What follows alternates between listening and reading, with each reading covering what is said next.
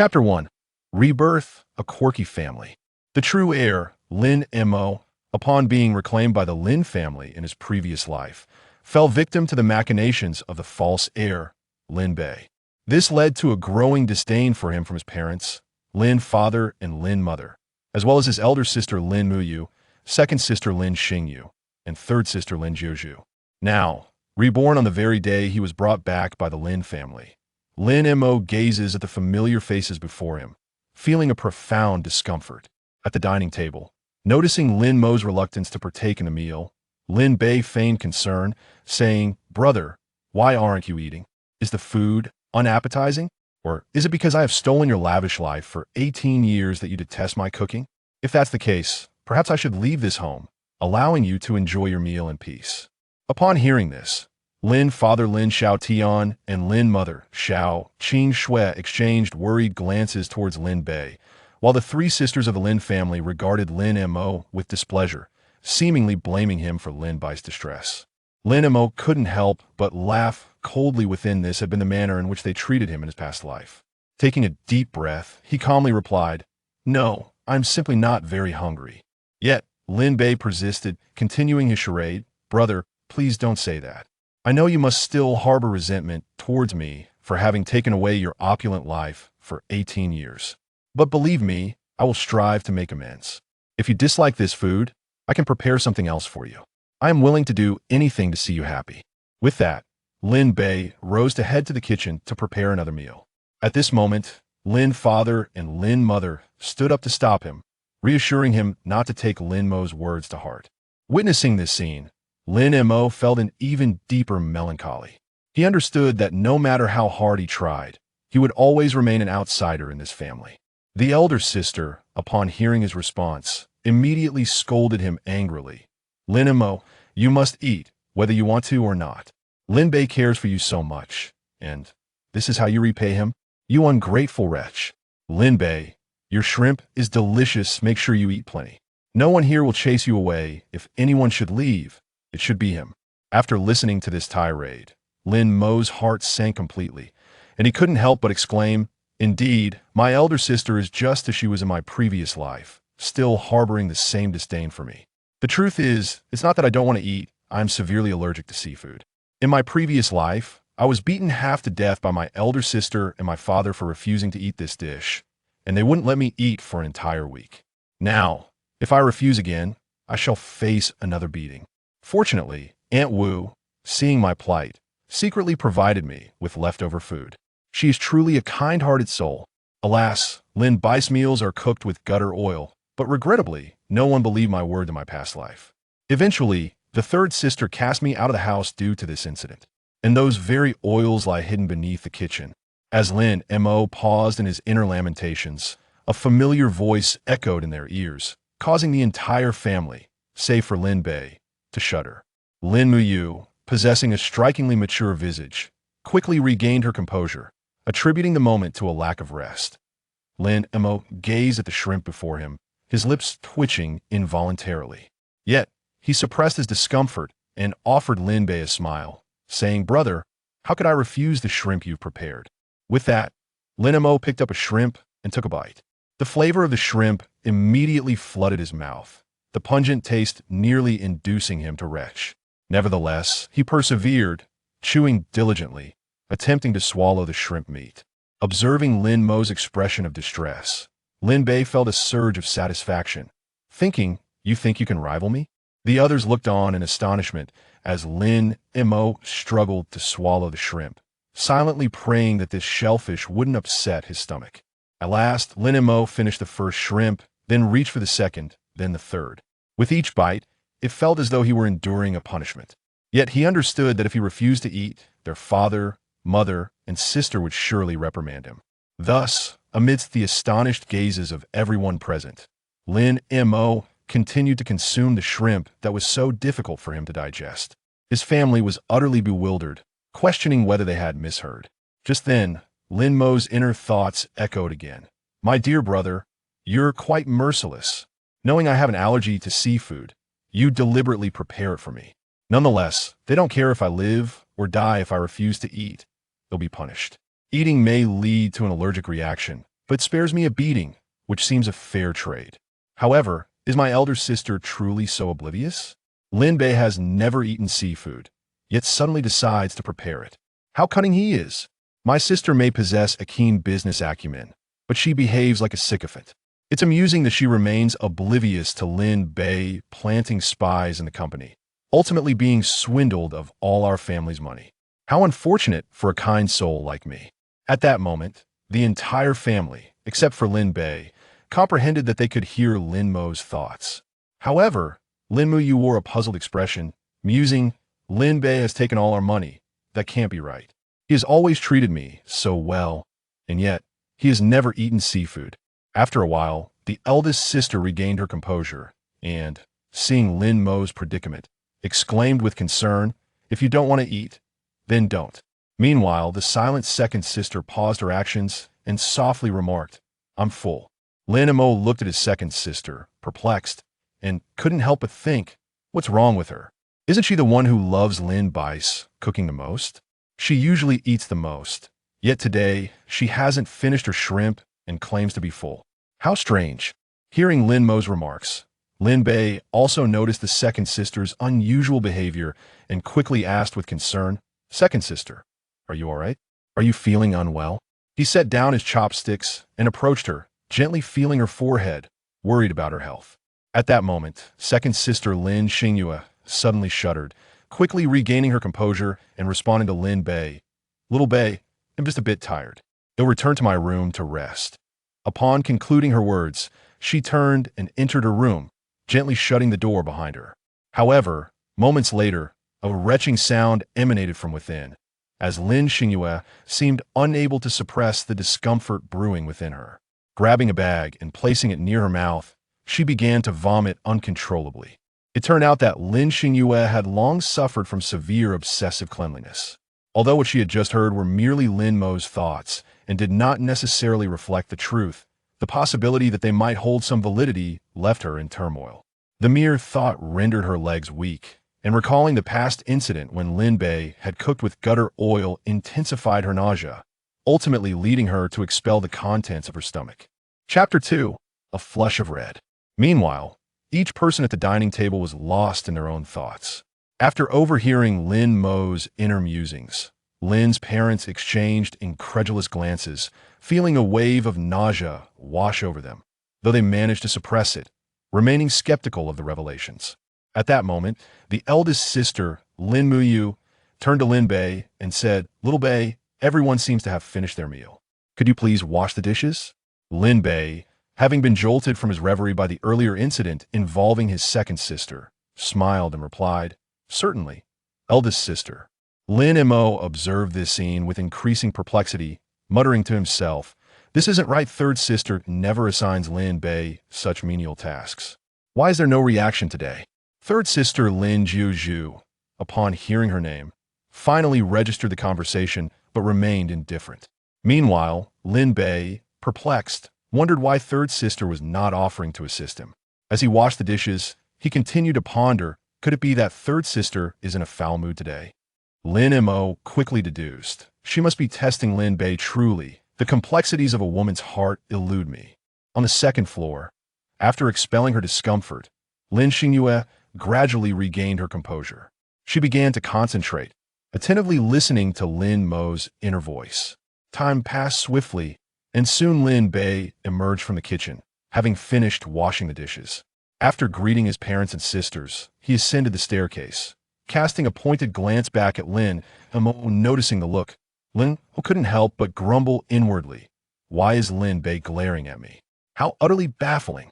Realizing Lin Bei had returned to his room, Lin's father took out his phone, created a new group chat, and added himself, Lin's mother, and their 3 daughters. He then instructed the eldest sister to check for gutter oil in the kitchen.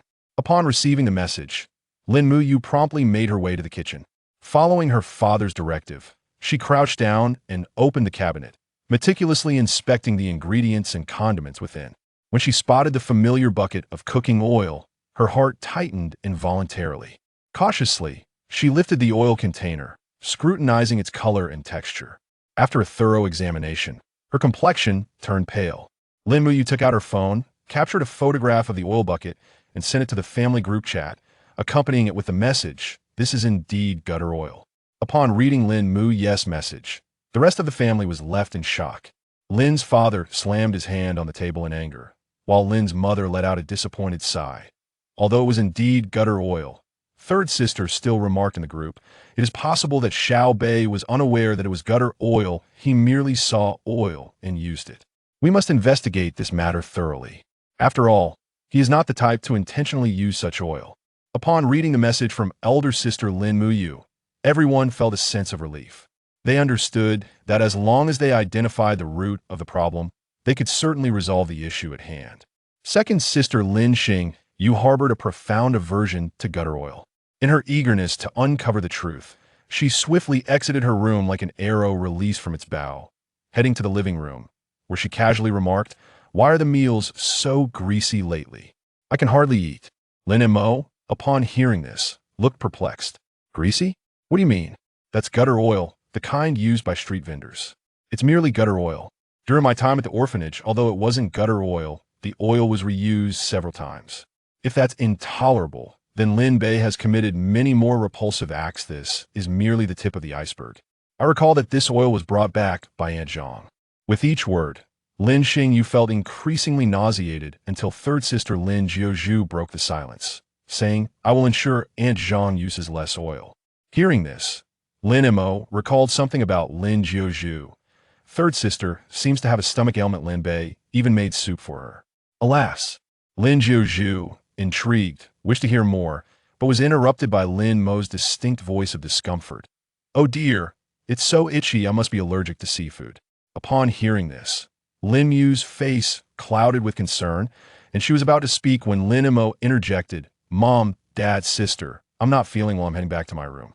After Lin Mo finished speaking, his entire face turned crimson, resembling a cooked shrimp, stirring a pang of sympathy in those who beheld him. Lin father, noticing this, immediately inquired anxiously, "Xiao Mo, are you allergic to seafood? Why is your face so red?" Lin mother, equally distressed, had tears welling in her eyes, on the verge of spilling over. Observing his parents' deep concern, Lin Mo could not help but feel a flicker of confusion. However, before he could process his thoughts, he was pulled in the car by Lin Mo. Lin father and Lin mother exchanged brief greetings with Lin Bei before swiftly entering the vehicle, all heading to the hospital.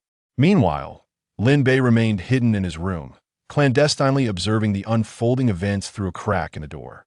When he learned of Lin Mo's potential allergy, a sense of delight swelled within him. Yet, upon hearing the family's decision to take Lin Mo to the hospital, his smile vanished in an instant. After his family departed, Lin Bei stealthily descended the stairs and found Aunt Zhang. The two appeared to be discussing something significant. Before long, Lin father, Lin mother, and Lin Mo's three sisters arrived at the hospital with Lin Mo, where doctors were conducting a thorough examination. Witnessing Lin Mo lying in the hospital bed, his face flushed and lips dry, the hearts of the family were tightly wound with worry. With a face full of concern, Lin mother urged Lin father, "You must investigate the gutter oil matter thoroughly, and also keep an eye on Muye's company for any spies. We cannot allow my dear child to suffer." Her gaze radiated unwavering determination and resolve. Father Lin grasped his wife's hand tightly, offering reassurance. "Rest assured, I will expedite the investigation into this matter and will not allow any wrongdoer to escape justice." His voice conveyed an undeniable strength. The three sisters exchanged glances, their hearts heavy with guilt and regret. They realized that they had been excessively harsh on Lin Mo in the past, even unjustly accusing him in their previous lives due to misunderstandings. Witnessing Lin Mo's current frail state filled them with remorse. Lin Xingyue, with a hint of anxiety in her voice, ventured, "Have we been too hard on Xiao Mo? He was wronged by eldest sister because of that incident in her last life." Her voice trembled, tears glistening in her eyes. Upon hearing this, Lin Mo fell silent for a moment before responding, "Indeed, we must protect him well in this life and ensure he suffers no further harm." Her tone was both resolute and gentle, as if she had made a solemn vow. Lin Jiuzhu nodded in agreement, expressing her consent. They resolved to alter their attitude towards Lin Mo from this moment forward. bestowing upon him the care and affection he deserved. After all, their family had faced disgrace in their past lives, and they could not afford to repeat such a fate in this one. Chapter 3: A Bowl of Saliva. Though Lin Mo was aware that she had misjudged Lin Bei, she still found it difficult to believe that he would harm her. At that moment, Lin Mo emerged from the hospital room, having just received treatment for an allergic reaction. The doctor who attended to him followed closely behind.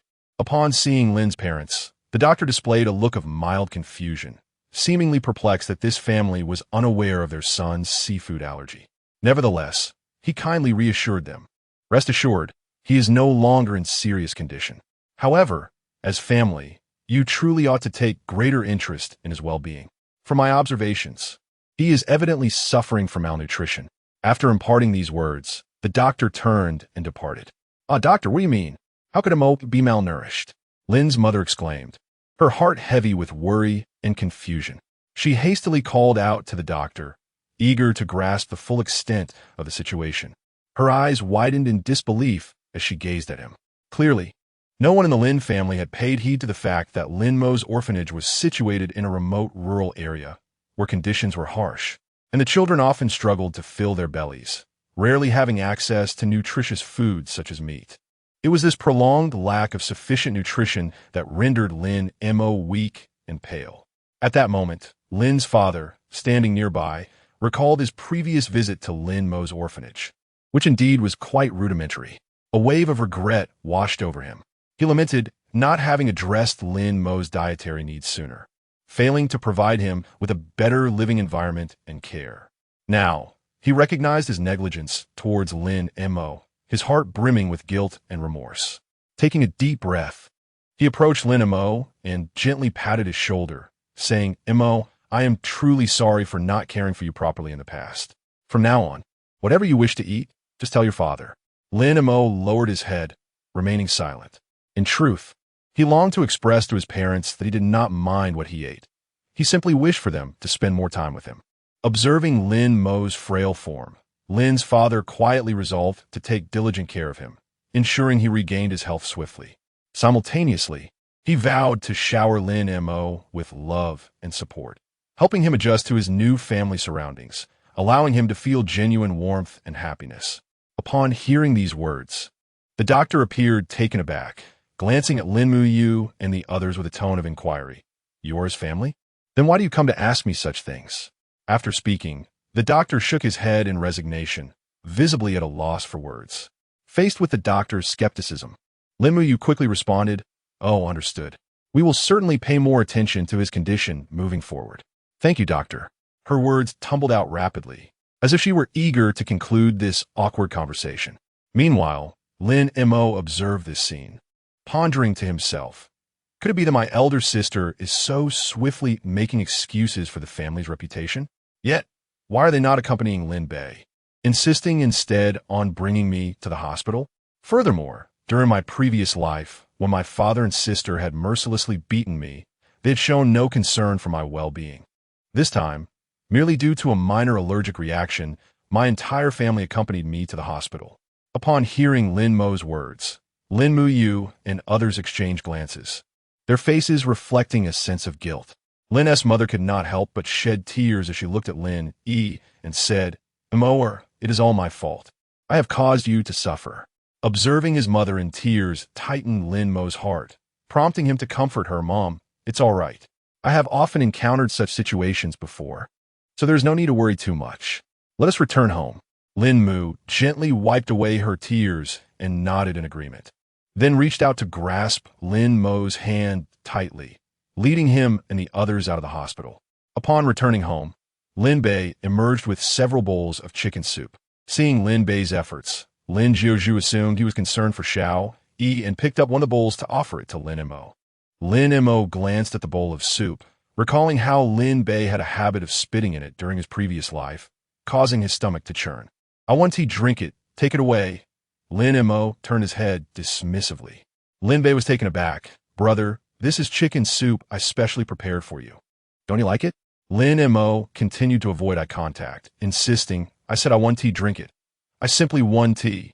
Observing Lin Mus Stupon Demiano. Lin Jiuzhu set the bowl down. Lin Bei looked at his parents with a sense of grievance. Mom and dad, brother. Lin Mo quickly intervened. Xiao Mo has just received an injection. He might not have an appetite. Let us set it aside for now. With that, she shot Lin Mo a glance, indicating him to refrain from throwing a tantrum. Lin Mo felt a deep sense of helplessness. He truly did not wish to act this way. But he simply could not accept Lin Bei's soup. He silently lamented, "Mom, it's not that I don't want to eat," but he spat in the soup. In my previous life, I exposed him, yet no one believed me. They could have reviewed the surveillance footage, yet no one was willing to do so. Only trusting Lin Bei. Must I repeat the same mistake this time? At that moment, just as the others were about to enjoy the soup, they heard Lin Yi's words and began to retch. Lin Mo and Lin Bei gazed at them in confusion. Particularly, Lin Xingyu clutched her mouth and rushed to the restroom to vomit. After a while, she emerged, phone in hand, and began searching for the surveillance footage. Upon viewing the screen showing Lin Bei, everything appeared normal, and Lin Xingyu had just begun to relax when she noticed Lin Bei glancing around, confirming that no one was watching before he spat into the pot.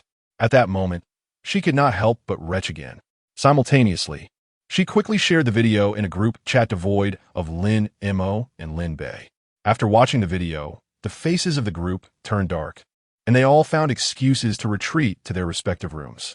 Observing the living room devoid of company, Lin Bei revealed a charming smile and muttered to himself, "Lin Mo, you're no match for me. Did you not notice how our parents and sister just ignored you? With your current state, do you truly think you can contest the family fortune? Huh." Having said that, he turned and departed. Hearing Lin Bei's words, Lin Mo inwardly scoffed, perceiving Lin Bei as a fool. However, he did not dwell on it and instead returned to his own room. Lin Mo's room is a servant's quarters, a humble arrangement made by his father upon his return. Though the conditions are modest, they represent a significant improvement for Lin Mo. Having endured a life of hardship, he now finds a sense of contentment in such living circumstances. Chapter 4. A breakfast. Mr. and Mrs. Lin entered their home and closed the door behind them. Mrs. Lin sat on the edge of the bed, her brow furrowed as she remarked, "Perhaps we should consider sending Xiao Bei away from the Lin family. His actions have been utterly repugnant. Do you recall Xiao Mo's heartfelt concerns? Xiao Bei will deceive us out of our family's fortune." At first, I was skeptical, but this incident has only reinforced my belief in Xiao Mo's sentiments. Mr. Lin sighed, taking a seat in a nearby chair, and replied helplessly, "It is indeed necessary to send Xiao Bei away, yet we have yet to locate his biological parents. To send him off without that information seems rather inappropriate." After a moment of contemplation, Mrs. Lin suggested, "What if we attempt to subtly guide Xiao Mo during breakfast tomorrow morning? Perhaps we can glean some clues regarding Xiao Bei's origins from him. He might know where Xiao Bei's real parents are." Mr. Lin nodded in agreement. "That sounds reasonable. We shall give it a try. I hope we can resolve this matter swiftly." With that, the couple prepared to rest. Meanwhile, in a different room, Xiao Bei lay quietly on his bed, his mind replaying the events of the evening. He mused to himself, "It seems that my parents' and sisters' attitudes toward Xiao Mo have shifted somewhat. I must create some trouble for them. I cannot allow them to alter their perception of Xiao Mo so quickly." A sly smile crept onto Xiao Bei's lips as he entertained this thought. In another part of the house, the three Lin sisters lay together on a large bed, chattering animatedly about the events of the night. Though they occasionally had minor disputes, being sisters, they quickly redirected their focus to the matter of how to treat Xiao Mo. "We should be kinder to him," proposed the eldest sister, Lin Mu. "Indeed. After all, he is our brother," added the third sister, Lin Jiuzhu. "I concur," nodded the second sister, Lin Xingyu. Thus, all except Xiao Mo found themselves lost in thought, unable to sleep through the night. The following day, sunlight streamed through the window, casting warmth upon the bed. Xiao Mo stretched and awoke from a delightful dream in which he envisioned himself as a successful entrepreneur, surrounded by wealth and accolades. He chuckled softly, thinking how splendid that dream had been. Suddenly, a gentle knock on the door interrupted his reverie. He dressed quickly and opened the door to find his second sister, Lin Xingyu, standing outside. She appeared somewhat fatigued, but wore a smile as she looked at him. "Why are you here so early, second sister?" Xiao Mo asked in surprise. Come down for breakfast, Lin Xingyu replied slowly before heading downstairs. As they descended, she felt a pang of discomfort regarding Xiao and Mo sleeping in the servants' quarters and brought the matter up to their father. Xiao Bei, overhearing Lin Xingyu's comments, felt incredulous and began to ponder. Why is she suddenly so considerate of Xiao and Mo, a brother she has never cared for? Growing increasingly dissatisfied, he interjected, "Perhaps my brother dislikes me, which is why he isn't coming down for breakfast. Should I go and fetch him?" As I was about to ascend the stairs, my second sister remarked, "Xiao and Mo has already risen. He will be down shortly. You may have your breakfast here, and after you finish, you can head to school." Upon hearing this, Lin Bei could only respond, "Very well, but sister, brother should also attend school. Perhaps we could share the same school." Lin Fu replied, "We shall discuss it further once Xiao and Mo arrives," and everyone continued to enjoy their breakfast. After completing his morning routine, Lin Mo descended the stairs to the dining room, bouncing joyfully like a little bird. Observing the gathered family, Lin Xingyu gently urged, "Come down and eat breakfast." Lin Mo, with a beaming smile akin to a blooming flower, encouraged Xiao and Mo, "Come, eat well." "All right, Mom," Lin Mo replied, his expression radiant, resembling a ripe apple. Yet, internally, he pondered the peculiar situation. In his previous life, apart from the first day home, when he dined at the table, he had scarcely had the chance to join them thereafter. The family, upon hearing this, felt a wave of guilt wash over them, like withered eggplants. However, the table was laden with an array of delectable dishes, bread, milk, eggs, ham, and more. Lin Mo could not suppress a swallow. The food appeared utterly scrumptious, akin to exquisite works of art. Lin Xingyu handed breakfast to Lin Mo, who gratefully accepted it and sat down to savor his meal. As he ate, he discreetly observed Lin Xingyu, noticing her deep in thought like a dark cloud, the cause of which eluded him. Once breakfast concluded, Lin Bei prepared to leave for school. Traditionally, his elder sister would escort him, but today she claimed to have matters to attend to, instructing Lin Bei to go alone. He felt a twinge of confusion, akin to a headless fly, yet refrained from dwelling on it. Lin Xingyu rose to depart, glancing back at Lin Mo, a flicker of remorse crossing her eyes. She recognized that, as an older sister, she ought to be more attentive towards Lin Mo rather than constantly overlooking him. Thus, she resolved to engage with Lin Mo more frequently, ensuring he felt the warmth of family. After a brief silence, their father called out to Lin Xingyu, stating, "Do you know? Xiao Mo resides in the servants' quarters, and I find this rather inappropriate." Upon hearing this, Lin Xingyu's face reflected guilt. Reminded of Lin Mo's room, a pang of sorrow gripped her heart. She quickly replied, "Father, I understand my mistake. I will take good care of Lin Mo." Their father nodded and continued, "Lin Mo is a member of our family.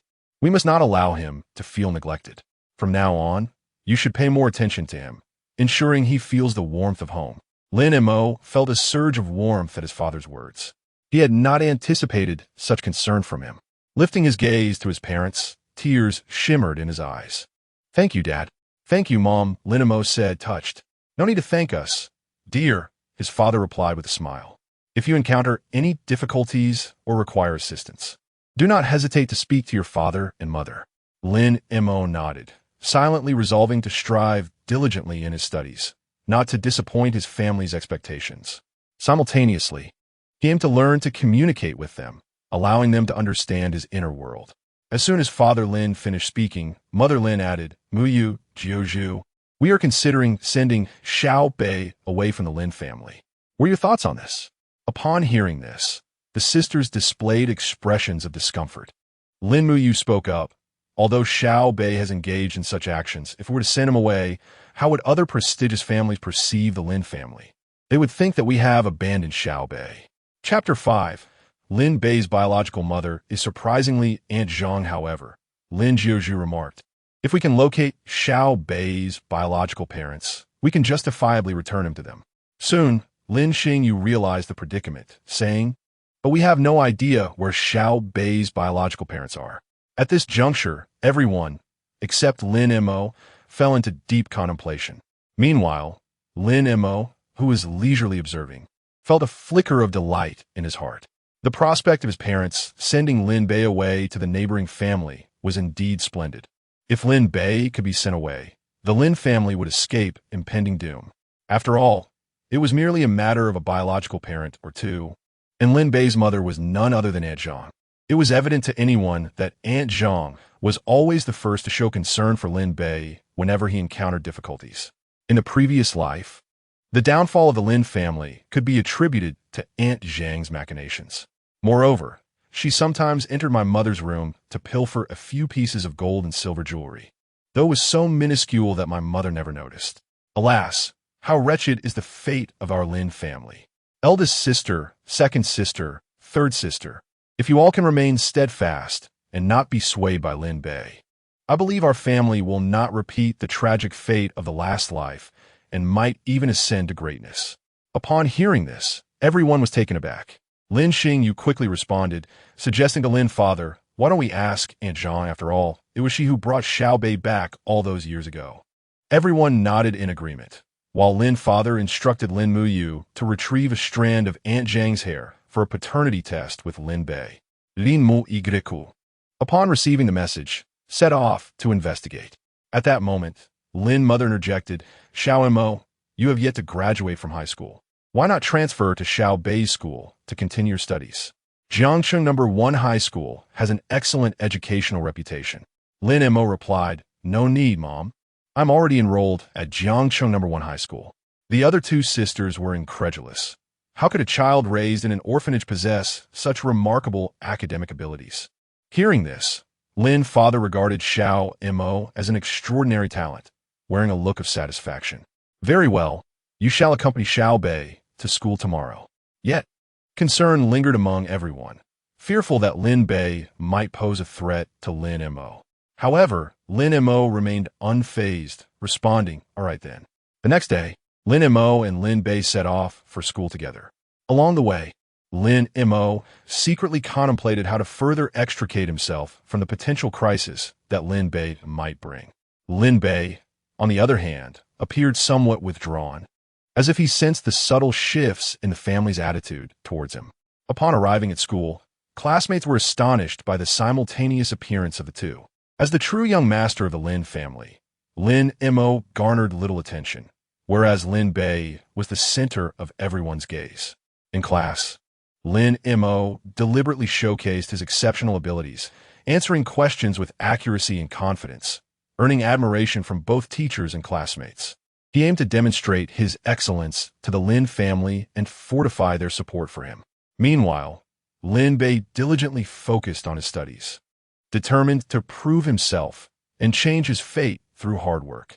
Despite being unaware of the sudden shift in the Lin family's attitude towards him, he resolved to demonstrate his worth through action. Meanwhile, Lin Mu was diligently investigating the connection between Aunt Zhang and Lin Bei. She searched high and low for clues, leaving no stone unturned. After considerable effort, she finally unearthed some pivotal evidence, seemingly confirming the special bond between Aunt Zhang and Lin Bei. As the investigation deepened, the emotions within the Lin family grew increasingly complex. They were eager to locate Lin Bei's biological parents to alleviate the looming crisis. Yet they felt a twinge of reluctance towards the child who had spent some time living among them. Lin Mo, on the other hand, remained vigilant, eagerly anticipating the moment Lin Bei would be returned to his biological parents, thus restoring the Lin family's standing and propelling it back to greatness. As night fell, the family gathered around the dining table once more. Due to the shift in his family's demeanor, Lin Bei refrained from causing trouble for Lin Mo at school that day. He quietly ate his meal, avoiding any unnecessary antics, which in turn prompted a subtle change in his family's attitude towards him. Observing this scene, Lin Mo scoffed inwardly, thinking he is up to something, no doubt plotting some nefarious scheme. Earlier that afternoon, he had spotted Lin Bei at the company. Could it be that he was attempting to steal confidential information? The thought sharpened Lin Mo's gaze. I remember now. He must be conspiring with Zhao Qian from the Zhao family, aiming to usurp the Lin family. Such malevolence. Lin Mo clenched his fists, a flicker of anger flashing in his eyes. Upon hearing Lin Mo's silent musings, Lin father and Lin mother became infuriated, displaying even greater indifference towards Lin Bei. They perceived him as a person of dubious intentions, unworthy of trust or sympathy. Sensing the family's coldness, Lin Bei felt perplexed and wronged. He could not fathom why his relatives consistently treated him with such disdain, even bordering on aversion. He attempted to ease the tension, but to no avail. Slowly he spoke, "Father, mother, what troubles you? Is there anything I can assist you with?" His voice carried a note of helplessness and sorrow. However, Lin father and Lin mother remained silent, their expressions still icy. Lin Bei felt as though his heart were being torn apart, uncertain how to confront such a situation. Suddenly, Lin father snorted in anger. "What can you help with? If you could just stop causing trouble for the Lin family, we would be eternally grateful." Lin Bei looked bewildered and aggrieved. "Father, I truly do not understand what I have done wrong. Why do you treat me with such coldness?" Lin mother turned her head away, refusing to meet his gaze. "You know in your heart." Lin Mo quietly sneered. "Let us see how long you can keep up this faade. Once I gather evidence, I will ensure you are expelled from the Lin family." Lin Bei, in a desperate tone, implored, "Father, mother, please tell me what is wrong. I promise to amend my ways." Lin father, with a stern expression, asked, "What were you doing at the company today? Do you have some hidden agenda?" Lin Bei hurriedly explained, "I merely wished to see if there was any way I could assist. I had no ulterior motives." Lin Mo, with a mocking tone, remarked, "Who knows if you are plotting to steal company secrets? Perhaps you have already conspired with the son of the Zhao family on how to deal with the Lin household." Lin Bei's eyes widened in disbelief. "Lin Mo, how could you think so poorly of me? I have never harbored such thoughts." "Lin Montauk scoffed, "Haim piha. Who can tell if your words hold any truth?" Turning towards his parents, Lin Bei implored, "Father, mother, you must believe me. I am loyal to the Lin family." Lin father frowned slightly. "We shall see how you perform in the future." Lin Bei silently resolved to prove his innocence and alter his family's perception of him. Chapter 6. Paternity test time flowed by like a fleeting shadow, as Lin Bei exerted every effort to regain his family's trust, while Lin Mo remained ever vigilant, watching Lin Bei's every move with the scrutiny of a watchful guardian. One day, Lin Bei encountered Zhao Qian, the son of the Zhao family, at school. Zhao Qian, with a mischievous grin, leaned closer to Lin Bei and whispered, "Lin Bei, how are things progressing on your end? Our plan must not be derailed." A wave of anxiety washed over Lin Bei, and he hastily replied, "Do not act impulsively. I have yet to find the right opportunity. Furthermore, my family has begun to harbor doubts about me." Zhao Qian's expression darkened, and he threatened, "Do not forget, if you fail to cooperate, you will face the consequences." Lin Bei gritted his teeth and reluctantly responded, "I understand. I will find a way." Meanwhile, Lin Mo was immersed in his studies in the classroom. Suddenly, an ominous premonition surged within him like a tidal wave. Lin Bei was undoubtedly conspiring with Zhao Qian again. "I must devise a plan to thwart them," Lin Mo pondered. As night fell, the family gathered once more around the dining table. Lin Bei remained silent, occasionally stealing glances at his family's expressions. Lin Mo, while savoring his meal, mused inwardly, "Why is Lin Bei so reticent today? There must be something amiss." Lin father, gazing intently at Lin Bei, said solemnly, "Lin Bei, have you been dedicating yourself to your studies lately? Do not let your mind wander." Lin Bei quickly nodded, asserting, "Father, I have always been diligent in my studies and have entertained no other thoughts." Lin father frowned slightly, clearly skeptical. Lin mother then interjected, "Lil Bei, if you're facing any difficulties, do not hesitate to confide in us. Do not bear the burden alone. However, if you have committed any wrongdoing against the Lin family, we will not condone it." A pang of sorrow struck Lin Bei as he replied, "Mother, I understand. I would never bring shame upon the Lin family." Lin Mo scoffed inwardly. "How eloquent! Who knows what truly lies within your heart?" At that moment, Lin Muyu, the eldest sister, spoke up, "Little Bei, if you truly repent, we will still welcome you back.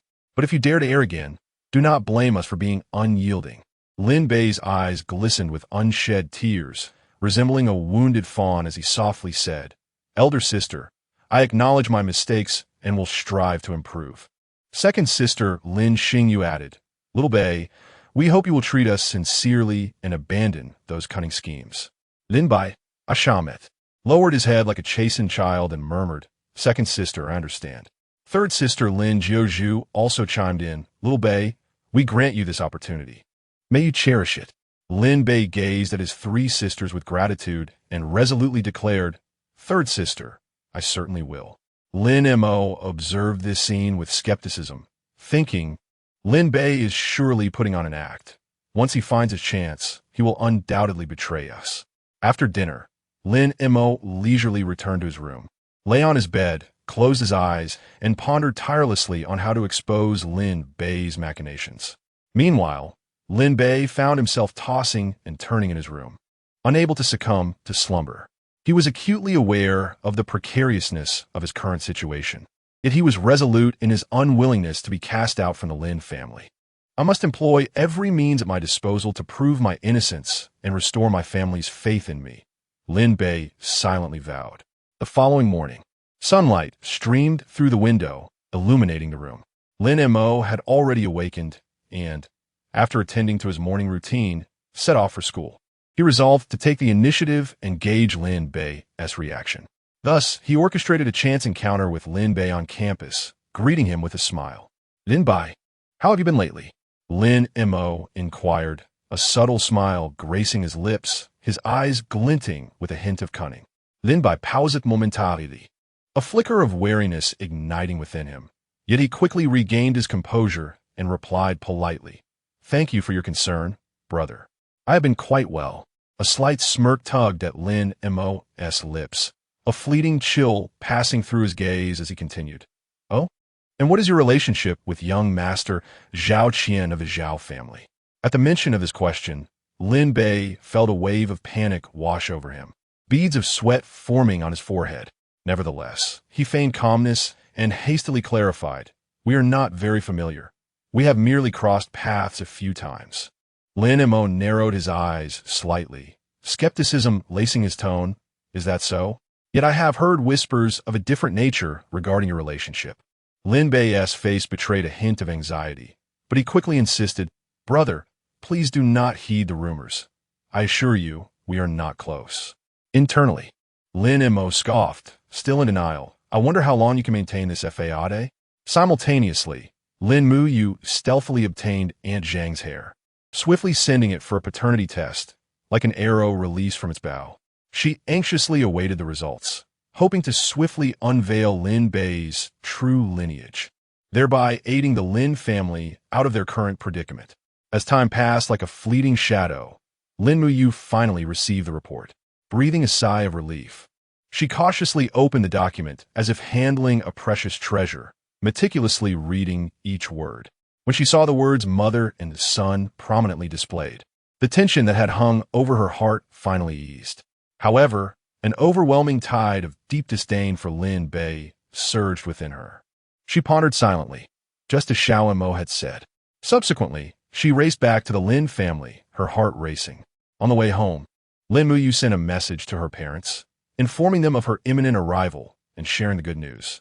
She also relayed this information to her two younger sisters. In the Lin family's living room, Lin's parents and the three sisters were fervently engaged in discussion. Lin's mother furrowed her brow and remarked, Now that we have confirmed Lin Bei's biological mother, perhaps it would be best to send Aunt Zhang away alongside her. I can no longer bear to see my own child suffer. Lin's father felt a twinge of conflict. Although he understood that Lin Bei was not his biological son, he had raised him and still hoped to offer him a chance for redemption.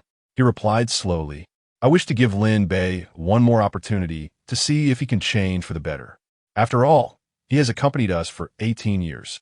The three sisters, upon hearing their father's words, could not help but feel a ripple of sympathy within their hearts. They seemed to be ensnared in a fog, uncertain of how to navigate this intricate matter. Just then, the door was suddenly flung open, and Lin Bei burst in like a whirlwind. Upon seeing the entire family gathered, a euphoric smile illuminated his face, and he rushed forward with the fervor of a hungry tiger, greeting everyone with warmth. Lin's mother gazed at Lin Bei, a wave of helplessness and disappointment surging within her. Feeling unable to confront her child, she hastily muttered something about preparing dinner and turned away as if fleeing from battle. Chapter 7. The decision. Lin Bei gazed at his mother's receding figure, his heart enveloped in a labyrinth of confusion. Why was his mother so deliberately avoiding him? Could it be due to Lin Mo? At this thought, a seething hatred toward Lin Mo erupted within him, akin to a volcano awakening, and he silently vowed to ensure that Lin Mo would pay a grievous price. Clenching his teeth, he inwardly shouted, "Lin Mo, just you wait. Once I reclaim everything, we shall see how you carry yourself then." At that moment, Lin Mo returned home, and upon stepping through the door, he noticed Lin Bei inquiring about their mother's condition from their second sister. Instantly, a torrent of sarcastic thoughts cascaded through Lin Mo's mind. Surely, they're all gathered there, idly chatting, and I remain the least favored one among them. Nevertheless, it is a stroke of fortune that they have not sought trouble with me.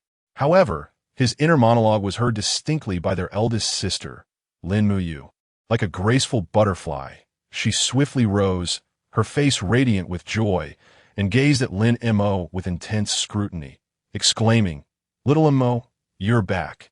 I trust you haven't encountered any distressing matters today?" Upon hearing his sister's inquiry, Lin Mo found himself momentarily paralyzed, unsure of how to respond.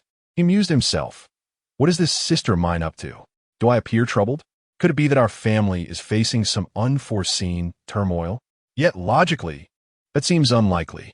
A series of questions swirled relentlessly in his mind. He then began to ponder deeply. Although that Lin Bei is colluding with Zhao Qian, it should escalate to our family so swiftly. With this thought, a heavy burden in his heart began to lift. At this juncture, Lin Mo hastened to reassure her. "Sister, there is no need for concern. I truly have not encountered any troublesome matters. You may rest easy." Lin Mo responded with a soft at her brother's reassurance. However, just then, a melodious ringtone pierced the brief tranquility, akin to lightning slicing through the night sky. On the other end of the line, a gentle, sweet voice emerged. "Sister Mu, there's a grand soiree tonight. Will you accompany me?" Upon hearing that voice, a flurry of thoughts surged through Lin Mo's mind like a lightning bolt. Tonight's gala is surely a meticulously laid trap devised by my sister's ardent pursuer by phone. He has dispatched this girl, Luo Ying, to invite my sister. Once she arrives, that despicable scoundrel by phone will undoubtedly resort to unscrupulous means to coax her into drinking the concoctions he has prepared. There may be dire consequences ahead. As Lin Mo wrestled with his chaotic thoughts, he suddenly observed Lin Mo tremble violently, her body shaking as if caught in a whirlwind. Meanwhile, the voice on the other end continued to persistently inquire, "Are you there, Sister Mu?" Lin Mu was abruptly pulled back to reality by this question. She quickly composed herself and replied, "I'm here, Xiaoing. I will arrive as promised." Soon after, a series of short beeps came from the other end of the line, and without hesitation, Lin Mu hung up the phone. Meanwhile, Lin Mo furrowed his brow, lost in contemplation like a statue. What should I do? In my previous life, on this very day, my elder sister was forced into marrying that despicable man, leading to a life of unbearable suffering. This time, I cannot allow such a tragedy to repeat. But what reasons and excuses can I use to persuade my sister to take me along? As Lin Mo racked his brain, Lin Mu, sitting beside him, gazed at him quietly, her eyes filled with warmth and concern, akin to the gentle sun in spring, warming Lin Mo's heart. Upon hearing her brother's deep concern for her fate, a surge of warmth flowed through Lin Mu's heart. The feeling of being deeply cared for by a loved one was like a gentle stream nourishing her soul. After a while, Lin Mu finally broke the silence, softly saying, "Xiao Mo, you don't have any important matters to attend to tonight, do you? How about joining your sister at a social gathering? It would also be a good opportunity to introduce your identity to everyone." Her voice was as melodious as a yellow oriole, crisp and delightful, captivating all who heard it. Upon hearing this, Lin Mo was momentarily stunned, as if struck by lightning, but his face soon blossomed into an exuberant smile, reminiscent of spring flowers in full bloom. He eagerly nodded in response. "Sure, big sister. Hee. I've been pondering how I could accompany you. And this is just perfect. Ha ha ha." Watching Lin Mo's jubilant demeanor, Lin Mo you couldn't help but laugh like a silver bell, transforming her previously heavy mood into one of lightness and joy, akin to a gentle spring breeze. Lin Mo gazed at Lin Mo Yu's smile, feeling as if his heart was melting under the warm sun. How beautiful it was when his sister smiled. Having a gentle sister was indeed a source of immense happiness. He resolved to protect his sister tonight, as if it were an unshakable vow in his heart. Lin Mo Yu, sensing Lin Mo's concern for her, felt deeply moved, as if ripples were spreading across a tranquil lake. At that moment, Lin Bei returned hurriedly. He immediately noticed the radiant smiles on Lin Mo and Lin Mo Yu's faces, and their brilliant expressions pierced through his heart like a sharp blade, stirring a tumultuous wave of emotions within him. He quickly approached Lin Mo Yu, lowering his voice deliberately, and cautiously asked, "Sister, what are you and brother discussing? Could you share with me?" Lin Mo, seeing Lin Bei's eager demeanor, couldn't help but internally scoff. "Oh dear, this fellow is so meddlesome. Like an annoying fly, he seems to insert himself everywhere." Meanwhile, Lin Mo appeared oblivious to Lin Bei's words, merely furrowing his brows, reminiscent of majestic mountains, before turning away and striding into the house with the swiftness of an arrow released from its bow. This left Lin Bei standing alone, his face etched with a dense fog of confusion and a fiery sense of resentment. Chapter 8. The profound psychological activity of Lin Mo. As Lin Bei witnessed Lin Mo resolutely turn away, he quickly feigned a look of pitiable sorrow. Calling out to Lin Mo's retreating figure, he lamented, "Sister, it seems that brother truly despises me. Oh, woe is me. I am at a loss as to what I have done to elicit such disdain from him. What am I to do?" While speaking, he discreetly cast a glance at Lin Mo Yu, gauging her reaction. Subsequently, Lin Bei approached Lin Mo Yu with an exaggerated air of servility, his face adorned with obsequiousness as he continued, "Sister, you and brother were engaging in such delightful conversation just now. I am ever so curious about what you discussed. Might you indulge me with the details? I implore you." At that moment, Lin Mo Yu gazed at Lin Mo's diminishing silhouette and sighed helplessly, subsequently shifting her attention back to Lin Bei. Internally, she reflected, "Ah, how could I have been oblivious to the depths of Lin Bei's cunning and his talent for deception?" Nonetheless, she maintained an expression of indifference as she replied, "Xiao Bei, there was nothing of great significance in our discussion. We merely intend to attend a soiree shortly." Upon hearing this, a wave of intense dissatisfaction surged within Lin Bei, who silently ground his teeth in resentment. Humph, that insufferable Lin Mo. How dare he attend a soiree without me? He shall pay dearly for this. Yet outwardly, he continued to project an image of forlorn vulnerability, his tone laden with supplication. "Sister, I beseech you, please take me along. I have never had the pleasure of experiencing such an occasion. I am truly eager to witness the wonders of the outside world." After a moment's hesitation, Lin Mo Yu contemplated if Lin Bei could perhaps abandon his duplicitous ways and genuinely reform, then introducing him to the world might not be such a bad idea. After some deliberation, she ultimately nodded in agreement to allow Lin Bei to accompany them. As night fell and the city lights began to twinkle, the bustling sounds of the urban landscape gradually succumbed to the night's embrace. After offering brief farewells to their parents, the group eagerly climbed into the car, speeding towards the grandest hotel in Jiangxing.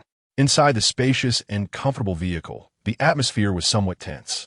Upon entering, Lin Mo was summoned by his sister Lin Mo Yu to take the front passenger seat. This maneuver left Lin Bei in the back seat filled with envy. As he gazed longingly ahead, a hint of disappointment flickering in his eyes. Meanwhile, although Lin Mo appeared outwardly silent, his mind was in tumult. He couldn't help but mutter internally, "Why has this guy decided to tag along? It's utterly vexing." Simultaneously, thoughts of the soiree began to swirl in his mind. He recalled, it was said that Bai Menghan would also be in attendance this evening. She was the celebrated jewel of the Bai family. Moreover, It seemed that a betrothal tied him to her. With this realization, Lin Mo furrowed his brow slightly. This engagement was originally meant for Lin Bei, yet it had inexplicably fallen upon him. In light of this, perhaps it was not so unfavorable after all. Lin Mo turned his gaze to the rapidly retreating nightscape outside the window, his emotions a tangled web of complexity. Suddenly, a thought flashed through his mind. In his previous life, Lin Bei had not successfully wed by Meng Han, but instead had formed a bond with Luo Qingyi from the Luo family. Reflecting on this, he gently shook his head and murmured to himself, "It is said that Bai Meng Han possesses a cold and aloof demeanor, making her difficult to approach. No matter. My purpose for being here is not to seek a romantic match, but to rescue my beloved elder sister. It is best to refrain from concerning myself with trivial matters." At that moment, Lin Mo, who was intently driving, inadvertently caught a glimpse of her brother Lin Mo's inner thoughts.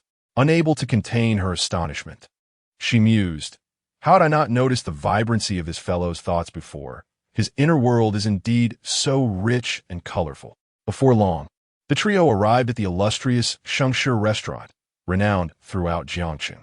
As they crossed the threshold, a powerful sense of opulence enveloped them, evoking awe. Lin Mo's eyes widened, shimmering with excitement, as he seemed utterly captivated by the luxurious spectacle before him. Meanwhile, Lin Bei stood aloof, emitting a disdainful snort. Humph. Truly a country bumpkin who has never seen the world. He appeared quite accustomed to such lavish displays. Lin Montauk, oblivious to Lin Bei's scone, remained transfixed by the glittering decorations and exquisite furnishings surrounding them, marveling. This is indeed the largest hotel in Jiangxing. How I longed to step foot in such grandeur upon my return to the Lin family in my previous life. As he pondered, he murmured to himself, "Now that I have this rare opportunity, I must savor every moment." Just then, a striking young woman approached gracefully.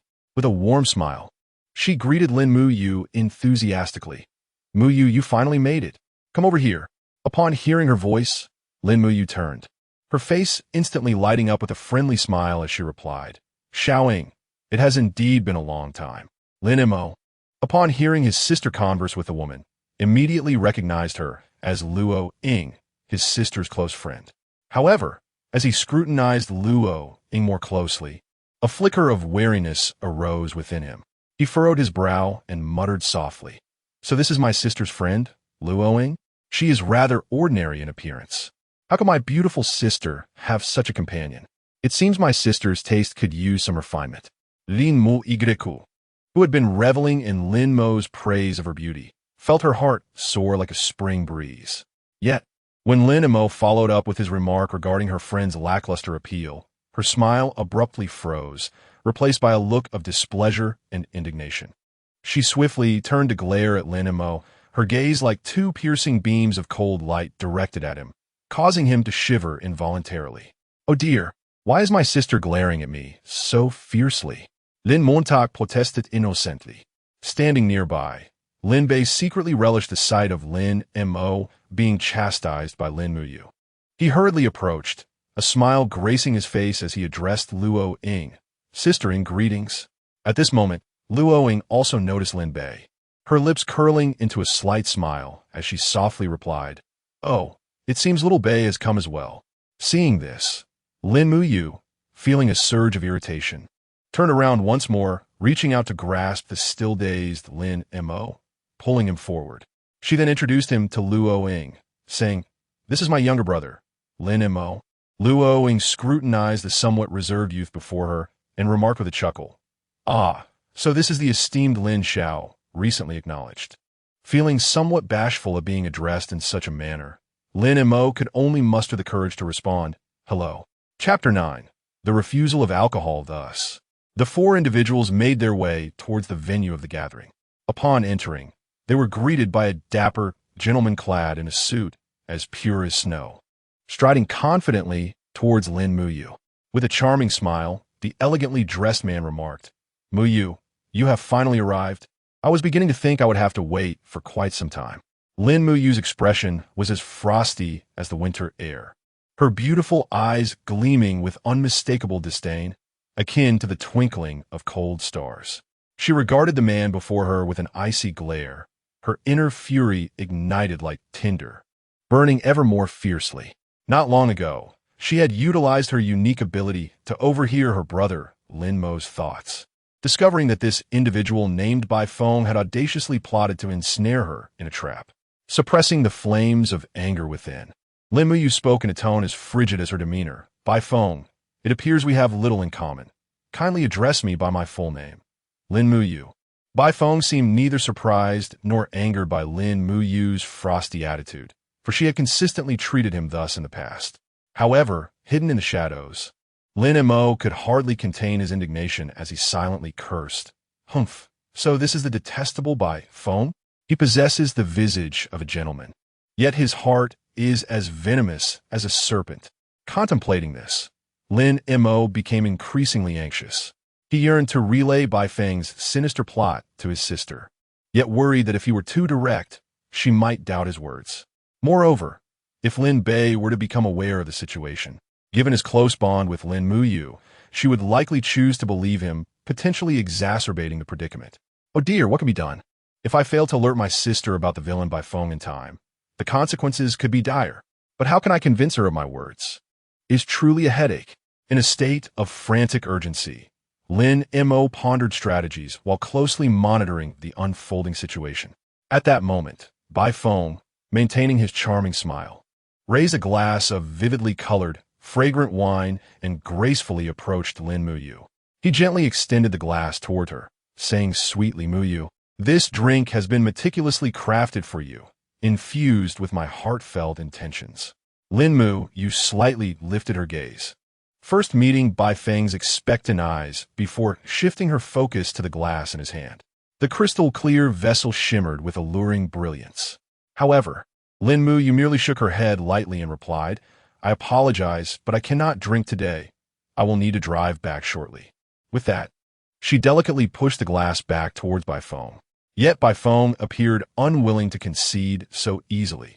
He retained his grip on the glass and continued to persuade her. Mu, driving is not an issue. You can always call for a designated driver. Besides, this wine is truly exceptional. It would be a shame to miss it. Lin Mu resolutely reiterated her refusal. Thank you for your kind offer, but I genuinely do not wish to drink. At that moment, Lin Mo, who had been silently observing from the side, was taken aback by his sister's resolute refusal to drink. How could she refuse? Could it be that she was already aware of the drink's dubious nature? Lin Mo pondered, it shouldn't be the case. If she knew there was something wrong with the wine, why didn't she expose Bai Feng right then and there? Ah, never mind, perhaps this is for the best, as I am at a loss on how to navigate this predicament. With this thought, Lin Mo took a deep breath and stepped forward without hesitation, positioning himself in front of Lin Mu. He fixed his gaze on Bai Feng and spoke with a serious tone. Excuse me, my friend. My sister has clearly stated her refusal to drink, so I kindly ask you to cease your insistence. Bai Feng, initially ready to unleash his ire, found himself momentarily stunned upon realizing that the one speaking up was Lin Mo. He had been so engrossed in conversing with Lin Mu that he had completely overlooked Lin Mo's presence. At that moment, hearing Lin Mo refer to Lin Mu as sister sparked a revelation in his mind, illuminating the truth like a flash of lightning in the night sky. This was none other than the long-lost son of the Lin family. Bai Feng then raised his gaze to Lin Mo's tall and imposing figure, a polite smile gracing his features as he said, I presume you are the genuine heir of the Lin family? I am Bai Feng, and it is a pleasure to encounter you today. I merely wish to invite your sister to share a drink. However, in the face of Bai Feng's request, Lin Mo stood his ground, responding in a firm tone. My sister has already expressed her desire not to drink. Observing this exchange, Lin Bei rushed forward, wearing an apologetic smile as he explained to Bai Feng, Young Master Bai, please do not take offense. This is my brother. He has just returned home and may not be well versed in the etiquette of social gatherings, and before Lin Bei could finish, he was abruptly interrupted by Lin Mo. Lin Bei, listen closely. I am not your brother. Do not associate me with you. His words struck Lin Bei like a sharp blade, piercing his heart and rendering him as pale as a ghost. Meanwhile, at a distance, a breathtaking beauty sat quietly, resembling a magnificent sculpture. Dressed in a gown as white as snow, she appeared like the brightest star in the night sky, her delicate heels elevating her stature akin to a graceful crane. Her long, slender legs crossed elegantly, the hem of her dress revealing glimpses of her allure reminiscent of the ethereal moonlight, captivating and enchanting. This enchanting woman was Bai Menghan, initially seated in silence. She suddenly became aware of Lin Mo's innermost thoughts, a revelation striking her like a bolt of lightning. Initially shocked, her surprise quickly transformed into a tide of intense curiosity. Thus, she rose gracefully from her seat, akin to a noble white swan, gliding with a light step, much like a fairy dancing delicately, as she slowly made her way towards the direction of the heated argument. Chapter 10. Bai Menghan upon encountering Lin Mo's audacious demeanor. Bai Feng felt a surge of pent-up fury erupting within him, akin to a volcano in full eruption. The flames of rage consumed his reason, rendering him oblivious to the potential repercussions stemming from Lin Mo's enigmatic background. His face flushed a deep crimson, reminiscent of a ripe apple, with veins on his forehead bulging like earthworms, and his eyes wide open, radiating a fierce glare. His right hand rose high, poised to strike Lin Mo's detestable visage with the ferocity of a branch battered by a tempest. In that critical moment, a melodious voice, as enchanting as celestial music, echoed from nearby. "Stop!" The onlookers turned their gazes towards the source of the sound, revealing a graceful and fair-skinned woman approaching with swift strides. The newcomer was none other than Bai Menghan, the esteemed young lady of the Bai family. Seeing her, Bai Feng hastily halted his raised hand and slowly turned around. Upon recognizing Bai Menghan, his expression transformed with astonishing rapidity, more swiftly than a chameleon, adopting a sycophantic demeanor akin to that of a devoted lapdog as he stammered. "Miss Bai, what brings you here? This is truly unexpected." With a stern expression, Bai Menghan regarded Bai Feng, her tone icy enough to freeze the air around them as she declared, "I am fully aware of the events that have transpired.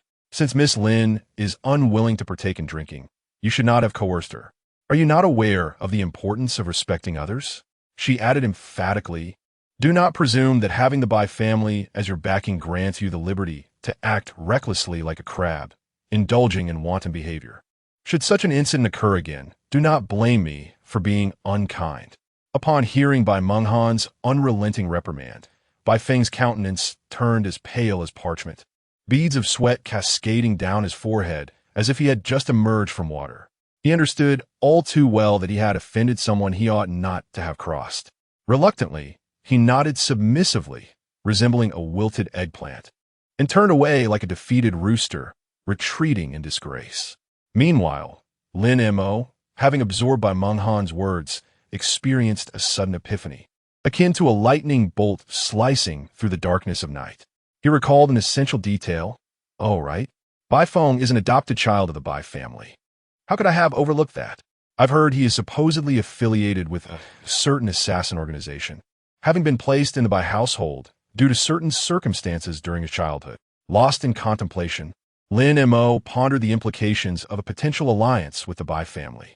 Would such a union lead to a multitude of entanglements? With a furrowed brow, he deliberated silently. Although he was typically unafraid of challenges, he recognized that an abundance of complications could be detrimental. After much consideration, he ultimately resolved to set the matter aside for the time being. "Very well, this is a decision for another day," he mused. Unbeknownst to him, the two women present were fixated on him, and for a moment, the atmosphere seemed to freeze, enveloping the space in an unsettling silence. Sensing an unsettling atmosphere, Lin Mo finally lifted his head and glanced around. To his dismay, he immediately found himself the object of two pairs of unwavering eyes. Stunned, he stammered, What is going on? Why are you all looking at me like that? Is there something on my face?" As he spoke, he instinctively reached up to touch his cheek. The two women, flustered, exchanged a glance and quickly realized they could hear Lin Mo's inner thoughts. At that moment, the awkwardness in the air intensified. Observing the situation, the previously silent Luo Ying swiftly intervened, smiling as she suggested, "How about we sit over there for a while?" Upon hearing this, everyone rose and moved to the seating area. Once Lin Mo settled down, his gaze was irresistibly drawn to Bai Menghan, whom he began to scrutinize with keen interest. Bai Menghan possessed a figure that was both graceful and curvaceous, akin to a willow swaying in the breeze. Her face was exquisite, resembling a piece of fine jade meticulously crafted by a master artisan. Lin Mo could not help but marvel inwardly, exclaiming, "Oh my, Bai Menghan's beauty is simply beyond compare. Her features as refined as a masterful work of art, flawless in every regard." Her slender waist appeared delicate, as if it could snap with the slightest pressure. Her bosom was full and elevated, reminiscent of two small hills, while her rounded hips resembled ripe peaches. The long, straight legs were a testament to divine craftsmanship, utterly enchanting. Much like the gentle spring waters of the Seine, she exuded a tender allure. Lin Mo could not suppress a sigh of admiration, instinctively swallowing, the sound resonating distinctly in the hushed atmosphere. His gaze seemed enchanted, lingering helplessly on the captivating woman before him. At that moment, Bai Menghan was lost in her own thoughts. Yet when she felt Lin Mo's unabashed scrutiny, rather than feeling displeased, a subtle joy fluttered within her heart like a delicate butterfly. Inwardly, she scoffed, "Humph, what a little lecher."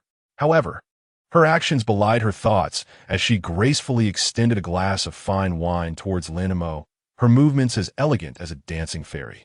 Lin Mo gazed at this picturesque scene, momentarily entranced, his cheeks flushing with a hue reminiscent of the evening sky.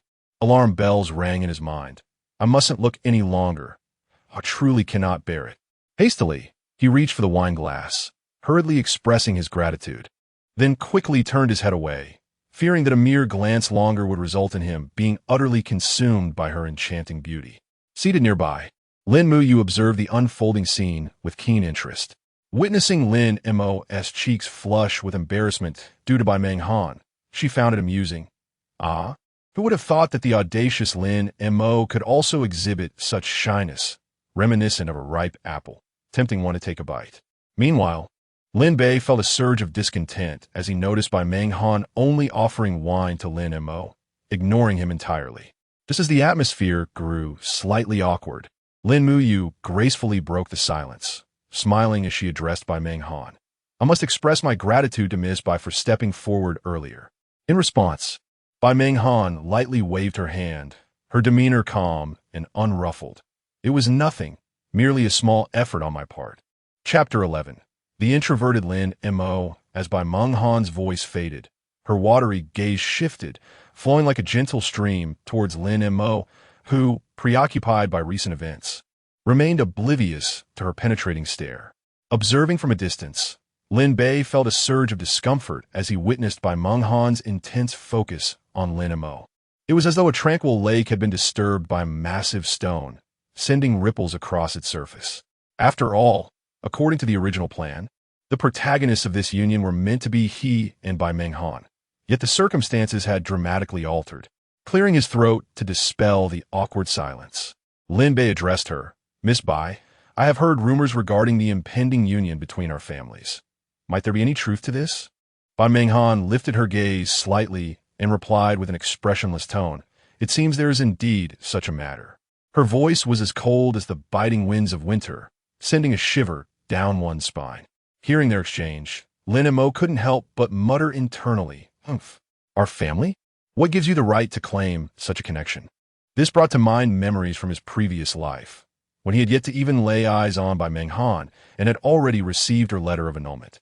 Given this, he pondered whether he should proactively propose an annulment this time, as a means of reciprocation. Just as this thought began to take root in his mind, Bai Menghan elegantly lifted the exquisite wine glass before her, akin to a noble swan, and took a delicate sip of the fine wine. However, who could have predicted that? In the next moment, an unexpected incident would unfold. Bai Menghan suddenly appeared to be choked by something, and without warning, she sprayed the wine from her mouth, resembling a volcanic eruption, leaving those present astonished. Witnessing this, Lin Mo was taken aback and hurriedly inquired, "Miss Bai, are you all right?" Once the words escaped his lips, he couldn't help but murmur under his breath, "Oh dear, how can someone so grown up be choked on water?" At that moment, Lin Mo was entirely unaware that his comment was akin to a stone cast into a placid lake, potentially causing unforeseen ripples. Meanwhile, Lin Mu, seated nearby, adopted an indifferent demeanor, appearing calm on the surface while her heart danced with laughter like flowers swaying in the wind. Yet, mindful of the occasion and her image, she stifled her laughter, preventing it from spilling forth like a flood. Bai Menghan quickly grabbed a napkin to dab her lips and then lifted her head, her eyes flashing like twin bolts of lightning, sharply fixing their gaze on Lin Mo instantly. He was taken aback by her sudden scrutiny, feeling as if he were frozen in place, pondering, what is happening? This is not my fault. Why is she staring at me so intently? Could it be that she genuinely harbors feelings for me? That seems rather unlikely, for in our previous life, we shared scarcely any encounters. Yet, if this were not the case, what could possibly explain her unwavering gaze upon me? In an instant, a torrent of speculations and uncertainties surged within Lin Mo, leaving him in a state of internal turmoil and distress. Upon sensing the turmoil in Lin Mo's heart, Bai Menghan's beautiful eyes gradually softened, radiating warmth akin to the gentle sun of spring.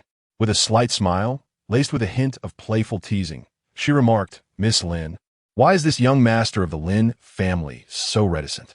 Since earlier, he has not uttered a single word." At that moment, Lin Mo was ensnared in profound contemplation, desperately racking his brain for a way to navigate the current predicament, when he was unexpectedly labeled as introverted by Bai Menghan. Caught off guard, he stammered out, "Ah." Witnessing Lin Mo's adorably foolish demeanor, Bai Menghan could no longer contain herself and burst into laughter, a reaction mirrored by Lin Mu, who stood nearby. Their laughter echoed through the air, exacerbating Lin Mo's sense of awkwardness and leaving him even more flustered. After managing to stifle her amusement and regaining her composure, Lin Mu finally spoke, "Miss Bai, this is my younger brother Lin Mo, and he is also the one destined to unite with you." Following her words, Lin Mu paused momentarily, casting a glance at Lin Mo that revealed a flicker of tenderness in her eyes, before continuing, "In truth, he is not genuinely introverted.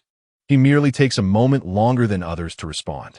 Listening to his sister's words, Lin Mo found himself enveloped in confusion, as if he had plunged into a dense fog. He inwardly muttered, "What on earth? Who says I am introverted? Me introverted? Nonsense. And why am I being accused of being slow to react? This is utterly baffling." However, despite his myriad of unspoken questions, faced with the current awkward scenario, he could only bury his doubts deep within, silently standing there with a helpless and innocent expression. Meanwhile, Lin Bei stood by, observing the three engaged in cheerful conversation. The atmosphere palpably harmonious, as an indescribable sense of bitterness and loss welled up within him. His fists clenched tightly, his lips trembled slightly, as if 1,000 words were poised to escape. Just as Lin Bei summoned the courage to disrupt this uncomfortable situation, Bai Menghan gently parted her lips and, with a soft voice, suggested, "Since fate has deemed us to be bound in this union, why not seek a tranquil and undisturbed place to converse?" Her voice, like a gentle spring breeze, was soft and enchanting, rendering it impossible to refuse. Upon hearing this, Lin Bei was momentarily taken aback. The words he had intended to speak swallowed back down. Meanwhile, Lin Mo, who had been silently observing everything, felt a ripple of doubt arise within him. This woman typically exuded an air of superiority, her demeanor as frigid as ice. How could she be so proactive today? Could there be some hidden secret lurking beneath the surface? Or perhaps my previous understanding of her was far too superficial. In an instant, a multitude of questions surged through his mind, and Lin Mo once again found himself immersed in profound contemplation. Chapter 12. Jealousy. Lin Mo cast a casual glance, only to unexpectedly meet Lin Bei's fierce gaze, one that seemed capable of spitting fire. In that instant, a chill surged up his spine, and he couldn't help but mentally exclaim, "Goodness, why is Lin Bei staring at me so intensely? Is he truly consumed with jealousy just because Bai Menghan wanted to have a chat with me?" The two women seated nearby, upon hearing Lin Mo's internal outcry, instinctively turned their attention towards Lin Bei. To their astonishment, they immediately discerned the venomous glint in his eyes. Lin Bei, who had been basking in his own self-satisfaction, believing that by Meng Han and Lin Mo you were undoubtedly concerned for him, suddenly found himself disoriented as he met their gazes. It dawned on him that the reality was not as he had imagined. In an instant, he became somewhat flustered, awkwardly forcing a smile that was more grotesque than a frown, and stammered, Miss Bei, what is wrong with her? Meanwhile, Lin Mo stood by, observing the unfolding drama with the demeanor of a spectator. A slight twitch at the corner of his mouth revealed his amusement as he mused, "Oh dear, Lin Bei is truly a source of entertainment. Yet his glare could practically consume me whole. I dare not engage in further conversation with Bai Meng Han." With this thought, Lin Mo promptly shook his head and murmured to himself, No, we had no connection in our past lives. And it seems we are fated to remain strangers in this one as well. It will be wise to make my exit swiftly. Thus, Lin Mo abruptly rose, offering Bai Meng Han an apologetic smile as he said, "I sincerely apologize, Miss Bai. You see, I have classes to attend tomorrow, so I must bid you farewell for today." With that, he turned on his heel and quickly departed from the scene of potential discord. After speaking, Lin Mo wasted no time and grasped Lin Muyu's hand, striding purposefully towards the exit. Their figures swiftly vanished through the doorway, leaving Lin Bei standing there, a mask of helplessness etched upon his face. Seeing the unfolding situation, Lin Bei had no choice but to follow closely behind, though he couldn't resist stealing one last glance at Bai Meng Han's exquisite visage. Yet, she appeared completely oblivious to his lingering gaze, offering him not even a fragment of her attention. At that moment, a subtle smile graced Bai Meng Han's lips, revealing a hint of amusement that would likely go unnoticed by others. "Lin Mo, you truly are becoming increasingly intriguing." This smile seemed to harbor profound implications. Before long, the trio hastily returned to the Lin residence. As they crossed the threshold, Lin's father and mother eagerly approached them. It was Lin's mother who spoke first, her face aglow with maternal affection. "Muyu, Xiao and Mo, you have finally returned." She then turned her attention to Lin Mo, her smile radiating warmth as she inquired, "So, Xiao and Mo, how was your day? Were you able to adapt to such an occasion? Events like these will be frequent, so you must acclimate swiftly." As Lin's mother spoke, she gently patted Lin Mo's shoulder. Lin Bei, who had followed Lin Mo and Lin Muyu through the door, could not help but feel a pang of sorrow at the sight before him. How he remembered when his mother treated him with such tenderness. Now, all that affection was bestowed upon Lin Mo, leaving him unable to suppress his sadness. Without hesitation, Lin Bei approached Lin's mother, his expression calm yet earnest. "Mother, just now, my brother quickly adapted to his surroundings. However, I heard Bai Meng Han from the Bai family mention that he seems somewhat shy. In my opinion, it would be beneficial for him to engage more with others moving forward." Upon delivering this statement, a subtle glimmer sparkled in Lin Bei's bright eyes, as if he had finally seized a rare opportunity. Lin's mother maintained her composed and gentle demeanor, revealing little change in her expression. However, Lin's father could not restrain himself from interjecting, slightly furrowing his brow and asking with a serious tone, "Bai Meng Han from the Bai family? Did she mention anything regarding a potential union between our families?" Standing nearby, Lin Mo felt a wave of introspection wash over him at his father's inquiry. "Oh dear, Lin Bei truly has a knack for distorting the truth. When did I become shy? It was clearly Bai Meng Han who threw me off balance with her unpredictable behavior, leaving me utterly bewildered." Yet, these thoughts remained unvoiced, confined to the recesses of his mind. At this moment, Lin Muyu, who had remained silent until now, softly responded to Lin's father. "Father, Lin Bei did inquire about Miss Bai." As her words lingered in the air, both Lin's father and mother turned their gaze towards Lin Bei, their expressions filled with curiosity. Lin Mo could not help but enter a frenzied mode of internal commentary. "Oh goodness, I can bet that Lin Bei has developed feelings for Bai Meng Han. Otherwise, why would he be so concerned about this matter? You should have seen him. Even turned back to steal a glance at her as he left. How absurd. Moreover, if I recall correctly, Lin Bei seemed to have an affinity for our second sister. But never mind those trivialities. His inner monologue swirled like a tempest around the ears of those present. At this moment, Lin's parents were particularly eager to unravel the reasons behind Lin Bei's affections for Lin Xingyue. However, seeing that Lin Mo had ceased to elaborate further, Lin's mother decided to temporarily set the matter aside.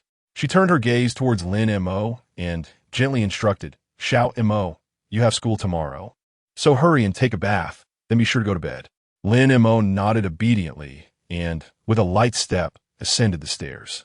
After a while, Lin's mother turned her attention to Lin Bei, swiftly reminding him, "You too, go wash up and rest."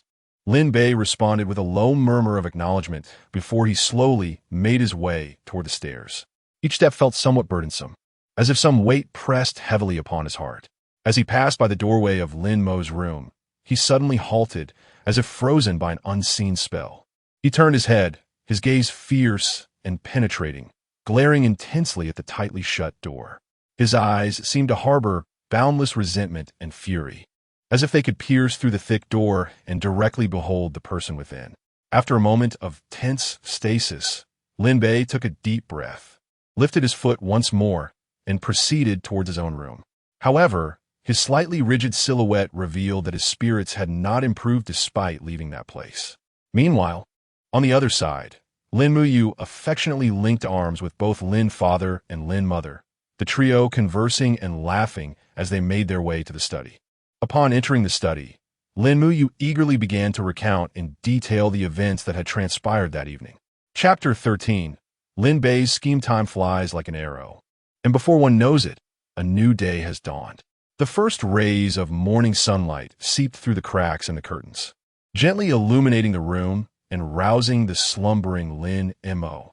He stretched languidly before rising from his bed at a leisurely pace, embarking on the routine of a new day.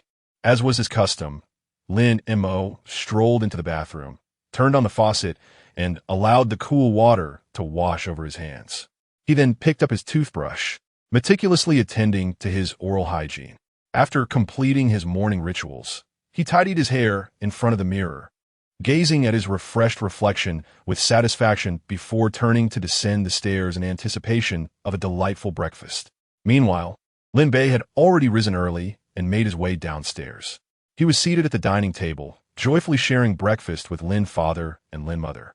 Lin Muyu quietly enjoyed her meal, and the atmosphere was warm and harmonious. However, Lin Xingyu and Lin Jiuzhu were absent due to their demanding work commitments. Just as Lin Mo closed his bedroom door, Lin Bei suddenly exclaimed, "Mom, may I have another bowl?" His voice was loud and urgent. Since Lin Bei had engaged in some regrettable behavior previously, Lin mother had not been particularly kind to him. Yet, upon hearing this once familiar address, her heart softened, and her previously tense expression gradually relaxed. Ultimately, she sighed in resignation and replied gently, "Then go and get another bowl." At that moment, Lin Mo approached the dining table with measured steps and took a seat. Observing this, Lin Bei discreetly cast a sidelong glance at Lin Mo, his eyes betraying a complex mix of emotions. He hoped to prove to himself that his mother still cared for him through this gesture. However, Lin Mo seemed oblivious to his presence, withholding even a glance in his direction. Meanwhile, Lin Muyu silently observed the unfolding scene. Ever since she acquired the unique ability to hear Lin Mo's inner thoughts, she had begun to harbor doubts about Lin Bei's actions. From her perspective, Lin Bei's seemingly caring demeanor, which displayed a facade of kindness, was likely a mere guise. That very morning, Lin mother had lovingly prepared a pot of fragrant porridge. Lin Mo quietly filled a bowl to the brim and sat down, eating with an air of disregard for those around him. It was worth noting that on a typical day, Lin father and Lin mother would never rise so early, let alone Lin mother personally making porridge, a rarity indeed. The unusual circumstances of that day could be traced back to the previous night, when Lin Muyu inadvertently learned of Lin Bei's possible feelings for Lin Xingyu. She contemplated creating more opportunities for Lin Mo and Lin Bei to interact. Consequently, both of them rose early, and Lin mother went to the trouble of preparing this heartfelt pot of porridge for Lin Mo who had endured his share of grievances. Before long, Lin Mo swiftly devoured the food before him, as if swept away by a whirlwind. Lin Mo, who had been quietly observing him, gently spoke up. "I will take you to school later." Upon hearing that they would be using a car, Lin Bei immediately perked up, eagerly exclaiming, "Brother will definitely drive." "Sister, shouldn't you buy him a car?" At that moment, Lin Fu suddenly realized that his son, Lin Mo, did not yet possess his own vehicle. He hastily expressed, "Little Mo, how about we pick out a car together when you return tonight?" However, Lin Mo seemed indifferent to both Lin Bei's suggestion and Lin Fu's promise. He barely acknowledged the enthusiastic Lin Bei, simply responding with a nonchalant okay to Lin Fu before turning without hesitation towards the door. As he walked, he inwardly scoffed at the notion of buying a car, thinking that Lin Bei merely assumed he lacked knowledge about vehicles and sought to embarrass him. Yet, he felt that Lin Bei was not worthy of such a challenge. A sly smile crept across Lin Mo's face. Observing Lin Mo's somewhat aloof figure, Lin Fu and Lin Mo exchanged glances filled with disappointment. They had anticipated that Lin Mo would be excited about the prospect of a new car or at least engage in conversation, but instead, he remained so taciturn. Nevertheless, they refrained from voicing their complaints and instead resolved to prepare thoughtfully, hoping to convey their love and support to Lin Mo. Seeing this situation, Lin Mo quickly rose to follow him. Just as she was about to reach the doorway, she suddenly remembered Lin Bei lagging behind and called out loudly, "Xiao Bei, hurry up." In truth, Lin Bei had no intention of catching up initially. He was simmering with frustration. It was only upon hearing Lin Mo's call that he felt as if granted a reprieve, quickly standing up and hastening to catch up, as if eager to prove that Lin Mo cared for him as a brother. Before long, the group hastily arrived at the garage. Despite Lin Bei's reluctance, Lin Mo was ultimately assigned to the passenger seat. Lin Bei could only glare at Lin Mo in frustration, careful not to display his displeasure too overtly. Suddenly, a deafening roar erupted, akin to thunder on a clear day, instantly capturing everyone's attention. In the blink of an eye, a striking black Maybach sped in like a bolt of lightning, coming to a smooth stop at the entrance of Jian University. The presence of this luxury vehicle was akin to a brilliant meteor streaking across the sky, eliciting gasps of astonishment from the students milling about. "Wow, whose young master is this? Arriving at school in such an extravagant car," a girl exclaimed, her eyes wide with surprise. "I don't know, but judging by the spectacle, he must be someone significant. I must hurry over to take a look. If it turns out to be a strikingly handsome gentleman, I must add him on WeChat. And if it is a beautiful young lady, then I shall make a friend." Another girl exclaimed excitedly, eagerly striding towards the Maybach. Just as the crowd burst into waves of astonished gasps, the car door gradually opened, revealing Lin Mo, Lin Mo, and Lin Bei gracefully alighting from the vehicle. Lin Mo turned her head and gently addressed Lin Mo, saying, "Little brother, tonight I will come to pick you up to go car shopping." Lin Mo responded with a smile. "All right, thank you, big sister." Chapter 14. Luo Qingyi. At that moment, Lin Bei, standing nearby, hastily interjected, "Sister, rest assured, as long as I am here, I will wholeheartedly take care of my brother with the utmost diligence, ensuring he faces not the slightest injustice." However, upon hearing this, Lin Mo could not help but furrow her brow, disdain evident in her retort. "Humph, enough already. If you could refrain from bothering me, I would be eternally grateful. How dare you boast about looking after me? It's utterly laughable. Just don't complicate matters further. You're truly exasperating." Upon hearing these words, Lin Mo chose not to engage further. She merely inclined her head slightly, then gracefully opened the car door and elegantly entered the luxurious Maybach. With practiced ease, she started the vehicle, and as the engine's deep growl resonated, the car sped away like an arrow released from a bow, vanishing in the blink of an eye, leaving a trail of dust and astonished gazes in its wake. As the Maybach departed, the bustling crowd that had gathered at the school gate began to disperse gradually. Nonetheless, many curious eyes continued to glance in this direction, seemingly eager to uncover the story concealed behind the earlier spectacle. To evade the overly enthusiastic classmates, Lin Mo decisively turned away, his figure darting like a nimble rabbit as he sprinted off. In the blink of an eye, he disappeared around a corner of the campus, leaving no trace behind. In stark contrast, Lin Bei remained poised, standing confidently in place, a broad smile gracing his face as he graciously greeted every passerby. The onlookers, captivated by his charming demeanor, cast envious and admiring glances his way.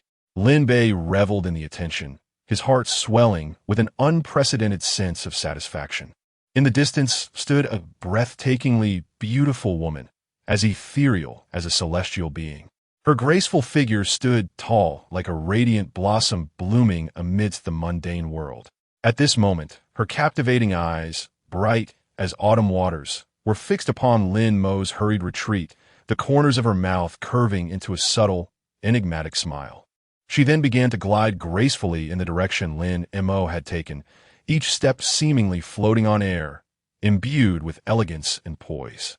Before long, the panting Lin Mo finally arrived at his classroom, drenched in sweat and gasping for breath, grateful for a moment's respite.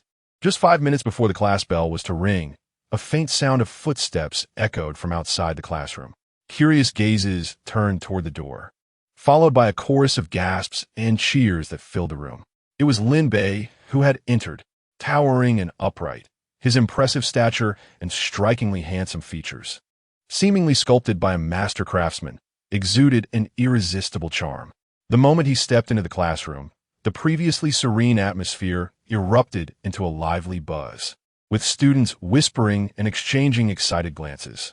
Particularly the girls, each with eyes alight and faces flushed with exhilaration, some even unable to contain their enthusiasm, exclaimed, "Wow, it's the young master of the Lin family. What brings him to our classroom all of a sudden?" Others, with hopeful hearts, remarked, "If only I could catch a glimpse of him, even just a fleeting glance, it would truly be a stroke of fortune." Lin Mo, who had been sitting with his head bowed, raised it in response to the surrounding clamor, directing his gaze towards the entrance. Upon realizing that the newcomer was Lin Bei, he couldn't help but mutter under his breath, "Ugh, what is this guy doing here? It's unbearable." Meanwhile, Lin Bei seemed to sense Lin Mo's scrutiny.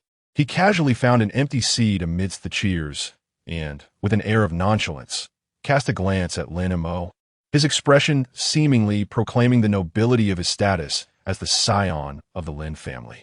No sooner had Lin Bei settled into his seat than a striking figure appeared at the doorway. The girl entered gracefully, and upon closer inspection, it became evident that she was the same individual who had been silently observing Lin Mo moments before. By now, some keen-eyed classmates had recognized her and could not help but murmur in hushed tones, "Oh, I know who she is. This is the renowned campus belle of Jiang University, Luo Qingyi." As this revelation echoed through the room, a wave of whispers ensued. "Wow, it's the goddess Luo. She is truly stunning," a boy remarked, his face awash with admiration. At that moment, Lin Bei too found himself captivated by the young woman, his gaze fixed upon her as if time had come to a standstill. That singular glance felt as though it had transcended millennia. His eyes fixated on Luo Qingyi as though drawn by an invisible thread. Just as Luo Qingyi crossed the threshold into the classroom, she suddenly sensed a subtle yet palpable wave of emotion. Following the source of this sensation, her gaze swiftly met Lin Mo's. Noticing her unwavering attention upon him, Lin Mo was engulfed by confusion. "Why is she looking at me? What is the significance of Luo Qingyi?" His brow furrowed, revealing a mix of perplexity and wariness. A faint smile graced Luo Qingyi's lips as she took graceful strides toward Lin Mo, her enchanting presence capturing the attention of those around her. Lin Mo, catching sight of her gentle smile directed at him, felt his heart race and palms grow clammy. He hastily averted his gaze, internally pleading, "Please don't come over. Please don't come over." However, it seemed his silent prayers went unheard, for Luo Qingyi appeared to have tuned into his inner thoughts, quickening her pace toward him instead. At last, she arrived beside Lin Mo and gently seated herself. Lin Mo keenly sensed a subtle, ethereal fragrance wafting from her presence, one that was distinctly characteristic of Luo Qingyi. The heart that had been hanging in suspense now plummeted to a chilling depth, as though it had descended into an icy abyss. Lin Mo had no desire to entangle himself with this woman named Luo Qingyi. And the reason was simple. In his previous life, his tragic and sorrowful fate was intricately linked to her. It was precisely that harrowing experience that instilled in the reborn Lin Mo a profound fear and wariness towards Luo Qingyi, dreading the prospect of once again plunging into an irretrievable abyss. Meanwhile, Luo Qingyi, as if struck by a mysterious lightning bolt, suddenly perceived Lin Mo's innermost thoughts at the school gate, igniting within her a deep curiosity about him. Like an inquisitive kitten, she was eager to uncover the reason behind her ability to hear Lin Mo's heart. Thus, Luo Qingyi approached him gracefully, akin to a delicate butterfly fluttering through the air. Chapter 15. Luo Qingyi in Contemplation. This lesson, akin to a radiant beacon of ancient wisdom, was an advanced mathematics class. The instructor, named Chunping, resembled a sage seasoned by the trials of time, imbued with boundless knowledge. At this moment, Teacher Chun strode into the classroom with a measured grace. His gaze, reminiscent of the profound depths of a tranquil lake, instantly found its mark on Lin Mo's direction upon entering the room. It was revealed that Luo Qingyi, cherished as the beloved daughter of the Luo family, was also a proud protégé of Professor Chun. When their eyes met, a subtle spark of understanding seemed to ignite in the air between them. Subsequently, Professor Chun offered a gentle smile before shifting his attention to Lin Mo, who had been consistently bowing his head, absorbed in his own thoughts. It was not until the professor's deep, resonant voice broke the silence to commence the lecture that Lin Mo, as if roused from a dream, lifted his gaze. However, despite appearing focused on the class, Lin Mo's thoughts frequently wandered to the enchanting Luo Qingyi seated beside him. He could not help but ponder. This daughter of the Luo family truly possessed a beauty that could eclipse the moon and shame the flowers. A visage that could captivate a kingdom. Alas, such a remarkable maiden was, without a doubt, a romantic idealist. In his previous life, it was precisely due to her crossing the street when a speeding vehicle hurtled towards her that fate intervened. In that critical moment, Lin Bei had heroically stepped forward to save her. Yet, astonishingly, Luo Qingyi eventually married Lin Bei. And the shocking truth was that the seemingly accidental accident had been meticulously orchestrated by Lin Bei himself. Lin Mo sighed inwardly, a flicker of helplessness and sorrow gleaming in his eyes. Ultimately, Luo Qingyi entrusted her entire family to Lin Bei.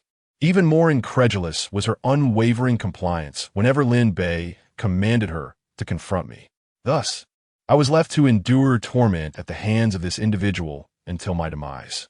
As these thoughts coursed through Lin Mo's mind, his body involuntarily trembled, as if the agony of those memories had resurfaced. At that moment, Luo Qingyi, who had been quietly attuned to Lin Mo's inner turmoil, found herself utterly bewildered. Her eyes widened in disbelief, her expression a canvas of confusion and astonishment. Luo Qingyi's heart brimmed with doubt and shock. How could I possibly have harbored feelings for Lin Bei? When I first encountered him at the school gate, he was so eager to flaunt his wealth, exuding an air of arrogance. How could a proud woman like myself ever contemplate marrying such a vulgar individual? Yet, in this moment, Lin Mo remained oblivious to the subtle shift in Luo Qingyi's demeanor, lost in his own ruminations. He continued to reflect.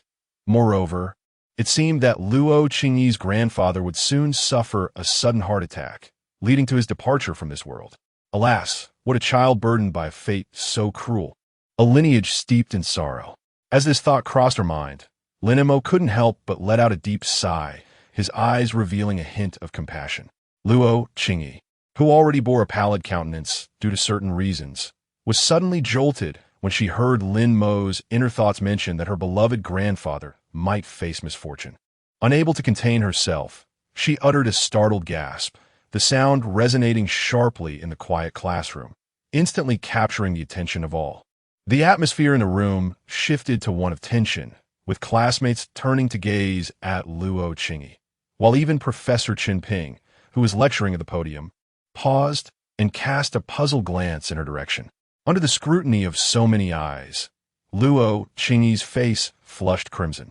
Flustered and at a loss, she stammered an explanation. My pen accidentally dropped on the floor. I'm sorry, everyone. With that, she bent down, pretending to retrieve her pen. The others, however, paid little mind, as such minor disruptions were common in class. Professor Chen Ping smiled and gestured for Luo Qingyi to settle down before resuming his lecture. Meanwhile, Lin Mo felt quite irked, muttering inwardly, "What on earth?" Suddenly screaming like that nearly startled me to death. I'm utterly bewildered.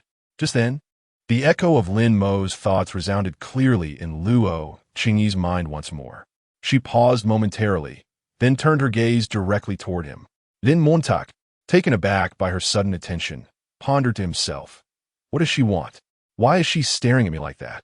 Could it be that she has feelings for me? With that thought, a hint of an awkward smile crept onto his face. After much hesitation, Luo Qingyi finally mustered the courage to softly introduce herself. Hello, I'm Luo Qingyi. Lin Mo was momentarily taken aback, but quickly regained his composure and replied, You. Hello, I'm Lin Montauk. He scratched his head, a trace of an unnatural smile gracing his features. At that moment, Luo Qingyi was burning with curiosity. She yearned to inquire about the precise timing of her grandfather's incident, but feared that being too direct might alarm Lin Mo or arouse suspicion among others. Thus, she bit her lip, contemplating how to cleverly extract this crucial information from him. A palpable silence enveloped the two, the air thickening with tension. Time ticked away slowly, the classroom resonating only with the soft scratching of pens against paper.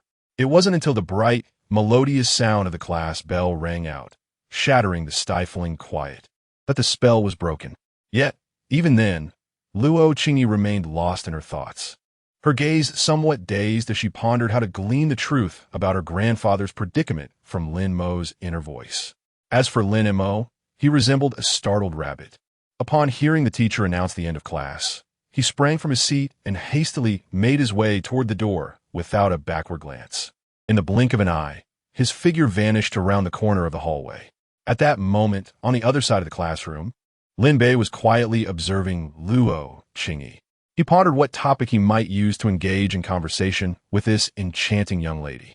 Gathering his courage, he slowly began to move in her direction. However, all of Luo Qingyi's attention was focused on Lin Mo, who had just exited the room. When she finally realized that Lin Mo had departed, she came to her senses as if awakening from a dream. Without a moment's hesitation, she swiftly rose to her feet and dashed out like a gust of wind. Chapter 16. The lesson. As Luo Qingyi stepped out of the classroom and approached the door, she instinctively glanced around, only to be astonished to find that Lin Mo, who had just been standing there, had vanished without a trace, as if he had evaporated into thin air. At that very moment, Lin Mo had already sprinted down to the bottom of the teaching building like an arrow released from its bow. Gazing in the direction where Lin Mo had disappeared, Luo Qingyi was momentarily taken aback, then gently shook her head, seemingly relinquishing the thought of pursuing him, and turned away with a light, graceful stride. Meanwhile, Lin Bei observed Luo Qingyi's hurried departure and couldn't help but ponder. With such an urgent pace, she must have something important to attend to. In truth, Lin Bei had intended to follow her closely to uncover the reason for her haste. However, just as he was about to act, a throng of female classmates surged towards him, encircling him and rendering his escape impossible. On Lin Mo's side, he was dashing towards the school cafeteria with unwavering determination. After all, for any young person who cherishes food and is brimming with vitality, mealtime is of paramount importance. Who could ever resist the allure of delicious cuisine? Thus, it is said that there is no one in this world who does not relish a good meal. Before long, Lin Mo successfully arrived at the cafeteria and quickly assembled a sumptuous feast. He scanned the surroundings and at last located a relatively quiet corner to settle down, whereupon he eagerly began to devour his meal with fervor, as if he had been starving for days. However, just as he had taken a few bites, a cacophony of harsh shouts pierced the air. Who is Lin Mo? Come out immediately! The unexpected outburst startled Lin Mo, causing him to nearly drop his chopsticks. He looked up, bewildered in the direction of the voice, his mind racing with questions. Who could this be? Why are they calling my name for no reason? Yet, the cacophony showed no signs of abating. In fact, it grew increasingly louder, with the crowd persistently hollering his name. Irritation surged within Lin Mo as he furrowed his brow. Responding with a hint of annoyance, "What do you want?" "I am Lin Mo." At this moment, a tall girl emerged from the crowd, arms crossed and a fierce glare directed at Lin Mo as she demanded, "Are you Lin Mo?" "Indeed I am. If you have something to discuss, then speak. Otherwise, leave me be," Lin Mo replied, his tone laced with impatience, showing no inclination to cater to these uninvited guests. He crossed his arms, his gaze cold and piercing, fixated on her. "Very well. So you're the one who bullied Xiao Bei, are you? It seems you're itching for trouble." The girl, her fiery red hair billowing in the wind, glared at Lin Mo with undisguised hostility, her teeth clenched in anger. Without warning, she raised her hand and shouted, "You lot. Go teach him a lesson. Let him know the consequences of crossing us." Before his words had fully settled, the group of boys sprang into action, eagerly advancing towards Lin Mo. However, Lin Mo remained unperturbed, a faint smirk gracing his lips as he calmly remarked, "Let's not resort to violence here. We shall resolve this outside." With that, he turned on his heel and strode purposefully towards the exit of the cafeteria. Observing this, the girl glanced around, noting the growing crowd of onlookers that had gathered. She understood that engaging in a physical altercation within the cafeteria would undoubtedly attract the attention and ire of the school authorities. With a huff, she followed Lin Mo out with her companions. In the blink of an eye, Lin Mo and his group found themselves in a secluded corner of the campus, surrounded by lush greenery and tranquility, a place seldom frequented by others. Meanwhile, on the opposite side of the cafeteria, Luo Qingyi had just entered and was immediately enveloped by the murmurs of her classmates, all centered around the name Lin Mo. Curiosity piqued. She gently grasped the arm of a nearby student and inquired, "Could you please tell me why everyone is discussing Lin Mo? What has transpired?" The student quickly handed her a phone, pointing to a video playing on the screen. "Look."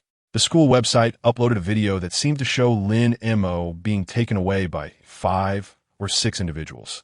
Luo Qingyi cast a hurried glance at the video, her expression shifting to one of grave concern. Without a moment's hesitation, she returned the phone to her classmate and hurriedly exited the cafeteria, making her way towards where she believed Lin Mo might be. Once Lin Mo came to a halt, he fixed his cold gaze upon the unfriendly faces before him and slowly inquired, "Did Lin Bei send you?" His tone was calm, yet imbued with an inscrutable intensity. The girl at the forefront, visibly displeased, shouted defiantly, "It's not Lin Bei. It's simply because I find you intolerable." With her hands on her hips, her eyes sparkled with challenge and disdain. Lin Mo, however, remained unfazed by her brazen demeanor, simply responding, "Come at me," as if he had no fear of the impending conflict. Hearing this, the leading girl smirked inwardly, believing Lin Mo had capitulated. She signaled to her companions, indicating they could proceed to teach him a lesson. Just then, a clear and commanding voice rang out, "Stop." Everyone turned to see a tall, strikingly beautiful woman striding towards them, Luo Qingyi, renowned in the school as the Ice Queen. With a frosty countenance, she coldly addressed the group. "What is going on here? Bullying fellow students in the open is a serious violation of school rules. Are you not aware that such actions could lead to disciplinary measures?" Her formidable presence enveloped the scene, rendering the girls who had intended to strike utterly bewildered. The girl at the forefront, eager to defend herself, found her words abruptly interrupted once more by Luo Qingyi, who piercingly inquired, "Chao Fong, are you truly seeking a reprimand?" Luo Qingyi's gaze was as sharp as a blade, directed unwaveringly at Chao Fong. Instantly, the girl named Chao Fong turned pale, her voice trembling as she stammered, "And no, that's not it. We shall take our leave at once." With that, she cast a fierce glare at Lin Mo, her expression tinged with resentment yet devoid of options. Subsequently, she hurriedly led the other girls away, their retreat marked by a palpable sense of defeat. Chapter 17. The turbulence of dining. As Luo Qingyi gazed at the figures receding into the distance, she slowly turned around, her enchanting eyes fixating on Lin Mo. She softly remarked, "Lin Mo, I never anticipated we would meet again here." Her tone was gentle and melodious, akin to a spring breeze that brings comfort to the soul. Upon hearing her words, Lin Mo promptly replied, "Thank you, Luo. If it weren't for your timely assistance, I would have surely found myself in considerable trouble today." His face radiated gratitude, and his gaze was sincere and earnest. "There's no need for such formality. It is my honor to be of help," Luo Qingyi responded with a smile, her expression blossoming like spring flowers, evoking a sense of joy in those who beheld her. However, at that moment, a familiar voice resonated in her mind, tinged with annoyance. What on earth is she doing here? I had prepared to showcase my prowess, only to have it all disrupted by her. Truly unfortunate. Hearing this voice made the corners of Luo Qingyi's mouth twitch slightly, as she mused inwardly, "Humph. I came with good intentions to assist him, yet he dares to complain about me." With a gentle shake of her head, she felt a twinge of exasperation. Meanwhile, Lin Mo continued to ponder silently. Without a doubt, Lin Bei is lurking in some corner, observing stealthily. He always engages in these petty antics, making it impossible to defend against him. Just as Lin Mo's thoughts wandered, a low rumble interrupted the tranquility of the moment. It was his stomach, betraying him with an embarrassing growl, leaving him blushing in an instant. Instinctively, he scratched the back of his head, his face aflame with embarrassment. Seeing Lin Mo in such an endearingly awkward state, Luo Qingyi couldn't help but chuckle softly. Then, with a gentle suggestion, she proposed, "How about I treat you to a meal? It would also provide us an opportunity to chat." Initially startled by her words, Lin Mo soon felt a wave of delight wash over him. "Ah, what a splendid opportunity. I must seize this chance to treat her to a meal, considering how she wronged me in my past life." With a hasty nod, he responded, "Then I shall graciously accept your kind invitation. Thank you, Luo." Upon hearing his response, a hint of resignation crossed Luo Qingyi's face, yet she chose not to elaborate further. Instead, she gently shook her head and led Lin Mo towards the dining hall. As they walked, Luo Qingyi remained silent, while Lin Mo's eyes darted around, filled with curiosity. Before long, they arrived at the dining hall and found a relatively quiet corner to sit. Lin Mo plopped down on the chair and, without a moment's hesitation, began devouring his meal with such fervor that it seemed as though he had not eaten in days, sweeping the food into his mouth with great enthusiasm. However, due to Luo Qingyi's immense popularity at school, it was not long before their secluded corner became inundated with curious onlookers. Curious and envious glances were cast upon the scene, with many spectators pulling out their phones to capture the moment. Lin Mo, engrossed in his meal, occasionally lifted his gaze to observe the crowd surrounding him. He internally mused, "Are these individuals so well-fed that they have nothing better to do? It's quite unsettling to have such an audience while one simply dines." Despite his discontent, Lin Mo remained silent, not wishing to invite unnecessary trouble. Meanwhile, in a corner of the cafeteria, Lin Bei quietly observed the unfolding drama. His eyes reflected a complex blend of emotions, concern for Luo Qingyi and curiosity about Lin Mo's actions. At that moment, Lin Mo swiftly cleared his plate, letting out a satisfied burp. Luo Qingyi, seated across from him, widened her eyes in astonishment. She had not anticipated that Lin Mo could consume his food so rapidly, seemingly still craving more. Noticing that Luo Qingyi had barely touched her meal, Lin Mo casually inquired, "Aren't you going to eat? Allow me to help you with that." Without waiting for a response, he reached across and transferred her food to his own plate, consuming it without hesitation. The onlookers gasped in disbelief, with one exclaiming, "My goodness! He actually dares to eat the school beauty's food." Luo Qingyi, clearly taken aback, stared at Lin Mo, momentarily at a loss for how to react. At that moment, Lin Bei, sitting nearby, also took note of the situation. His eyes lit up, and he promptly stood up, striding over to Lin Mo. Upon reaching Lin Mo, he leaned in slightly and whispered, "Brother, how can you treat Luo classmate this way?" She was looking forward to her meal. Lin Mo's brow furrowed at the familiar voice. his expression darkening. He turned to glare at Lin Bei, retorting sharply, "What business is it of yours? Luo classmate hasn't said anything herself. Why do you feel the need to speak up?" Lin Bei, taken aback by Lin Mo's fierce rebuttal, stood frozen for a moment, his face revealing a mixture of embarrassment and grievance. Meanwhile, some girls in the vicinity felt a surge of discontent at Lin Mo's attitude. One girl could not restrain herself from defending Lin Bei, exclaiming, "How can you speak to Lin Bei like that?" At last, Luo Qingyi, who had been silent until now, regained her composure. She glanced at Lin Mo, then at Lin Bei, and with a warm smile, waved her hand, saying, "Oh, it's all right. This meal was actually my treat for him." As her words settled, a wave of admiration rippled through the crowd, with many expressing their envy. Some young men lamented, "When will I ever receive such treatment as this brother?" However, Lin Bei found himself at a loss for words, rendered speechless by Luo Qingyi's remark. He opened his mouth, intending to articulate a response, but ultimately could not utter a single syllable. Meanwhile, Lin Mo wore an expression of discontent, inwardly muttering, "Why does Lin Bei always linger around me? Could it be that he has truly developed feelings for Luo Qingyi? I distinctly remember that they shouldn't have crossed paths so soon. What on earth is happening? Is the nightmare that has haunted me about to materialize?" With this thought, a chill coursed down his spine, prompting an involuntary shiver. Please, not that. Fortunately, I had managed to treat her to a lavish meal today, which offered some relief. From now on, it would be wise to avoid any interaction with her. After all, preserving my own life is of utmost importance. At this moment, Luo Qingyi silently absorbed Lin Mo's inner turmoil, yet remained utterly silent. Lin Mo, not granting Lin Bei an opportunity to speak, abruptly stood up and hurriedly uttered a parting remark before turning to leave. Observing this scene, Luo Qingyi felt no hesitation and quickly followed suit. Left behind, Lin Bei gazed in bewilderment at the retreating figures of the two. Chapter 18. Teasing Luo Qingyi trailed closely behind Lin Mo as if she were small tail.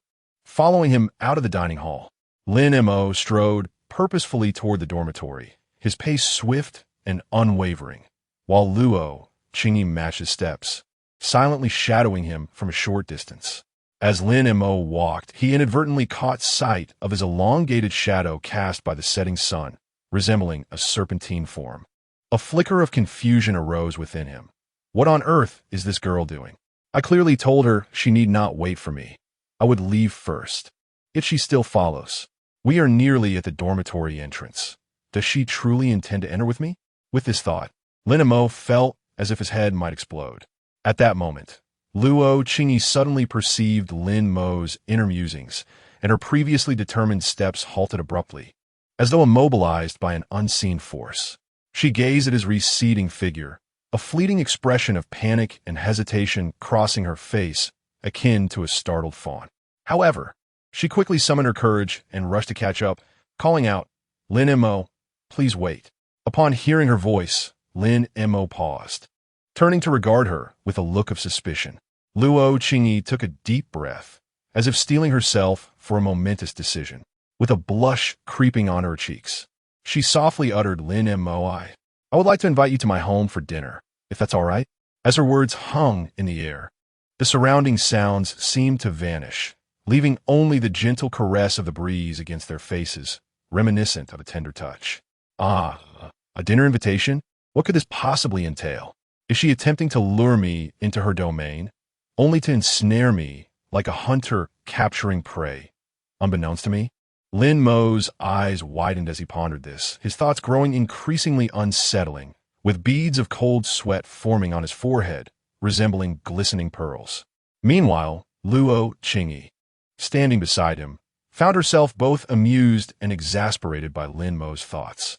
She never imagined that this seemingly carefree boy could harbor such bizarre notions. Nevertheless, in her quest to unearth information about her grandfather, this was the only viable approach she could conceive.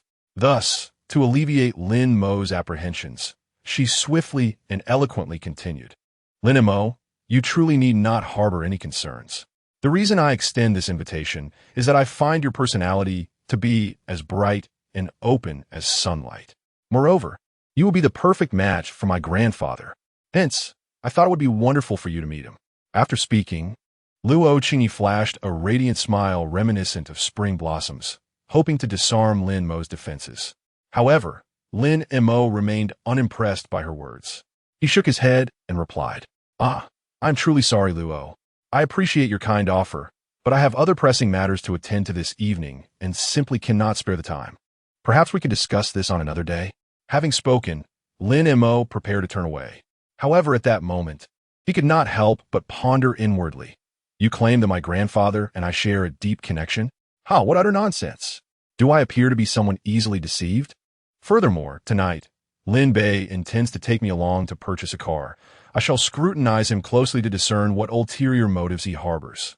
By noon, Luo Qingyi had already discerned the identities of both Lin Mo and Lin Bei, fully aware of Lin Bei's relentless efforts to oppose Lin Mo. At this moment, Lin Mo's inner voice resonated like a thunderous bell once again. Tonight, your grandfather is likely to suffer a sudden heart attack if timely intervention occurs. Perhaps he might be snatched back from the jaws of death. This unexpected news struck Luo Qingyi's heart like a bolt from the blue. The mere thought of her grandfather facing peril gripped her heart as if ensnared by an invisible hand, and waves of concern surged across her visage. Yet, upon learning that her grandfather still had a glimmer of hope, a faint flicker of joy stirred within her. This intricate blend of emotions intertwined like a tangled web, leaving her momentarily adrift in a tumultuous sea of feelings, unable to find tranquility. As Luo Qingyi sank deeper into her profound worry for her grandfather's safety, Lin Mo's voice unexpectedly echoed like a specter. Perhaps I should find an opportune moment to remind her. This might prevent me from treading that misguided path once more. Upon hearing this, Luo Qingyi could not help but harbor resentment. What is wrong with this person? One moment he expresses a desire to assist me, and the next he insists on keeping his distance. Am I merely an object to be toyed with in his eyes?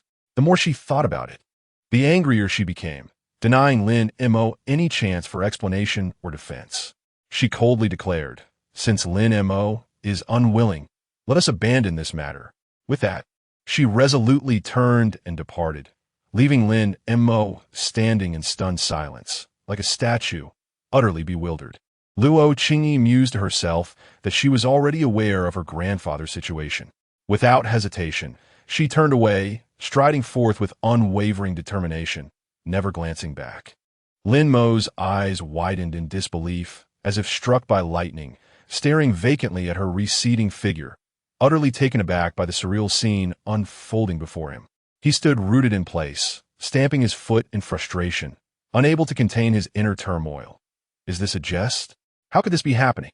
Alas, I had intended to lend you my support, but since you are so ungrateful, do not blame me for being heartless.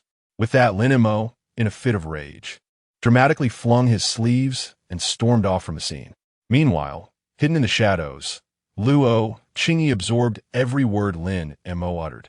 Upon hearing Lin Mo's furious thoughts, she felt neither fear nor remorse. Instead, a subtle smile graced her lips, as if she had already anticipated everything with unwavering confidence. Chapter 19. The online turmoil. Lin Mo resided in a standard double room, sharing it with his good friend Han Wenjun, with whom he shared a bond akin to that of brothers.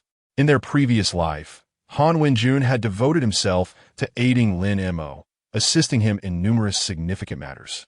Regrettably, he ultimately fell victim to Lin Bei's treachery and was tragically murdered. On this particular day, Lin Mo returned to the dormitory as he usually did. The moment he opened the door, he heard Han Wenjun's concerned voice. Mo, go. Are you all right? I saw that video online. Lin Montag smeeded faintly, his face reflecting confidence as he reassured, fear not, my brother. I am blessed and fortunate. How could anything befall me? However, Han Wenjun shook his head, his expression grave as he continued. Mo, go. I am not referring to your abduction earlier today, but rather to the matter concerning you and Lin Bei. Pausing momentarily, Han Wenjun added anxiously, the entire school's website is in an uproar, with everyone debating who the true heir of the Lin family is. Upon hearing this, Lin Mo exhibited no signs of astonishment, responding calmly, it's nothing. Do not concern yourself with it. Observing his friend's demeanor, Han Wenjun could not help but inquire further. So, are you truly brothers? Lin Mo nodded slightly, affirming his statement while curiously retorting, what of it? Han Wenjun's eyes sparkled with curiosity as he pressed on. You must honestly tell me, are you indeed the young master of the Lin family? Lin Mo gazed into Han Wenjun's inquisitive eyes and, after a moment's hesitation, decided to divulge a portion of the truth. Upon hearing Lin Mo's account, Han Wenjun's face transformed into one of utter astonishment. His mouth agape as if it could accommodate an egg. Meanwhile, Lin Mo found himself reflecting on the memories associated with Han Wenjun. Suddenly, a thought crossed his mind. I recall Wenjun has a girlfriend named Jasmine, but she seems rather unreliable with a chaotic personal life. I must find an opportunity to caution Wenjun. Just as Lin Mo resolved to do so, Han Wenjun's phone rang unexpectedly. He pulled it out to find the caller was none other than his girlfriend, Jasmine. Han Wenjun answered the call, and Jasmine's sweet voice resonated from the other end. Darling, I'm so sorry, but I can't go out with you tonight. Before Han Wenjun could respond, she hastily ended the call. As he listened to the dial tone, the anticipation in his heart quickly faded into disappointment. Lin Mo then recalled another matter, murmuring to himself, that woman will be at the nearby bar tonight. I hope this will allow Wenjun to see her true colors and emerge from the shadows.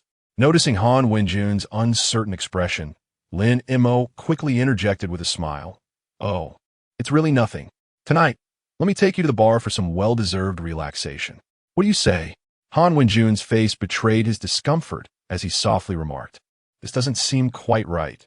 Those places appear rather chaotic, and I have never been there before. His voice dwindled, tinged with a hint of embarrassment. However, before he could finish his thought, Lin Mo eagerly interrupted him. What do you mean by right or wrong? We're like brothers. Can't you accompany me just this once? With that, Lin Mo cast a pleading glance at Han Wenjun. Han Wenjun, taken aback by Lin Mo's fervent demeanor, found himself at a loss for a response. Reluctantly, he nodded and replied, all right, but just this once. At that moment, Lin Mo secretly rejoiced, muttering under his breath, hee hee, I finally managed to convince Wenjun. Forgive me for this little white lie. I am doing this for your own good. After uttering these words, Lin Mo felt a wave of drowsiness wash over him, prompting him to return to bed for a comfortable nap. Upon waking, he realized time had flown by, and he hastily gathered his belongings to head to school. Due to the recent sensational discussions online regarding the authenticity of young masters, Lin Mo attracted considerable attention as he walked down the street. People would whisper and exchange glances the moment they spotted him. Some curiously scrutinized him, as if trying to discern some hidden truth, while others pointed and whispered speculations and judgments.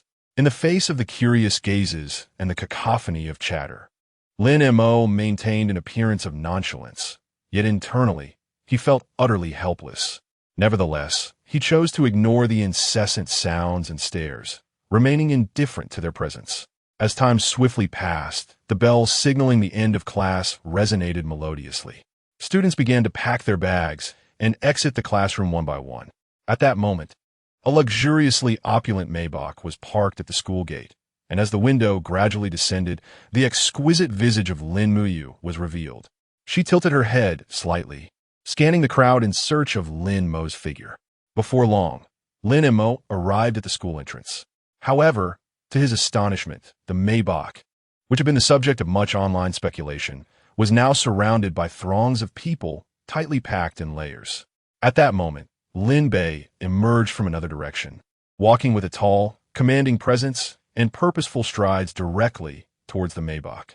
Upon witnessing this, the crowd erupted in excited exclamations. Look, it's Lin Bei. He must be the young master of the Lin family. How could Lin Mo possibly be one? As Lin Bei approached the Maybach, he immediately spotted Lin Mo inside and eagerly called out, Sister. It turned out that Lin Mo had been anxiously searching for Lin Mo like a restless ant on a hot pan, unaware that Lin Bei had appeared before her like a divine warrior. Upon hearing Lin Bei's exclamation, Lin Mo slightly nodded, resembling a flower swaying in the wind. As a gesture of acknowledgement, the onlookers, witnessing Lin Bei address the owner of the Maybach as sister, became increasingly convinced that Lin Bei was indeed the genuine young master of the Lin family. In an instant, the atmosphere at the scene transformed, akin to a stone cast into a tranquil lake, stirring up a crescendo of noise. Chapter 20. A dog's eye sees lowly Lin Mo observed Lin Bei's demeanor at that moment and couldn't help but silently scoff. Could it be you, Green Tea Bei? Your scheming truly runs deep. Just as this thought crossed his mind, Lin Mo, standing nearby, seemed to sense his sentiment and immediately scanned the surroundings with heightened alertness. Unlike the favored Lin Bei, the unfortunate Lin Mo struggled amidst the throng, navigating through the crowd with great difficulty. The surrounding people tightly encircled him. Had it not been for his tall stature and some strength, he might have been utterly trapped in that sea of bodies. At last, after much effort, Lin Mo finally managed to break free. It was only then that Lin Mo, who had been searching for him, spotted his figure. Upon seeing Lin Mo, she hurriedly dashed towards him with a joyful expression. Witnessing Lin Mo's eagerness, Lin Bei, who was surrounded by admirers, couldn't help but feel a pang of jealousy. However, constrained by the multitude around him, he forced himself to suppress his true emotions, concealing them from view. Finally, emerging from the crowd, Lin Mo let out a long sigh of relief and exclaimed, "Ah, it's incredibly crowded here. How can there be so many people?" Before he could finish, Lin Mo had already approached him, beaming with delight, and said, "Xiao Mo, I came specifically to fetch you." Lin Mo smiled and clapped his hands, replying, "Sister, I didn't realize you were here." Their interaction sparked a stir among the onlookers, who began to whisper and speculate. One person exclaimed in surprise, "Could it be that Lin Mo is also a young master of the Lin family?" Another chimed in, "It's quite possible. Look at that beautiful lady arriving in a Maybach. Isn't she the eldest daughter of the Lin family? I've heard she has taken charge of the entire Lin group at such a young age." Earlier, when Lin Bei had politely addressed her as sister, she had merely responded with indifference. In stark contrast, Lin Mo displayed immense enthusiasm, quickly approaching her. At that moment, a nearby observer elaborated on the scene with meticulous analysis, as if he could perceive every nuance. His words reached Lin Bei's ears, causing his expression to darken like a looming storm. Yet, amidst the gazes and discussions of the crowd, Lin Mo remained remarkably composed, merely nodding in acknowledgement. Subsequently, he nonchalantly boarded the vehicle alongside the observer, leaving a cloud of dust in their wake. Before long, they swiftly arrived at the grandest auto city in Jiang City. Lin Fu and Lin Mo had long awaited at the entrance, and upon seeing Lin Mo and the others, their faces illuminated with joy, offering warm greetings. After exchanging pleasantries, they all stepped into the interior of the auto city together. As soon as they entered the door, before they could fully appreciate the dazzling array of automobiles, the proprietor of the car dealership approached them with a beaming smile, cordially inviting Lin's father and mother to the VIP lounge to savor fine tea and engage in pleasant conversation. Without hesitation, Lin Mo embarked on his car selection journey, with Lin Mo volunteering as a guide, navigating through the various models with ease. Naturally, Lin Bei, like a shadow, closely followed them, never straying far behind. Just as the trio approached an extravagant luxury vehicle, both expensive and visually striking, a well-trained salesperson appeared as if conjured from thin air, smiling as he approached them, eager to offer his professional and attentive service. He eloquently elaborated on the vehicle's exceptional features to the three of them, while Lin Mo seemed somewhat distracted, glancing around restlessly. "These were things I wouldn't even dare to dream of," Lin Mo silently lamented. At that moment, Lin Mo's gaze was suddenly captured by a stunning blue supercar parked nearby, drawing him irresistibly toward it. Upon closer inspection, he realized it was none other than the illustrious Lamborghini Veneno, a top-tier luxury car priced at over 10 million. However, before he could fully admire it, the salesperson standing beside the vehicle shot him a disdainful glare and barked, "Hey, back off! If you accidentally damage the car, can you afford to pay for it?" Meanwhile, Lin Bei, who had been discreetly observing Lin Mo's every move, couldn't help but feel a surge of delight at witnessing the salesperson's contempt for him. Unperturbed by the salesperson's scorn, Lin Mo resolutely turned to leave this contentious place. Just then, Lin Bei unexpectedly interjected, exclaiming, "Brother, do you want this car? Dad said he would buy it for you if you liked it. I'll go talk to Dad about it right now." Upon hearing this, the previously dismissive salesperson immediately transformed his demeanor, adopting a fawning expression as he nodded and bowed to Lin Bei, saying, "Ah, I see it's young Master Lin. My sincerest apologies for the earlier offense. Please don't take it to heart." Lin Bei, however, paid no attention to the salesperson and instead turned to Lin Mo, sternly reprimanding the salesperson. "Is this how you treat guests? This is my elder brother." Lin Mo, feeling a mix of amusement and irritation, raised his eyes slightly, his gaze cold as he addressed the salesperson. "Whether I buy or do not buy is entirely my affair and none of your concern. Furthermore, I suggest you maintain your distance. Should you persist, I won't hesitate to be less courteous."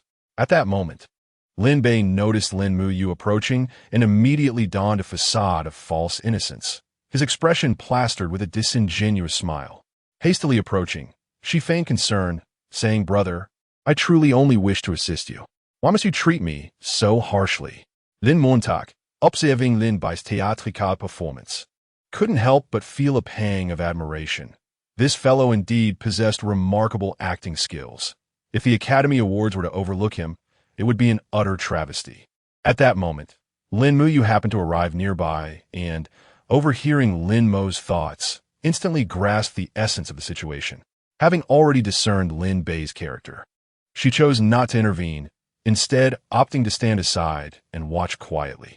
Seeing that Lin Mo remained silent and showed no inclination to support him, Lin Bei felt a surge of displeasure. Chapter 21. The banquet. As the eyes of the crowd converged upon Lin Mo, he suddenly pivoted with a swiftness that seemed to rival a lightning strike, his movements akin to a tempest that swept through the air. His gaze bore down on the previously arrogant and insufferably haughty sales representative, his countenance flushed with unrestrained fury. "This car is mine. Lin Montag bellowed, his voice resonating like thunder in the atmosphere. His words were imbued with an unwavering resolve that commanded attention and respect. With a fierce glare directed at the sales representative, he continued his tirade. "And you, stop looking down on others with that contemptuous gaze. Do you truly believe yourself to be someone significant? You are merely a lowly salesperson. Have you inflated your worth beyond reality?" As he spoke, Lin Mo, brimming with indignation, swiftly retrieved a bank card from his pocket, gripping it tightly as though it were an invaluable weapon. Without a moment's hesitation, he hurled the card towards the sales representative, who watched as it arced gracefully through the air before landing squarely on the table before him.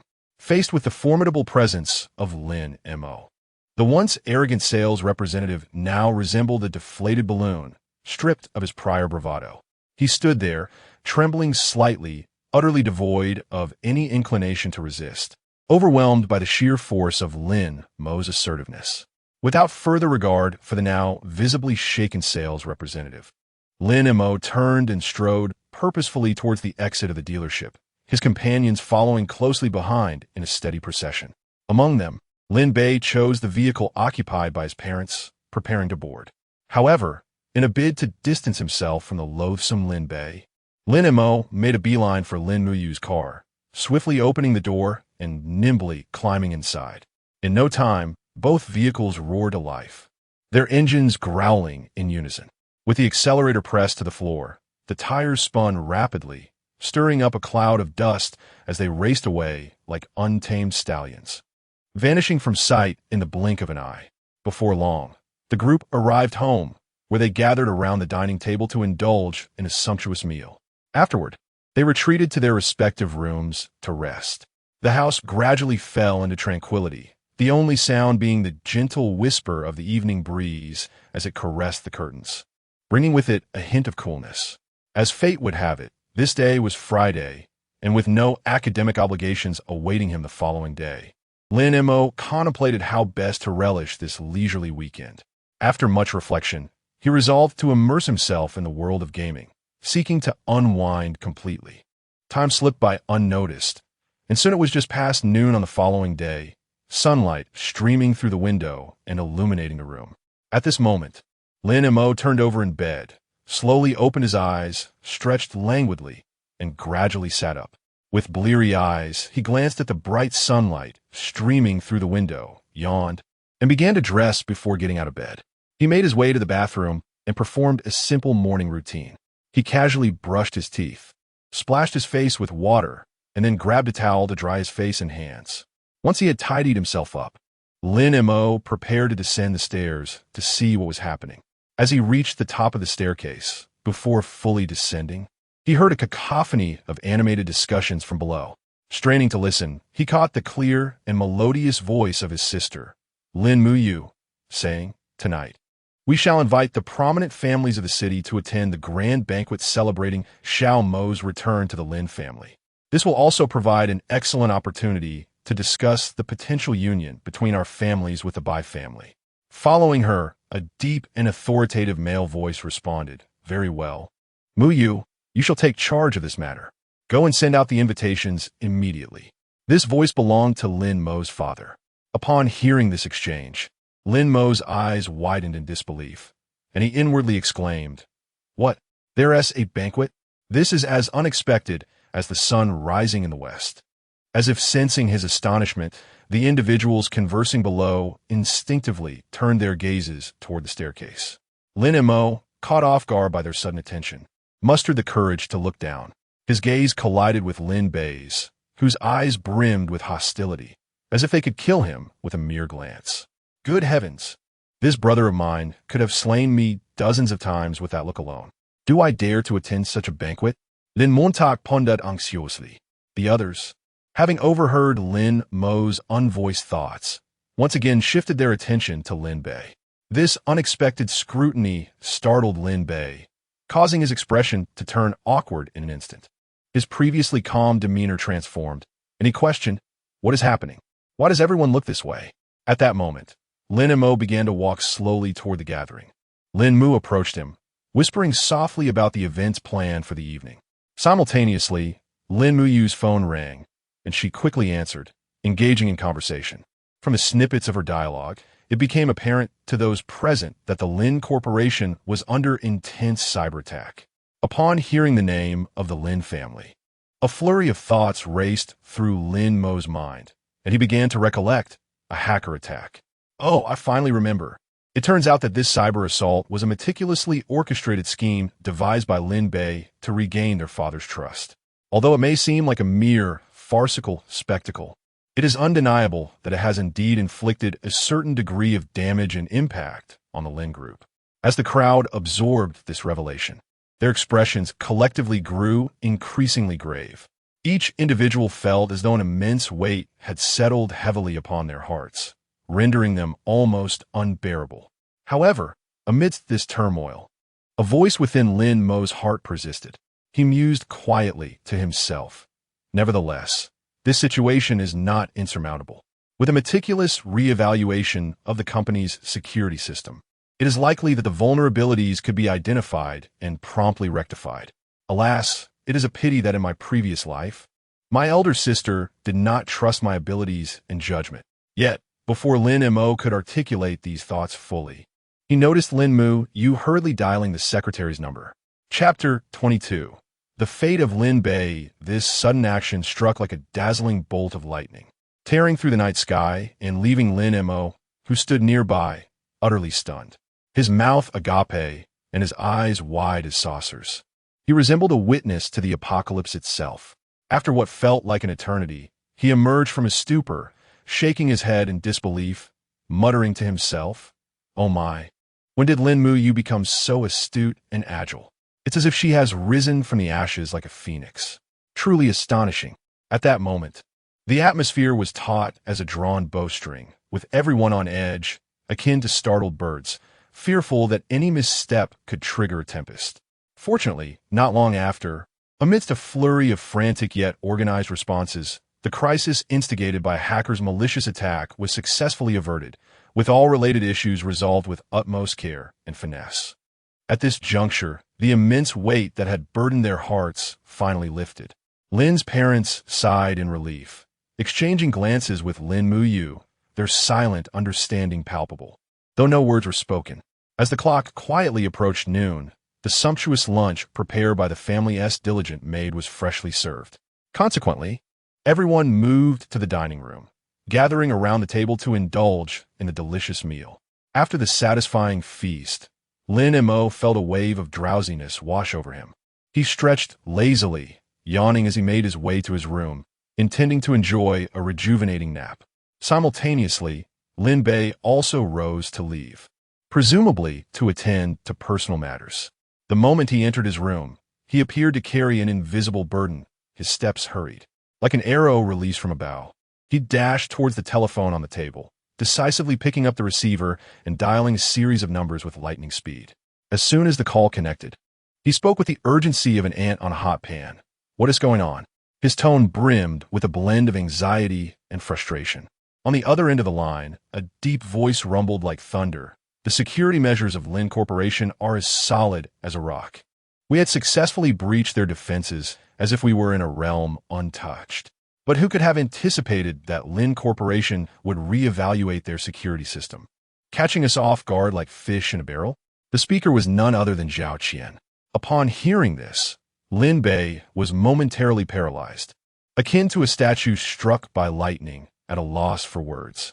After a considerable pause, he sighed heavily, deflated like a punctured balloon, and slowly remarked, "Tonight is Lin Mo's welcome banquet. He must not be allowed to revel in his triumph. He must understand that he does not deserve such treatment." On the other end of the line, Zhao Qian responded, "Rest assured, as long as you remain true to your word." After uttering this sentence, the line was abruptly cut, echoing the sound of a kite severed from its string. Lin Bei set down the phone, crossing his arms, resembling a statue lost in contemplation. He began to meticulously devise a plan for the evening, contemplating how to embarrass Lin Mo in front of the numerous guests, casting her as a mere jester. Meanwhile, in the spacious and brightly lit living room, several individuals engaged in a heated debate regarding Lin Bei's fate. Lin Mu was the first to speak. Her voice, though serene, pierced the heart like a sharp blade. "We have already afforded Lin Bei numerous opportunities, yet he has squandered them like a hapless fool. Therefore, I believe it is best to send him to Aunt Zhang." The resoluteness in her gaze mirrored frost on a winter's morning. Upon hearing this, Lin's mother immediately responded with fervor. "Indeed, I share the same sentiment. Our little Mo has endured so much hardship. It pains me to even think about it." As she spoke, she gently wiped the corners of her eyes, as if the grievances were her own. Meanwhile, Lin's father sat quietly, his brow furrowed slightly like ripples on a lake disturbed by a gentle breeze, lost in a profound reverie. An individual known for his ability to consider the greater picture, he resembled a steadfast mountain.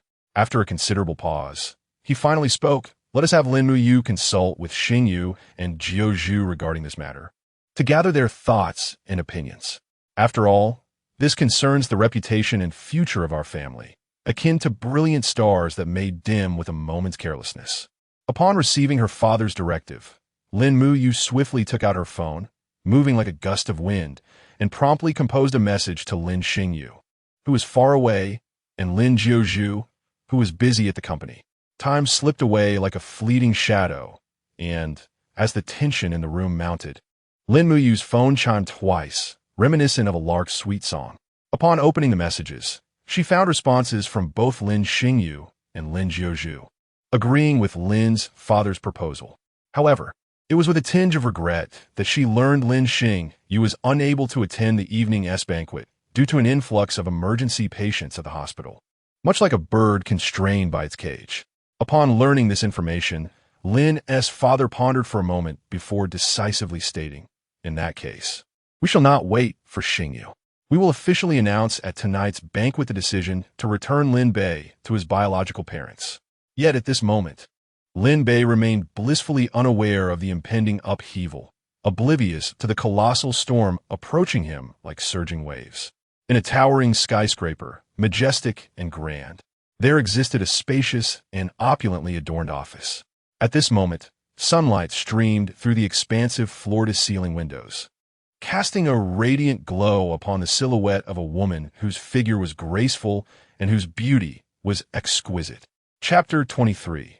The anger of Lin Jiuzhu in this exquisitely adorned office Imbued with a modern ambience, a woman sits gracefully upon a soft, luxurious leather sofa. Her figure resembles a meticulously sculpted statue, each contour perfectly defined. In her delicate hands, she holds a finely crafted lin invitation, which exudes a subtle fragrance, akin to a work of art. Her visage is breathtakingly beautiful.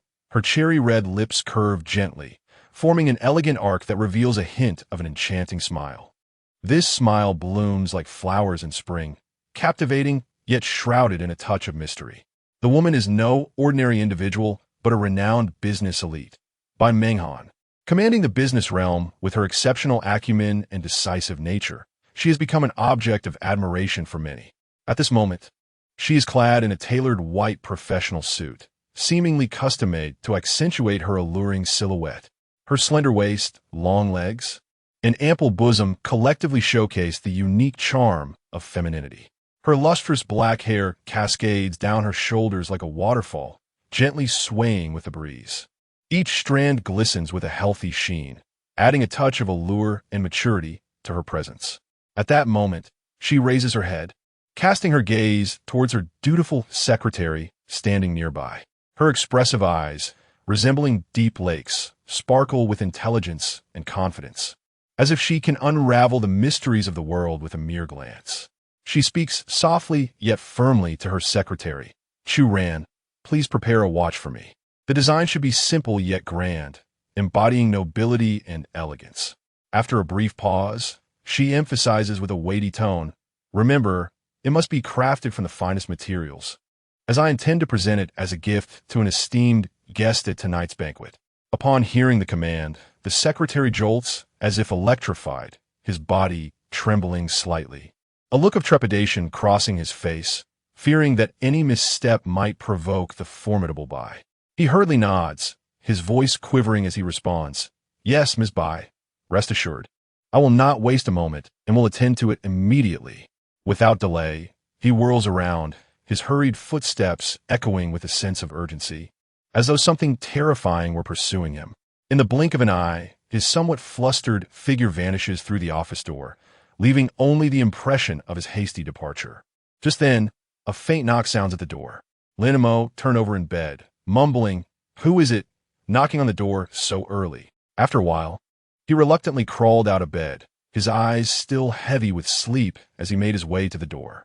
Upon opening it and seeing the person standing outside, he was momentarily taken aback, scratching his head in confusion and exclaiming, How could it be Lin Jiuzhu? Isn't she the one who dislikes me the most? Is the sun rising from the west today? Hearing this, Lin Jiuzhu frowned slightly, feeling a surge of annoyance within. Yet she suppressed her emotions and handed him a bag, her tone stiff as she said, This is the outfit for tonight. Hurry up and change, then come downstairs. We are getting ready to leave. With that, she crossed her arms and stood silently, waiting. Lin Mo, still dazed, rubbed his eyes and replied absent-mindedly, Oh. He then took the clothes without glancing at Lin Jiuzhu, slamming the door shut with a resounding thud. Lin Jiuzhu stared at the closed door, a wave of unnameable anger surging within her. She gritted her teeth, thinking how this guy could treat her with such cold indifference, truly outrageous. However, recalling the matters at hand, she inhaled deeply, striving to calm her emotions, and turned to head downstairs. At that moment, a figure slowly emerged from the room, Lin Bei. He looked at Lin Jiuzhu with concern and softly asked, Third sister, is something wrong? Why do I sense that your mood seems off? However, ever since Lin Jiuzhu inadvertently overheard Lin Mo's inner thoughts, her perception of Lin Bei had undergone a significant transformation. The once cherished little brother image had shattered, and now he appeared to her as a hypocritical scoundrel. Thus, when she saw Lin Bei approaching, her anger flared even more. Consequently, Lin Jiuzhu retorted curtly, It's nothing. Don't mind me. Without waiting for a response, she pivoted and hurried downstairs, as if she wished to avoid any further interaction with Lin Bei. Meanwhile, Lin Mo quickly changed into his outfit and stood before the mirror, scrutinizing his reflection. A satisfied smile spread across his face as he spoke to himself. I still look quite dashing. He then descended the stairs with a light-hearted gait. Upon reaching the stairway, Lin Mo noticed that everyone's gaze was fixed squarely upon him. Lin Mo, his mother, was the first to express her admiration, exclaiming, "Oh my son is looking more spirited than ever. This outfit is simply stunning." Hearing his mother's praise, Lin Mo promptly replied, "Thank you for the compliment, Mom. You look radiant today as well." At that moment, Lin Mu chimed in, grinning, "Don't worry, little brother. Tonight, big sister has your back, so just enjoy."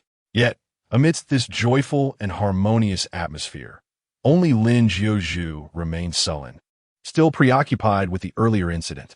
Lin Mo inadvertently caught a glimpse of Lin Jiuzhu's discontented expression before shifting his gaze to the gentle and gracious Lin Mu, silently comparing the two in his mind. "Alas, my elder sister is undoubtedly more beautiful and more empathetic. Lin Jiuzhu, on the other hand, is perpetually arrogant and overbearing. Who would ever find her appealing? It seems she may struggle to even find a boyfriend." As Lin Mo pondered this, she helplessly shook her head. Upon hearing these words, Lin Mu and their mother could no longer contain their amusement, bursting into laughter. Their laughter rang through the air like a cascade of silver bells, crisp and melodious. Chapter 24. The banquet begins. The sudden burst of laughter struck Lin Bei's ears like a thunderclap, leaving him enveloped in confusion, as if lost in a dense fog. He blinked his clear, doe-like eyes, gazing at Lin Mu and their mother with a face full of bewilderment, as if seeking answers in their expressions. With the perplexity of a monk in a muddled state, he turned to his mother and inquired, "Mother, what on earth are you and sister laughing about?" However, Lin Mu merely cast him a fleeting glance, her gaze as chilling as the winter wind, quickly reverting to her indifferent demeanor. She replied nonchalantly, "It's nothing," and dismissed him as if he were merely a wisp of air. At that moment, Lin Jiuzhu, standing nearby, was seething with rage. Her lips were tightly pressed together, stained a crimson hue reminiscent of blood, and her expression was so dark it seemed capable of dripping with despair, akin to the skies before tempest. Clad in exquisite high heels, she marched forward, the clattering of her steps echoing like war drums, each stride fueled by an inexhaustible torrent of anger and resentment. Heading straight for Lin Mo. As she approached Lin Mo, she suddenly launched a kick with the swiftness of a lightning bolt, forcefully striking his foot. The impact was so severe that Lin Mo, caught off guard, emitted a scream akin to that of a wounded animal, a sound that could pierce the heavens. Having achieved her aim, Lin Jiuzhu did not spare Lin Mo a glance as she turned on her heel and departed, leaving him behind, clutching his injured foot like a solitary, wounded wolf. In agony, he groaned inwardly, lamenting, "What is happening? What is she even trying to accomplish? This hurts so much. I don't believe I provoked her." Meanwhile, Lin Jiuzhu, now distanced from the scene, wore a faint smile at the corners of her mouth, a subtle expression reminiscent of spring blossoms unfurling. Her spirits lifted considerably. A torrent of indescribable joy welled within her, akin to the gentle flow of a brook. In stark contrast, Lin Mo sat on the ground, resembling a frostbitten eggplant, utterly devoid of hope, as if all strength had ebbed from his body. Observing this, the compassionate Lin Mu hurried to his side, her touch gentle as if cradling a rare treasure, carefully assisting him to a nearby sofa to rest. Looking at Lin Mo, whose face had turned somewhat pale, she spoke earnestly, "Xiao Mo, your third sister has been feeling rather down lately and may exhibit a bit of temper. You must be more understanding." Upon hearing this, a dark line appeared on Lin Mo's face, and he muttered, "What? She could just vent her frustrations on me because she's in a bad mood? Why must she step on me?" Yet, despite his complaints, he understood that his sister might be grappling with some troubles. Much like a sky shrouded in clouds, unable to clear for a time. As time slipped by quietly, the group soon finished their preparations for departure. Suddenly, a deafening roar of an engine shattered the silence, akin to thunder, as a luxurious sedan sped forth like an arrow released from its bow, resembling a streak of lightning slicing through the sky. Before long, they arrived at the magnificent and renowned Ding Sheng restaurant, an establishment that stood like an imposing palace at the heart of the city, exuding an awe-inspiring aura. In preparation for Lin Mo's return and the grand welcome banquet, Lin's father spared no effort or expense, even going so far as to reserve the entire restaurant, a gesture that left onlookers astounded. At this moment, Lin's parents were bustling about within the restaurant, meticulously arranging every detail, while Lin Mo, like an obedient child, quietly followed his elder sister, Lin Mu, as they proceeded to the entrance to greet the arriving guests. As time passed, the guests began to arrive in droves, some arriving in small groups. Resembling joyful fish swimming freely in the ocean, others entered the banquet hall alone, striding gracefully like noble swans gliding across a serene lake. Lin Mo, with a warm smile, graciously welcomed each guest, her demeanor reminiscent of a gentle spring breeze that enveloped all in warmth. Meanwhile, Lin Mo, akin to a robot programmed to perform, mechanically nodded and greeted every guest with a welcome. At that moment, an elderly lady, her face etched with the lines of time, yet brimming with vitality, approached slowly, akin to a resilient pine weathered by storms. She leaned on the arm of Bai Meng Han, her gait unsteady, while a serious-looking couple followed closely behind, resembling two silent mountains. Upon seeing Lin Mo, the weariness on her face transformed into a radiant smile, akin to blossoms bursting forth in spring. Mu, this handsome young man must be your family's son, right? Upon hearing this, Lin Mu stepped forward respectfully and replied, "Yes, Grandma. This is my younger brother, Lin Mo." It turned out that this elderly lady was Bai Meng Han's grandmother, a highly esteemed matriarch of the Bai family. At this moment, she scrutinized Lin Mo with admiration, exclaiming, "Indeed, he is remarkably handsome, like a rebirth of Pan." And in response to her praise, Lin Mo returned a polite smile and said, "Hello, Grandma. I am Lin Mo. It is a pleasure to meet you." He then turned to the serious couple behind Bai Meng Han and slightly bowed, saying, "Hello, Uncle and Aunt." However, the couple merely nodded like statues, remaining silent. "Ah, Meng Han has mentioned you. You are quite exceptional." Bai Grandma nodded in satisfaction, her gaze revealing a hint of affection, like the warm sun in winter, bestowing endless warmth upon him. Yet, Lin Mo could not help but feel a twinge of confusion. How could the typically aloof Bai Meng Han have spoken of him? Could it be, as this thought crossed his mind, a subtle hint of doubt flickered across his face, resembling ripples on a tranquil lake disturbed by a pebble? After ushering Bai Meng Han's family inside, the Luo and Qin families soon followed, arriving in a flurry like birds returning to their nest. The four prestigious families shone like four resplendent pearls, gathered together in unison. There stood Father Lin with a solemn expression, gently holding Lin Mo's hand as they ascended the splendidly adorned high platform. The crowd below was a sea of heads, with guests whispering amongst themselves, speculating on the purpose of this young master of the Lin family's return. Chapter 25, Self-PUA. When the father and son finally stood firmly atop the towering platform, it felt as though the entire world was watching in anticipation. Sunlight cascaded upon them, illuminating a radiant tableau. Lin's father slightly raised his head, inhaled deeply, and cleared his throat. He then proclaimed in a resonant and steady voice, "Dear friends and family, today I solemnly announce that my son, Lin Mo, has weathered countless storms and overcome innumerable obstacles, and has now returned at last." As soon as his words echoed, it was as if a stone had stirred 1,000 ripples. Thunderous applause and deafening cheers erupted from the crowd, the sound swelling in waves, reverberating endlessly. Excitement and exhilaration illuminated the faces of the onlookers, their gazes drawn to the upright figure on the stage.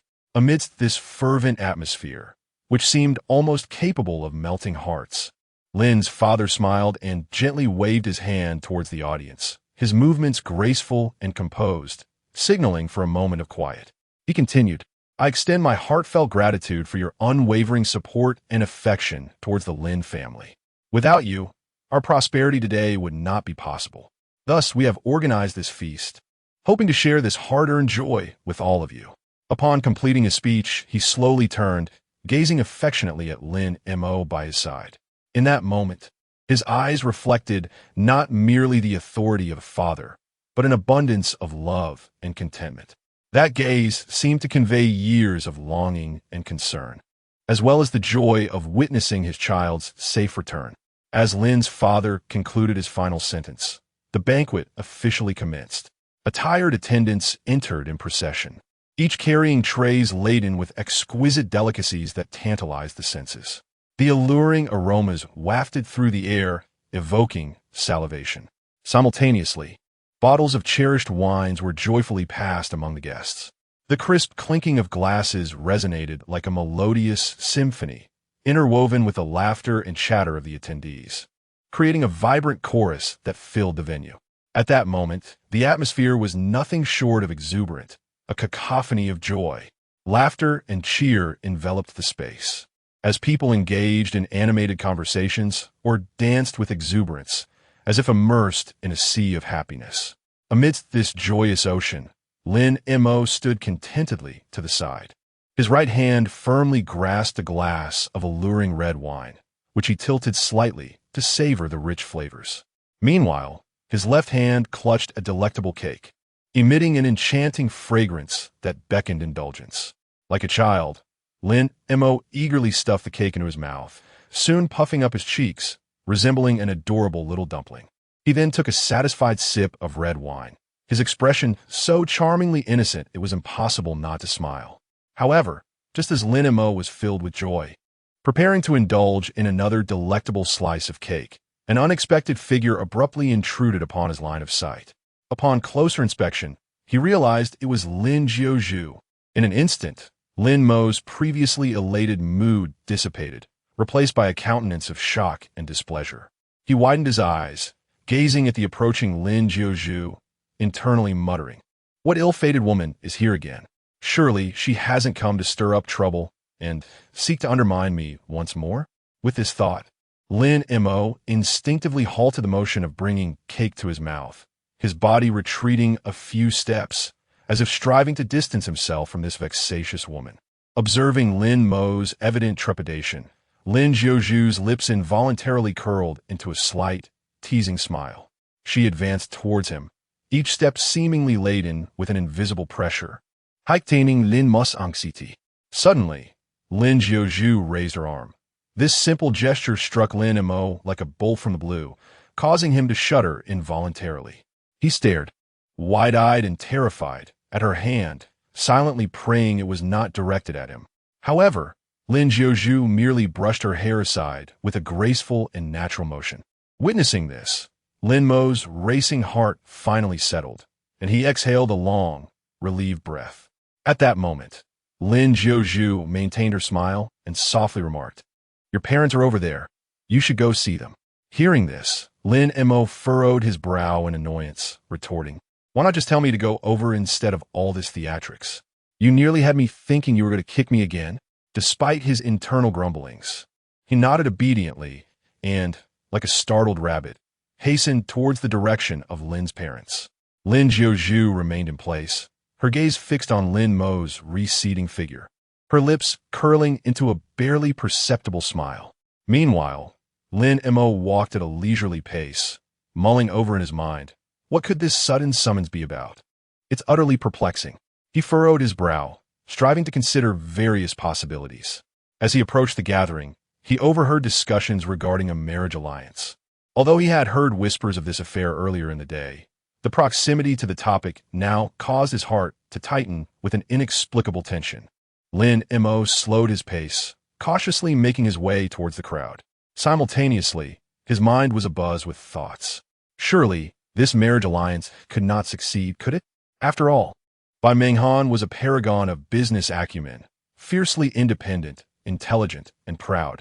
How could she ever acquiesce to such an arrangement? With this in mind, Lin Mo endeavored to reassure himself, attempting to downplay the significance of this impending union. After a period of self-reassurance and mental fortification, Lin Mo finally adjusted his mindset and gradually approached the gathering step by step. Chapter 26. The union of a Lin and Bei families upon seeing Lin Mo gracefully approach like a young tree in the spring breeze. Lin's father was immediately illuminated by a radiant smile, akin to the blossoming of spring flowers. He turned to Bai Yuancheng, who sat beside him, and jovially exclaimed, "Old Bai, take a good look. This is my beloved son, Lin Mo. What do you think of him?"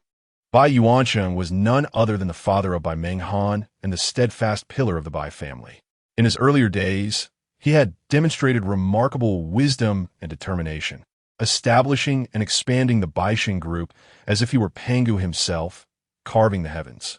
Now, in his advancing years, he entrusted the management of Baixing group to his capable daughter, Bai Menghan, who had lived up to his expectations, skillfully navigating the fierce market competition, allowing the company to soar like a mythical bird, achieving ever greater success.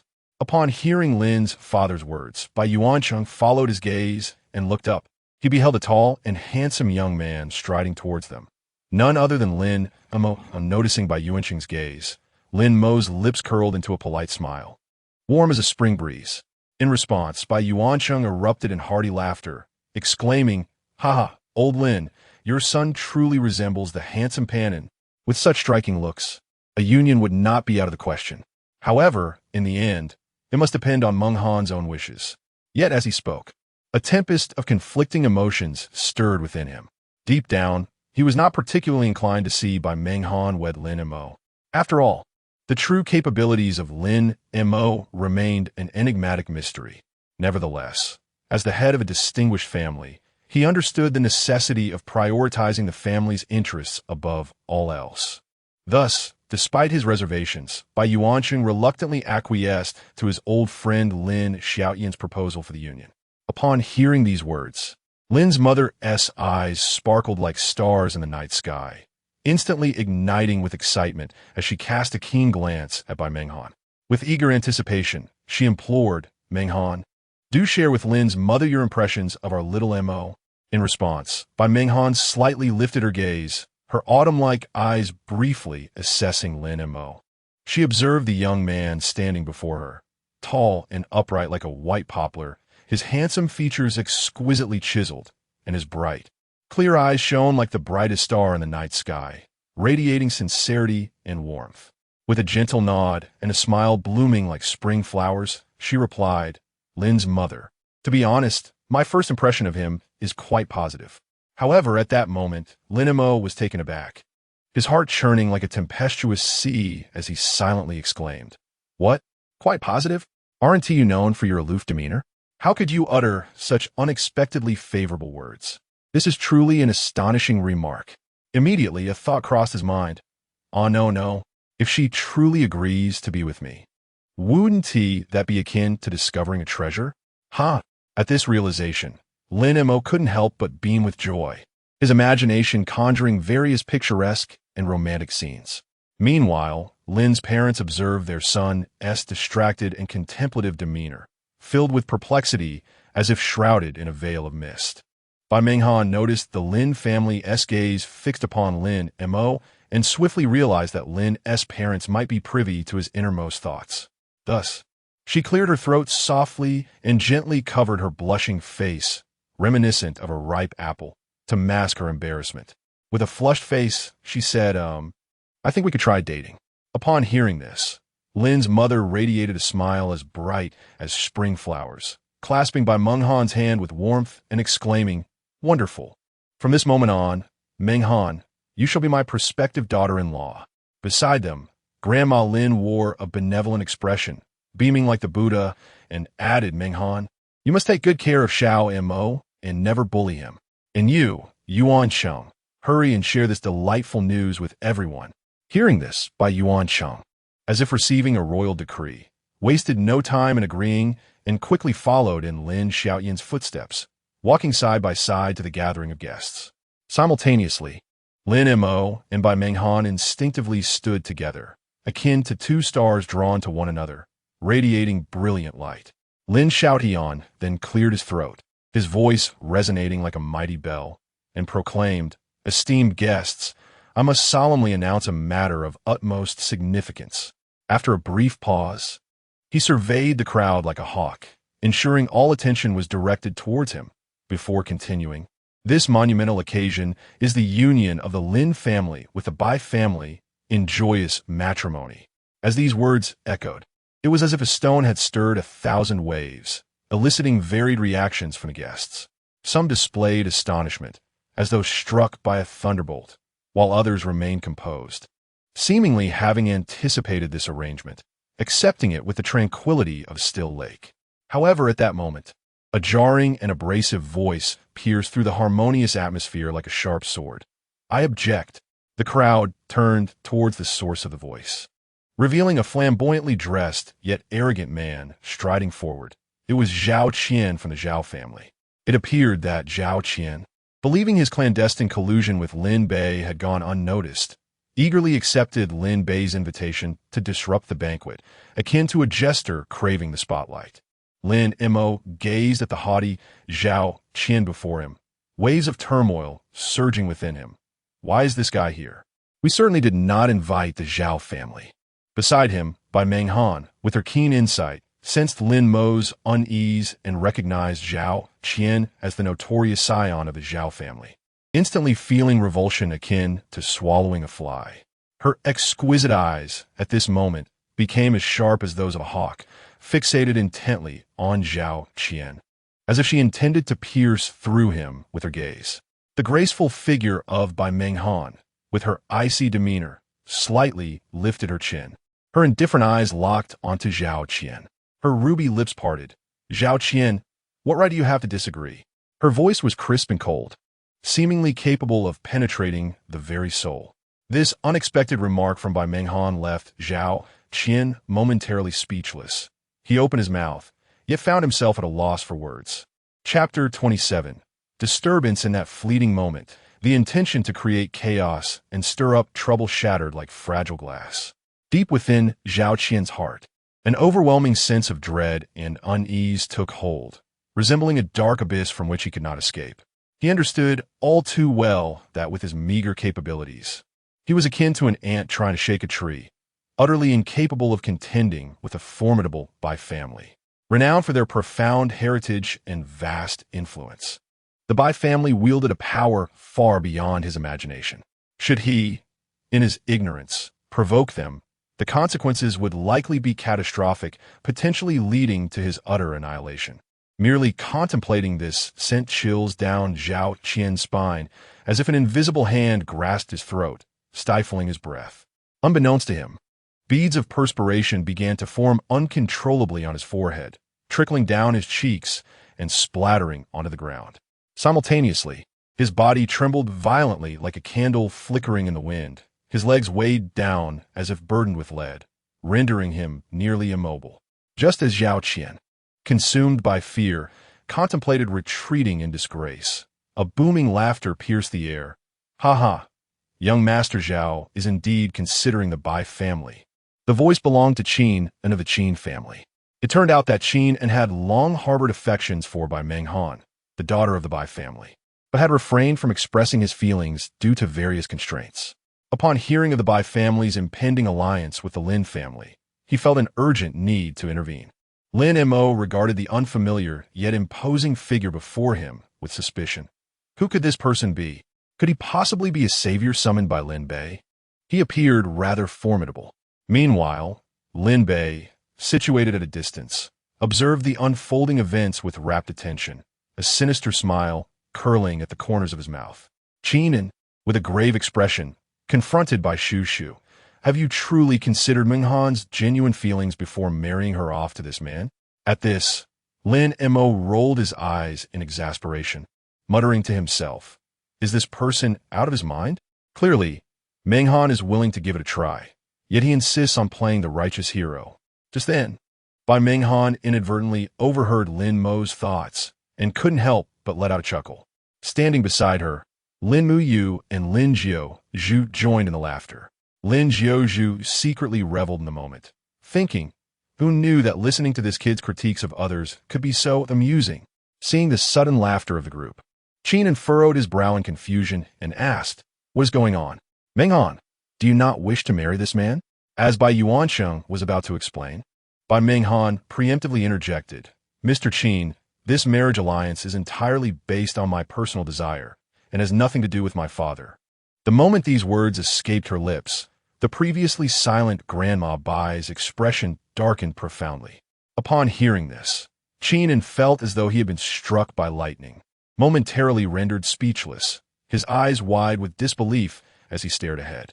It took him a couple of seconds to come to his senses, as if awakening from a dream, and he hastily attempted to clarify, "No, that is not how it is." However, before he could finish his sentence, Grandma Bai mercilessly interrupted him. With a solemn demeanor and piercing gaze fixed on Qin, she spoke in a voice imbued with both weariness and authority. "This is a matter of our Bai family. It is not your place to meddle or speak out of turn." Despite her advanced age and the traces of time evident in her voice, her commanding presence instilled a sense of trepidation in Qin. For a moment, he stood there, stupefied, his mouth opening and closing without a word escaping. Meanwhile, Lin Mo, observing Qin's discomposure, could not help but burst into laughter, exclaiming, This fellow is truly a character.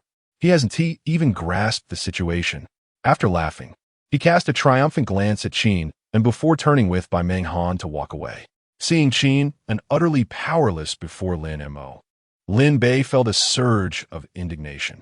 He glared fiercely at the departing Lin Mo and Bai Menghan, then turned to Zhao Qian, who wore a similarly displeased expression, and sighed in resignation, gesturing for them to quickly vacate the contentious scene. Thus, Qin and Zhao Qian trudged away like defeated roosters, their faces smeared with defeat. Meanwhile, Lin Mo, filled with delight, followed by Menghan to a quieter corner. He gazed intently at the stunning beauty before him, marveling at Bai Menghan's ethereal charm, which left him entranced. Feeling Lin Mo's ardent gaze upon her, Bai Menghan's cheeks flushed faintly, yet she remained silent. She lowered her head slightly, her lips subconsciously curving upwards, clearly feeling a flutter of excitement within her heart. At that moment, Luo Qingyi, who had been attending to her mother, finally found the opportunity to slip away. Having heard the news of the impending alliance between the Lin and Bai families, she anxiously searched the hall for Lin Mo. From a distance, Lin Bei spotted Luo Qingyi standing gracefully and instantly broke into a smile, hastening towards her. "Classmate Luo, what a coincidence! I didn't expect to see you again so soon." Upon hearing his voice, Luo Qingyi turned leisurely, and upon meeting Lin Bei's gaze, a flicker of surprise crossed her features, though she quickly regained her composure. She offered a polite yet distant smile, saying, "Oh, it's you. Hello." Having said that, she gently turned her head and continued to glide gracefully towards the direction of Lin Mo and Bai Menghan. Upon seeing Luo Qingyi approaching Lin Mo, Lin Bei felt a surge of urgency and hastened his steps to follow her. Luo Qingyi, with a light and agile stride, arrived at the chair before Lin Mo and slowly took a seat.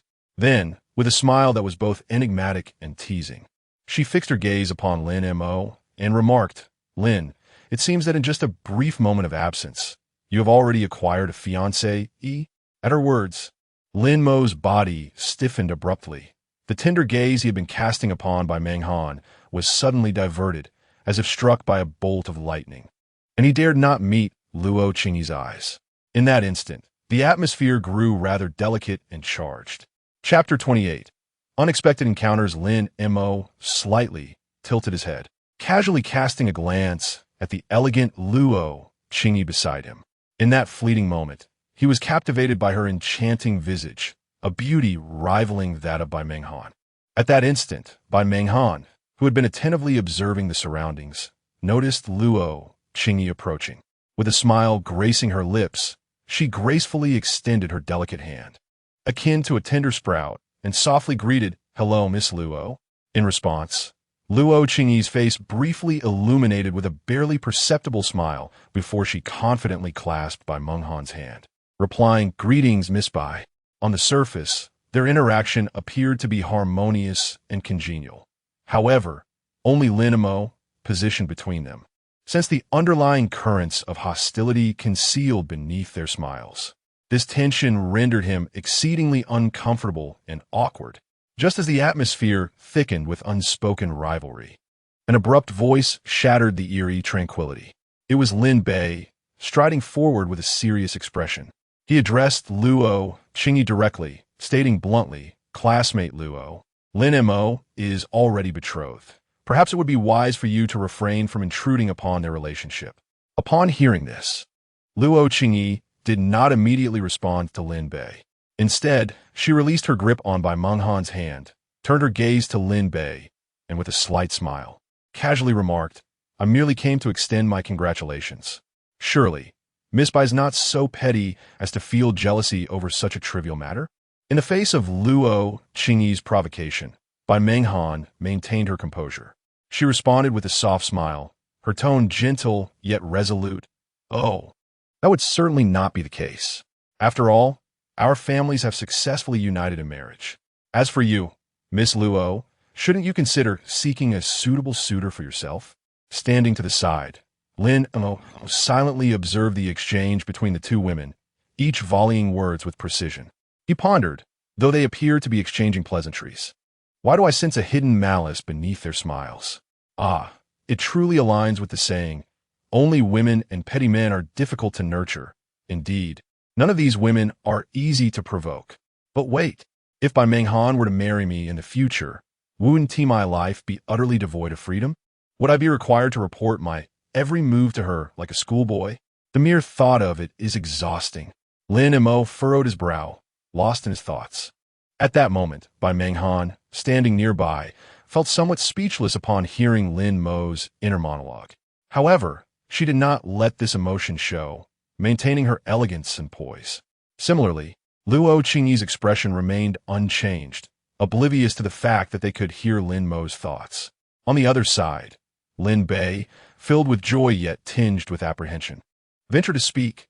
Luo, however, before he could utter another syllable, he was mercilessly interrupted by Luo Qingyi. "Excuse me, if you have no pressing matters, could you please keep your distance from us?" Faced with such a frigid rejection, an ordinary individual would have likely slinked away in embarrassment. Yet, Lin Bei was evidently no ordinary person. Rather than retreating, he stood tall, puffed out his chest, and confidently declared, "Luo, please believe in my sincere intentions. From the very first moment I laid eyes on you, I was deeply enamored, and I sincerely wish to engage in a meaningful conversation with you." Witnessing this scene, Lin Mo couldn't help but internally muse, what an oblivious fellow. It is painfully obvious that Luo Qingyi has no desire to engage with him, yet he persists in his relentless pursuit. Nevertheless, this development held a silver lining.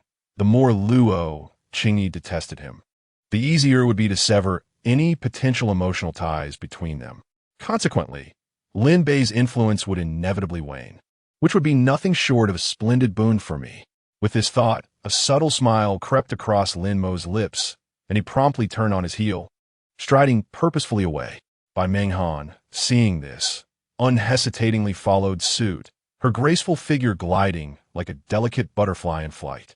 However, Luo Qingyi was not so fortunate, as she found herself ensnared by Lin Bei, unable to extricate herself. Just as Lin Mo hurried away, an unexpected incident unfolded. Suddenly, all the lights in the spacious and opulent hall extinguished without warning. In an instant, the brightly lit hall was plunged into utter darkness. Following this, a heavy thud echoed, as if a substantial object had crashed to the ground.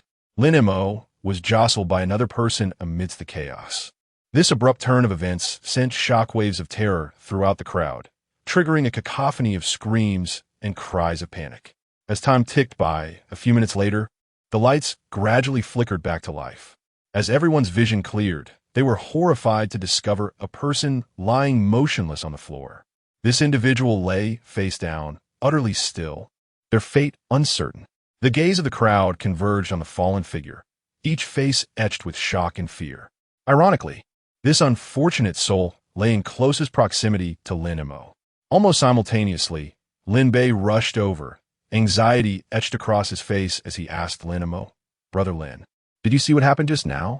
In response to Lin Bei's urgent inquiry, Lin Mo shot him a glare, irked and indignantly retorted, "What do you think I am? A clairvoyant?" It was pitch black. How could I possibly know anything? Just then, a spark of realization ignited in Lin Mo's mind. Oh dear, how could I have forgotten this? This surveillance line is undoubtedly unrelated to the lights. We should venture to the monitoring room. In such a high-end hotel, the surveillance system is likely equipped with night vision capabilities. Perhaps we might uncover some significant clues from there. The more he pondered, the more feasible it seemed. An excitement coursed through him. Meanwhile, Lin Mo remained deeply engrossed in his thoughts, his expression solemn, completely disregarding Lin Bei beside him. Chapter 29. Inference's brows were tightly knitted, and the furrow at the center of his forehead seemed to form an inextricable knot. His lips moved slightly as he murmured to himself. Given the current circumstances, it is highly probable that the perpetrator will opt to erase the surveillance footage. As he pondered this, he gently stroked his chin, his eyes reflecting a glimmer of contemplation. After all, should irrefutable evidence remain, leading us to trace the culprit? Would he not be ensnaring himself, sealing his own doom? However, that said, if my conjecture holds true, then logically, the entire surveillance system ought to cease functioning due to a power outage. At this point, he couldn't help but shake his head, a look of confusion crossing his face. Yet, the undeniable reality before him was that the surveillance system remained operational, unaffected in the slightest. Could it be that this individual was merely feigning his collapse here to mislead us? But what could be the motive behind such elaborate deception? Questions proliferated in his mind like mushrooms after rain, intensifying Lin Mo's sense of bewilderment, akin to a tangled mass that defied all attempts at unraveling. At that moment, Lin Mo, having heard this analysis, swiftly seized her phone and deftly dialed a number. With urgency in her voice, she commanded, "Hurry. Retrieve the surveillance footage from the hall. Be swift." "Understood, miss," came a crisp and decisive reply from the other end of the line. Following a brief interval of anticipation, Lin Mo was soon rewarded with the crucial surveillance video. The screen displayed a scene in which, following the sudden extinguishing of the lights, chaos erupted. People fled in panic, shouting, creating an exceptionally noisy environment. Amidst the turmoil, a figure could be faintly seen approaching the fallen individual, raising a hand to deliver a forceful blow to the person's head. Regrettably, due to the angle, the assailant's face was obscured by the downed figure, rendering their true identity indistinguishable. Consequently, the individual closest to the fallen person naturally bore a greater share of suspicion. Just then, Lin Bei, who had been silently observing the unfolding events, seemed to unearth a remarkable opportunity. He dashed forward, standing prominently, and exclaimed, "Everyone look! The surveillance footage clearly shows that Brother Lin appears to have collided with the fallen individual." Upon hearing this, Lin Mo was instantly rendered speechless, internally musing. Is it really possible that merely bumping into him could cause him to collapse like that? How absurd! Those who could discern Lin Mo's thoughts nodded silently in agreement, echoing his sentiments in their hearts. Immediately, Lin Mo fixed his gaze upon Lin Bei, his expression turning serious as he posed a challenging question. "If I were to strike you, would you fall to the ground in a similar fashion?" Taken aback by Lin Mo's unexpected retort, Lin Bei appeared momentarily flustered, his mouth opening and closing without forming coherent words, leaving him standing there in a daze. Nevertheless, Lin Bei remained obstinate, insisting, "Regardless, Lin Mo, you are undoubtedly the prime suspect in this situation." Yet, before he could finish his thought, Grandma Bai interjected decisively, her tone resolute. "What can this surveillance footage possibly reveal? Stop the baseless conjectures. I have already dispatched personnel to investigate other potential suspects in the vicinity." Chastened by Grandma Bai's reprimand, Lin Bei, despite his reluctance, dared not speak further and begrudgingly fell silent, momentarily sparing Lin Mo from further scrutiny. Lin Mo's unwavering gaze remained fixed on the figure that had suddenly collapsed, pondering the circumstances surrounding this individual. In the dim light, he discerned that the person appeared quite young, likely in their early 20s. Curiosity piqued, Lin Mo sought to uncover clues, reasoning that a lucid and healthy individual would inevitably experience discomfort if lying motionless on the ground for an extended period. Thus, he began to meticulously observe the subtle movements and expressions of the fallen person. However, after a considerable time, he failed to detect anything out of the ordinary. Just as he was about to abandon his scrutiny, his gaze inadvertently shifted away from the prone figure, only to be drawn to the scattered shards of glass strewn nearby. These fragments glimmered faintly in the dim light, as if concealing a hidden secret. Upon this realization, a sudden plan sparked in Lin Mo's mind. Cautiously, he surveyed his surroundings, noting that everyone's attention was fixated on Grandma Bai, oblivious to the happenings nearby. The moment was opportune. Drawing a deep breath, Lin Mo gently lifted his foot and kicked one of the shards of glass. The force was perfectly calibrated, and the shard flew swiftly toward the arm of the fallen individual. With a soft thud, the glass embedded itself lightly into the person's arm. The once motionless figure, akin to a lifeless body, jolted at the unexpected sting, but within an instant, he suppressed the pain and resumed his previous stillness. Witnessing this scene, Lin Mo could not help but chuckle inwardly. This fellow dares to feign death here. I nearly fell for his ruse. Yet he pondered, what could be the reason for this individual to fortuitously collapse right before me? Was there a deeper connection at play? Upon careful reflection, it seems that the only individuals with whom I harbor animosity are Lin Bei, Zhao Qian, and Qinan. As for Zhao Qian, he has always held our Lin family in great reverence, possessing neither the audacity nor the inclination to provoke me. Meanwhile, Qinan represents the esteemed Qin family. Given their reputation and standing, he would surely refrain from actions that could tarnish the family's honor. Thus, the primary suspect remains solely Lin Bei. Yet, what method could I employ to compel Lin Bei to reveal his true nature? Lin Mo's brow furrowed in deep contemplation. Simultaneously, his gaze unconsciously drifted once more towards the figure that lay motionless on the ground, as if seeking a clue to unravel the enigma. Chapter 30. The truth. Lin Mo advanced with a steady and deliberate gait, each step imbued with an intangible pressure that compelled the onlookers to hold their breath in anticipation of his next move. At last, he reached the fallen figure and slowly crouched down, his gaze intently fixed upon a shard of glass that had recently been used to wound the individual. With utmost caution, he extended his right hand and retrieved the fragment. Meanwhile, the Lin family, along with Bai Menghan and Luo Qingyi, watched with wide eyes, their hearts brimming with curiosity and confusion as they yearned to discern Lin Mo's intentions. Gripping the shard tightly, Lin Mo raised his hand and delicately traced a line across the man's arm. At that moment, Lin Bei, who had been closely monitoring the unfolding events, paled in alarm. Realizing the gravity of the situation, he rushed forward, attempting to halt Lin Mo. "What are you doing? This will compromise the scene. How will we explain this to the police when they arrive?" However, before Lin Bei could finish his plea, Lin Mo bellowed, "Silence." His furious shout reverberated through the air, stunning everyone present into silence. The atmosphere grew tense. No one dared utter a word, as if utterly intimidated by Lin Mo's formidable presence. After a brief pause, Lin Mo disregarded the bystanders and resumed his actions. Unexpectedly, as he made the first incision, the previously motionless figure sprang to life as if jolted by electricity. This unforeseen turn of events startled Lin Mo, who had been unprepared for such a reaction. The spectators, witnessing this dramatic scene, were left agape, exchanging bewildered glances. None could have anticipated that the individual who had seemed on the brink of death would so swiftly regain vitality. Following a moment of astonishment, many began to connect the dots, realizing that this was likely a meticulously orchestrated frame-up. Lin Mo steadied himself, his gaze piercing as he focused on the newly revived man, mulling over the obvious inadequacy of his resilience.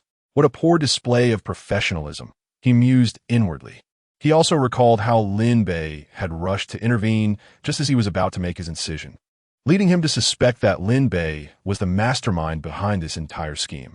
A subtle smirk crept upon Lin Mo's lips, an imperceptible smile tinged with cold amusement. His eyes narrowed, glinting with a frigid intensity as he fixed his stare on a man before him, his voice laced with menace as he demanded, "Speak. Who instructed you to engage in this despicable act?" The man trembled slightly, a flicker of astonishment crossing his features before he quickly feigned composure, replying, "What do you mean? I truly do not understand what you are saying. I just regained consciousness moments ago." Yet, his shifty gaze and quivering voice betrayed the turmoil within him. Lin Mo remained undeterred, pressing on relentlessly. Humph, since that is the case, you must bear all the consequences for your puppet master. As soon as the words left her lips, the man's complexion turned ashen, beads of sweat began to form on his forehead, and he appeared increasingly flustered, his speech becoming stammered. Observing this, Lin Mo seized the opportunity and continued, "You should understand that this is a blatant act of framing. If the truth comes to light, what awaits you may very well be imprisonment." Upon hearing this, the man finally crumbled completely. He had previously harbored a shred of hope that he might evade responsibility, but the situation had escalated far beyond his expectations. At this moment, he could no longer conceal the truth. Trembling, he pointed a shaky finger at Lin Bei, pleading with a quivering voice. "It was him. He coerced me into slandering you. Please do not call the police. I beg you." Lin Bei was taken aback by the sudden accusation and hurriedly defended himself. "No, it wasn't me. If he could do such a thing, he could also intentionally frame me. It's you. I have the transaction records he sent me. If you don't believe me, I can show you." As he spoke, the man fumbled with his phone, desperately trying to locate the so-called evidence to substantiate his claims. Lin Mo snatched the phone from the table, quickly scanning the screen before she abruptly turned to glare at Lin Bei, her eyes brimming with disbelief and fury. "Lin Bei, how could you do such a thing?" Faced with Lin Mo's interrogation, Lin Bei appeared flustered and at a loss. He waved his hands anxiously, stammering, "No, it wasn't me, I swear I didn't do it." However, at that moment, Lin Bei was unable to convince anyone of his innocence.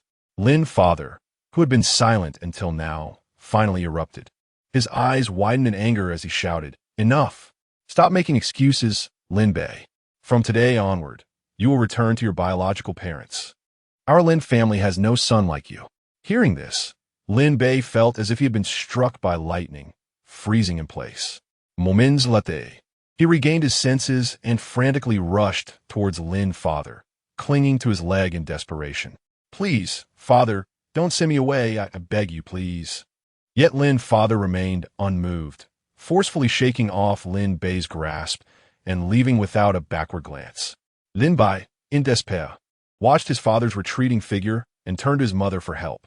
He fell to his knees with a thud, tears streaming down his face as he implored, "Mother, please plead with father for me. I know I've made a mistake. I won't dare again. Please, mother." However, at that moment, Lin's mother had already lost all hope in her disappointing son. She merely cast a cold glance at Lin Bei kneeling on the ground before silently turning away and walking off with heavy steps. Seeing his mother unwilling to assist him, the last flicker of hope in Lin Bei's heart was extinguished. He sat helplessly on the ground, lifting his gaze to the two sisters standing nearby. His eyes filled with an almost despairing longing. Yet, what was truly disheartening was that the sisters chose to disregard him entirely, offering not even a single word of comfort. The grand hall was enveloped solely by the echoes of Lin Bei's solitary and sorrowful cries. Lin's father, with a renewed sense of satisfaction gracing his features, solemnly declared the banquet a resounding success. With that, he gently took the hand of Lin's mother, and together they walked side by side, slowly departing under the respectful gazes of the gathered crowd. Chapter 31. Despair of Lin Bei. At this moment, Lin Mo resembled a devoted follower, closely trailing behind his two elegant sisters as they gracefully exited the banquet hall. His tall and upright figure stood like a proud pine tree in the wind, resilient and unyielding. His elegant and composed strides mirrored a leisurely stroll, as if he were the master of the universe. This captivating demeanor shone like the most brilliant star in the night sky, effortlessly drawing the attention of many. Onlookers turned their heads, their eyes revealing expressions of awe, curiosity, and admiration, as though they were beholding a rare treasure. On the opposite side of the banquet hall, Bai Yuancheng stood like a silent statue, quietly observing Lin Mo's retreating figure, as if it were the most significant presence in his life. His mind functioned like a high-speed projector, replaying every subtle movement, every expression, and every word Lin Mo had uttered during the gathering, each frame vividly clear as if it were a film before his eyes. Initially, Bai Yuancheng held little expectation for this young man, who had just entered the scene, viewing him much like an inconspicuous pebble. However, the brief encounter at the banquet struck him like a lightning bolt across the night sky. Lin Mo's extraordinary composure and calmness resembled a tranquil, deep pool, undisturbed. His remarkable intelligence and overflowing talent sparkled like a constellation, dazzling and brilliant, leaving Bai Yuancheng utterly astonished. He could not help but ponder. This young man is truly extraordinary. With this thought, a smile involuntarily graced his lips, blooming like spring flowers upon his face. At that moment, his perception of Lin Mo underwent an astounding transformation, shifting from initial indifference to newfound respect, akin to a magnificent metamorphosis. Simultaneously, Bai Menghan, standing beside Bai Yuancheng, fixed her beautiful, captivating gaze upon Lin Mo like a magnet, never wavering for an instant. Her eyes held a complex array of emotions: appreciation, akin to a gentle spring breeze; curiosity, reminiscent of morning mist; perhaps even a trace of barely perceptible admiration. The brilliance in her star-like eyes radiated with admiration and affection, as if she wished to imprint Lin Mo's image deeply within her heart. Her unwavering focus on Lin Mo led her to quietly reflect. Lin Mo possesses a strikingly handsome and graceful appearance, like a jade tree standing in the wind, but today, his exceptional abilities have truly opened my eyes. How many such perfect individuals could there be in this world? In stark contrast, Luo Qingyi displayed a completely different demeanor. Her beautiful willow-like brows were tightly knitted, forming a small furrow, much like a lake's surface ruffled by the wind. In the crystalline depths of her eyes, curiosity brimmed. As she pondered internally, what other hidden talents and astonishing qualities does Lin Mo possess, waiting to be unearthed? Why does every encounter with him bring forth unexpected delights? These questions enveloped her like layers of mist, lingering persistently in her heart, intensifying her fascination with Lin Mo. At that moment, the members of the Lin family departed in an orderly fashion, akin to well-drilled soldiers. Witnessing the smooth resolution of the situation, the other guests began to bid farewell to one another. They exchanged polite nods and soft pleasantries before gradually turning away from the banquet hall like a receding tide. The uneaten delicacies that remained on the table now resembled abandoned remnants of a defeated army, leaving only a few cold dishes in disarray. Yet, the air was still infused with a delicate fragrance, a unique bouquet born from the mingling of fine wine and exquisite cuisine, serving as a silent witness, gently recounting the magnificence of the unparalleled feast that had just transpired. Before long, the spacious and opulent hall stood empty, with only the solitary figure of Lin Bei remaining, still seated in place. At this juncture, a young waitress floated over to the kneeling Lin Bei like a delicate butterfly. She softly stated, "Sir, the banquet has long concluded, and it is time for you to leave." However, upon hearing these words, Lin Bei seemed frozen in place, unresponsive as if under a spell.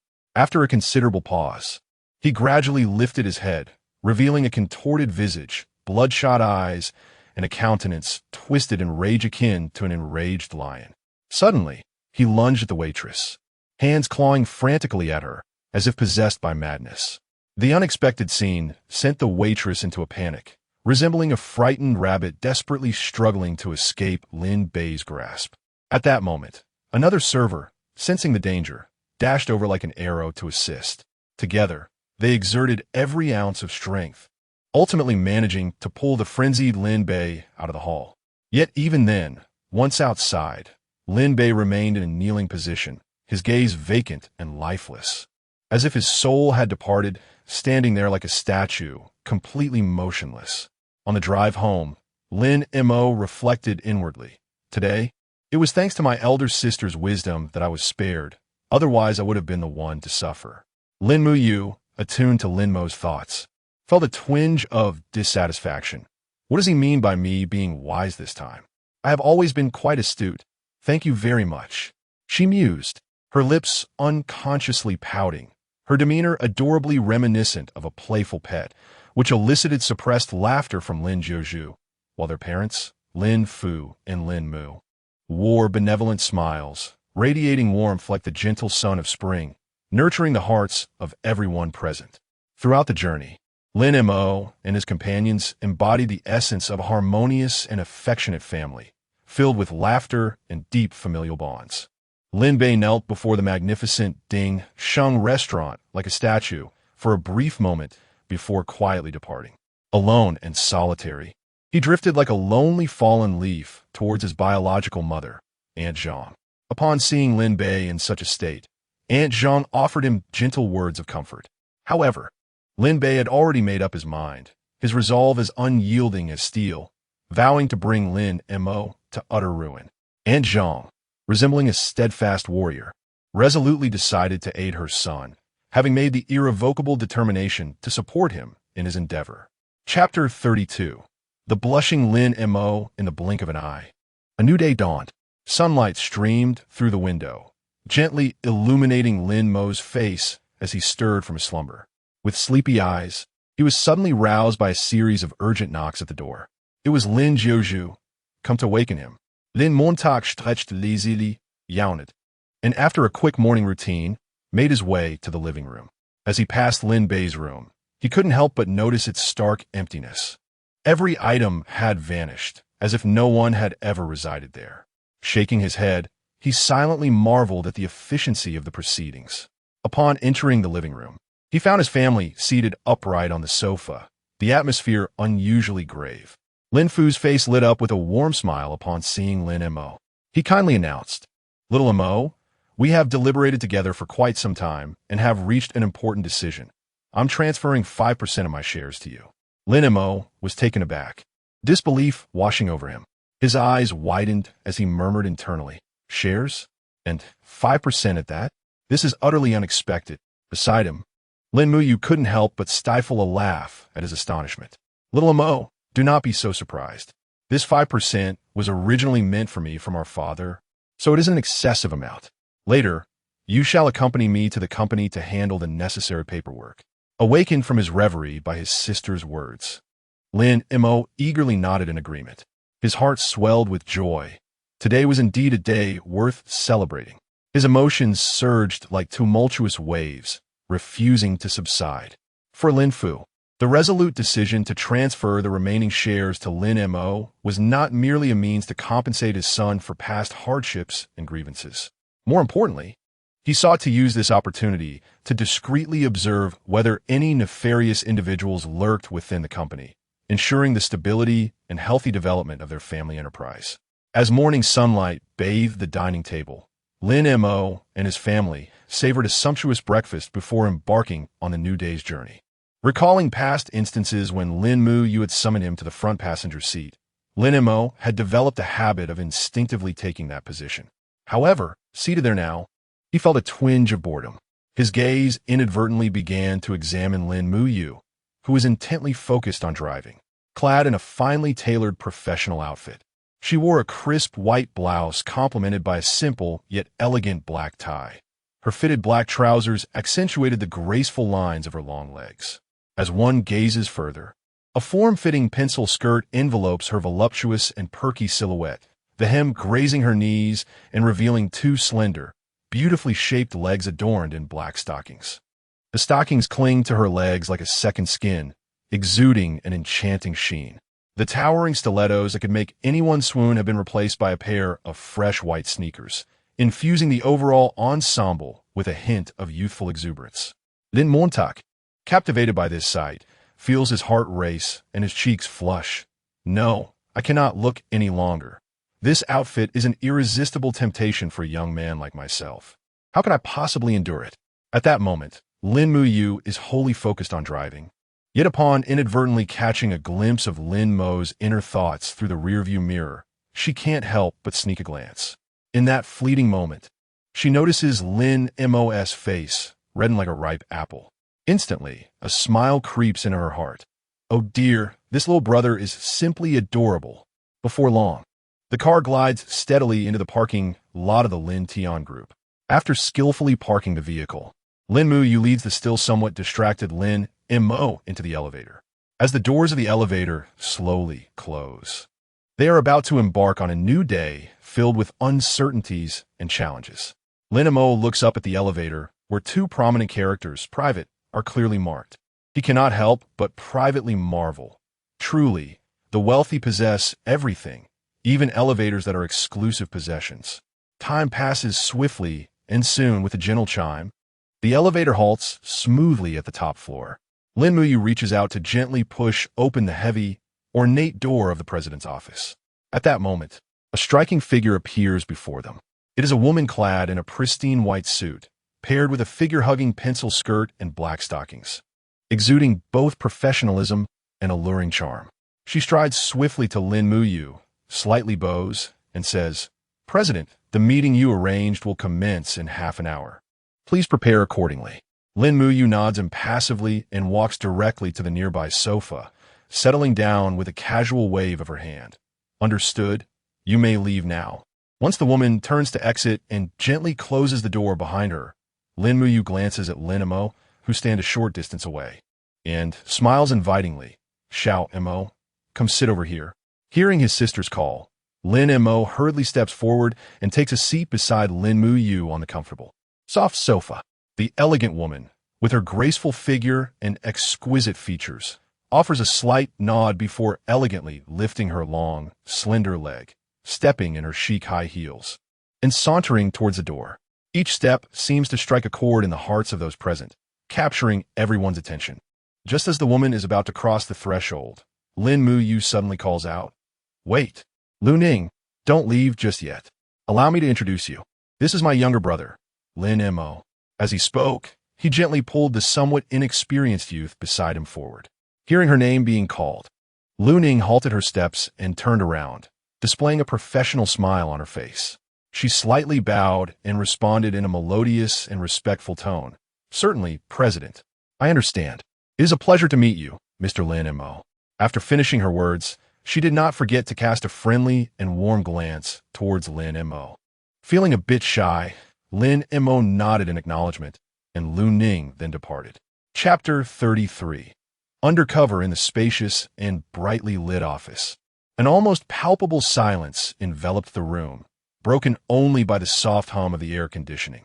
Within this vast expanse remained only Lin Mo and his sister, Lin Mo. Sunlight streamed through the grand floor-to-ceiling windows, casting dappled patterns of light and shadow across the floor.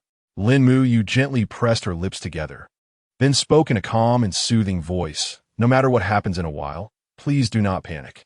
Your elder sister will resolve all your issues. Do you understand?" Her gaze, steady and unwavering, locked onto Lin Mo's, as if she were imparting strength and courage through her eyes. It is essential to recognize that matters such as the transfer of shares require unanimous consent from the board of directors to proceed smoothly. However, as the largest shareholder in the company, Lin Mo held more than half of the shares, granting her a critical vote of authority. Thus, once she made up her mind, the process would likely encounter no significant obstacles. Lin Mo gazed at his beautiful and formidable sister, a surge of indescribable emotion swelling within him. He found himself whispering, "So this is what it feels like to be cherished and protected by an elder sister." In that fleeting moment, he felt as though he were the happiest person in the world. He nodded vigorously, conveying his complete understanding of her intentions. At that moment, Lin Mo unexpectedly caught the whisper from the depths of Lin Mo's heart. She froze, momentarily at a loss for words. It was beyond her comprehension to imagine the hardships Lin Mo had endured in his previous life, to the extent that merely experiencing a hint of familial affection could evoke such profound emotion. As this realization washed over her, Lin Mo's eyes began to glisten with unshed tears. Fearing that Lin Mo might see her weeping, she quickly turned and briskly walked to her desk. Upon reaching it, she sat down swiftly and opened her computer screen, concealing her tear-streaked face behind its glow. Lin Mo, observing his sister's movement towards the desk, naturally assumed she was preparing to attend to work matters. Out of respect and a desire not to intrude, he remained silently in place, refraining from following her. Once more, the office fell into tranquility, with only the ticking of the wall clock resonating clearly. After a considerable time, Lin Mo, leading Lin Mo, stepped with measured grace into the spacious and solemn conference room. Within, a multitude of renowned industry titans occupied their seats. Some perused documents with serious expressions, while others engaged in hushed discussions, all contributing to an atmosphere thick with tension and restraint. Lin Mo stood quietly behind Lin Mu, like a loyal guardian. On her other side, Lu Ning accompanied her in silence. Lin Mu slightly raised her head, surveying the room before slowly addressing the assembly. Ladies and gentlemen, the purpose of convening this meeting today is quite straightforward. There is no earth-shattering news to unveil. I wish to formally announce that I intend to transfer the precious 5% of shares bequeathed by my father to my younger brother, Lin Mo. As soon as the words left my lips, the already somewhat noisy conference room erupted into a cacophony, with the board members whispering amongst themselves in a flurry of discussion. At that moment, one director named Lu was the first to voice his vehement discontent, exclaiming loudly, "How can this be permissible? We are all acutely aware that your brother has only recently returned to the country and is utterly ignorant of our company's operations and affairs. To act so rashly is tantamount to dismantling the company we have painstakingly built over the years."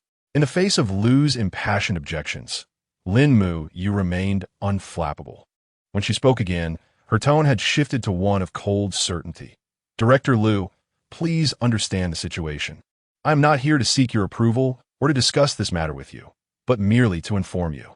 Stunned into silence by Lin Mu's words, Lu found himself at a loss for a response, his face reddening with indignation. Yet, he was evidently unwilling to concede defeat, attempting to rally the other directors to oppose this decision. However, the other board members were all too aware that Lin Mu's firm and unyielding leadership had been the cornerstone of Lin Tian Group's success. Thus, despite any internal doubts or dissatisfaction, none were eager to provoke the formidable Lin Mu. Upon hearing Lu referred to as a director, Lin Mo's mind was suddenly flooded with memories and associations. Lu? Could it possibly be that Lu Hai? A frown creased Lin Mo's brow, for he recognized that this Lu Hai was affiliated with the Qin group, and it was highly likely he was a mole sent by Qin and to infiltrate their ranks. At that moment, Lin Mo's thoughts seemed to convey an invisible signal to Lin Mu, who instantly grasped Lu Hai's motives for opposition. Lu Hai, maintaining his composure, continued, "If Director Lin insists on proceeding in this manner, then please expel me." His tone, though seemingly resolute, concealed a hint of cunning. Yet, Lin Mu was not one to be easily deceived by Lu Hai's so-called ploy for sympathy. Without hesitation, she replied, "Very well, I shall formally dismiss you now." The moment those words escaped her lips, Lu Hai, who had been relatively calm, was thrown into a state of panic. He had never anticipated that Lin Mu would disregard the contributions he had made to Lin Tian Group and the advantages he had brought. Meanwhile, the other directors, witnessing the unfolding drama, began to intercede on Lu Hai's behalf, and the conference room was soon filled with various pleas for leniency. Lu Hai's heart, which had just been gripped by anxiety, gradually began to settle under the collective entreaties of the assembly. Lin Mu completely disregarded the astonished gazes and whispered murmurs of those around him. His expression was as calm as water as he slowly spoke. "Lu Hai, do not naively believe that I am unaware of your true identity. The reason I have tolerated your presence in our company for so long is merely to afford you an opportunity for redemption and self-proving." Upon hearing these words, Lu Hai's face instantly drained of color, and his body involuntarily trembled. Yet, he still feigned composure and retorted, I do not comprehend what you mean. I do not understand why you would slander me in such a manner." However, the slight tremor in his voice betrayed the turmoil within him. Even now you refuse to admit it? Very well, let me unveil the truth." Lin Mu crossed his arms, his gaze sharp as a blade. Fixated on Lu Hai as he articulated each word with precision. "You are the spy deliberately placed here by the Qin family, are you not?" As these words echoed in the room, the board members exchanged glances, their unwavering trust in Lu Hai wavering as they observed his panicked demeanor. Doubts began to creep into their minds, leading them to question his loyalty profoundly. Chapter 34. The arrogant manager, Mo. Subsequently, Lin Mu rose without hesitation, her gaze resolutely sweeping over the assembly. She then declared directly, "From this moment forth, this 5% stake shall be officially transferred to my brother." Her voice was crisp and resonant, echoing in the conference room with an undeniable authority. Seated beside her, Lin Mo could not help but widen his eyes, gazing at his formidable sister, Lin Mu. He mused inwardly, "Sister's truly remarkable, though she seems a bit fierce. I must ensure not to provoke her wrath in the future." With this thought, Lin Mo instinctively shrank his neck, feeling a heightened sense of reverence towards his assertive sister. However, upon hearing her proclamation, Lin Mu felt a surge of exasperation. She furrowed her brow, contemplating, "This insufferable brat. Am I not doing all of this for him? How dare he complain in his heart?" Nonetheless, she maintained an air of authority and composure on the surface. At that moment, Lu Hai's complexion turned ashen. He had never anticipated losing his job in such a manner. Although he was not a spy planted by the Qin family, he indeed had considerable dealings with them and had, at times, inadvertently harmed the interests of the Lin group. Now that the situation had unraveled, he felt a sense of dread enveloping him. Due to Lin Mo's lack of prior experience in dealing with these individuals, he had only heard whispers of their complex relationships and thus lacked a profound understanding, leading to a certain cognitive disparity. Soon after, amidst Lu Hai's wails, several security personnel swiftly approached and unceremoniously dragged him out of the Lin Tian group's premises. With Lu Hai's departure, a brief silence fell over the conference room. Ultimately, this tumultuous affair subsided, and the meeting was declared adjourned. Attendees rose to leave, while Lin Mu approached Lin Mo, gently patting his shoulder and reassuring him. "Little Mo, do not be afraid. With your elder sister here, no one will bully you." With that, the sibling duo exited the conference room, leaving behind the now vacant space and the lingering tension. Lin Mu, her expression grave, led Lin Mo out of the oppressive atmosphere of the meeting room, while Lu Ning followed closely in their wake. As they stepped beyond the threshold of the conference room, Lin Mu turned to Chu Ran and softly instructed, "Lu Ning, please take Lin Mo around to familiarize him with the layout and environment of our company. I have some matters to attend to here, but I will join you shortly." "Of course, President." Lu Ning responded without hesitation, her face radiating respect. Following the directive, Lu Ning promptly guided Lin Mo on this special tour. As they traversed the long corridors, passing bustling work areas, they eventually arrived at the floor just beneath the top level. However, just as they had arrived, Lu Ning suddenly received an urgent summons from Lin Mu. She had to momentarily suspend her guidance of Lin Mo, and before leaving, she kindly reminded him, "Mr. Lin Mo, please wait a moment. The president will be here shortly." With that, Lu Ning hurriedly turned and departed, leaving Lin Mo to meander aimlessly in this unfamiliar floor. Curiosity piqued, Lin Mo glanced around, attempting to absorb every detail of his new surroundings. Unexpectedly, as he surveyed the area, he collided head-on with a dapperly dressed man, resplendent in his attire. The man, barely managing to regain his balance, was immediately consumed with fury, glaring at Lin Mo and bellowing, "Are you blind? Can't you even watch where you're going? Which department are you from?" Startled by the sudden commotion, Lin Mo halted, realizing he had inadvertently bumped into someone. "My sincerest apologies. I am truly sorry," he exclaimed, bowing repeatedly in contrition. Nevertheless, the man seemed far from inclined to forgive. His face contorted in anger as he glared at Lin Mo. "Do you even know what time it is? Wandering around during work hours? Do you want to get fired? I could have you packing your things with a single word." Taken aback, Lin Mo was about to explain himself when he was abruptly interrupted. "Cut the nonsense. I don't want to hear your excuses. Tell me which department you belong to." Frowning slightly, Lin Mo thought to himself how unreasonable this person was, yet decided it was best to avoid further conflict. He patiently replied, "I'm not an ordinary employee. I am a director of the company. I merely came to have a look today." To his surprise, the man paused momentarily, then erupted into a cacophony of harsh laughter. "Ha ha! You? A director? You're just a wet behind-the-ears kid, brazenly pretending to be a director. What a delusion. Who are you trying to fool?"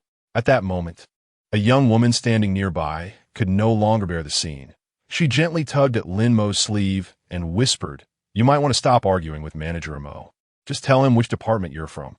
Perhaps he will let you off the hook." Lin Mo turned to the kind-hearted girl, and as their eyes met, a warm feeling surged within him. In his previous life, no one had ever reached out to help him in such a situation. Noticing the concern and slight urgency in her gaze, Lin Mo smiled gently and replied, "Thank you for your kindness, but I assure you I am not lying." Gradually, he turned to face Manager Mo, his gaze steady and resolute. His tone was calm, yet undeniably firm. "If you do not believe my words, you may certainly verify with President Lin yourself." His gaze was clear and composed, as if he possessed unwavering confidence in his words. Upon hearing this, Manager Mo displayed a disdainful smirk, mockingly retorting, "Humph. You expect me to inquire of President Lin? Do you truly believe that President Lin has nothing better to do with her time? She is an individual of extraordinary busyness, far too occupied to entertain the fantasies of someone like you. In my opinion, you are nothing more than a blatant fraud." With that, he contemptuously shook his head, seemingly dismissing Lin Mo's words entirely. Just as the two remained in an impasse, a melodious and crisp female voice suddenly resonated among the crowd. Everyone turned their attention toward the sound and beheld a graceful woman of remarkable elegance approaching. Her beauty was striking, her skin as fair as snow, and her long, lustrous black hair cascaded down her shoulders like a waterfall, radiating an enchanting sheen. This was none other than the captivating Lin Mo. Chapter 35. Shang Yin in the bustling hall, where shadows of busy figures flitted about. Lin Mo entered with a countenance as cold as frost, her enchanting eyes scanning the surroundings like twinkling stars. With an air of utter indifference, she inquired, "What are you all doing?" Upon seeing Lin Mo's arrival, Manager Mo was instantly struck with panic, resembling a mouse caught in the presence of a cat, and hurriedly scurried over, his face plastered with obsequiousness. "President, it's nothing of great importance. Merely some minor situations," he stammered, gesturing toward Lin Mo, who stood nearby, and then bursting into laughter. "This fellow seems to have appeared out of nowhere, wandering about our company and boasting of being a director. Ha ha ha. Don't you find that amusing, President?" Following Manager Mo's pointing finger, Lin Mo's gaze fell upon Lin Mo, and she was momentarily taken aback, her expression transforming into one of utter bewilderment, as if witnessing the most astonishing of revelations. Meanwhile, Lin Mo looked back at her with a resigned expression, rolling his eyes in exasperation. "Sister, it's one thing for him not to believe me, but to accuse me of lying? How utterly preposterous." Hearing Lin Mo's words, a smirk of disdain crept onto Manager Mo's lips. "Umph, why should the president believe someone like you, who has appeared out of nowhere?" However, as the words left his lips, a sudden realization struck him, and his complexion drained of color, cold sweat beading on his forehead. He stammered, S. Sister P. President, he. Overwhelmed with anxiety, he struggled to form a coherent sentence. At that moment, Lin Mo abruptly turned her gaze, her eyes icy and piercing as she fixed them upon Manager Mo. "He is my younger brother, Lin Mo. The purpose of the meeting held this morning was to transfer a portion of the company's shares to him. Henceforth, Lin Mo will be one of our company's new directors. Are you clear now?" As the words escaped her lips, the once arrogant Manager Mo, who had carried himself with such pride, appeared to have all the strength drained from his body, collapsing to the floor in a heap, kneeling involuntarily. His face, once twisted with haughtiness, was now a portrait of terror and supplication. His mouth, as if on a rapid-fire mechanism, continued to plead, "President, please grant me another chance. This was truly my mistake. I was blind and failed to recognize your significant stature."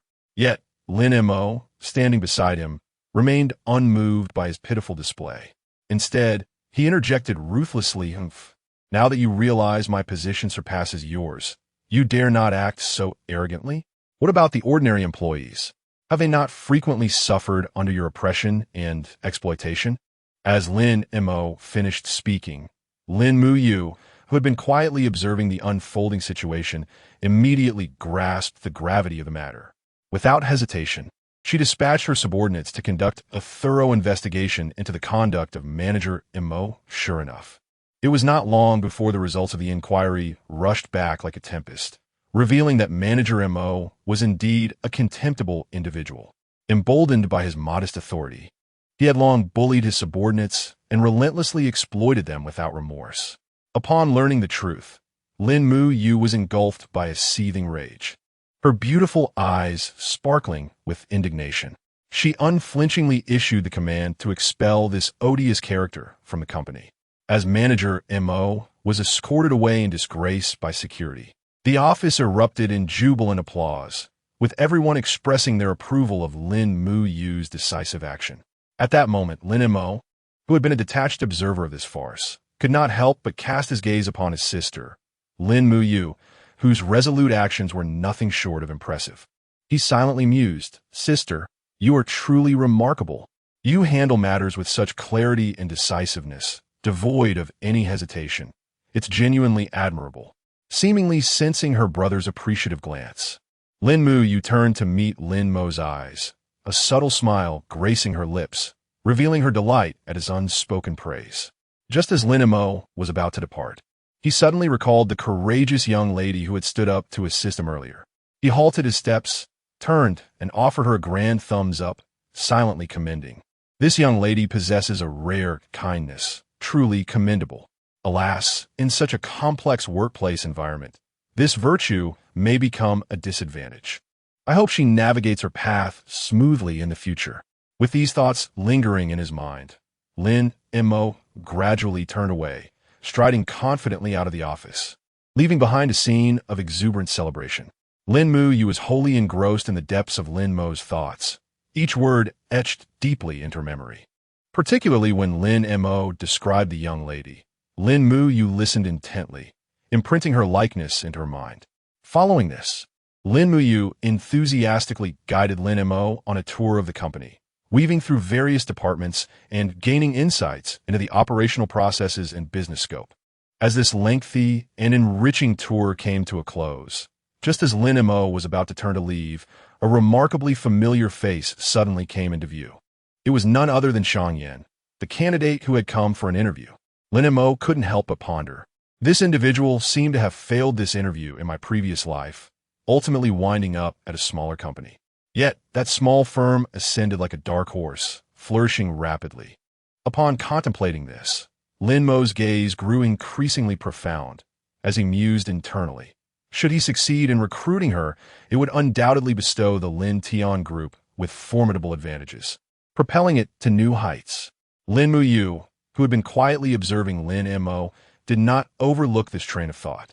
Hearing Lin Mo's lofty appraisal of Xiang Yan and the potential positive impact she could bring, Lin Mu silently committed the name Xiang Yan to memory once more. Chapter 36. Shocked subsequently, Lin Mu guided Lin Mo through the company like a tour guide as they meandered through various office spaces, admiring the diligent endeavors of each individual. Yet, throughout this journey, Lin Mo's inner thoughts remained like a slumbering beast, silent and undisturbed. Time slipped away like a fleeting shadow, and before they knew it, the lunch bell resonated. Lin Mu led Lin Mo into an elegantly appointed restaurant, where they ordered several dishes that resembled exquisite works of art. After indulging in a sumptuous lunch, Lin Mu safely returned Lin Mo home, treating him like a precious gem, before swiftly darting back to the company akin to an arrow released from a bow, to tackle the overwhelming tide of work awaiting her. Upon returning home, Lin Mo felt as though he had been engulfed by an invisible wave of fatigue. Like a languid feline, he stretched widely and yawned before collapsing onto his bed like a falling star. Before long, he slipped into the realm of sweet dreams, his snores harmonizing like a symphony. Just as Lin Mo was lost in the depths of slumber, a shrill phone ring sliced through the tranquility of the room like a sharp blade. Groggily, Lin Mo answered the call, and a chilling female voice echoed through the receiver, akin to the cold wind of a wintry night. "Little Lin Mo, the Bei family has invited us to their newly opened villa for a visit. The specific location has been sent to your phone." elder sister asked me to go with you. However, before she could finish her sentence, Lin Mo, akin to a disturbed lion, interrupted without hesitation. I am not going. Internally, he grumbled. What villa? I never encountered such trivial matters in my past life, and I still have school to attend. How could I possibly waste time on your whims? The caller was none other than Lin Mo's second sister, Lin Xingyu. Surprisingly, Lin Xingyu did not take offense to Lin Mo's dismissive tone. Instead, she was acutely aware that the entire Lin family owed him much from their previous life. Thus, she gently replied, "All right then," her tone imbued with an unusual calmness and warmth. What astonished Lin Mo was Lin Xingyu's unexpected amiability. Momentarily, he found himself in a daze, and before he could utter another word, the call was abruptly terminated.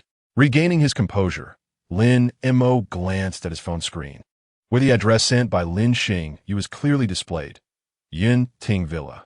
Upon seeing these 4 characters, a long-buried memory surged forth in his mind. Oh, so it is Yin Ting Villa. I recall that in my previous life, Lin Bei encountered by Meng Han here. Unfortunately, she thought little of him at that time. Lin Mo murmured to himself. Suddenly, as if struck by a thought, he furrowed his brow and continued, I wonder if Lin Bei will still appear here in this life. Moreover, I remember that Lin Xingyu's hand injury also occurred at Yinting Villa. Troubled by these thoughts, Lin Mo felt a wave of anxiety wash over him. He dared not delay further and hurriedly redialed the previous number. In no time, the call was swiftly answered. What is it, little Mo? The concerned voice of Lin Xingyu resonated through the receiver.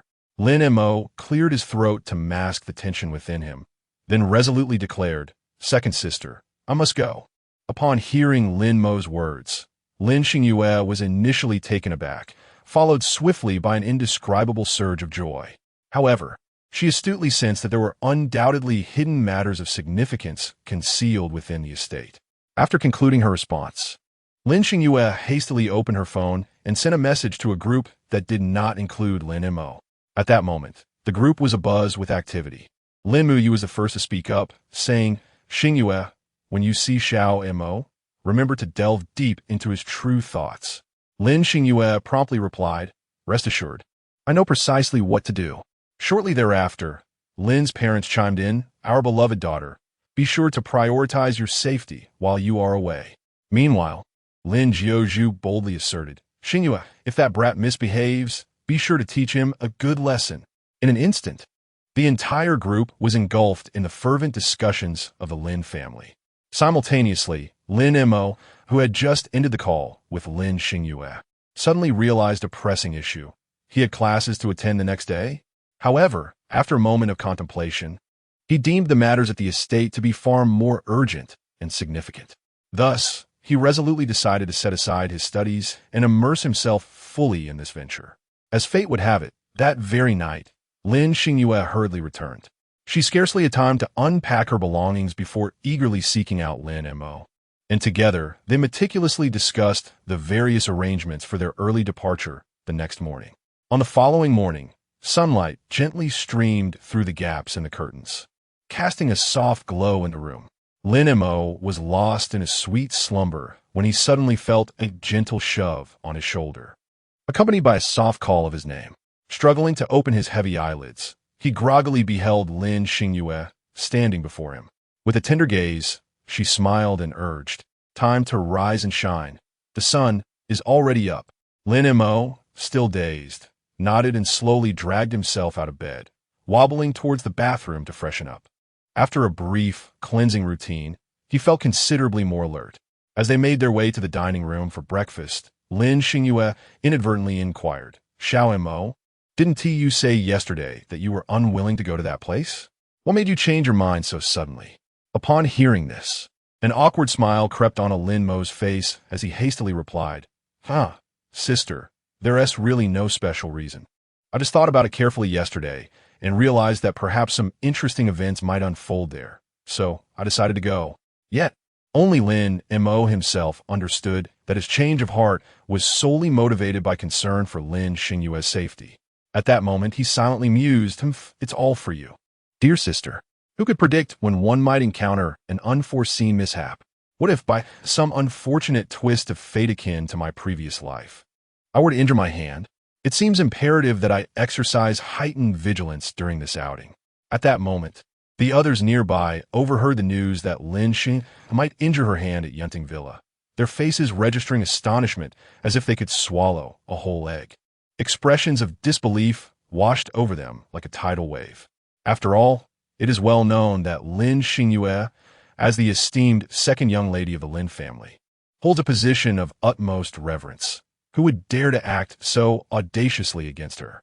Could it be that this individual possesses the audacity of a bear and the courage of a leopard? Chapter 37. Who is more beautiful, Lin's father? In a state of anxious urgency, swiftly typed a message in the group chat. Everyone, please remain calm. I will dispatch someone to thoroughly investigate this matter and additionally send more personnel to discreetly protect you. Observing her father's proactive response, Lin Muyu and Lin Zhu hurriedly replied, "Dad, please take care of yourself as well." At that moment, Lin's mother approached Lin Xingyu with a worried expression. Tightly grasping her hand, her eyes filled with concern, she gently murmured, "Xingyu, perhaps you should reconsider going this time? I truly cannot bear the thought of you in danger." However, the resolute Lin Xingyu shook her head without hesitation, responding firmly, "Mom, there is no need for concern. I wish to personally uncover who seeks to harm me." Everyone present was deeply anxious about Lin Xingyu's safety, particularly considering her unique professional identity, an exceptional surgeon. Should her hands suffer injury, she would be forever deprived of wielding the life-saving scalpel. This would not only spell a catastrophic personal tragedy for Lin Xingyu, but it would also mean that numerous patients in dire need of treatment might lose their chance for timely medical intervention, missing the critical moment for rescue. Despite the fervent pleas of those around her, Lin Xingyu remained undeterred, insisting on confronting the unknown peril. Reluctantly, they could only reiterate their warnings, urging her to exercise utmost caution and prioritize her safety. After breakfast, Lin Xingyu and Lin Mo boarded a car, accompanied by 4 other vehicles closely trailing, forming a formidable protective barrier. It was revealed that, having discerned from Lin Mo's inner musings about potential dangers awaiting Lin Xingyu, Lin's father had meticulously arranged the most comprehensive and reliable security measures to safeguard his daughter's well-being. Lin Mo's eyes widened in disbelief as he beheld the luxurious cars encircling them. He marveled inwardly, "Goodness, what kind of person must this be to command such an impressive display? Is this the world of the affluent?" His mouth hung agape, unable to close for an extended period. Standing nearby, Lin Xingyu caught wind of Lin Mo's astonished thoughts and couldn't help but smile gently. She softly remarked, "Little Mo, you must slowly acclimate to this scene. Do not forget from now on, you are the esteemed young master of the Lin family." Her tone carried a hint of pride and affection. "Understood, second sister," Lin Mo quickly replied, striving to shake off his shock. Despite Lin Xingyu's exterior as a life-saving doctor, she was, in private, a delightful young girl with a passion for photography. Dressed in a light blue dress that flowed gracefully with the wind, she appeared as enchanting as a celestial being descended to earth. At that moment, Lin Xingyu turned her gaze to Lin Mo, playfully winking as she inquired, "Little Mo, do help your second sister by telling me how I look today." The question came so unexpectedly that Lin Mo was momentarily stunned, taking several seconds to gather his thoughts. He slowly lifted his head, first scrutinizing Lin Xingyu's exquisite visage with utmost seriousness, then allowing his gaze to descend, meticulously examining her ensemble. Lin Xingyu was adorned in a delicate azure dress, resembling a fairy that had stepped out from a realm of dreams. The hem of the dress swayed gently like waves in a soft breeze, while the fabric clung perfectly to her graceful form, accentuating her long, slender legs in an exquisite display. Her snow-white skin appeared even more delicate against the light blue backdrop, and through the sheer material, the elegant contours of her toned thighs could be faintly discerned. Each subtle movement transformed her subtly revealed thighs into a captivating sight, akin to an invisible enchantment that fervently tugged at Lin Mo's heartstrings. "My second sister resembles a noble princess. Those long legs are almost longer than my life," Lin Mo murmured to himself, utterly captivated by the enchanting spectacle before him. A surge of indescribable emotions welled up within him, as if a fawn were bounding wildly in his chest. If his eldest sister embodied the aloof elegance of a queen, then his second sister epitomized the sweetness of a charming princess. Lost in thought, he felt his cheeks flush, resembling a ripened apple. Lin Xingyue, keenly perceptive, zenzit Lin Mus uniyaza. Noticing his flushed face and hearing his internal comparisons between her and her elder sister, a playful smile crept upon her lips. She blinked her animated eyes and sweetly inquired, Xiao Mo, who do you think is more beautiful, me or elder sister? Faced with this unexpected, daunting question, Lin Mo found himself at a loss, his mind blank. He stammered, I think both are beautiful. However, such an answer evidently fell short of Lin Xingyue's expectations. She pouted slightly, feigning dissatisfaction as she playfully complained, Xiao Mo, you're being too perfunctory. She lightly stamped her foot, her mock annoyance only serving to enhance her charm. Lin Mo, flustered by Lin Xingyue's antics, felt his face redden further, his ears burning with embarrassment. He lowered his gaze, unable to meet Lin Xingyue's eyes, his hands fidgeting with the hem of his clothing, betraying his unease.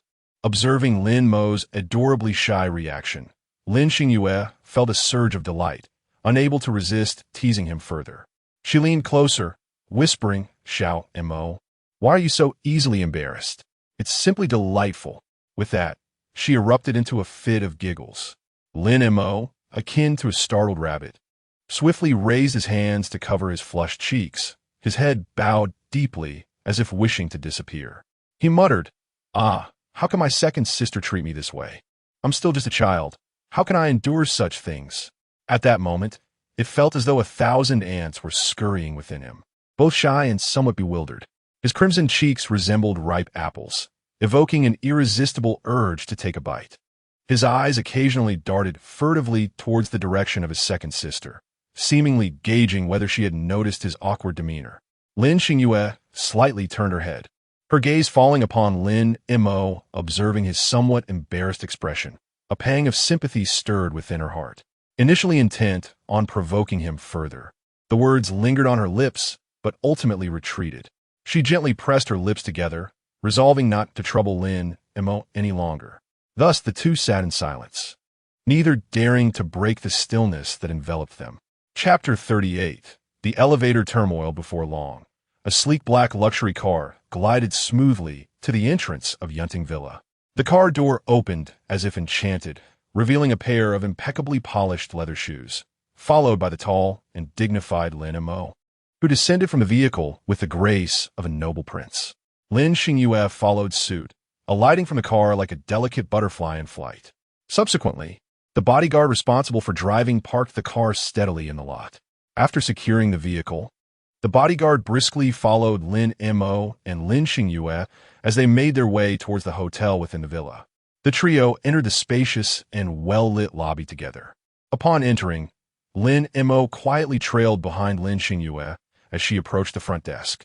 Lin Xingyue deliberately retrieved the invitation from the Bei family, elegantly placing it on the counter. The staff members in the lobby, upon sighting the invitation, immediately donned radiant smiles.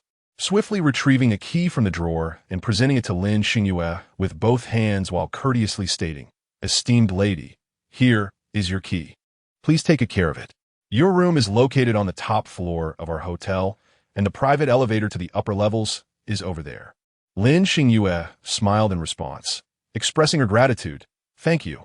She then took the key, grasped her suitcase, and confidently proceeded towards the elevator. Observing this, Lin Mo followed closely behind her, mirroring her steps.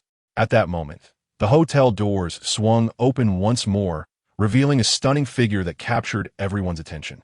It was Luo Qingyi, gracefully making her entrance. Dressed in a flowing white gown, she appeared as enchanting as a celestial being descended to earth. Lin Mo inadvertently caught sight of Luo Qingyi entering and felt a surge of surprise within. Was it possible that Luo Qingyi had arrived so early? But wait, wasn't that Lin Bei? Indeed, just as Luo Qingyi approached the registration desk, The tall silhouette of Lin Bei followed closely, stepping into the hotel lobby. Lin Xingyue, who had been walking briskly towards the elevator, abruptly halted upon hearing her brother Lin Mo mention Lin Bei's name. She quickly turned around, her gaze curiously searching for the individual. At that moment, Lin Bei, who had been attentive to his surroundings, abruptly locked eyes with Lin Mo. His gaze, already tinged with a hint of menace, now bore into Lin Mo with a fierce intensity, as if he intended to pierce through him with that piercing stare. However, in the face of such hostility, Lin Mo remained remarkably composed, seemingly unfazed by the confrontation. He did not spare Lin Bei another glance, but instead directed his attention towards the two individuals standing behind Lin Bei. One of them was Qin, with whom he had previously interacted. The other was an exceptionally beautiful woman, Qin An's sister, Qin Yu. It is well known that Qin Yu is the epitome of a distinguished young lady from the Qin family, renowned not only for her stunning beauty, but also for her extraordinary grace. Upon seeing Lin Bei and the others appear here, Lin Mo's first thoughts surged within him. Surely, it was Qin who had brought Lin Bei along. As he pondered silently, Luo Qingyi, who had just completed her registration, turned her head and immediately spotted Lin Mo. A gentle smile graced her lips as she approached him with graceful strides. Lin Mo, noticing her approach, felt an inexplicable flutter of anxiety within him. Without a moment's hesitation, he turned and hurried towards a nearby elevator. Observing her brother's sudden departure, Lin Xingyue, who had been attentively watching him, felt a mix of surprise but unhesitatingly followed in pursuit. Lin Mo rushed into the elevator, his hand swiftly reaching for the close button, eager to shut the doors and escape the situation. However, at that very moment, a slender yet firm hand extended to halt the closing doors. With a melodic click, Luo Qingyi, adorned in her exquisite high heels, elegantly stepped into the elevator. Almost simultaneously, Lin Bei and two others joined them in the confined space, making it feel somewhat cramped. Luo Qingyi lifted her gaze to Lin Mo, a subtle smile dancing on her lips as she softly greeted, "Good morning, young Master Lin." Her voice was gentle and melodious, akin to the first rays of sunlight gracing the dawn. Lin Mo momentarily froze, then offered a polite smile in return, replying, "Good morning, Miss Luo." At that moment, Luo Qingyi recalled the night a few days prior. Had it not been for Lin Mo's ability to hear her thoughts, she might have forever lost her beloved grandfather. Gratitude welled up within her, prompting her to express, "Thank you." The three simple words shattered the elevator's previous tranquility, sending curious glances from the others toward Lin Mo as they speculated about the actions that warranted such gratitude. Under the scrutiny of their gazes, Lin Mo felt a wave of confusion wash over him, hastily waving his hands in denial. "Thank me? Why would you thank me?" His face bore a look of bewilderment, his mind murmuring, "What for? I don't recall doing anything particularly remarkable lately." He racked his brain, trying to recall any deeds that might have elicited her thanks, but no connection surfaced in his memory. At that moment, he was enveloped in questions and uncertainty, as though lost in a thick fog with no way out. Meanwhile, Luo Qingyi, witnessing Lin Mo's anxious demeanor, felt a flicker of satisfaction and delight. Intentionally, she chose to remain silent, relishing the turmoil and inner conflict that enveloped him. Lin Xingyue stood quietly beside them, listening intently to the surrounding atmosphere. When she caught a glimpse of Lin Mo's faint thoughts, her heart stirred with intrigue. Through the fragments of heartfelt whispers, she gradually pieced together a vivid image, coming to comprehend the crux of the matter. Indeed, Lin Mo's innermost thoughts had aided Luo Qingyi in resolving a particular dilemma. However, at that moment, a new thought surged forth, enveloping Lin Xingyue in a wave of confusion and dissatisfaction. She widened her eyes and mused aloud, "This cannot be right. While it is understandable that our Lin family can hear Lin Mo's thoughts, why is it that even Luo Qingyi can perceive them? What is the meaning of this? Does she possess some extraordinary ability? It is utterly unfair." With this realization, Lin Xingyue couldn't help but pout, her heart brimming with envy. Chapter 39. The pain at that very moment. On the other side, Lin Bei and Qin were clenching their jaws tightly, their expressions dark as if they could weep. They exchanged glances, each pair of eyes igniting with a fierce blaze of anger that seemed poised to erupt, sending shivers down the spine. Qin Yu intertwined her arm with Lin Bei's, bestowing upon him a gentle gaze. Lin Mo was taken aback, bewildered by the sight. Why was Qin Yu holding on to Lin Bei? Could it be? In an instant, Lin Mo and the others grasped the situation. Thus, the elevator was enveloped in an atmosphere of extreme tension and suppression. Within its confines, no one dared to utter a word, the only sound resonating being the heavy, labored breaths of each occupant, echoing in a relentless rhythm. As time trickled by, the suffocating silence within the elevator intensified, rendering the air nearly unbreathable, the sense of asphyxiation growing ever stronger. Having been graciously invited by Meng Han, Lin Mo and his companions were bestowed with the most lavish and comfortable accommodations. Yet, such privileges were not afforded to all. Others were unqualified to inhabit the uppermost floor of the building. Consequently, Lin Bei and his two companions, along with Luo Qingyi, had no choice but to press the elevator button early, departing to lower levels. Before long, Lin Mo and his partner finally arrived at the coveted highest floor. As the elevator doors opened slowly, they stepped out, beginning their search for the room number that belonged to them. Just as Lin Mo was wholly engrossed in his quest, he approached a corner. Upon turning this bend, an unexpected incident occurred. A dull thud resonated, and Lin Mo felt as if he had collided with a soft object. Immediately, a sharp scream pierced the air. Ah!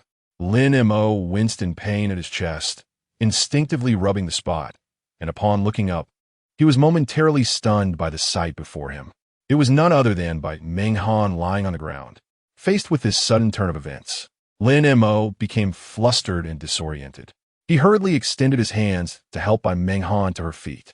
However, at that moment, Lin Xingyu had dashed over like a gust of wind, swiftly assisting Meng Han before Lin Mo could reach her.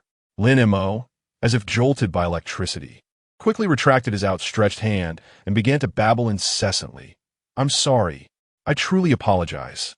His face flushed crimson, beads of sweat forming on his forehead, his eyes brimming with panic and unease. Meanwhile, Meng Han, witnessing Lin Mo's anxious demeanor, could hardly suppress a laugh. Yet, she endeavored to maintain her composure, merely curving her lips into a slight smile as she gently replied, "I'm fine." The voice was as gentle as a breeze caressing the strings of a lute. Upon hearing Meng Han utter these words, Lin Mo's heart, which had been anxiously suspended, finally found a moment of solace. Yet at that instant, a thought abruptly flashed through his mind. How soft! This notion struck him like a bolt of lightning, illuminating his entire cognitive realm. Unfortunately, Lin Mo was utterly unaware that his innermost thoughts could be overheard by the two individuals before him. In that fleeting moment, those three words reverberated like thunder in the minds of Meng Han and Lin Xingyu. The exquisite face of Meng Han, which had been as porcelain white as snow, suddenly bloomed with a faint blush, reminiscent of the delicate peach blossoms that bloom in early spring. She shyly lowered her gaze, unable to meet Lin Mo's eyes any longer. Meanwhile, Lin Xingyu wore an expression of disbelief. She shot a fierce glare at Lin Mo and then, without hesitation, stomped down hard on his foot. A muffled groan escaped him as Lin Mo winced in pain.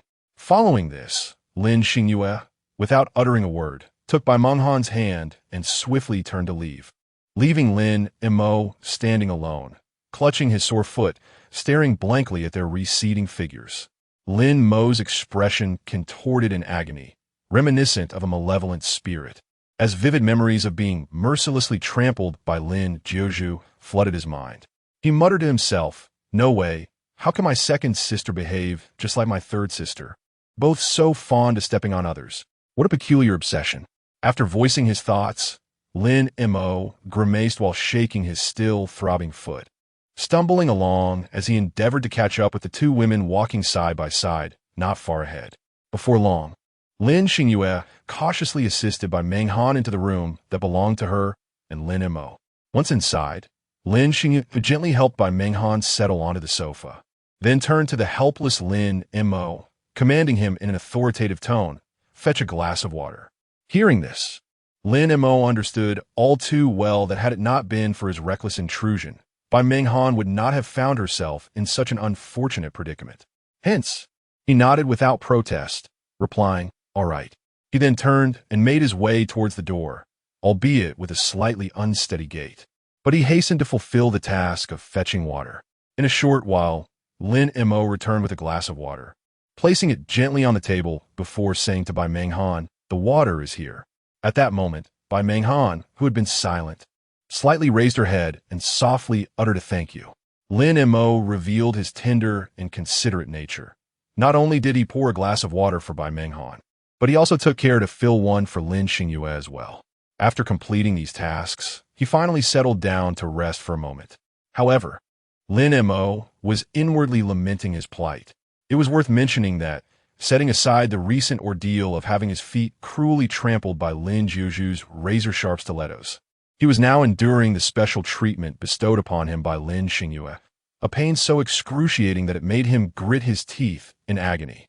With every step, it felt as though he were treading upon the razor's edge, an excruciating pain surging from the soles of his feet, relentlessly assaulting his senses. Yet, despite the agony, Lin Mo persevered, striving to conceal his distress and maintain a semblance of composure. Observing Lin Mo grimacing in silence, Lin Xingyue and Bai Menghan exchanged a knowing glance, their lips curving into a smile reminiscent of blossoms unfurling in the spring.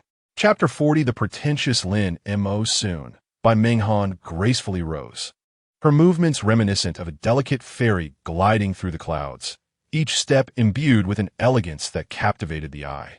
Approaching the cabinet, she extended her jade-like hand, gently opening the door. Inside, a myriad of items lay on display, yet her gaze was irresistibly drawn to a bottle of medicinal ointment. Treating it as a cherished treasure, she carefully retrieved the bottle and sauntered towards Lin Mo. A warm expression of concern graced her lovely face, akin to the gentle embrace of spring sunshine. Upon reaching Lin Mo, she slightly bowed and presented the ointment to him as if offering a sacred relic.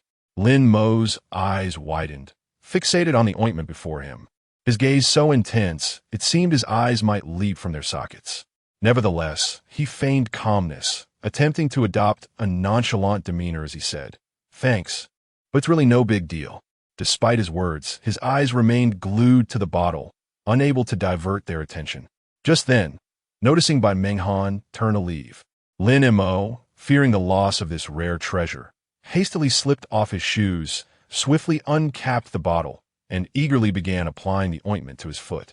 Although he continued to mutter that he was fine, his hands never ceased their movements. As he smeared the ointment, his heart swelled with profound gratitude. He mused to himself, "What a wonderful person. Truly, my fiancée is the best to me, unlike my second and third sisters, who only know how to tease me." With this thought, a sense of satisfaction washed over him, and his affection for Bai Menghan deepened. At that moment, Lin Xingyue, who had just taken a sip of water, suddenly overheard Lin Mo's musings and was so startled that she sprayed the water from her mouth, nearly choking in the process. Lin Mo turned his gaze toward her, noticing her coughing violently, clearly having been caught off guard. Concern etched across his face, he asked, "Second sister, are you all right? Do you need some water to help?"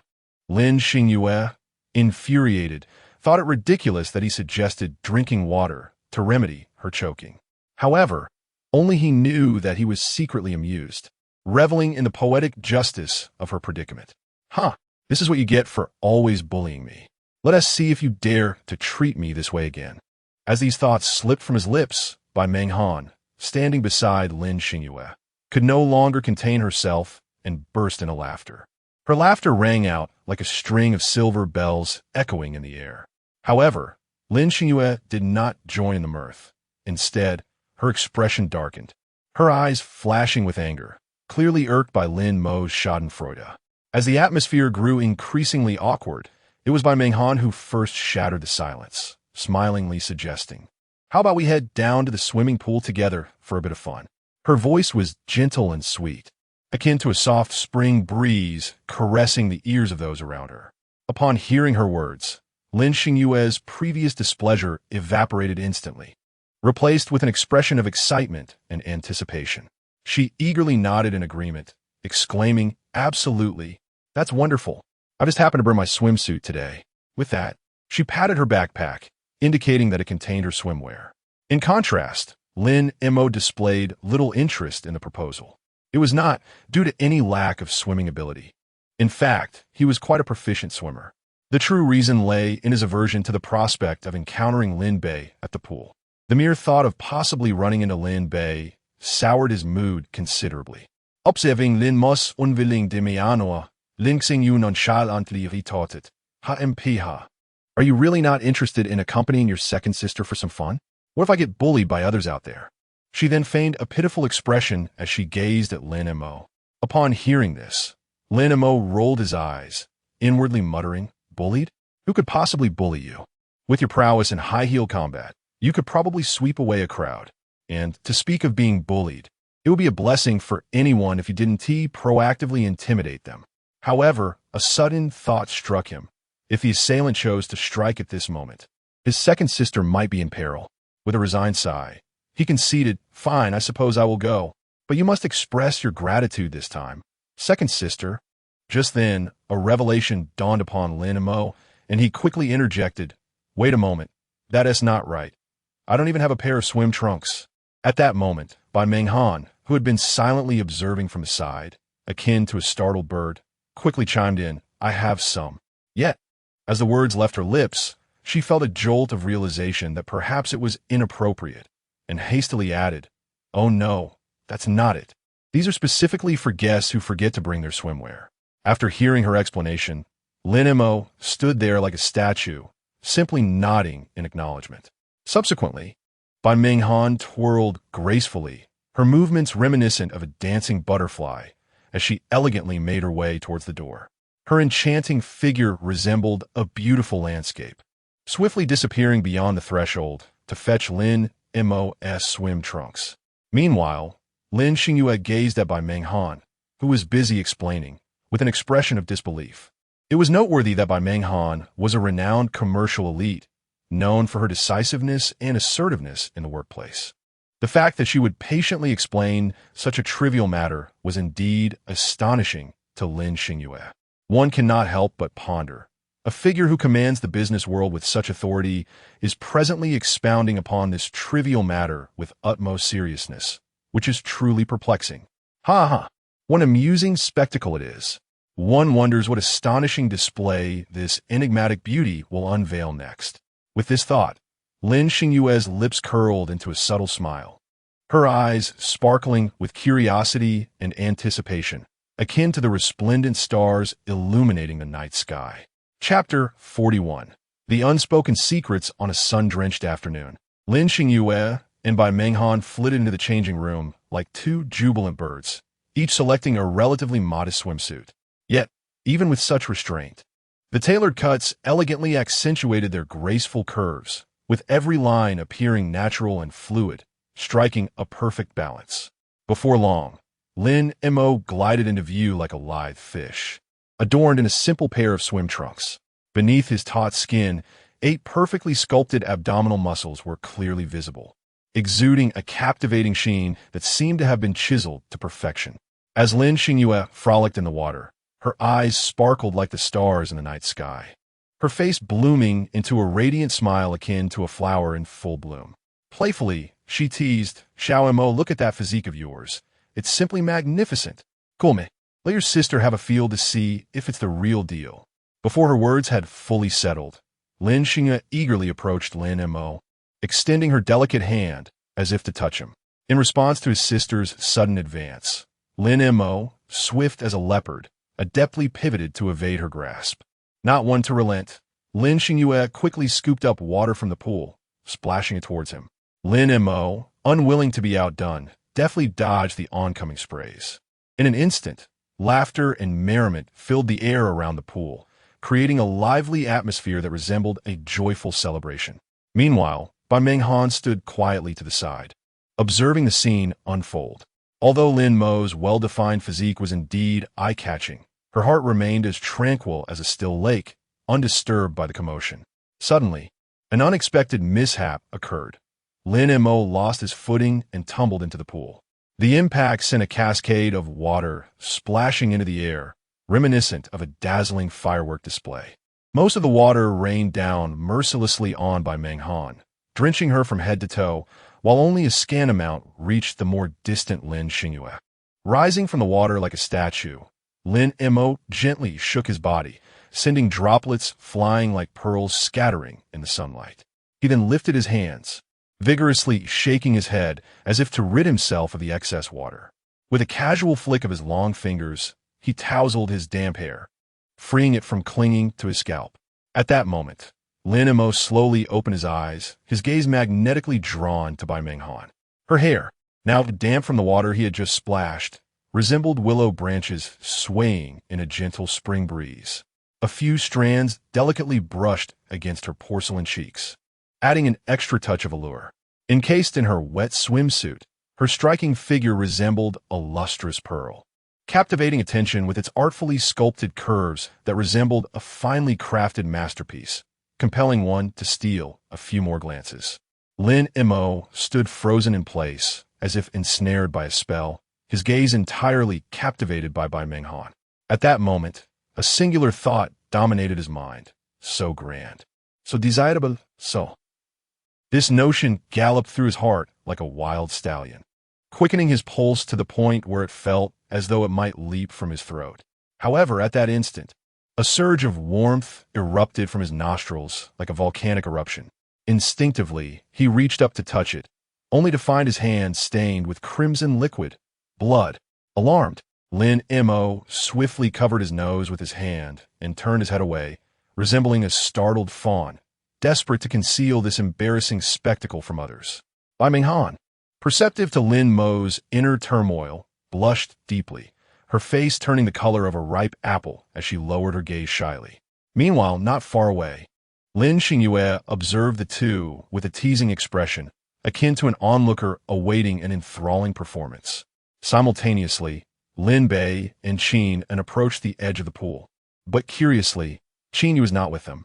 Luo Qingyi stood quietly at a distance, having not donned a swimsuit as she could not swim, merely watching the lively scene unfold from afar. Catching sight of the solitary Luo Qingyi, Lin Bei felt a gentle stirring in his heart like a spring breeze, igniting an impulse to strike up a conversation. Thus, he moved with the swiftness of an arrow, hurrying towards her. Yet before he could draw near, Luo Qingyi, like a vigilant deer, sensed his approach and promptly turned away, departing with swift grace. After taking a few steps, her eyes suddenly brightened as if she had stumbled upon a rare treasure, and she hastened towards that direction. Luo Qingyi moved forward with the lightness of a dancing butterfly, her path leading directly to Lin Mo. It turned out that her purpose for coming was to seek the radiant presence of Lin Mo, shimmering like the stars.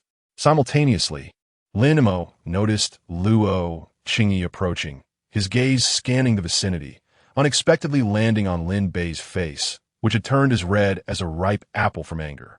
Just then, a figure as graceful as a fairy appeared beside Lin Bei and naturally linked her arm with his. This gesture seemed to possess enchanting powers, gradually calming Lin Bei's previously furious demeanor as if doused with cold water. Upon closer inspection, he recognized her as Qin Yu. Earlier, while in the elevator, Lin Mo had sensed that Qin Yu harbored special feelings for Lin Bei. Yet, what perplexed him was why Qin Yu would be enamored with Lin Bei. Could it be that Lin Bei was truly so remarkable? Even a woman like Qin Yu had fallen for him, despite Lin Mo's clear recollection that such interactions had never occurred in his past life. Upon reaching this thought, Lin Mo could not help but silently exclaim in astonishment. Could it be that in a previous life, there existed some enigmatic and undisclosed relationship between these two individuals? One that had eluded the notice of others all along? If that were indeed the case, it would be utterly unfathomable. Meanwhile, Bai Meng Han and Lin Xingyue stood like two statues, absorbing every detail of this scene. Their gazes met like twin bolts of lightning, and within each other's eyes, they discerned a shared expression of incredulity. Chapter 42, The Sunlit Sky. Qin Yu's large, watery eyes resembled two sparkling springs, fixated intently on Lin Mo, as if her gaze could weave delicate threads of affection, fervent to the point of being inescapable. Beside them, Lin Bei North appeared as a furtive thief, occasionally casting wary glances our way. At that moment, like a celestial maiden descending from the heavens, Luo Qingyi gracefully approached us. She parted her ruby lips, her voice as melodious as a lark emerging from the woods, and said, "Lin Mo, what a delightful coincidence it is to encounter you here once again. It seems our fates are truly intertwined." Upon hearing her words, Lin Mo felt a tempest of incredulity surge within him. He inwardly muttered, "Just look at what you were saying. It is quite evident you are deliberately intercepting me." Nevertheless, he dared not betray his thoughts outwardly and forced an air of composure, replying, "Hee, indeed, Luo classmate, what a remarkable coincidence. It feels as though I encounter you unexpectedly every day." However, Luo Qingyi seemed unfazed by Lin Mo's veiled sarcasm. She smiled softly, akin to spring blossoms unfurling, and continued, "There is a grand ball at school tonight, and I earnestly wish to invite you to be my dance partner. Might you consider gracing me with your presence?" Her invitation struck Lin Mo like a thunderclap, leaving him momentarily speechless and rooted to the spot. Standing nearby, Lin Xingyue quickly regained her composure, realizing that Luo Qingyi was evidently attempting to woo her younger brother. Without hesitation, she stepped forward and retorted sharply, "Miss Luo, please conduct yourself with dignity. My brother is already betrothed. If he seeks a dance partner, it must certainly be Meng Han. There is no room for you in this matter. Moreover, even if Meng Han is absent, I am in need of a partner myself." Upon hearing this, Luo Qingyi's delicate brows furrowed, her eyes shimmering with contemplative light, reminiscent of twinkling stars in the night sky. After a brief pause, she replied, "I merely wish to invite Lin classmate for a dance. There are no ulterior motives whatsoever. Besides, I find myself all alone and rather forlorn. Would Lin classmate truly have the heart to deny my humble request?"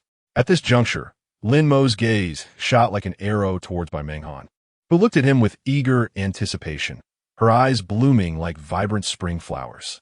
He then turned to Luo Qingyi, who gazed at him with a pitiful expression, resembling a pear blossom swaying in the breeze, evoking sympathy.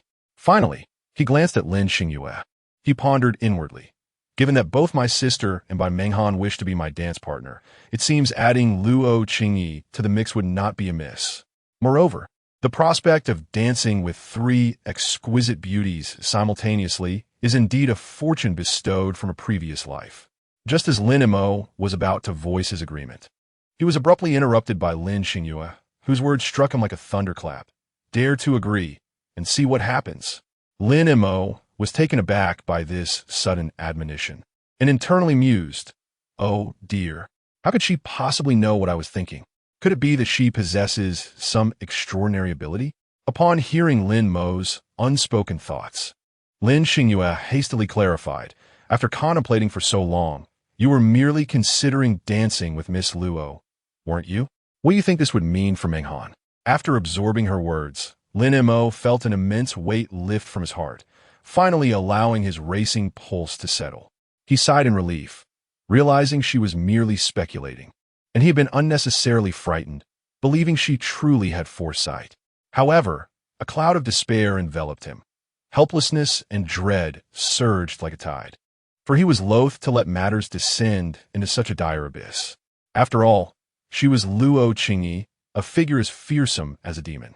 If he were to inadvertently provoke her, the consequences would be more dreadful than any nightmare, and it was conceivable that he might find himself tormented to the brink of despair. He had endured such torment once before. Could he truly not escape it again? Hearing Lin Mo's words, which resonated like the deep toll of a bell, Meng Han fell into a profound contemplation, her expression one of disbelief, as if struck by a bolt from the blue. Luo Qingyi would torment Lin Mo in such a manner, she murmured, lost in thought. Meanwhile, Lin Xingyue nodded slightly, her demeanor that of a sage, softly remarking, "So this is the case." At that moment, three robust, distinguished middle-aged men, resembling moving mountains, ambled past the poolside. Lin Mo instinctively turned his gaze towards them, his attention drawn to a distinctive mark on one man's wrist, a sun-like emblem that shimmered with a mysterious and dazzling light under the sun. In an instant, Lin Mo's heart jolted, as if gripped by an invisible hand. He pondered, could these be members of the Tianyang organization? If so, these men may very well be the ones responsible for harming my second sister. I must keep a vigilant eye on them, akin to a hawk. One of the middle-aged men seemed to sense their scrutiny and casually turned his head. His gaze, cold as a blade, swept over Lin Mo and the surrounding women before he nonchalantly turned away. Simultaneously, the three women present shifted their attention to the individuals Lin Mo had mentioned, their expressions revealing a blend of curiosity and caution, resembling vigilant antelopes poised to confront impending danger. Lin Mo turned to look at Luo Qingyi and, after a moment's contemplation, decided to accept her invitation to be her dance partner. After all, in the previous life, Lin Bei had intervened, but now that he was absent, she likely harbored no feelings of vengeance towards him. Moreover, those three individuals were as perilous as coiled serpents, necessitating his protection. Thus, Lin Mo consented to Luo Qingyi's request with the eagerness of a chick pecking at grains. Luo Qingyi, Lin Xingyue, and Bai Menghan gazed at Lin Mo, who was considering the welfare of others. Their hearts warmed as if bathed in the gentle rays of the sun.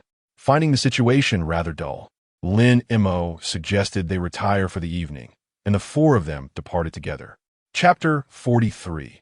Investigation of Tianyang upon hastily returning to his room.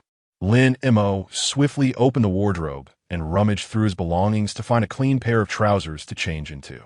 Subsequently, he collapsed onto the soft and comfortable sofa like a deflated balloon, stretching his limbs languidly.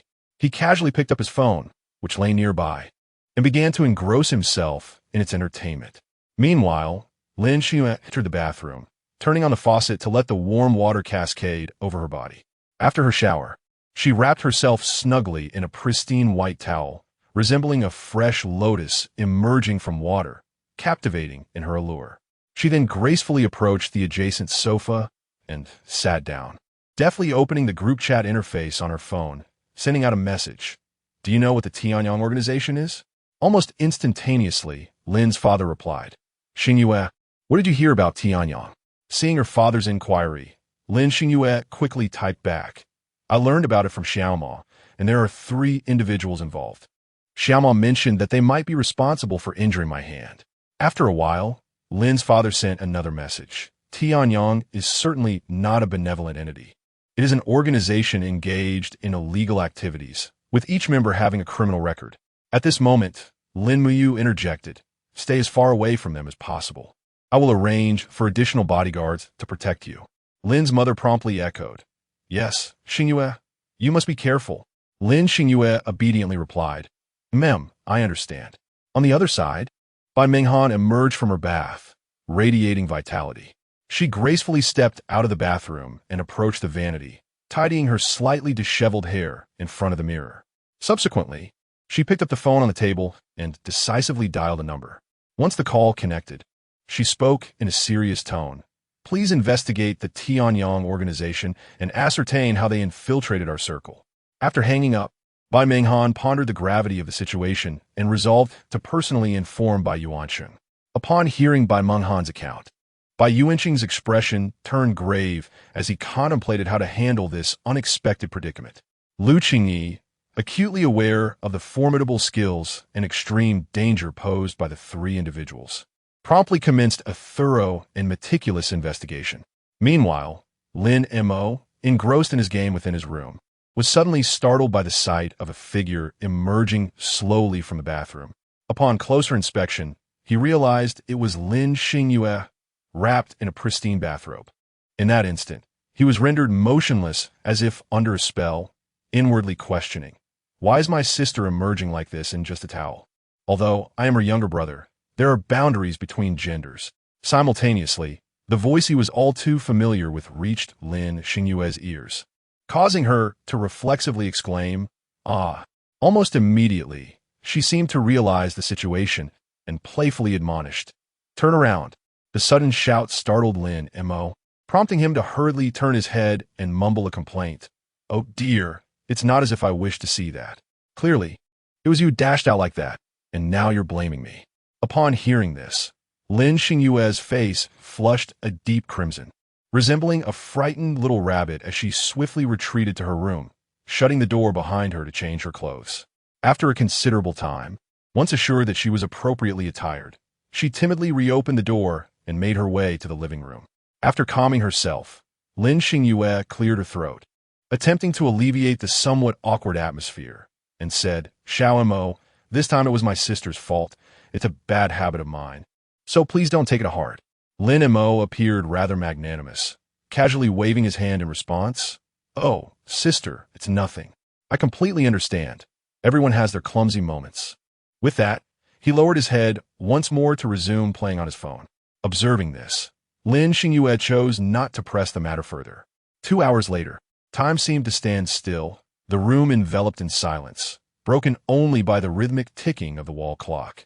Suddenly, a series of crisp and urgent knocks shattered the tranquility. Lin Mo, who had been pacing in thought, moved towards the door. Curiosity piqued as to who might be visiting at this hour. As he grasped the doorknob and gently twisted it, his heartbeat quickened in tandem.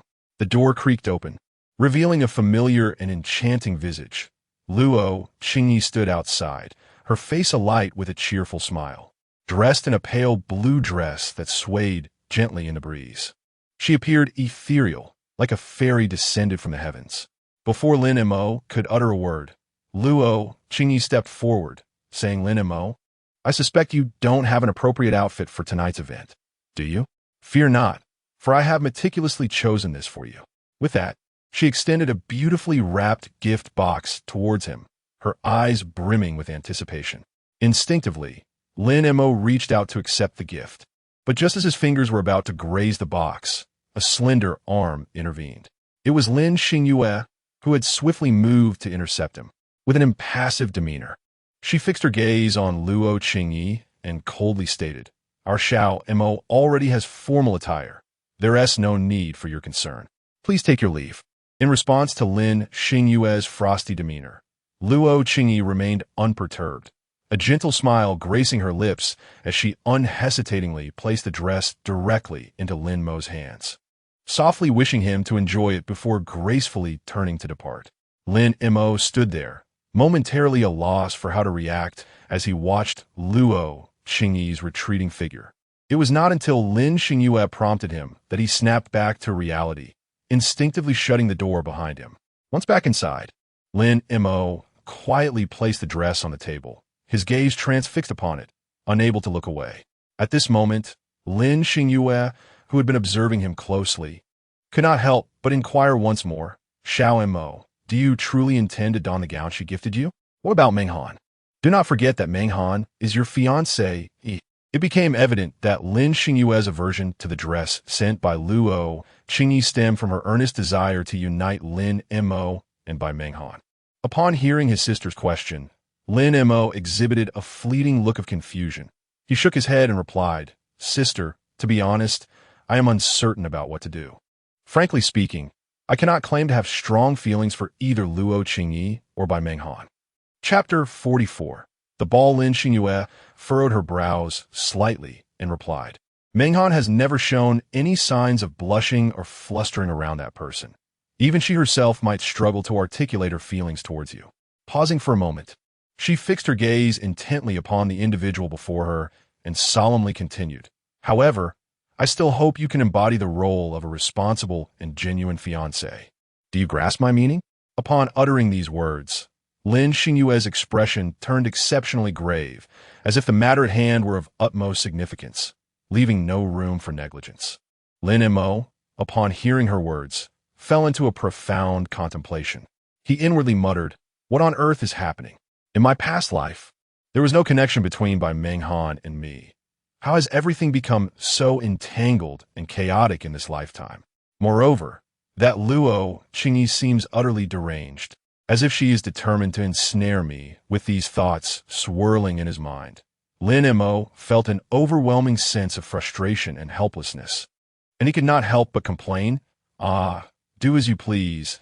I have no desire to be involved in these troublesome matters any longer."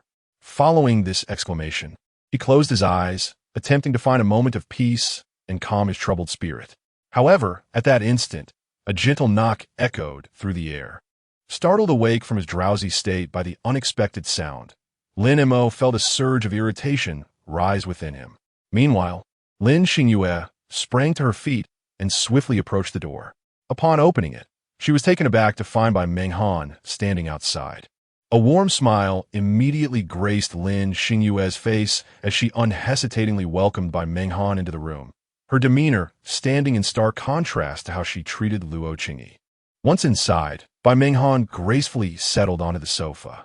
Lin Xingyue, ever observant, quickly noticed the exquisite box in her hands. Eagerly, she approached, her curiosity piqued, and asked, "Is this a dress prepared for Xiao Mo?"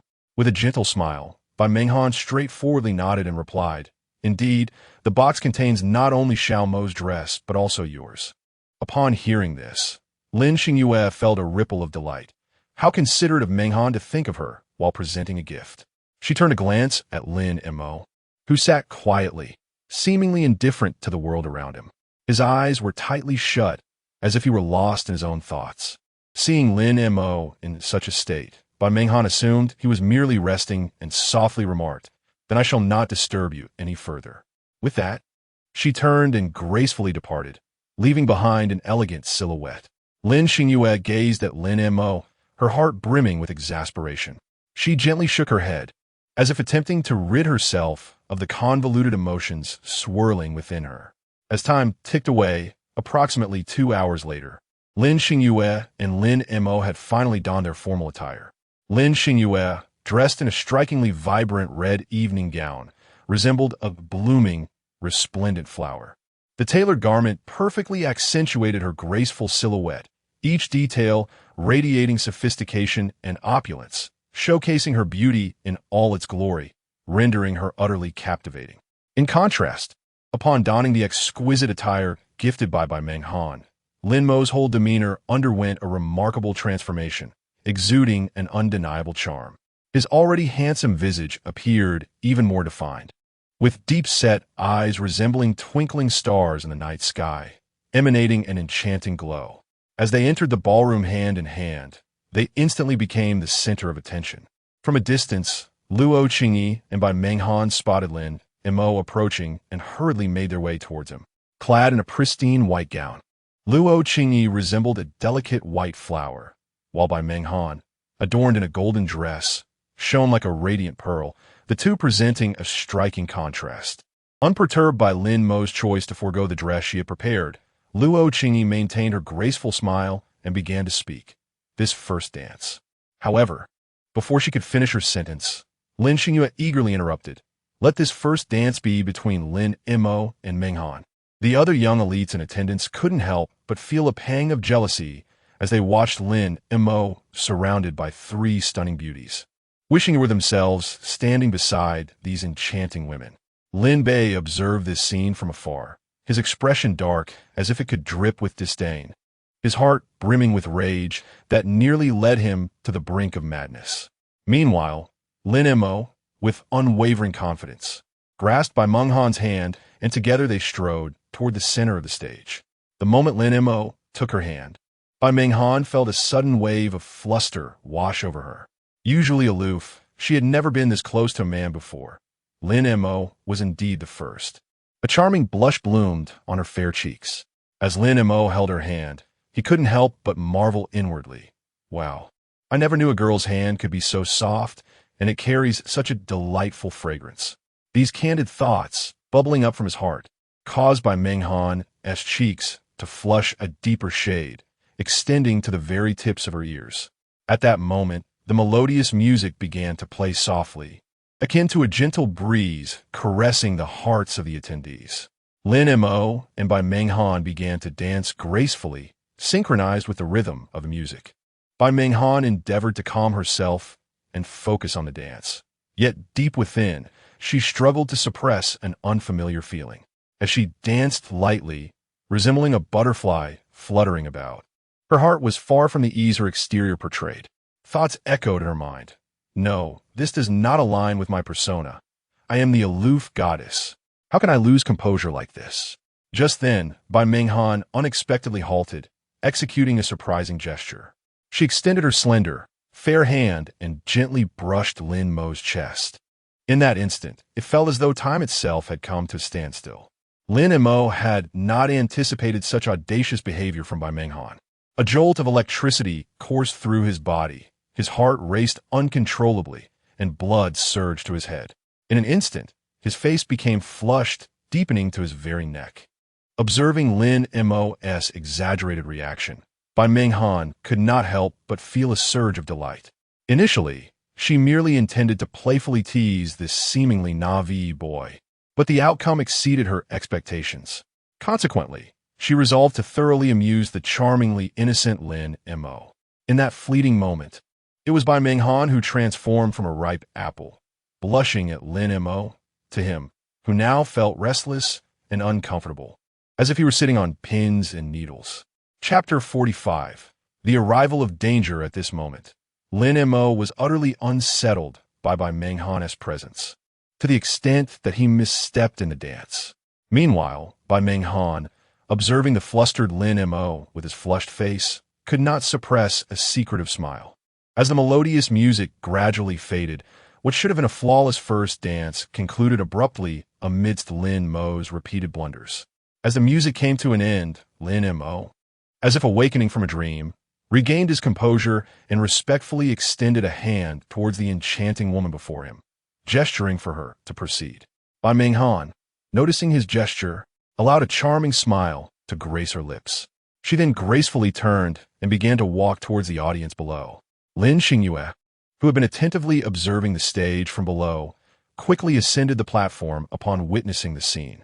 In their brief moment of intersection, they exchanged a knowing glance and a subtle nod before passing each other. However, in what seemed like an ordinary moment, an unexpected event unfolded. A man clad in a server's uniform suddenly lunged towards Bai Menghan like a bolt from the blue, brandishing a glinting dagger drawn from his clothing, aiming ruthlessly at her. Caught completely off guard, Bai Menghan's face lost its color in shock. In her panic, she stumbled, losing her balance and crashing to the ground. Consequently, the lethal strike that had been aimed at her vital points missed its mark. Yet the merciless assassin was undeterred, continuing to brandish his weapon and thrusting it towards the fallen Bai Menghan once more. Lin Xingyue's eyes widened in disbelief at the harrowing scene before her, momentarily frozen in shock. However, her reflexes were remarkably swift. Instinctively, she seized a wine bottle from a nearby table and, without hesitation, swung it fiercely at the assailant, aiming his blade at Bai Menghan. With a sharp crack, the wine bottle shattered upon striking the assassin's head, sending shards of glass cascading to the floor like rain, creating a cacophony that pierced through the previously serene atmosphere. This sudden commotion instantly drew the attention of those nearby. Upon seeing the menacing figure wielding a knife, panic ensued among the crowd. Some screamed in terror, their shrill cries slicing through the air. Others, like startled rabbits, fled towards the exit in a frenzy. The assassin, unexpectedly struck by the wine bottle hurled by Lin Xingyue, felt a wave of dizziness wash over him, rendering him momentarily dazed. Seizing the opportunity, Lin Mo charged forth with the swiftness of an arrow, colliding forcefully with the assassin and knocking him to the ground. In an instant, chaos erupted around them. No one had anticipated that among the seemingly ordinary servers lurked two more assassins. Upon witnessing a companion fall to the ground, they wasted no time and simultaneously drew their daggers, charging fiercely towards Lin Mo. Faced with such a formidable onslaught, Lin Mo dared not show the slightest hesitation. With remarkable swiftness, he seized a nearby wine bottle, exerting all his strength to hurl it at the two approaching assassins. However, these assassins were evidently no ordinary foes. With a swift movement, they evaded the bottle with ease. Immediately after, they brandished their gleaming daggers, closing in on Lin Mo like ravenous tigers. Undaunted, Lin Mo met them head-on, engaging in a fierce hand-to-hand combat. The clash was intense, each side exchanging blows in a relentless struggle. Though the assassins were skilled, overcoming Lin Mo proved to be no simple task. Before long, Lin Mo began to gain the upper hand, gradually suppressing their offensive at that moment. One of the assassins, realizing he was no match for Lin Mo, succumbed to desperation and, driven by malice, lunged at Lin Xingyue with a sharp knife aimed directly at her. Bai Menghan, quick to notice this perilous scene, gasped in horror and shouted, "Be careful!" Yet, everything transpired too swiftly for Lin Xingyue to react. She could only watch helplessly as the glimmering blade drew closer, the shadow of death seemingly looming over her. In the blink of an eye, Lin Mo darted forward like a lightning bolt, akin to a swift leopard, and tackled the assassin to the ground. He then swiftly seized the knife from the assailant's grasp and flung it away with such force that it soared like a meteor, landing several meters away. However, before anyone could breathe a sigh of relief, the other assassin, still locked in fierce combat with Lin Mo, seized the opportunity amidst Lin Mo's distraction. He suddenly turned and lunged towards the fallen Bai Menghan, his blade poised to strike mercilessly downward. Lin Mo had no time to think. Almost instinctively, he sprang up and dashed towards Bai Menghan like a gust of wind. In a moment of dire urgency, he unhesitatingly extended his right hand, gripping the incoming cold blade tightly. In that instant, blood gushed from his palm, yet he seemed oblivious to the pain, resolutely holding onto the blade without loosening his grip. Subsequently, Lin Mo delivered a powerful kick to the assassin's abdomen. A piercing scream echoed as the assassin flew backward like a kite severed from its string, crashing heavily to the ground, unable to rise again. Just then, a group of well-trained, fully armed bodyguards descended upon the scene like divine warriors, swiftly surrounding the three vicious assassins, rendering them unable to escape. Lin Xingyue rushed to Lin Mo's side, her trembling hands clasping his injured palm tightly. Upon seeing the crimson blood seeping from his hand, her heart tightened and tears welled up in her eyes, threatening to spill over. She hurriedly searched for anything to dress the wound and, after much effort, found several clean pieces of fabric. With great urgency, she applied a simple bandage to Lin Mo, hoping to temporarily staunch the bleeding. Meanwhile, someone swiftly dialed the emergency services and the police. Before long, the sound of sirens approached, and the ambulance arrived at the scene with remarkable speed. Once the situation had stabilized somewhat, Lin Xingyue cautiously assisted the pale and shaken Bai Menghan, guiding her to a nearby chair where she could sit and rest for a while. Chapter 46. In Search of the Mastermind, Bai Menghan gazed anxiously at Lin Xingyue, her voice laced with urgency as she implored, "How is Lin Mo?" Her eyes were filled with concern and unease, as if her heart were lodged in her throat. Lin Xingyue hastily replied, "Do not worry. I have staunched his bleeding. He has only sustained minor injuries to his hand. It is nothing serious." With that, she exhaled gently, signaling Bai Menghan to relax a little. Upon hearing this, the tension that had gripped Bai Menghan's heart began to ease. At that moment, a graceful figure hurriedly approached, Lo Qingyi. Her face was etched with worry as she rushed to Lin Mo's side, her tone frantic as she asked, "Are you all right? You made me dreadfully anxious." Earlier, upon encountering the sudden appearance of an assassin, Lo Qingyi had been thrown into a frenzy and immediately sought assistance. However, to her dismay, the staff had callously barred her passage, refusing to relent despite her urgent explanations. After much effort, she finally managed to persuade the obstinate personnel, bringing a contingent of bodyguards back in haste. Lin Mo, however, remained remarkably composed. He offered a slight smile, unfazed, and reassured her, "Rest assured, I am fine." Despite having just survived a harrowing assassination attempt, he appeared unflustered. With Lin Mo safe, Lo Qingyi felt a wave of relief wash over her and promptly recounted her frustrating experience with the staff. Bai Menghan, upon hearing this, exhibited a look of astonishment, muttering in confusion, "How could those staff members possess such authority to block people at will? It is utterly outrageous." Meanwhile, Lin Mo pondered deeply, it became evident that the true target of the Tianyang organization's operation was Bai Menghan, and in the previous life. It was likely his elder sister who had suffered injury while trying to protect her. Thankfully, in this lifetime, his sister remained unharmed.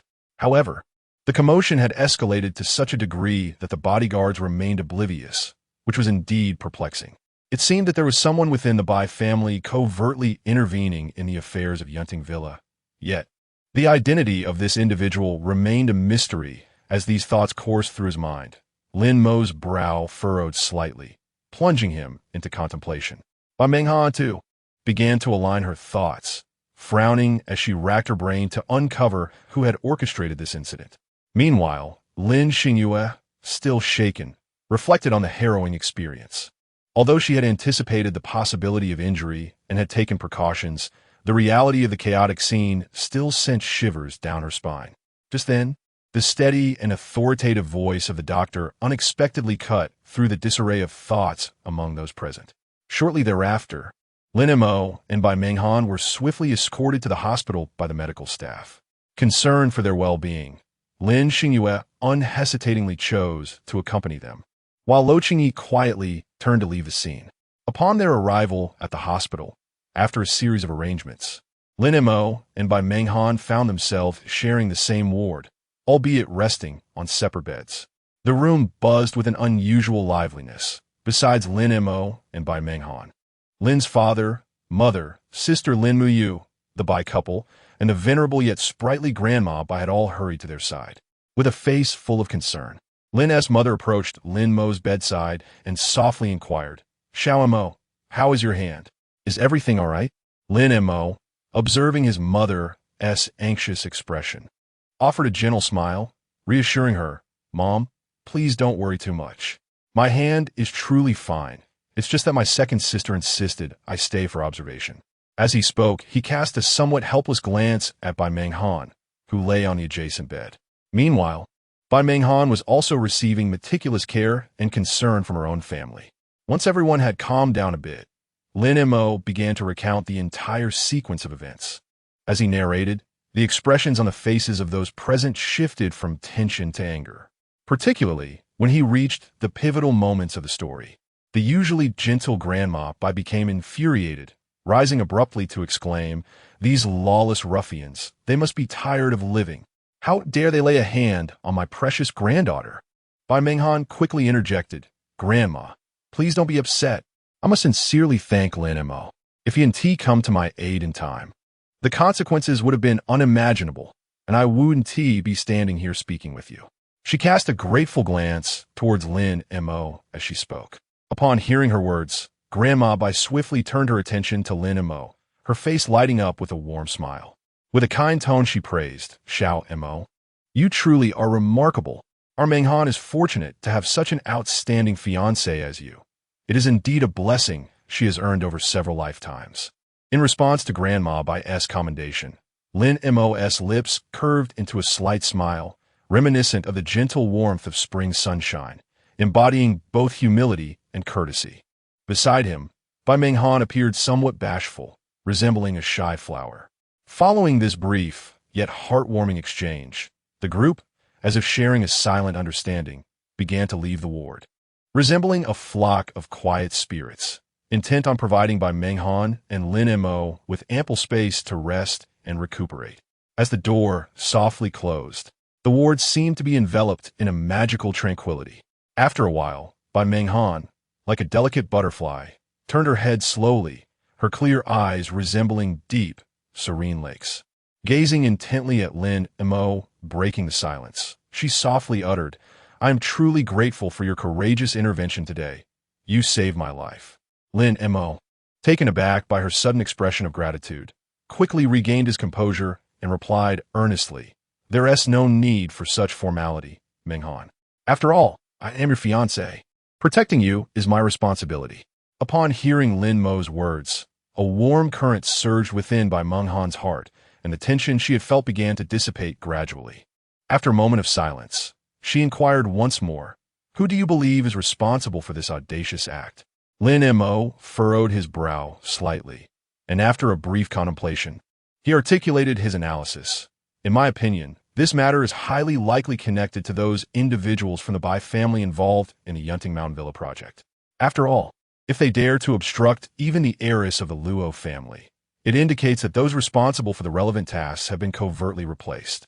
After absorbing Lin Mo's deductions, Ban Menghan nodded thoughtfully, signifying her agreement with his perspective. Chapter 47.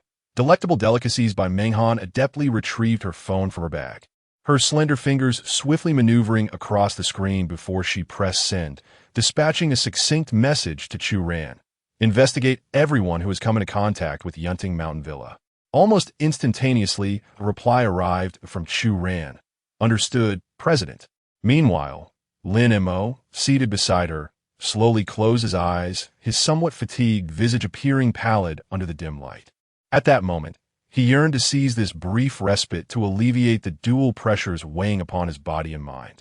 However, just as he was on the verge of slipping into a light slumber, a figure abruptly flashed through his mind. Lin Bei. Realizing this, Lin Mo abruptly opened his eyes, a slight frown creasing his brow as he muttered to himself, "By the way, where is Lin Bei? I didn't see him just now." Outside the door, Lin Xingyue, poised to knock, halted mid-motion upon overhearing Lin Mo's words. She had prepared a meal, concerned that Lin Mo and Bai Menghan might be famished. Lin Mo's inner thoughts continued to resonate. Could it be that in the previous life, when Bai Menghan encountered trouble, this fellow fled, resulting in my second sister's injury? That does seem plausible. Standing silently outside, Lin Xingyue felt her eyes moisten. She hadn't anticipated that her younger brother, who had previously been overlooked by the family, could possess such a delicate and caring heart for his family. A deep sense of gratitude and fortune welled up within her for having such a thoughtful and loving brother. Gently wiping away the tears at the corners of her eyes, Lin Xingyue took a deep breath to steady her emotions before raising her hand to knock on the door. Knock, knock, knock. The crisp sound of knocking shattered the brief tranquility within the room, prompting both Lin Mo and Bai Menghan to direct their gazes toward the entrance. Soon after, the door creaked open to reveal Lin Xingyue, her face adorned with a smile, as she entered carrying 2 exquisite lunchboxes. Upon entering, she made her way directly to the table, carefully placing the lunchboxes down before gently lifting the lids, releasing an enticing aroma that filled the air. As she arranged the utensils, she remarked, "This is the meal I just prepared.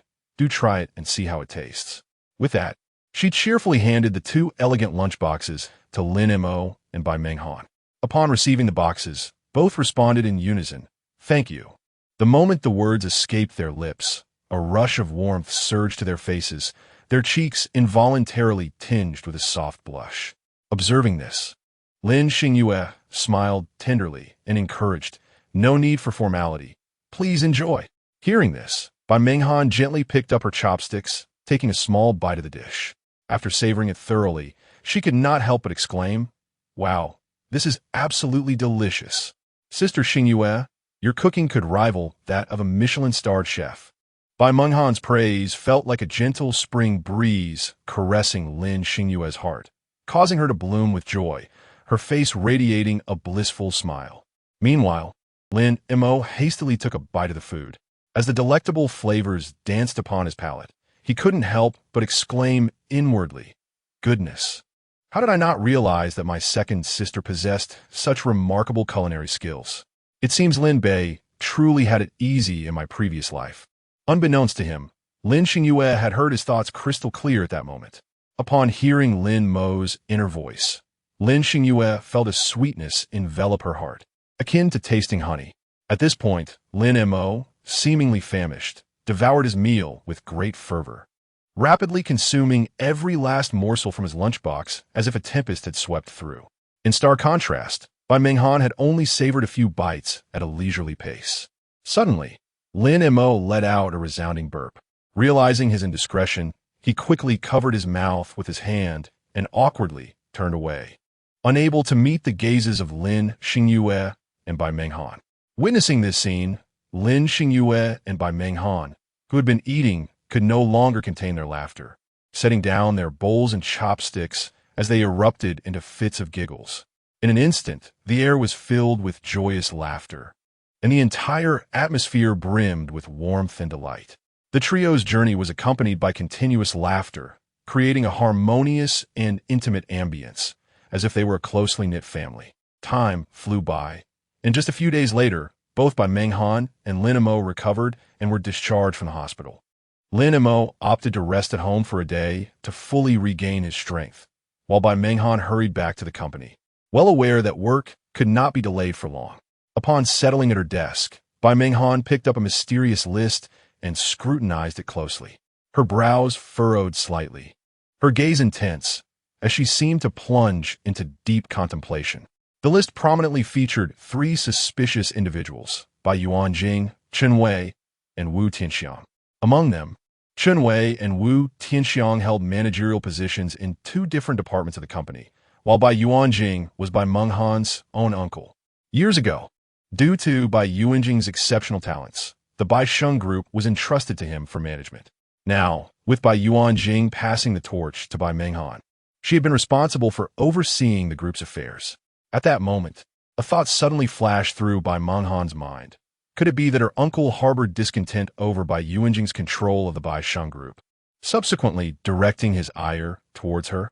However, this notion was merely a conjecture, lacking solid evidence to support it. Nevertheless, Bai Menghan resolved to conduct a thorough investigation into the matter, determined not to allow any potential threats to remain concealed. Taking a deep breath, she organized her thoughts and conveyed her bold and astonishing hypothesis in detail to her father, Bai Yuanjing. Initially, upon hearing his daughter's words, Bai Yuanjing displayed an expression of disbelief. He widened his eyes, intently focused on Bai Menghan, as if seeking confirmation from her gaze and demeanor that this was merely a jest. However, as he reflected on the events of recent years, his negligence in managing the affairs of the Bai family and the diminishing connections with his relatives, a sense of foreboding began to permeate his heart. After a moment of silence, Bai Yuanjing finally shattered this tranquility. With a grave expression, he gazed at Bai Menghan and spoke slowly. "My child, this matter is of utmost importance. We must not act rashly lest we alert the enemy." He then paused briefly, seemingly contemplating the course of action to take next. Ultimately, with a resolute determination, he addressed his daughter, saying, "I intend to personally investigate and uncover the truth that lies hidden beneath."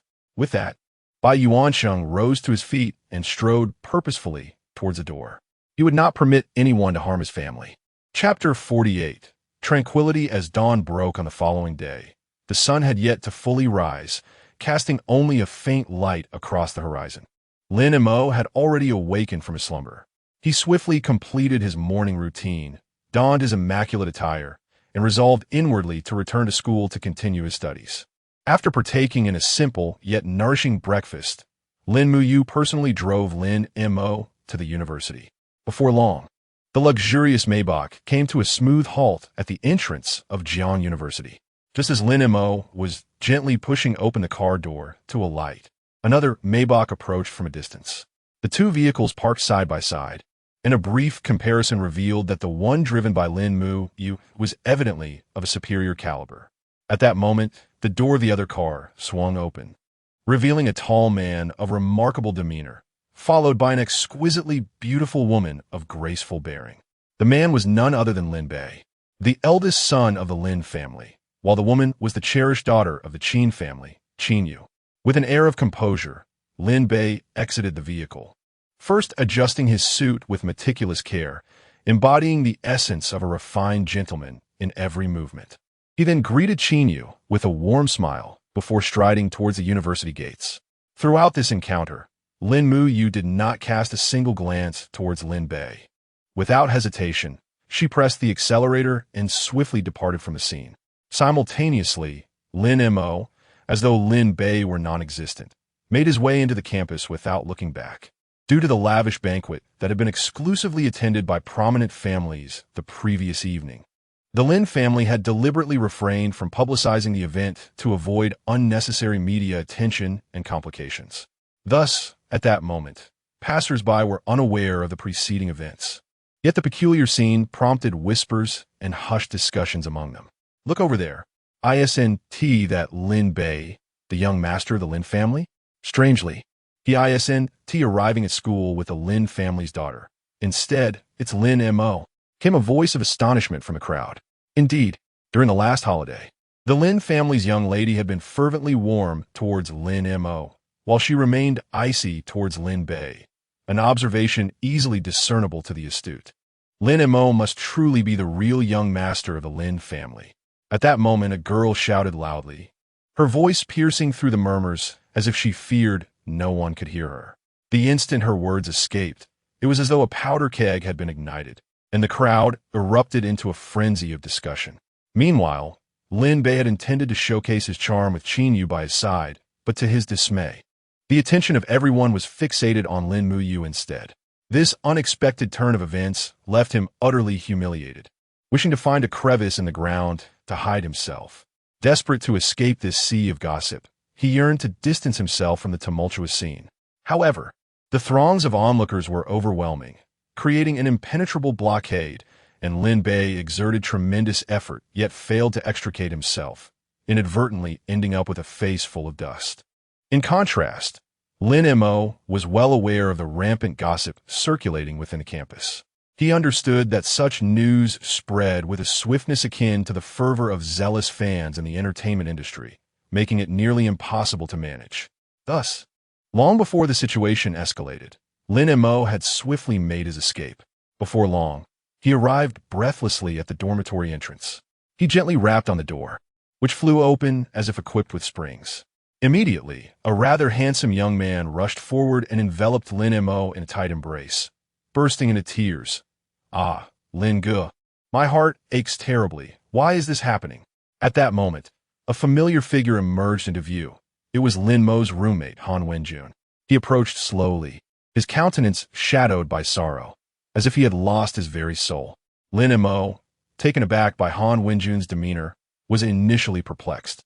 However, upon hearing Han Wenjun repeatedly lamenting his discomfort, a sudden realization dawned upon him. It became clear that his earlier invitation for Han Wenjun to join him for drinks had been a means to unveil the true nature of Jasmine. With this understanding, Lin Mo quickly stepped forward and gently placed a reassuring hand on Han Wenjun's shoulder. "It's all right, do not be too disheartened. Recognizing the reality is, in fact, a blessing in disguise." Han Wenjun, upon hearing this, loosened his grip on Lin Mo's arm, still sniffling as he replied, "Mo, go. Though I am unsure how you came to know the details, I'm truly grateful to you. Without your guidance, I might still have been oblivious. Come on, we're friends for." "This is but a trifling matter," Lin Mo chuckled, waving his hand dismissively before adding in jest. "But since you insist on expressing your gratitude, does that mean you will treat me to a splendid meal later?" Upon hearing this, a smile finally broke through Han Wenjun's somber facade, and he eagerly nodded, "Of course. Just tell me what you wish to eat, and it shall be yours." Thus, the two friends reached a joyful consensus. Side by side, they strolled toward the classroom, engaging in light-hearted banter as they prepared to embark on a new day of academic pursuits. In a university setting, the schedule often proved unpredictable, at times demanding and overwhelming, while at other moments pleasantly lenient. Remarkably, the morning's timetable was sparse, consisting of merely a single class. Time flew by like a fleeting shadow, and in the blink of an eye, that brief lesson concluded. Before they could fully grasp the passing moments, the clock silently indicated noon. Lin Mo and his companion, as was their custom, walked side by side towards the cafeteria to share lunch together. Along their journey, they engaged in lively conversation, sharing amusing anecdotes from their classes, the teacher's humorous remarks, and the quirky antics of their classmates, with laughter echoing in the air. After savoring a sumptuous lunch, the two returned to their dormitory at a leisurely pace. The afternoon dormitory was particularly tranquil, with warm sunlight streaming through the windows, casting patches of golden light upon the beds. For the next few hours, the entire dormitory was enveloped in an atmosphere of serene peace. What brought Lin Mo even greater delight was the absence of Lin Bei, who usually caused him no small amount of trouble. However, this moment of tranquility allowed Lin Mo to fully relax and relish the rare comfort and ease. He lay on his bed, closed his eyes, and felt the gentle caress of the breeze brushing against his cheek as his thoughts gradually drifted far away. Chapter 49. Qin Yu's thoughts. Lin Mo languidly reclined on his bed, reaching for his phone atop the bedside table, intending to peruse short videos to pass the time. As he unlocked the screen, a series of message notifications chimed in succession. Upon opening them, he discovered that the sender was none other than Bai Menghan. She had written, "My father wishes to invite our families for a meal as a way to express gratitude for your life-saving kindness. I've already discussed it with Uncle Lin, and he has joyfully agreed. The gathering is set for tomorrow evening." Lin Mo promptly replied, "All right," and then inquired, "Have you uncovered the mastermind behind this incident?" Although Lin Mo felt little emotional turmoil regarding the assassins themselves, he was filled with curiosity and a desire to explore the enigmatic figure orchestrating everything from shadows. At that moment, Bai Menghan was contemplating Lin Mo's message, and after much hesitation, she resolved to share what she knew. She deftly tapped the screen and earnestly typed, "The three assassins are indeed unaware of who truly orchestrated it. But after some investigation, I have identified three major suspects. The first is my uncle, Bai Yuan Jing. The other two are department managers at the company, named Chen Wei and Wu Tianxiang." Lin Mo focused intently on the list Bai Menghan had sent, his brow furrowing slightly as his gaze deepened, as if he sought to penetrate the thin veil concealing the secrets within. His fingers rhythmically tapped on the table, yet his thoughts had already drifted far away. Bai Yuan Jing. That name seemed somewhat familiar. Lin Mo murmured to himself, striving to piece together fragmented memories in his mind. Suddenly, a spark of realization illuminated his thoughts, and he straightened up, exclaiming, "Of course. He was the next president of the Bai Sheng Group in my previous life." However, this revelation left Lin Mo perplexed and bewildered. Logically, given Bai Menghan's exceptional talents, she should have surpassed Bai Yuan Jing. Yet, it was that old man who ultimately ascended to the presidency. There must be some hidden machinations at play. No, it must be that this old fellow resorted to underhanded tactics to achieve his ambitions. Thus, the mastermind behind the hired assassins could very well be Bai Yuan Jing. Yet, uncovering evidence of his manipulation would be no easy feat. Lin Mo paced back and forth in his room, muttering to himself as his mind raced. At that moment, he resembled a modern-day Sherlock Holmes, leaving no detail overlooked as he meticulously analyzed every possibility. Suddenly, his eyes brightened, and a confident smile graced his face, indicating that a strategy had begun to form in his mind. He halted his pacing, turned to Bai Menghan, and said, "You should consider investigating those two department managers of the company. I believe they are very likely connected to Bai Yuan Jing. If we can gather information from them, we may be able to trace back to the evidence of Bai Yuan Jing's orchestration of the assassins." Upon hearing Lin Mo's words, Bai Menghan initially paused, then nodded thoughtfully in agreement, saying, "Indeed, you make a valid point. I had my suspicions regarding Bai Yuan Jing before, but I lacked solid evidence. This time, we might truly uncover something significant."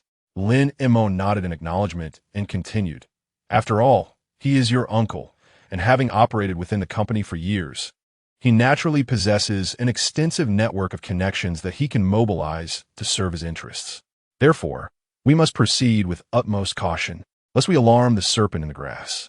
Bai Menghan took a deep breath and replied earnestly, "Understood. Rest assured, I will investigate this matter thoroughly. However, due to the pressing time constraints, this brief yet crucial conversation concluded in haste, leading them into a journey of investigation fraught with challenges and uncertainties. Subsequently, Lin Mo reclined lazily on the sofa, casually scrolling through his phone, perusing a variety of entertaining videos. He occasionally burst into hearty laughter, only to lapse into contemplation moments later. Unbeknownst to him, fatigue gradually enveloped him. He yawned, stretched, set his phone aside, adjusted his posture, and gently closed his eyes, surrendering to the embrace of sweet slumber. When Lin Mo finally stirred from his slumber, he realized that the afternoon had already passed. Rubbing his bleary eyes, he rose to stretch his limbs, feeling a renewed sense of vitality. After a brief tidy-up, he and Han Wenjun proceeded to the classroom in preparation for the upcoming lesson. In class, the teacher expounded on the key points of knowledge, while time seemed to accelerate as if propelled by a rocket. Before long, the bell rang, prompting students to pour out of the classroom like a rushing tide. After bidding farewell to Han Wenjun, Lin Mo hastened towards the school gate. As expected, a familiar black Maybach was quietly stationed at the entrance. The window rolled down, revealing the stunning visage of Lin Mo, who smiled and waved at Lin Mo. Upon seeing this, Lin Mo excitedly waved his arms and called out, "Sister, I'm here." Hearing her brother's call, Lin Mo's smile radiated even more brightly as she gently beckoned. "Xiao Mo, come here, get in the car." Lin Mo hurriedly dashed to the vehicle, swiftly opened the door, and settled inside. Before he could fasten his seatbelt, Lin Mo pressed the accelerator, propelling the Maybach forward like an arrow released from a bow, leaving behind only a dark shadow and a cloud of dust. In the blink of an eye, the luxurious car vanished into the bustling throng outside Jiang University. Due to the earlier incident that morning, the typically flamboyant and boisterous Lin Bei found himself uncharacteristically cautious as he exited the school gate, no longer daring to act with the same arrogance as before. He wrapped himself tightly from head to toe, as if fearing recognition, and stealthily slipped away to a location not far from Jiang University. Soon, a Maybach came to a halt by the roadside. This vehicle, although a notch inferior to the one owned by Lin Mo, still stands as a paragon of luxury among ordinary individuals. Lin Bei swiftly opened the door and settled inside. Ever since being reunited with his biological parents, he has found himself in frequent contact with Qinyu. Strangely, Qinyu seems to harbor a unique affection for Lin Bei, a sentiment that has only deepened with the passage of time. Years ago, when Qinyu was but a young girl, she encountered a perilous accident. In her moment of dire need, it was the young Lin Bei who courageously intervened to save her life. From that pivotal moment, Qinyu fell profoundly in love with the brave and kind-hearted boy. However, upon discovering that Lin Bei was the heir of the Lin family, she felt her humble status rendered her unworthy of him, and thus she never mustered the courage to confess her feelings. Yet, fate often intertwines with serendipity, and it has now granted Qinyu a splendid opportunity to draw closer to Lin Bei and offer him her assistance, filling her with immense joy and excitement. Consequently, during this period, the two have made it a point to share dinners whenever they find a moment of leisure. Moreover, Lin Bei is currently fervently pursuing entrepreneurial endeavors, and Qinyu has wholeheartedly extended her support and assistance in every conceivable aspect. Chapter 50.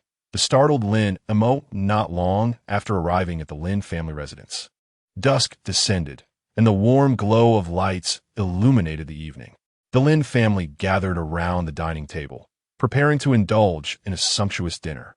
Lin's father, mother, and other family members shared laughter and enjoyed delectable dishes, creating an atmosphere of warmth and harmony. However, Lin Jiuzhu, a prominent singer and actress in the entertainment industry, was unable to join them for the meal, as she was preoccupied with the myriad complexities of her career. Lin Jiuzhu, a household name, not only possessed a voice that could enchant any listener, but also captivated countless hearts with her exceptional acting skills. Little did most people know, she also went by the stage name Lin Yuanyao. Consequently, aside from her manager, Eugene Yin, no one else was privy to the fact that the celebrated star Lin Yuanyao was, in fact, the third daughter of the Lin family, Lin Jiuzhu. The bond between Lin Jiuzhu and Eugene Yin was profoundly intimate. They were not only highly compatible colleagues, but also confidants in their daily lives. Together, they supported one another, carving a niche for themselves in the fiercely competitive entertainment realm. As the family's dinner drew to a close, a melodious ringtone suddenly shattered the tranquility of the evening. It was Lin Mo's phone ringing. He set down his chopsticks and picked it up, pressing the answer button. Instantly, a voice familiar to him resonated from the other end. "Lin Mo, I'm right outside your family's gate. Please come out. I need to discuss something with you."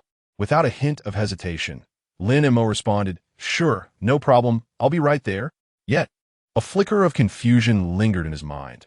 Why had Bai Meng Han chosen this moment to seek him out? He furrowed his brow, pondering the matter. Upon hearing his words, Lin's mother felt a rush of joy, her heart racing with excitement. Could it be that Bai Meng Han was hoping for a romantic rendezvous with her son? The thought made her smile even brighter. Just then, Lin Mo stood up and announced to his mother, "Mom, I'm stepping out for a moment." Before he could finish, Lin's mother eagerly interjected, "Little Mo, be sure to be charming. Don't be your usual cold self. Show her you care, all right?" Lin Mo, somewhat bewildered by his mother's fervent instructions, merely nodded in response and hurried out the door. As soon as he stepped outside, Lin Mu Yu and Lin Xingyu, his sisters, erupted into a fit of laughter, their mirth echoing through the house as if it could lift the roof off. Lin's mother, watching her giggling daughters, playfully scolded, "You two? Always teasing your brother. If you're so clever, why don't you hurry and find a boyfriend of your own?" Indeed, experience speaks volumes. A mere utterance from Lin's mother rendered the once joyous sisters speechless, exchanging glances, each too apprehensive to utter another word. Meanwhile, Lin Mo hastened to the front of Bai Menghan's vehicle. Upon catching sight of Lin Mo, Bai Menghan greeted him with a warm smile, urging him to enter the car.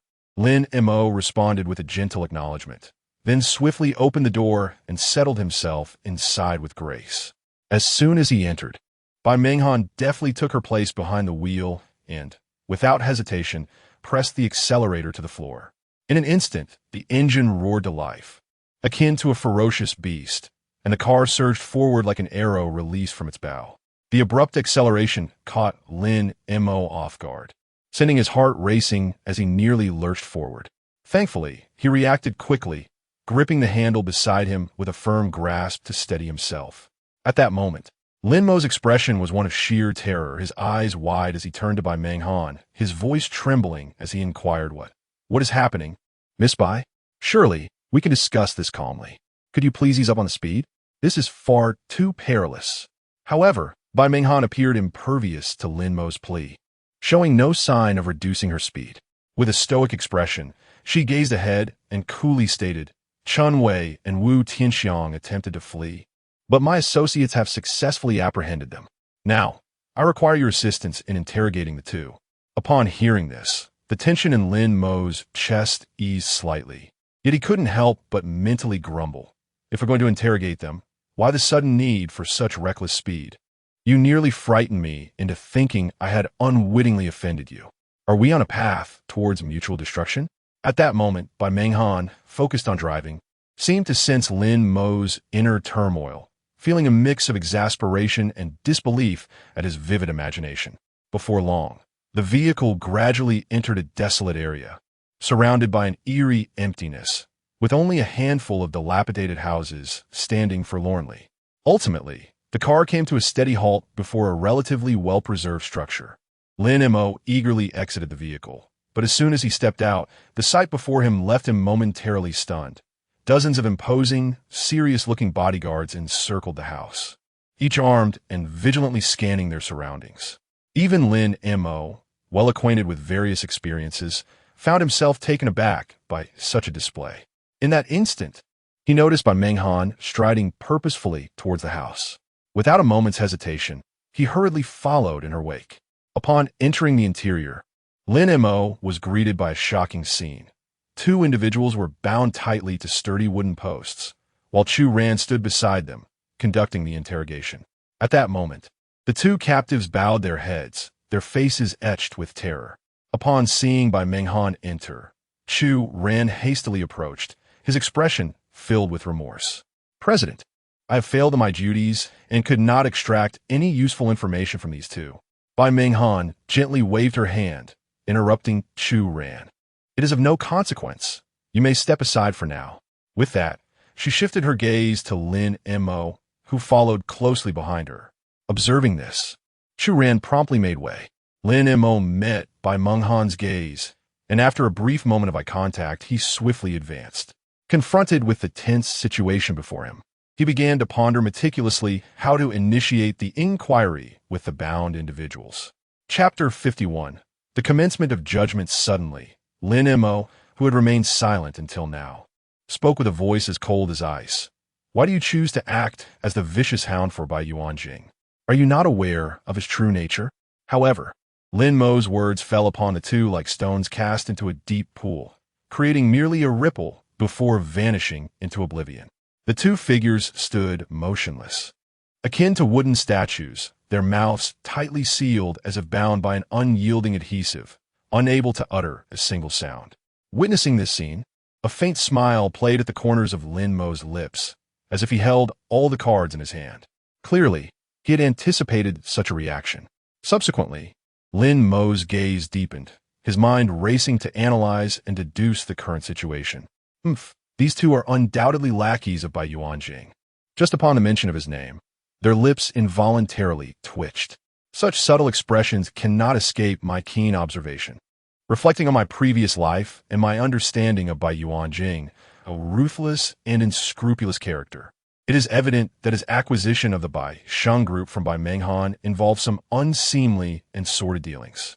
Beside him, Bai Menghan felt a wave of astonishment wash over her as she grasped Lin Mo's inner reflections.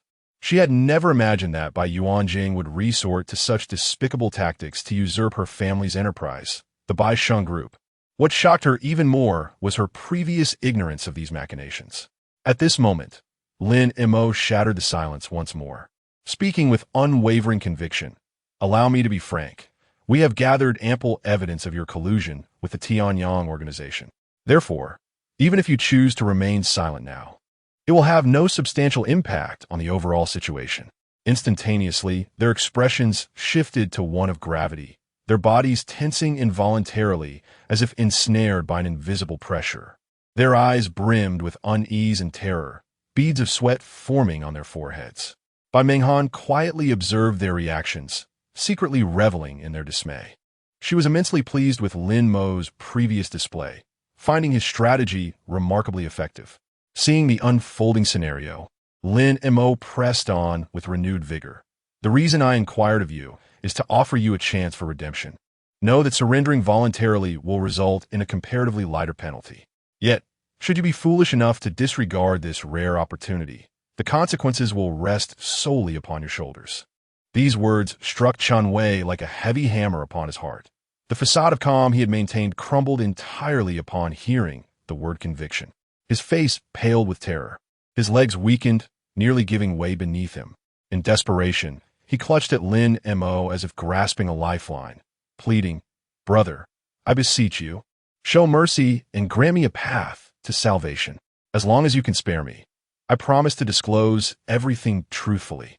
Observing this, Wu Tianxiang, standing nearby, turned pale with rage and shouted, "Silence! Do not speak nonsense." However, Chen Wei, undeterred by Wu's furious outburst, swallowed hard and continued, "Everything was orchestrated by Bai Yuanjing.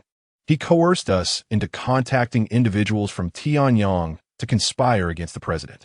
The contact details for Tianyang were provided by Bai Yuanjing. Hence I was entirely oblivious to this matter until it was exposed." After stating this solemnly, Chen Wei swiftly turned to Wu Tianxiang, locking his gaze onto him as he gravely proclaimed, "Brother, given the circumstances, we cannot escape this fate." Wu Tianxiang, upon hearing this, shook his head in resignation, letting out a deep sigh before responding, "Alas, I was merely responsible for managing the staff. That day, Bai Yuanjing instructed me to adjust the personnel configuration, and without a second thought, I complied." Who could have anticipated such a monumental issue lurking beneath? In stark contrast to Chen Wei's anxious and fearful demeanor, Wu Tianxiang appeared remarkably composed, demonstrating a commendable capacity for psychological endurance. At that moment, Bai Menghan, who had remained silent, discreetly produced a small and exquisite voice recorder, meticulously capturing every word exchanged between the two men. Not far off, Chu Ran observed silently, and when her gaze inadvertently met Lin Mo's, a hint of admiration flickered in her eyes. Lin Mo, understanding her sentiment, nodded slightly, and soon exchanged a knowing glance with Bai Menghan. Bai Menghan then affirmed, "Very well. Since you both were genuinely unaware from the outset, I shall do my utmost to ensure your safety." Upon hearing this, Chen Wei and Wu Tianxiang felt a wave of relief wash over them, their faces brimming with gratitude as they hurriedly expressed their thanks. Witnessing their reaction, Bai Menghan decisively turned to Chu Ran, instructing, "Arrange for them to have a room with slightly better conditions, allowing them to remain at ease for the time being." "Yes, President." Chu Ran replied respectfully, committing to the task without hesitation. Subsequently, Lin Mo followed by Meng Han out of the somewhat antiquated building, his steps hesitating yet determined. They traversed a narrow and tranquil path, ultimately arriving at the vehicle parked by the roadside. Bai Meng Han gracefully opened the car door and elegantly settled into the driver's seat. She slightly turned her head, her beautiful eyes fixed on Lin Mo, who stood dazed by the window, and gently uttered, "What are you waiting for? Get in the car." Her voice, clear and melodious, was as enchanting as a nightingale's song. Responding to Bai Meng Han's urging, Lin Mo snapped out of his reverie, a faint blush creeping onto his cheeks as he hurriedly replied, "Oh, right, okay." Then, with a swift motion, he flung open the car door and clumsily nestled himself inside. Just as Lin Mo settled into his seat, the engine roared to life, and the vehicle surged forward like a wild stallion breaking free. The wheels spun rapidly, kicking up a cloud of dust. Instinctively, Lin Mo grasped the armrest, his gaze drifting through the window to the outside world. Soon, the car had departed from the remote area. The once visible dilapidated houses and barren lands gradually faded from sight, replaced by towering modern edifices that pierced the sky. These buildings, each with its unique design, exuded grandeur, their glass facades shimmering under the sunlight, immersing one in the vibrant cacophony of a bustling metropolis. Chapter 52. Thank you. During the lengthy journey back, the vehicle speed was noticeably slower than on the way there, which gradually led Lin Mo to feel a sense of ennui. His gaze began to wander, seeking something to occupy his time. Initially, he directed his attention to the scenery outside the window. However, the view was monotonous and uninspiring, failing to pique his interest. Consequently, his eyes were irresistibly drawn to the enchanting Bai Meng Han beside him. At this moment, it was time for Lin Mo to indulge in the beauty that was Bai Meng Han. She was once again adorned in her exquisite professional attire, and although her daily outfits were remarkably similar, each encounter with her exuded an entirely fresh and irresistible charm, as if one could never tire of her aesthetic appeal. Lin Mo pondered inwardly, is this what true beauty looks like? Regardless of the day, her attire remains unchanged, yet it never fails to captivate. Just then, Bai Meng Han perceptively sensed the unspoken thoughts within Lin Mo's heart. As his sentiments entered her consciousness, she subtly turned her head, a delicate smile gracing her lips, illuminating her face with a warmth akin to a gentle spring breeze, instantly melting Lin Mo's heart. In that moment, he found himself utterly entranced, unable to restrain his thoughts. How can there exist such a stunningly beautiful woman in this world? I wished to gently bite her. Surely she must emit an enchanting fragrance. For a brief while, Lin Mo was completely submerged in his delightful reverie. Bai Meng Han found his somewhat naive musings amusing, yet she could not help but feel a wave of indescribable joy at his unabashed admiration. Unbeknownst to them, the car had come to a steady halt before the grand entrance of the Lin family estate. Lin Mo exited the vehicle slowly, followed gracefully by Bai Meng Han. He then approached her with measured steps. At that moment, a thought from Lin Mo's innermost being suddenly echoed in Bai Meng Han's mind. What if I were to steal a quick kiss and then make a hasty retreat? That would surely be exhilarating. Upon hearing this notion, Bai Meng Han's heart skipped a beat, her gaze instinctively falling upon Lin Mo as she mused, this fellow possesses such audacity. However, before she could fully process her reaction, Lin Mo's inner voice resonated again. Oh no, that won't do. What if she becomes angry and calls off the engagement? I would miss out on such a flower-like beauty. No, I must restrain myself. After hearing this, Bai Meng Han felt her previously taut nerves relax slightly. Yet she couldn't suppress a hint of annoyance, pouting in playful reproach. I thought you were quite bold, but it turns out you are merely a coward. Nonetheless, I suppose you do know your limits. At that moment, Lin Mo scratched the back of his head with a sheepish grin and said to Bai Meng Han, Miss Bai, let's part ways here. Truly, there is no need for you to accompany me any further. As the last words faded, Bai Meng Han's brows furrowed in mock anger as she exclaimed, What? Are you truly reluctant to have me visit your home? Faced with Bai Meng Han's sudden inquiry, Lin Mo was taken aback, hastily waving his hands and explaining, No, That's absolutely not my intention. I merely worry that it might cause you too much trouble. Despite his words, his mind was racing with thoughts. Oh dear, why does my future wife flip like a switch? What could have caused her to suddenly become upset? What am I to do now? A slight smile graced Bai Menghan's lips. Her gaze soft and gentle like water as she observed the anxious Lin Mo. In a moment of unguarded vulnerability, she swiftly approached him like a delicate butterfly, her luscious crimson lips brushing against his, leaving a vivid mark of her lipstick. Lin Mo was instantly petrified, as if struck by a spell, his mind blank. He stared in disbelief at the bold woman before him, who had just taken such a daring action. Meanwhile, Bai Menghan's cheeks bloomed a rosy hue, her shyness evident. Not daring to linger, she hurriedly entered her car, akin to a startled fawn, and drove away, as the roar of the engine faded into the distance. Her vehicle vanished at the end of the road. Lin Mo, however, stood rooted in place like a statue, time seemingly frozen at that moment. After what felt like an eternity, he finally emerged from his stupor, a wave of uncontainable joy surging within him. He couldn't help but exclaim, "Could this be her confession to me? She must like me." His voice brimmed with excitement and astonishment. What delight! Just moments ago, he had feared she was angry with him, worried that such a splendid person might distance herself from his life. Little did he expect. He chuckled to himself.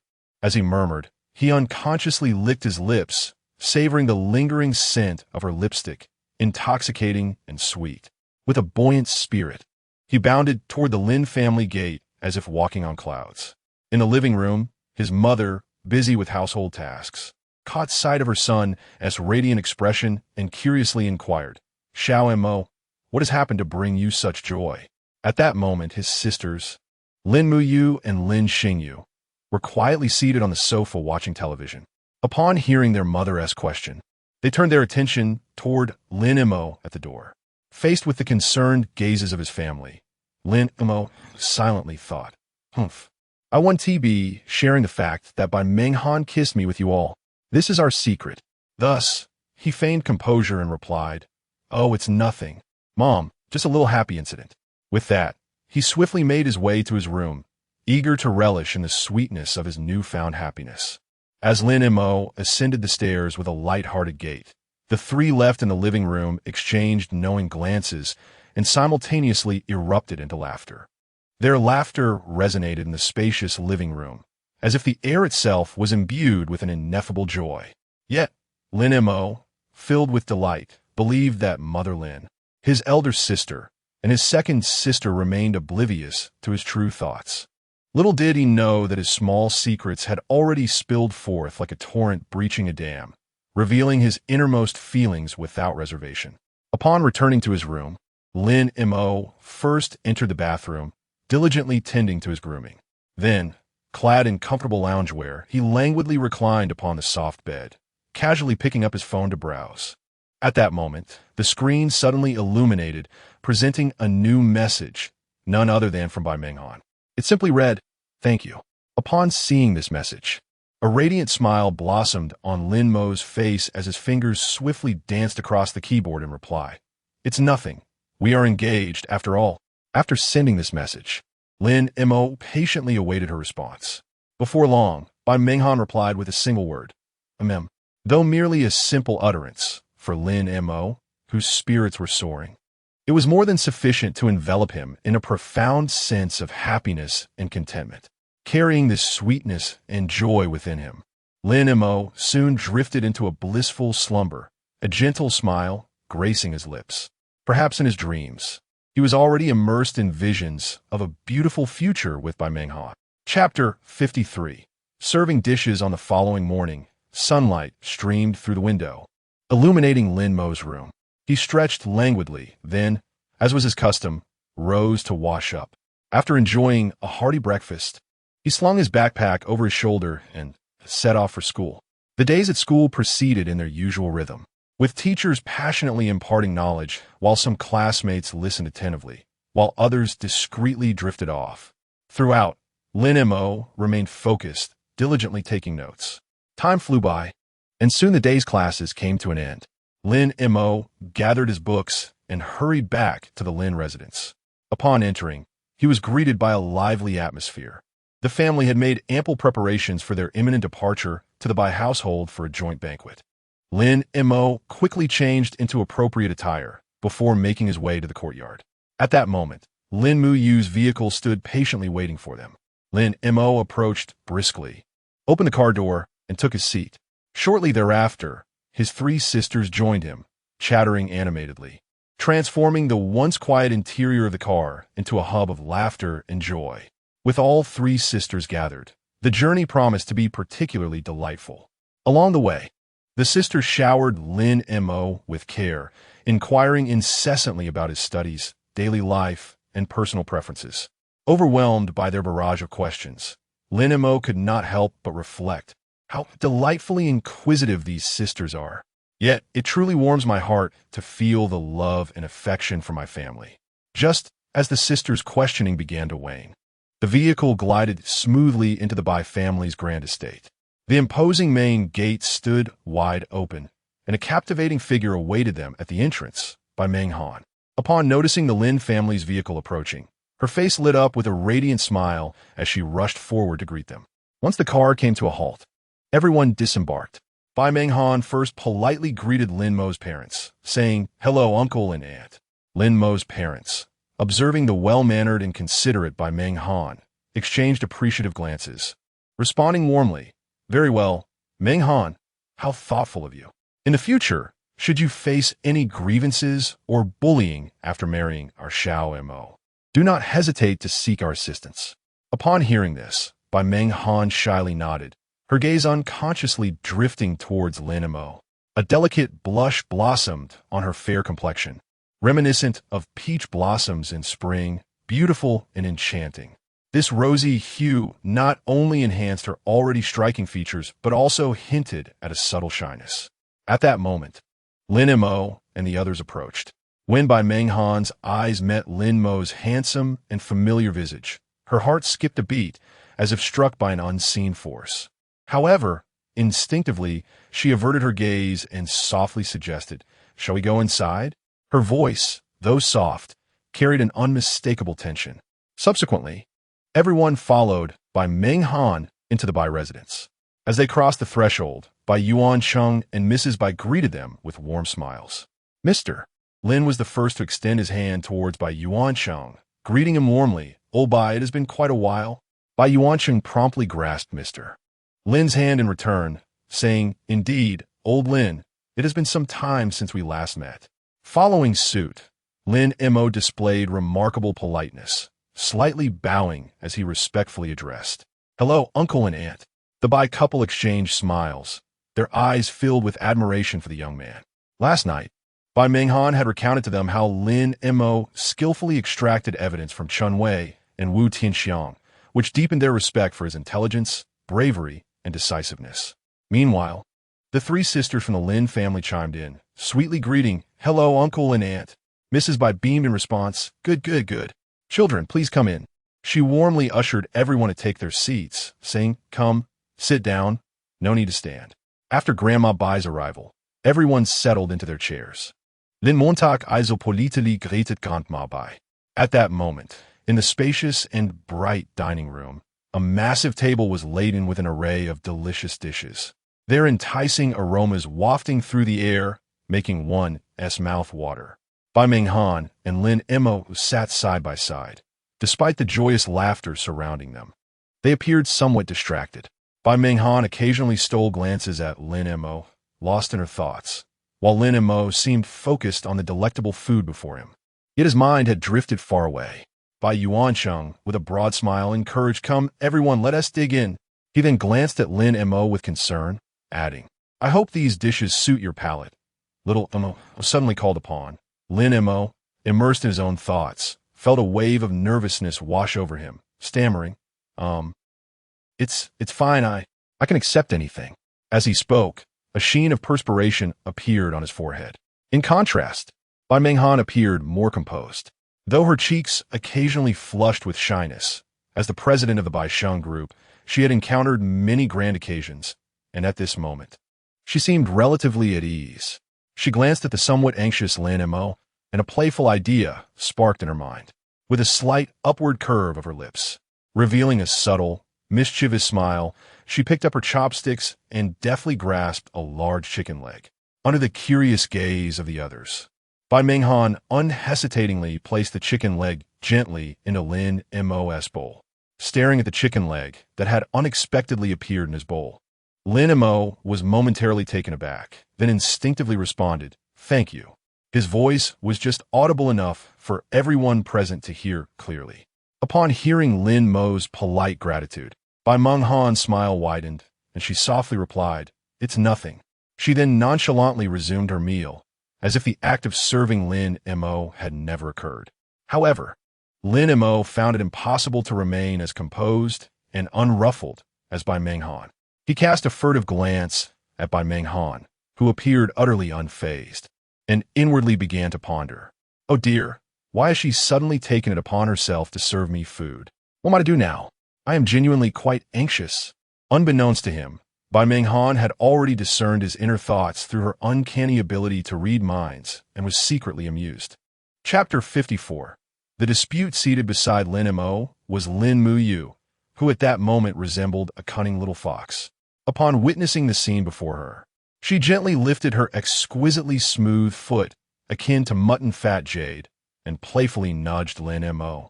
Her gaze flickered towards him, conveying an unmistakable message, encouraging Lin Mo to serve her some food. Lin Mo, naturally attuned to his sister's intentions, immediately grasped her meaning. With a warm smile reminiscent of a gentle spring breeze, he extended his delicate chopsticks, resembling jade shoots, and deftly picked up a piece of enticing, fragrant chicken from the platter. He then carefully placed it into the pristine bowl before Bai Menghan, which resembled white jade. Bai Menghan, who had been quietly enjoying her meal, suddenly felt something akin to a light butterfly landing in her bowl. Momentarily taken aback, she looked up at Lin Mo with a hint of confusion. However, she quickly regained her composure, a radiant smile blooming on her face like spring flowers. As she softly uttered, "Thank you," her voice was melodious and clear, akin to the delightful song of a yellow oriole emerging from the valley, or the gentle murmur of a flowing stream. Upon hearing Bai Menghan's words of gratitude, Lin Mo became flustered, hastily waving his hand in response. It's nothing." He felt his heart race like a wild stallion, and his face began to flush with warmth, inwardly chiding himself. How embarrassing. Why can't I even speak properly? Across the dining table, Lin's parents and the Bai couple exchanged amused glances, their eyes brimming with affection for the children, their smiles reminiscent of the warmest sunlight in spring. Meanwhile, Lin Mo's three sisters stifled their laughter, resembling a flock of joyful little birds, unable to contain their delight at their brother's adorably flustered demeanor, which shone like a radiant pearl. In truth, despite Bai Menghan's outward calmness, her heart was tumultuous, akin to a vast ocean.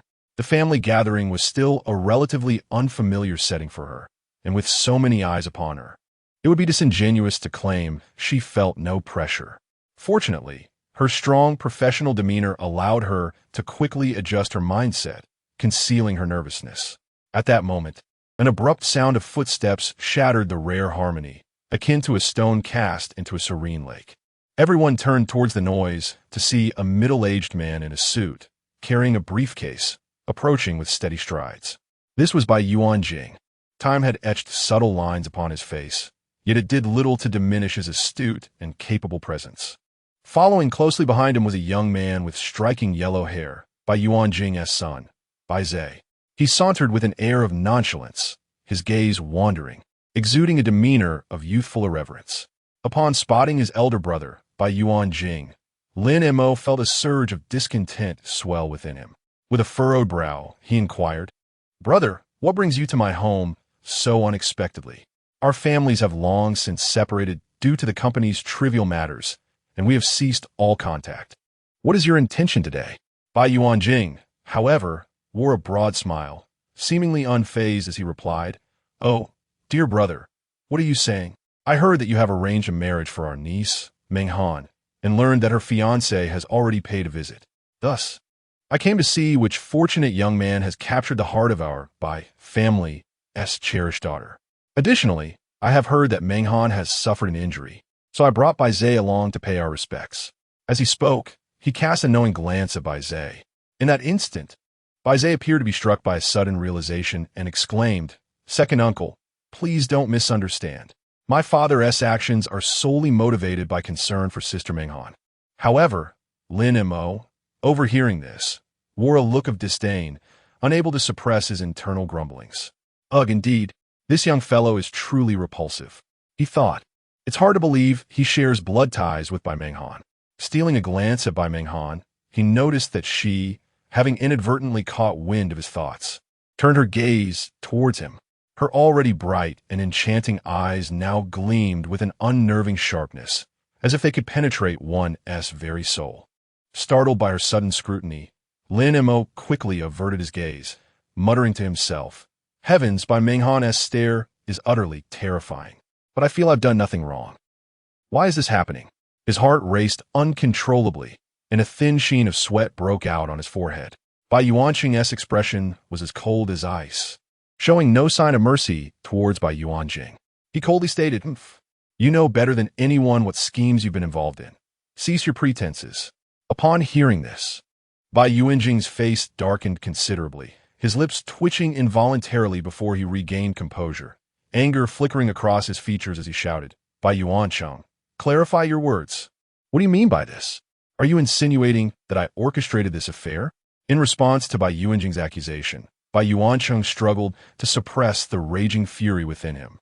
Replying in a frosty tone, "I have never claimed such a thing.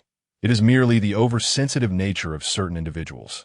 Nonetheless, the thought that this man before him might be the shadowy figure intent on harming his precious daughter ignited a fierce desire within Bai Yuanqing to confront him violently. At that moment, Lin Mo, who had remained silent until now, began to scrutinize Bai Yuanqing closely, murmuring softly, Well, who would have thought he is to become a future father-in-law?" His words are quite cutting indeed. After speaking, Lin Mo seemed to recall something of great significance. His brow slightly furrowed as he continued to mutter to himself, "However, that fellow with the yellow hair does strike me as somewhat familiar." As he spoke, Lin Mo became lost in profound contemplation. Meanwhile, the Lin family members gathered around like spectators at a lively event, eagerly listening to the innermost thoughts of Lin Mo. They stood there in silence, their eyes fixed on him without a blink, as if fearing the loss of any captivating detail. Particularly, the three young ladies of the Lin family gazed at Lin Mo with expressions of curiosity, their eyes wide open, filled with anticipation for any earth-shattering revelations that might escape his lips. Chapter 55. The discussion of marriage as Bai Yuanqing witnessed Bai Yuanqing's aggressive demeanor and relentless pursuit. The flames of fury within him ignited instantaneously. He widened his eyes and, unable to contain his rage, bellowed, "Since you hold us in such disdain, very well. We shall take our leave at once."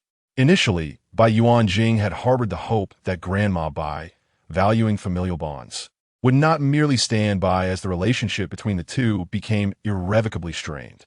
Thus, he had attempted to alleviate the tension. However, to his utter disbelief, Grandma Bai remained resolutely silent throughout, as if she were a mere spectator to the unfolding drama.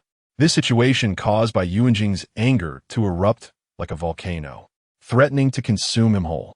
At that moment, Bai Yuanqing, with a sarcastic tone, interjected, "Then please, do take your time. I shall not see you off." These words fell upon Bai Yuanqing's seething fury like a bucket of scalding oil, causing his emotions to spiral out of control. He roared, "Xiao Zhe, let us go." Without hesitation, he grasped Bai Zhe's hand and turned to leave, not even casting a glance back. Meanwhile, Lin Mo, who had been observing the scene with a cold detachment, suddenly experienced a flash of realization in his mind, as if he had recalled something significant. He exclaimed inwardly, I finally remember. This is the person I encountered at the hospital last month." At that time, he seemed to be accompanied by a woman. He continued to mutter to himself, moreover, that woman appeared quite mature, perhaps old enough to be his mother. Goodness, is this what they call a life of luxury? It seems excessively extravagant. The members of the Lin family were left astounded by his words.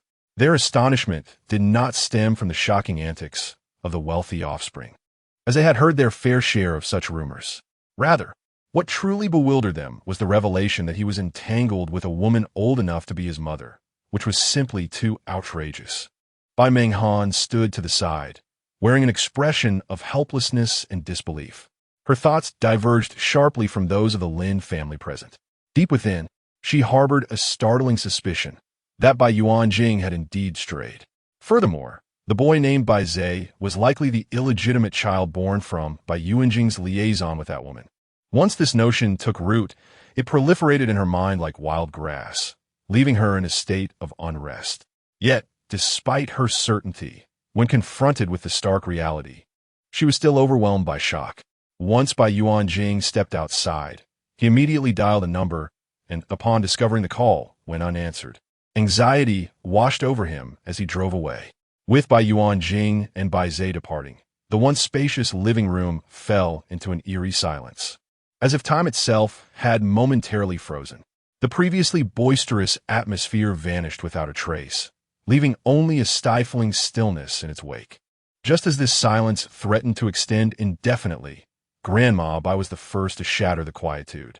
With a gentle smile, she spoke softly, "All right, since the matter is behind us, there's no need for everyone to stand around foolishly. Please, take your seats and enjoy the meal."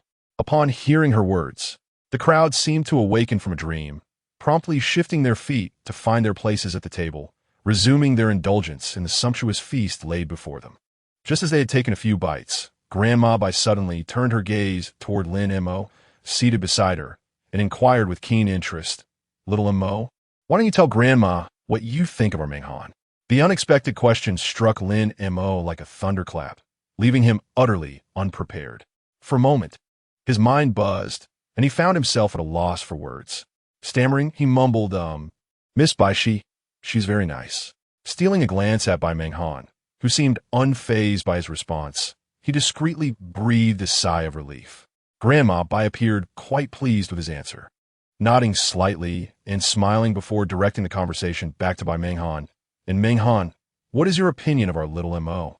At that moment, although Bai Menghan maintained a seemingly placid expression, internally, her emotions surged like a tempest.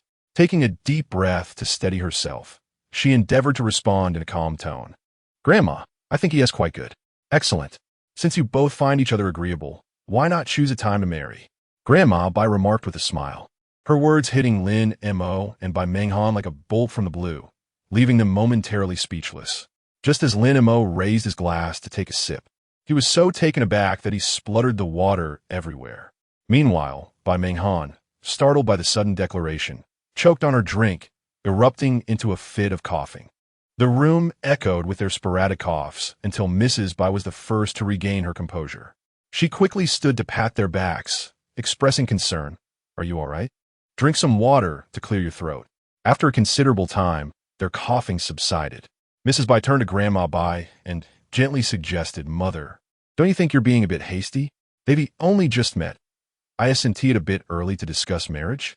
Grandma Bai then looked at Bai Menghan, smiling as she asked, "What do you think, Menghan?" Overwhelmed, Bai Menghan's face flushed crimson as she stammered, I'll do as Grandma says." Stealing a furtive glance at Lin Mo, her eyes were filled with confusion and helplessness. Lin Mo noticed her expression, reflecting inwardly. Knowing Menghan as I do, she would likely find it difficult to accept such a swift discussion of marriage. After all, she rarely interacts with men, and facing such a monumental decision would undoubtedly leave her feeling anxious. With a sigh, Lin Mo decided to lend her a hand. Taking a deep breath, he cleared his throat and earnestly addressed Grandma Bai. "Grandma, regarding the matter of marriage, we truly cannot rush into it. After all, it pertains to the lifelong happiness of two individuals. We must consider Menghan's own wishes." Upon hearing Lin Mo's words, Bai Menghan was suddenly enveloped by a warm sensation of being understood. She looked at Lin Mo with gratitude, her previously anxious heart settling just a bit. Simultaneously, her fondness for him subtly increased. Grandma Bai, smiling, replied, "Very well, We shall heed Xiao Mo's advice. Menghan, you must not bully him. Bai Menghan quickly responded, Grandma. How could I ever bully him? Chapter 56. A joyous conversation. Grandma, Bai beamed with a radiant smile. Her gaze filled with affection as she looked upon the two individuals before her, eyes brimming with satisfaction and joy. Unbeknownst to them, this lively banquet, which had united two families, was drawing to a close amidst laughter and merriment. At that moment, Mr. Lin rose with a smile and addressed by Yuan Shang, saying, Old Bai, it is indeed getting late. We have all had a long day and should return to rest. Let us continue our conversation another time. Bai Yuanqing nodded in agreement, responding, Absolutely. We must have a good chat next time. He had intended to personally see off Lin Xiaoyin's family, but was politely declined by Mr. Lin, who insisted that it was unnecessary to go to such trouble. Observing this, Bai Yuansheng turned to Bai Menghan and instructed, My dear, please see them off. Thus, amidst Bai Menghan's warm farewells, the Lin family departed from the Bai residence. As the car slowly made its way home, Lin Mo found himself engulfed in curiosity regarding the affairs of the Bai family. He took out his phone and sent a message to Bai Menghan. Menghan, I am quite curious. Didn't you already possess evidence of Bai Yuanjing's crimes? Why not simply apprehend him directly? Moreover, he appeared particularly enraged when he showed up. After sending this message, Lin Mo awaited Bai Menghan's response while gazing pensively at the retreating streets outside the window. After a considerable pause, Bai Menghan finally replied, Oh dear, Izinsaili apologitsa, Lin Montag. I was in the shower and missed your message. This is actually all Grandma's doing. She believes he is, after all, her own flesh and blood, and wishes to grant him a chance for redemption. Furthermore, capturing him directly would not only be challenging, but could severely tarnish our company's reputation if the matter were to come to light. The words were laced with concern. Her brow furrowed. Upon reading her message, Lin Mo merely replied with a simple "Oh." Yet within his heart, a tempest of thoughts began to swirl. So it was all Grandma's idea. No wonder Bai Yuanjing felt so brazen. Contemplating this, Lin Mo couldn't help but clench his fists. Suddenly, as if struck by a realization, he muttered to himself, Right, what about that yellow-haired fellow? Should I inform Menghan about this? Sighing, he decided it would be better to clarify things with her. At that moment, the three sisters of the Lin family had been silently observing Lin Mo's every move. As they overheard his thoughts, they gradually began to grasp the hidden truths behind the day's events. Shortly thereafter, Lin Mo swiftly sent another message. There's one more thing. Last month, I inadvertently saw Bai Zhe with a middle-aged woman at the hospital, and they were chatting and laughing together, appearing quite intimate. Upon receiving this message, Bai Menghan was initially taken aback, but soon a faint smile graced her lips. Her laughter was not born of mere amusement. Rather, it stemmed from the astonishing thoughts swirling in Lin Mo's mind. After all, one would expect that individuals from affluent families, such as theirs, would seldom engage in any romantic entanglement with a woman of middle age. In a swift motion, Bai Menghan typed a few words in response. Oh, is that so? She then inquired, Are you suggesting that my uncle has strayed? Upon reading Bai Menghan's message, Lin Mo found himself momentarily frozen, rendered speechless for a long while, until he could only helplessly reply with a simple, Yet at that moment, all mysteries were suddenly unraveled, and the truth struck Lin Mo like a lightning bolt. It was indeed Bai Yuanjing who had betrayed his marriage, engaging in an affair with another. Furthermore, the child named Bai Zhe was likely the offspring of that middle-aged woman. The realization sent a chill down Lin Mo's spine, filling him with disdain and anger towards Bai Yuanjing's actions. He inwardly sighed, lamenting the tragic fate of Bai Yuanjing's legitimate wife, who devoted herself wholeheartedly to the family only to face such a heavy blow. He could scarcely imagine how she would confront such a harsh reality in the future. A wave of compassion surged within him, leaving Lin Mo's emotions in turmoil. After discussing this shocking revelation, their conversation gradually shifted to trivial matters. They engaged in light-hearted banter, sharing snippets of their lives as time slipped away unnoticed. Meanwhile, Lin Mo's three sisters quietly listened to the profound reflections that echoed within him, feeling a deep sense of pride in his kindness and empathy. Witnessing their brother's capacity for compassion, they recognized that he had matured into a man of responsibility and integrity. Upon returning home, Lin Mo hurried into the bathroom, quickly washing away the fatigue of the day. Emerging from the bath, his phone screen lit up with a message from Bai Menghan. He smiled as he opened the chat, reading intently before responding promptly. Considering the late hour and Bai Menghan's busy schedule the next day, he thoughtfully sent her a warm good-night wish. Shortly after, Bai Menghan replied with equally heartfelt good-night sentiments. This marked the first occasion where they so openly unveiled their hearts to each other, delving into their innermost thoughts and feelings. As moments passed, the distance between them seemed to diminish imperceptibly, their emotional connection deepening in tandem. After concluding his delightful conversation with Bai Menghan, Lin Mo gently exited her chat page. At that instant, he unexpectedly discovered that Lin Mo had also sent him a message. Filled with curiosity, he clicked on it without hesitation. The screen prominently displayed several bold characters. Xiao Mo, accompany me to a land auction tomorrow morning.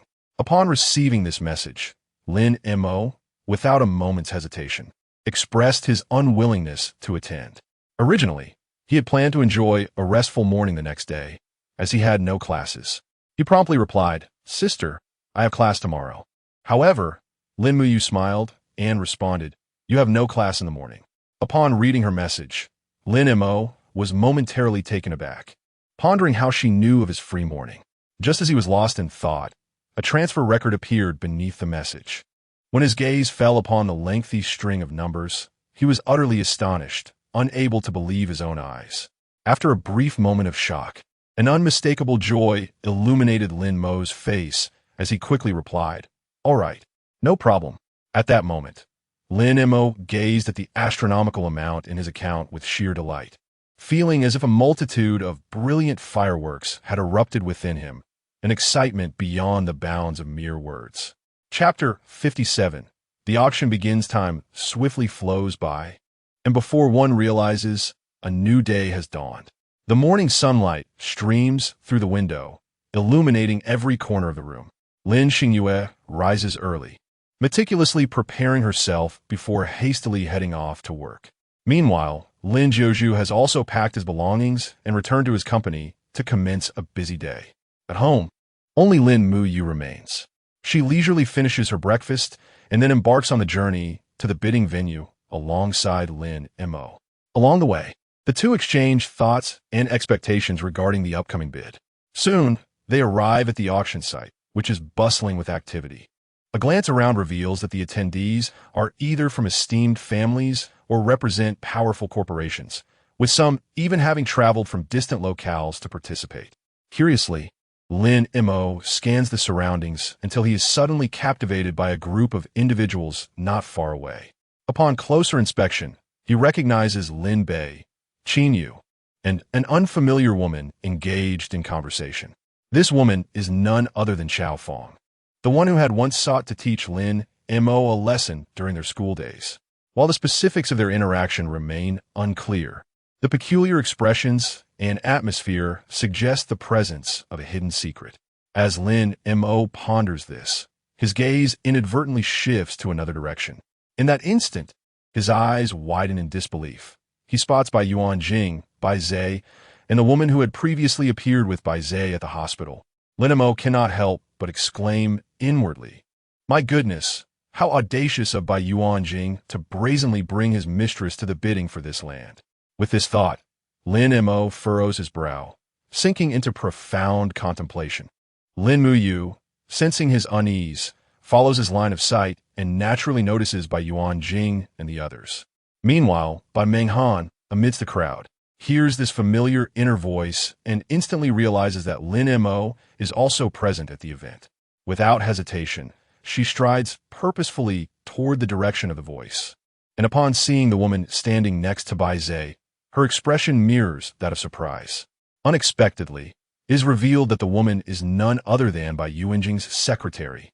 To everyone's astonishment, this third party turns out to be his secretary, Li Jing.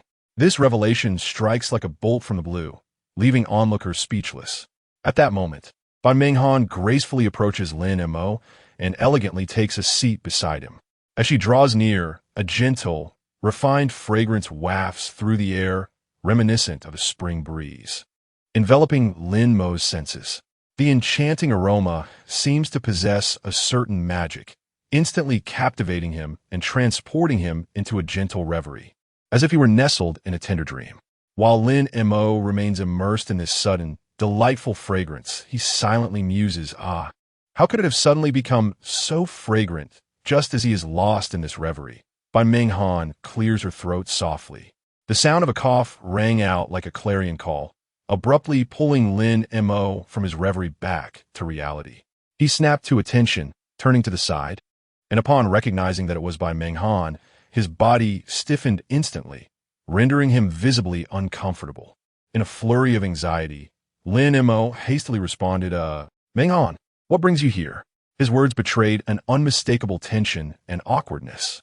Bai Menghan, however, simply replied with a calm demeanor, I'm here for the land auction. Her tone was as tranquil as still water, devoid of any ripples of emotion. Faced with such a succinct and straightforward answer, Lin Mo could only nod awkwardly in agreement. Oh, standing nearby, Lin Mu observed the exchange with a faint smile, seemingly intrigued by the unfolding scene. Meanwhile, not far away, Luo Qingyi distinctly heard the unspoken thoughts of Lin Mo. Yet, she chose to remain where she was, quietly watching them from distance. As the staff's booming voice echoed through the room, the auction officially commenced. The staff announced, ladies and gentlemen, the first piece of land up for bid today is located in the Dinghu district of Jiang City. It boasts a prime geographical location, convenient transportation, and well-developed surrounding facilities. The starting bid for this land is 500,000 yuan. We invite everyone to bid enthusiastically. The auction begins now. At this announcement, the atmosphere grew lively as numerous participants raised their paddles, calling out their ideal prices. The air was filled with a cacophony of competing bids. In a corner, Lin Mo's heart stirred at the mention of Dinghu, and a flurry of thoughts raced through his mind. He pondered in silence, a contemplative expression gracing his features. Suddenly, a gasp escaped his lips. After a brief moment of reflection, he realized that this land was indeed the site designated for the school previously outlined in the plans. Undoubtedly, this plot ranked among the most desirable in the entire venue. With this realization, Lin Mo could no longer contain his excitement and swiftly turned to Lin Mu beside him, exclaiming, Sister, this land is so fantastic. Can we secure it?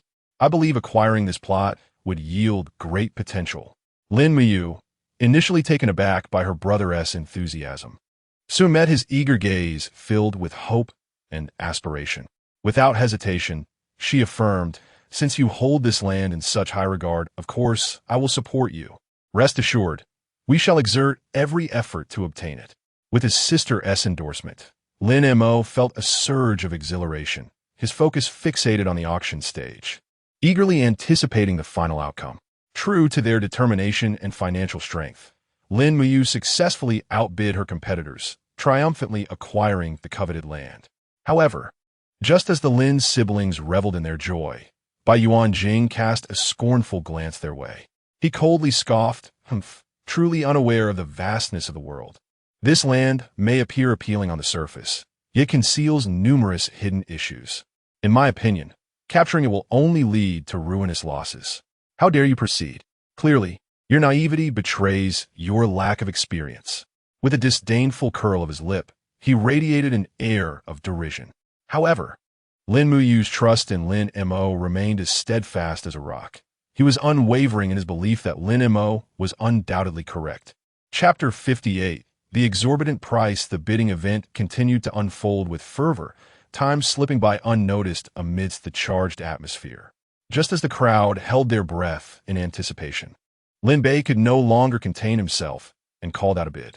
Meanwhile, Lin Mo, who had been keenly observing the developments, quickly turned his gaze towards the coveted piece of land. It was situated adjacent to the meandering Qiyuan River, boasting an advantageous location and picturesque scenery, truly a rare gem. Reflecting on his past life, Lin Bei recalled how he had generated substantial profits for the Lin family through this very land. However, its value still paled in comparison to the first plot. Lin Mo turned to Bai Menghan beside him, smiling as he inquired, "Menghan, what are your thoughts on this land?" Bai Menghan, slightly taken aback by his question, understood the underlying significance of his inquiry. After a moment's contemplation, she replied, "I think it's quite good." Her tone was calm and unassuming, yet the implicit approval was unmistakable. Upon receiving Bai Menghan's affirmation, Lin Mo's smile grew ever more radiant, and he excitedly declared, "Since you think it's good as well, let us secure it." Without a hint of hesitation, Bai Menghan responded decisively, "All right." It seemed a remarkably straightforward decision. With her melodious voice ringing out, she announced her bid. At that moment, Lin Bei's previously confident demeanor shifted dramatically. Despair gripped his heart. It was crucial to note that his participation in the bidding relied entirely on the financial backing of the Qin family, whose resources could hardly compare to those of the Bai family. Yet Lin Bei was unwilling to concede defeat. Gritting his teeth, he called out an astonishing figure, 10 million. This sum nearly exhausted the entirety of the Qin family's assets, representing a desperate gamble. However, his hopes were swiftly dashed as Bai Menghan raised her bid once more, obliterating his final glimmer of optimism. Thus, the land ultimately fell into the hands of the Bai family, slipping away from Lin Bei. Watching Bai Menghan and Lin Mo nearly clinch the land, Lin Bei's heart brimmed with resentment, his eyes burning with anger and jealousy. Just as the land seemed poised to be secured by Bai Menghan, the previously silent Bai Yuanjing suddenly spoke up, 15 million. This land is mine. His voice was resonant and resolute, leaving no room for doubt. Bai Menghan was taken aback by Yuanjing's declaration of such a high price. Where did he procure such funds? This figure far exceeded her expectations, causing her great astonishment. However, driven by a competitive spirit, she refused to back down, opting instead to challenge Bai Yuanjing. Thus, an intense bidding war commenced. The two engaged in a fierce exchange, each unwilling to yield, as the price soared like a rocket, escalating from the initial 15 million to an astounding 45 million, heightening the tension in the room to its zenith. As the prices escalated, Bai Menghan was poised to raise her paddle once more, but Lin Mo swiftly intervened, urging her, "Menghan, please refrain from bidding any further. The price has become exorbitantly high." Upon hearing this, Bai Menghan's expression soured, and she retorted with irritation, "Are you implying that I lack the means?" Realizing that she had misconstrued his intentions, Lin Mo quickly waved his hands in protest, clarifying, "That is certainly not my meaning. It is simply that this amount far exceeds the intrinsic worth of the land. If we persist in this bidding war, we shall only incur losses." Despite his earnest entreaties, Lin Mo felt an overwhelming sense of helplessness. Alas, how can I convey my thoughts to her in a way that she comprehends? At that moment, Bai Menghan caught a glimpse of Lin Mo's inner turmoil, and her agitation began to subside. In truth, she herself could not fathom why she had acted so impulsively earlier.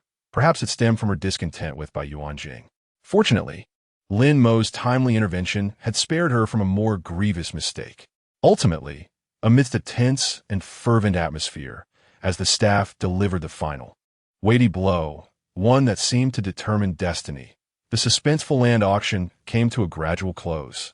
Under the fervent gaze of the onlookers, the coveted parcel of land was astonishingly secured by Yuanjing for a staggering price of 45 million, as if plucked from thin air.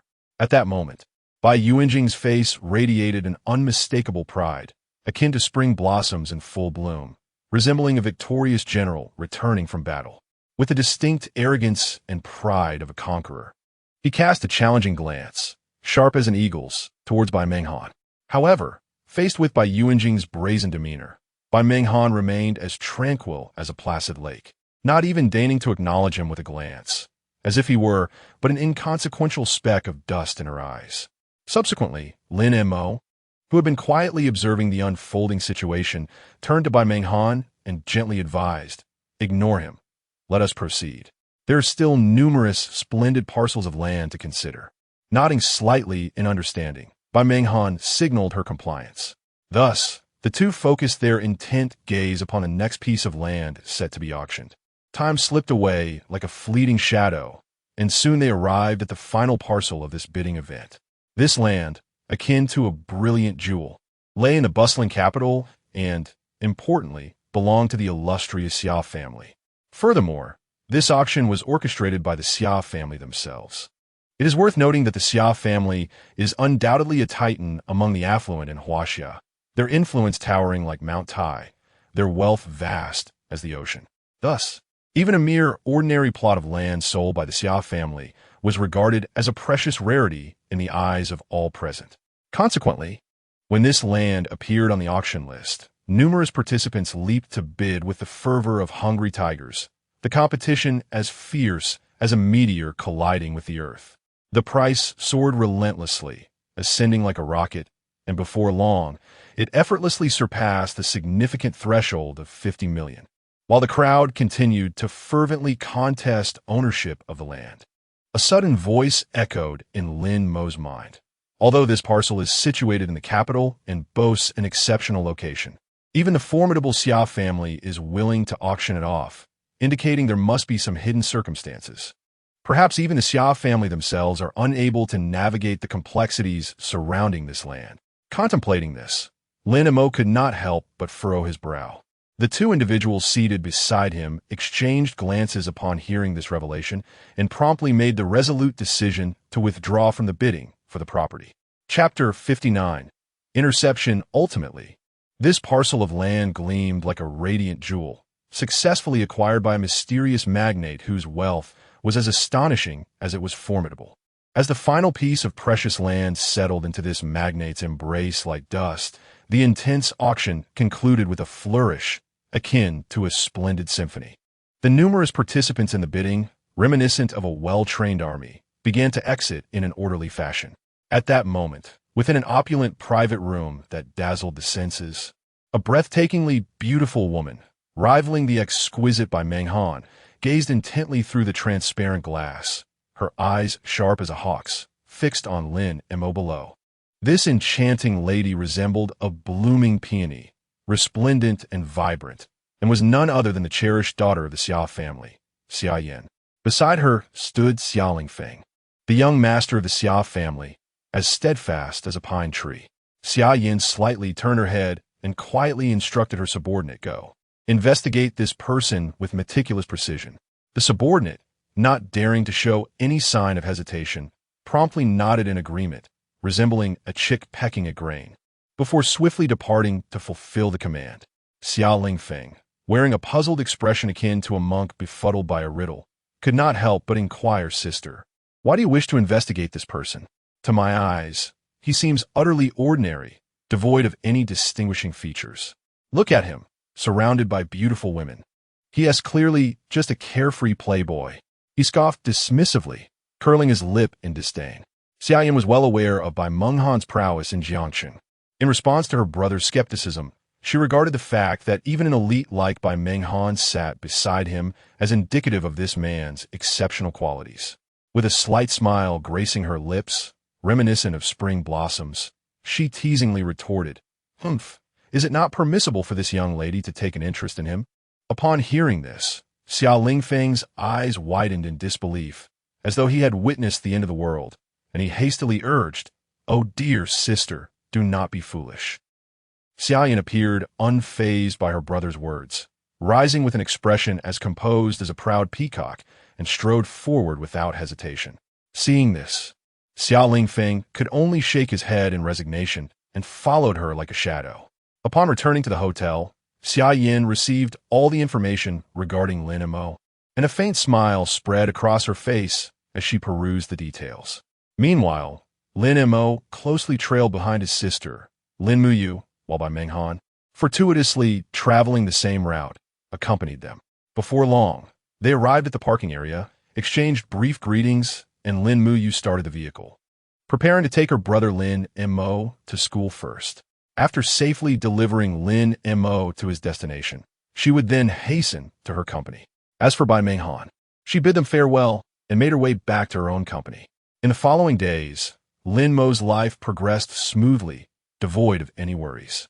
However, it was noted that during this time, Lin Muyu's visits for dinner at home became increasingly infrequent. Lin Mo pondered that perhaps his sister was simply too occupied with work to find time for a meal. Upon this realization, he resolutely decided to prepare a meal for her and personally deliver it. Early the next morning, sunlight streamed through the kitchen window, and Lin Mo had already risen, tying on an apron and busily engaging in culinary endeavors. After toiling for an entire morning, he managed to prepare a pot of fragrant, steaming rice accompanied by several delectable side dishes, culminating in a delightful feast.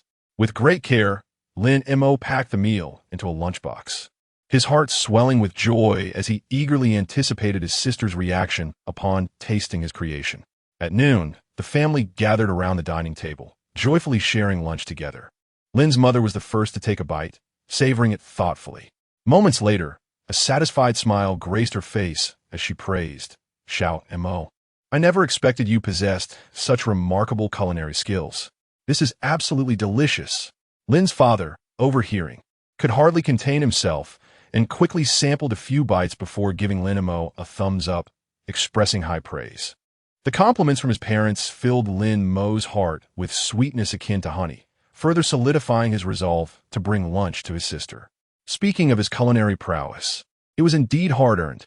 In his previous life, the unfortunate Lin Mo had been ruthlessly cast out by the Lin family. Since then, he had endured a solitary existence, fending for himself, to stave off hunger and survive. He had no choice but to cook for himself daily, even relying on a small stall to make ends meet. Day by day, year by year, through countless trials and failures, he ultimately honed his exceptional cooking skills. Shortly after lunch, Lin Mo hurriedly summoned a taxi, racing towards Lin Tian Group. Throughout the journey, he contemplated the significance of his upcoming meeting with the president. It wasn't long before the taxi came to a steady halt at the entrance of Lin Tian Group. Taking a deep breath, Lin Mo adjusted his attire and strode purposefully towards the entrance. Upon reaching the door, he politely addressed the receptionist. "Hello, I would like to meet your president." To his surprise, the receptionist scrutinized him as if he were a suspect, examining him from head to toe. Clad in an unremarkable white short-sleeve shirt paired with black shorts, Lin Mo appeared utterly ordinary, just another faceless passerby. The receptionist's face contorted into a look of utter disdain as he spoke in a condescending tone. "Humph. This is not a place where just anyone can wander in. Besides, with your appearance, you dare to seek an audience with our president? Perhaps you should take a good look in the mirror and consider if you truly possess the qualifications." Following this, he let out a derisive laugh, as if Lin Mo's intent to meet the president was the greatest joke in the world. Lin Mo maintained a polite smile on his face and replied with composed dignity, "Greetings. If you harbor any doubts regarding my words, feel free to contact the president directly for clarification." However, upon hearing this, the staff member's expression darkened instantly, and he indignantly retorted, "Humph. You are nothing but a troublemaker. Do not presume that I am unaware of your intentions. If you persist in this line of questioning, do not blame me for being impolite. I will summon security to escort you out immediately." Lin Mo opened his mouth, intending to say more, but before he could utter a word, the staff member had already pressed the intercom without hesitation, shouting, "Security, come here at once. There is someone causing a disturbance." Before long, two burly security guards, wielding steel forks, hurried over. Their faces were stern as they fixed their gaze upon Lin Mo, the glint of the steel forks sending a shiver down one's spine. Witnessing this scene, Lin Mo felt an uncontainable surge of anger within him. He could no longer endure the staff member's arrogant and condescending demeanor.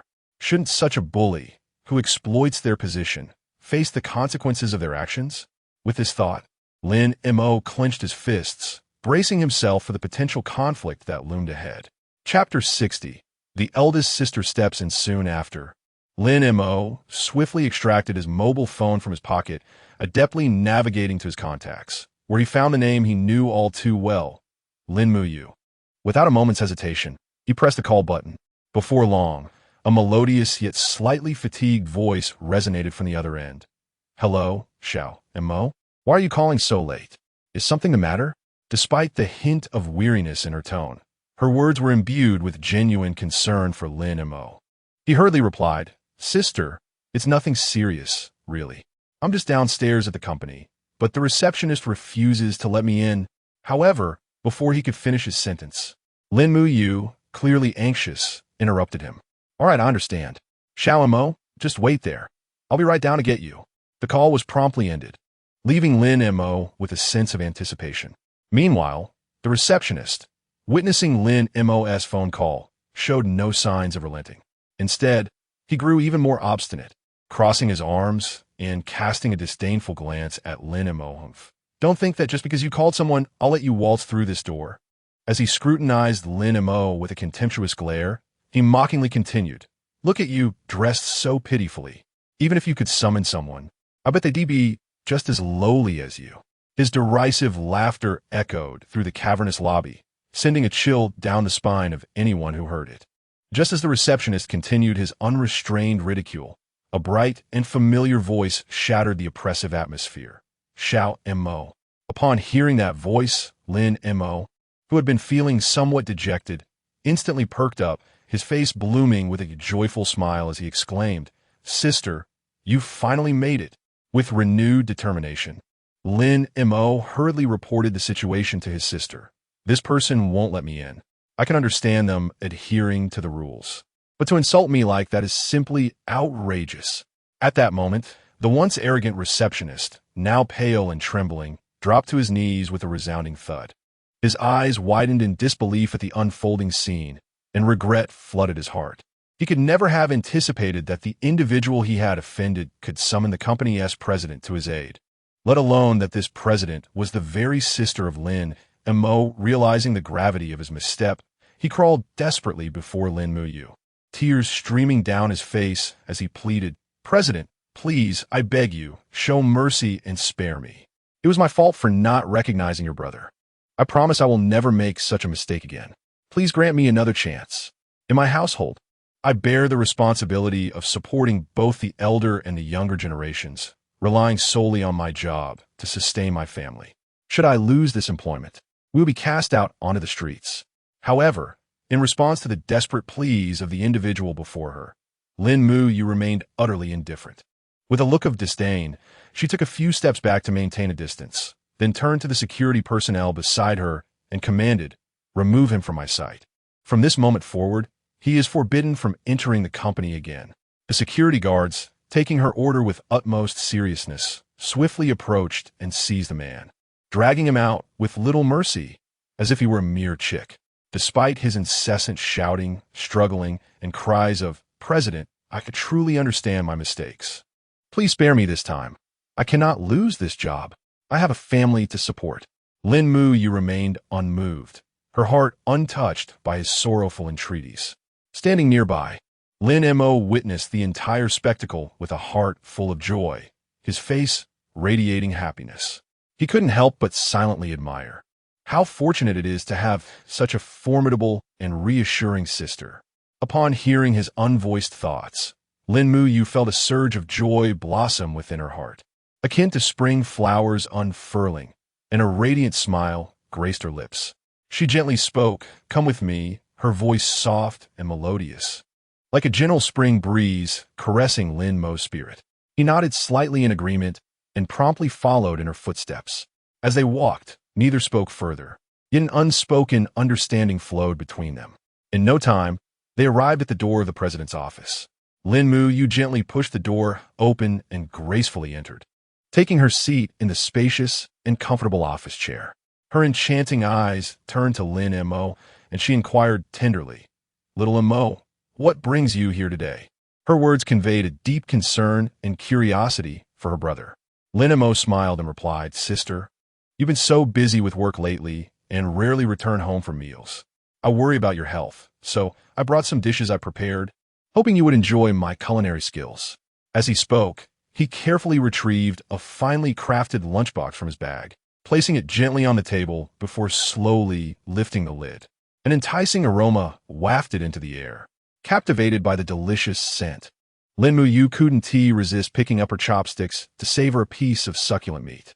At that moment, as the tender and juicy morsel touched her palate, she couldn't help but exclaim, How delightful!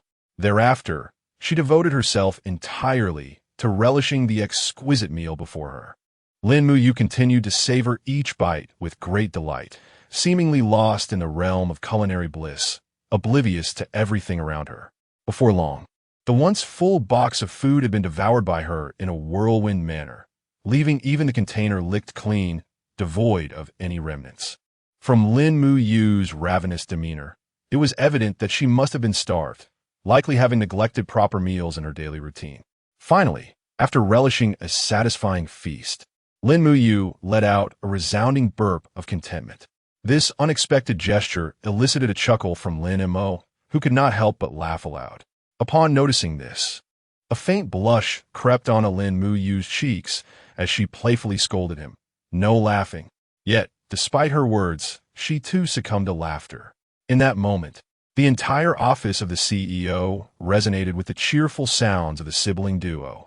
Subsequently, Lin Mo declared earnestly, "Elder sister, whenever I have the chance, I shall bring you meals like a diligent little bee." A warm surge enveloped Lin Mo's heart, akin to the comforting rays of spring sunshine, as she felt deeply moved, thinking, "How wonderful my little Mo is to me." Of course, Lin Mo replied confidently, as if he were an invincible superhero. Chapter 61. The milk tea shop. Lin Mo quietly observed Lin Mo, who had just finished a hearty meal. Though her complexion had slightly regained some color due to her nourishment, the profound weariness still lingered on her face, as if it were an inescapable shadow. Witnessing her sister in such a state filled Lin Mo with compassion. After a moment's hesitation, he could no longer suppress his urge to speak. "Sister, would you allow me to give you a massage? It might help you feel a bit more at ease." Lin Mo, taken aback by his suggestion, gazed at Lin Mo in disbelief and asked curiously, "Xiao Mo, you can actually massage? This is truly unexpected." Lin Mo smiled gently, nodding confidently as he replied, "Of course. Dear sister, my skills are no mere boast." With that, he stepped behind Lin Mo, placing his hands lightly on her shoulders before beginning to knead gently. His fingers danced like nimble butterflies across her shoulders and neck, each press perfectly measured, exerting just the right amount of pressure with remarkable precision. His technique was exceedingly adept, evidently honed through extensive practice. As Lin Mo continued, the once tense and fatigued Lin Mo gradually relaxed, her furrowed brow easing into a state of tranquility. Enjoying the soothing experience provided by her brother, Lin Mo could not help but inquire, "Xiao Mo, where did you learn such impressive massage techniques?" After a brief pause, Lin Mo responded promptly, "I learned from an elderly gentleman. I happened to encounter him once while he was giving a massage, and found it intriguing enough to pick up a few moves. However, deep within, he was overwhelmed with emotion. So in my previous life, I had taken the initiative to learn this for the sake of my sister's rest. I thought that in this life, having been reborn, I would no longer need to care for others in such a manner. Who would have imagined that events would unfold to this extent?" At that moment, Lin Mo had her eyes closed, fully immersed in this rare moment of relaxation. Suddenly, it seemed as if she could hear Lin Mo's inner voice, leaving her momentarily speechless with astonishment. Why was I so foolish in my past life, neglecting such a wonderful brother in favor of that ungrateful scoundrel? This time, I shall not make the same mistake. Lin Mo silently vowed. She reflected that perhaps the heavens, unable to bear witness to the Lin family's decline and their subsequent plight, had benevolently bestowed upon them the ability to hear Lin Mo's thoughts, granting them the opportunity to alter their fate and transform their current predicament. Contemplating this, she felt a surge of emotion, coupled with a newfound sense of hope and confidence for the future. At this moment, she was wholly enjoying Lin Mo's massage. The perfectly measured pressure and precise acupressure gradually dissipating all her fatigue. As time passed imperceptibly, Lin Mo had concluded his massage session. However, Lin Mo remained immersed in the experience, reluctant to part with it, almost wistful. Lin Mo gently shook his weary hands and inquired with genuine concern, "Sister, you seem exceedingly busy lately. What exactly are you preoccupied with? It appears quite taxing." Lin Mo furrowed her brow slightly, revealing a hint of distress, and replied slowly, "Just some trivial matters. Primarily, I am working on a detailed planning proposal for that piece of land we acquired last time. However, this task is no easy feat, as it entails considering numerous factors." Upon hearing this, Lin Mo pondered for a moment before exclaiming in realization, "Oh, so what is that piece of land?" Gathering his courage, he proposed, "Sister, why not allow me to handle this piece of land for you?" Lin Mu Yu was momentarily taken aback, but soon her eyes brightened, and she eagerly responded, "Really? If that could be arranged, it would be splendid." She had always believed that only Lin Mo possessed the capability to fully harness the value of that land, given his profound insights from having lived a previous life. Lin Mo gazed at her in disbelief, astonished that she would so readily entrust him with the management of the land. After a brief hesitation, he could not resist asking once again, "Sister, are you truly certain about handing it over to me?" Lin Mu Yu nodded slightly, her gaze resolute and unwavering, affirming without hesitation, "Yes." With her confirmation, Lin Mo felt a surge of responsibility and purpose. He began to contemplate meticulously how to optimize the use of this land. He understood that while the land might gain significant importance in the future due to government plans for a school, that was still a matter for another day. Presently, neglecting it would undoubtedly result in a considerable loss for the Lin family conglomerate. As this thought crossed his mind, Lin Mo's brow furrowed and his mind raced. Suddenly, a brilliant idea struck him, and he exclaimed with excitement, "Eureka! I could open a milk tea shop." The milk tea industry has yet to fully blossom, presenting an exceptional opportunity. Moreover, the Dinghu district is predominantly residential, which perfectly aligns with my target consumer demographic. The more he contemplated this notion, the more feasible it seemed, and a confident smile began to grace Lin Mo's face. He then looked up at Lin Mu Yu and declared, "Sister, since I have devised a plan, I shall return to prepare the necessary arrangements." With that, he turned and hurriedly departed. Lin Mu Yu stood silently, watching Lin Mo's retreating figure, filled with anticipation for the forthcoming milk tea shop that was about to take shape. Lin Mo stood at the roadside, raising his hand to hail a taxi. Once he entered and closed the door, he provided the driver with his home address, Lin's residence. The vehicle glided smoothly along the road as Lin Mo gazed quietly out the window at the retreating streets, his thoughts adrift in the memories of a past life. Shortly thereafter, the taxi came to a halt before the Lin residence. Lin Mo settled the fare, pushed open the door, and swiftly entered the house. Upon crossing the threshold, he lingered not a moment, making his way directly to his room. Upon entering, he hastened to his desk, drawing open the drawer to retrieve paper and pen.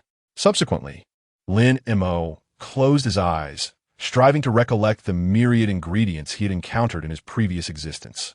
Images flickered through his mind like scenes in a film. The sweet pearls, the chewy coconut jelly, the rich pudding. Gradually, these ingredients began to crystallize with increasing clarity before his eyes. Chapter 62. Perfecting the ingredient list. Lin Mo gradually opened his eyes, as if he had just awakened from a profound dream. He reached up to gently rub the corners of his slightly weary eyes before seizing the pen resting on the table. The pen's tip grazed the pristine white paper, reminiscent of a dancer gracefully stepping onto the stage, light yet resolute. With each sweep of his arm, elegant and powerful characters began to leap across the page, spreading like wildflowers in bloom. With every ingredient he inscribed, Lin Mo paused momentarily to meticulously recall its characteristics and quantities before continuing his writing. Thus, one ingredient after another was recorded with precision and clarity upon the paper. Time slipped away like fine sand, silently cascading through his fingers. Unbeknownst to him, the once blank sheet had transformed into a tapestry of tightly woven text. The words, though dense, retained their order, akin to a battalion of well-trained soldiers standing in formation. Finally, upon inscribing the last character, Lin Mo released a sigh of relief, setting down the pen he had clutched for so long. He straightened his slightly aching back and exhaled a long, deep breath, as if expelling the accumulated pressure that had been weighing on his heart. At that moment, Lin Mo gazed with focused intensity and deep affection at the sheet filled with the ingredients for milk tea. Although the precise quantities for each ingredient remained undecided, his heart brimmed with a profound sense of accomplishment and satisfaction. Through the densely packed words, he could almost envision the delicious and tantalizing cups of milk tea beckoning to him from the future. Without hesitation, Lin Mo picked up his phone and swiftly dialed a familiar number. After only a few rings, a gentle and warm voice answered on the other end. Hello? Lin Mo quickly replied, Sister, I urgently need some help here. Could you find a few people for me? His tone carried a hint of urgency and anticipation. On the other end, Lin Mo responded without a moment's hesitation. Of course. Don't worry, little brother. If there's anything else you need, just let me know. Hearing his sister's prompt and decisive reply brought a sense of relief to Lin Mo. He expressed his gratitude repeatedly. All right, sister. I truly appreciate it. With a soft beep, Lin Mo hung up the phone without delay. His gaze remained fixated on the densely packed ingredient list, as if it concealed some extraordinary secret. He promptly captured a clear photograph of the list with his phone before dashing out the door like a gust of wind. As time ticked by, approximately half an hour later, Lin Mo appeared at the entrance, breathless. At that moment, he carried 2 bulging bags in each hand, seemingly filled with a variety of items. Lin Mo hurriedly entered the room, beads of sweat cascading down his forehead and trickling down his cheeks, forming small puddles on the floor. He paid no heed to rest and went straight to the table, placing 2 large bags heavily upon its surface. Bending down, he eagerly rummaged through one of the bags and extracted a packet of lustrous red tea. He then jogged to the kitchen, opened the stove, and carefully placed the red tea into the pot to commence a gentle roasting. As the temperature gradually rose, a delicate fragrance of tea wafted through the kitchen. Upon completing the roasting, Lin Mo skillfully sprinkled an appropriate amount of fine sugar into the pot, continuing to stir until they melded together into an enticing light coffee color. At that moment, he hastily poured in the pre-prepared hot water and gently added pure milk. Once everything was ready, Lin Mo softly covered the pot, allowing the milk tea to simmer on low heat for 5 minutes. After 5 minutes, Lin Mo lifted the lid, and a rich aroma of milk intertwined with tea enveloped him. With great delight, he picked up a spoon and carefully scooped up a steaming spoonful of milk tea, bringing it close to his nose to savor the fragrance before cautiously tasting it. Instantly, the sweet and rich flavor spread across his palate, prompting Lin Mo to nod in satisfaction. However, he soon furrowed his brow and murmured to himself, this flavor is quite pleasant, but it seems a tad too light. Perhaps I did not add enough sugar. Thus, Lin Mo resolved to experiment further, adjusting the proportions of the various ingredients in pursuit of the perfect recipe. After numerous trials, he successfully determined the optimal quantities of red tea, sugar, hot water, and milk. With each attempt, he meticulously recorded the adjustments of each ingredient and the resultant flavor variations. Yet, Lin Mo did not cease his quest for exploration. He enthusiastically began to concoct other varieties of milk tea, such as the chewy and glutinous pearl milk tea, the sweet and delectable taro milk tea, the refreshing green grape milk tea, and a uniquely flavored lemon milk tea, among others. Through Lin Mo's relentless efforts, the required ingredient amounts for each type of milk tea were systematically established and carefully noted in a dedicated notebook. Finally, with a sense of fulfillment, Lin Mo poured the freshly crafted milk teas into transparent cups, sealing the openings with plastic wrap and neatly arranging them in the refrigerator for freezing. He anticipated that these homemade delicacies would bring joy and satisfaction to everyone. After a brief tidying of his chaotic kitchen, he wearily lay down on his bed, ready to indulge in a well-deserved rest. Time passed quietly, and before he knew it, the serenity of the room was shattered by the melodious chime of his phone. Blinking away sleepiness, Lin Mo reached for his phone, and upon closer inspection, he noticed an entirely unfamiliar number displayed on the screen. Though filled with curiosity, he pressed the answer button without hesitation. Immediately, a gentle and melodious female voice resonated from the other end. Hello, may I ask if this is Mr. Lin? My name is Yiwan, and I have been sent by the president to assist you with your work. Lin Mo, rubbing his eyes in an attempt to awaken himself, listened intently to the words of this unfamiliar woman. For some inexplicable reason, her voice resonated with a sense of familiarity, though he could not immediately recall where he had heard it before. Thus, he politely replied, very well. Please wait a moment. I shall send you a list of ingredients. Kindly find some reliable personnel to meticulously prepare them according to the instructions provided. After a brief pause, Lin Mo seemed to recollect something and inquired, "By the way, I can't shake the feeling that your voice is quite familiar. Have we perhaps met before?" Upon hearing this, Yuan on the other end of the line was momentarily taken aback, only to be unable to conceal her delight as she responded. "So it truly is you, Director Lin. Do you remember our last encounter at the company? I was the one who advised you against opposing Manager Mo. At that time, I was unaware that you were the director of the company. However, rest assured, since the president has entrusted me with the task of assisting you, I shall exert every effort to ensure we achieve the best results." Lin Mo, upon realizing the connection, felt a sense of surprise and said, "Oh, is that so? How fortuitous. Well then, let us not dwell on this any longer. You should attend to your duties." Chapter 63, Similar Experiences. Having spoken, Lin Mo hastily terminated the call without awaiting a response. He swiftly opened his phone's gallery, retrieved the meticulously prepared complete list of ingredients, and clicked the send button to transmit it to Yuan. Lin Mo casually glanced at the screen of his phone, which clearly indicated that it was now 5 o'clock in the afternoon. A slight furrow appeared on his brow as he succumbed to a moment of contemplation. After a brief period of reflection, a notion gradually took shape in his mind, a desire to inspect the condition of the land in person. Resolute in his decision, Lin Mo stood up from his seat without hesitation.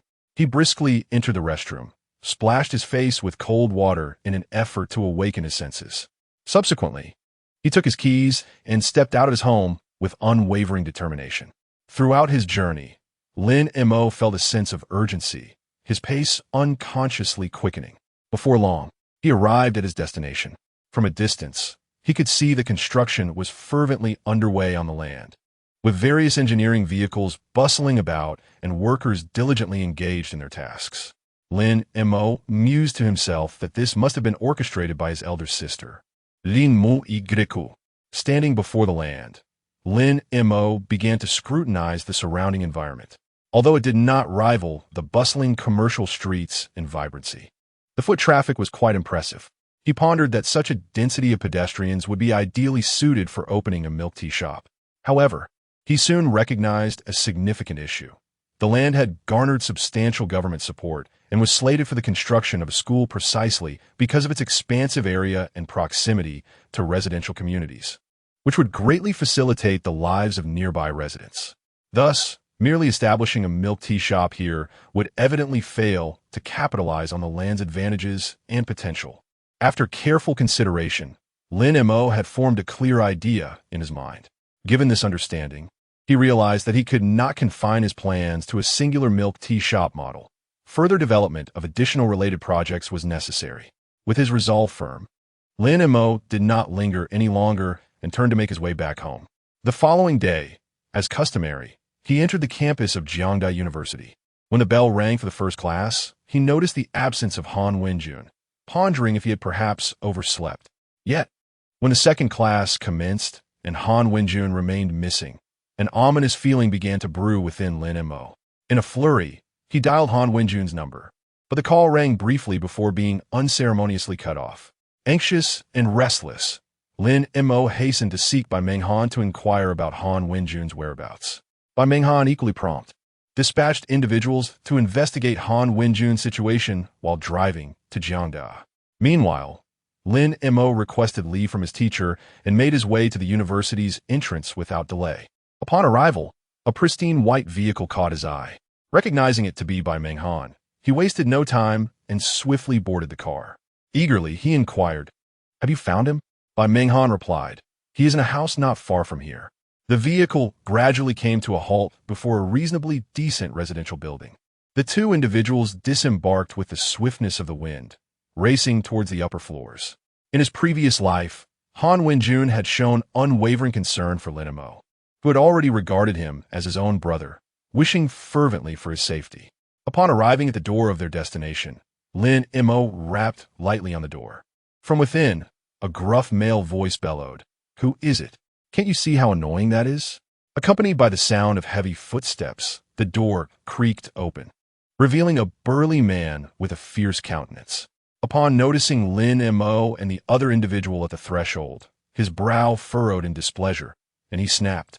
"Who are you two? What do you want here?" Lin Mo, his expression devoid of emotion, inquired directly, "Where is Han Wenjun?" The man's lips curled into a smirk, a mocking smile gracing his features as he replied in a sardonic tone. "Han Wenjun? He inside taking care of his sickly mother." With that, he contemptuously turned his head, as if filled with disdain for Han Wenjun. Feeling a surge of indignation at the man's brazen demeanor, Lin Mo wasted no time. He clenched his fist tightly and, like a tempest, struck the man squarely in the face.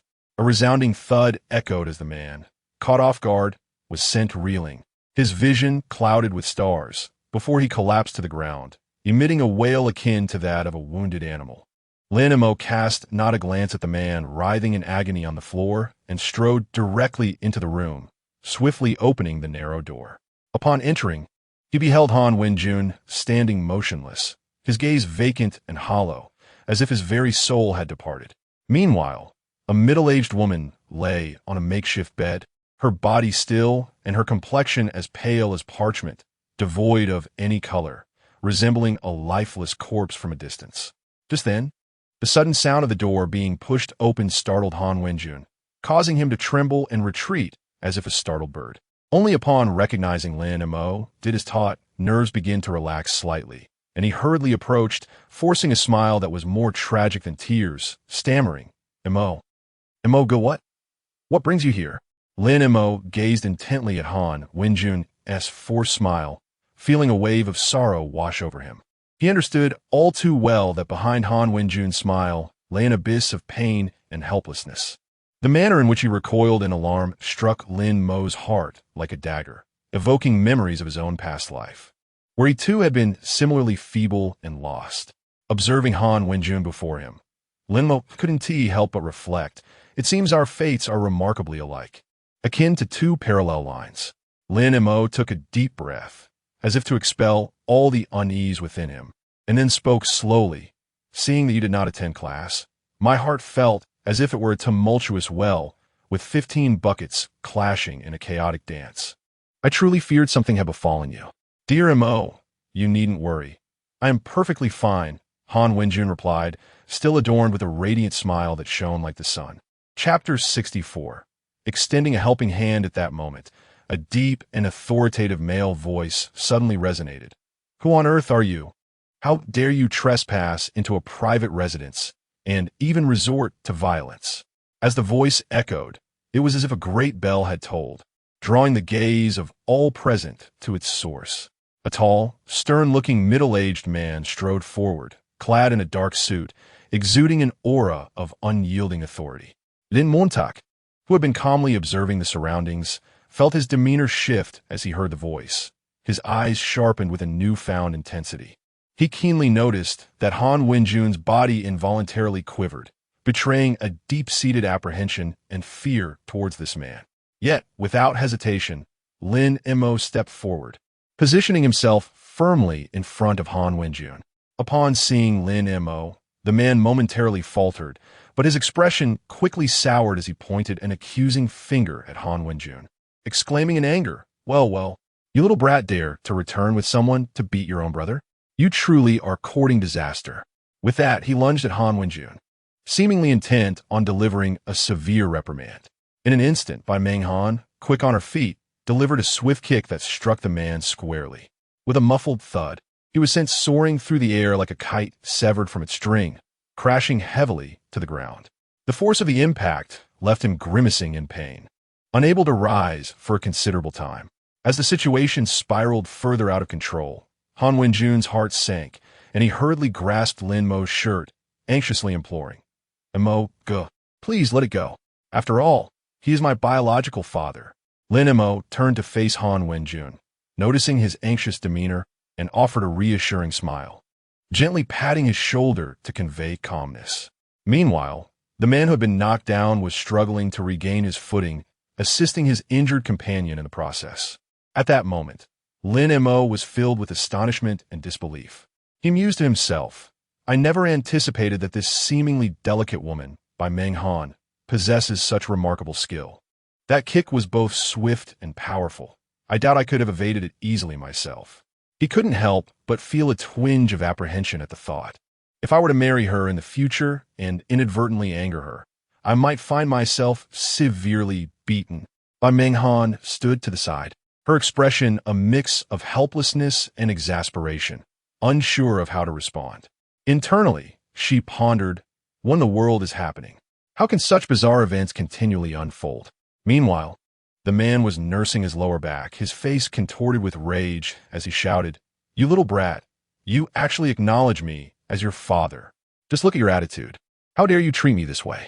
Do you have any idea how hard I work every day to care for your mother?" Subsequently, he directed his ire towards others, bellowing fiercely, and you lot indiscriminately resorting to violence. If you do not compensate me for my medical expenses today, I shall have no choice but to call the police. Han Wenjun's heart was as clear as crystal. He understood that his so-called father was solely concerned with money. Even at such a moment, his father's thoughts were fixated on devising ways to swindle others for gambling purposes. Reflecting on this, Han Wenjun could no longer contain himself. For Lin Mo and for himself, he mustered the courage to retort, "Stop spouting nonsense. When have you ever cared for my mother? Of the meager earnings I make from my part-time job, how much has truly gone towards treating her?" Upon hearing his son audaciously confront him, the man was instantly consumed by rage, veins bulging on his forehead as he roared, "Ah, you little brat, have you grown wings? Now you dare talk back." Yet, Lin Mo paid no heed to the man's frenzied outburst. Instead, he turned gently to Han Wenjun, his gaze softening as he asked, "Wenjun, have you ever considered leaving this place? To distance yourself from all the troubles and conflicts here?" Han Wenjun nodded without hesitation, responding, "I have thought about it, of course. But my mother is still here. If I leave, who will take care of her?" His voice trailed off, revealing a sense of loneliness and helplessness. Lin Mo placed a reassuring hand on Han Wenjun's shoulder, comforting him. "Do not worry, Wenjun. If you are willing, I can take your mother with us, and you both can embark on a new life in a different place. Furthermore, I will ensure that your mother receives the best medical care. Trust me, everything will gradually improve. Do not even think about leaving. Neither of you can go. I have cared for her mother tirelessly for so long. I cannot just let you walk away." The man shouted in exasperation, the flesh on his face twitching with rage. Clearly, if these two departed, he would lack the funds to squander at the casino. Standing nearby, Lin Mo felt a surge of anger, glaring fiercely at the man.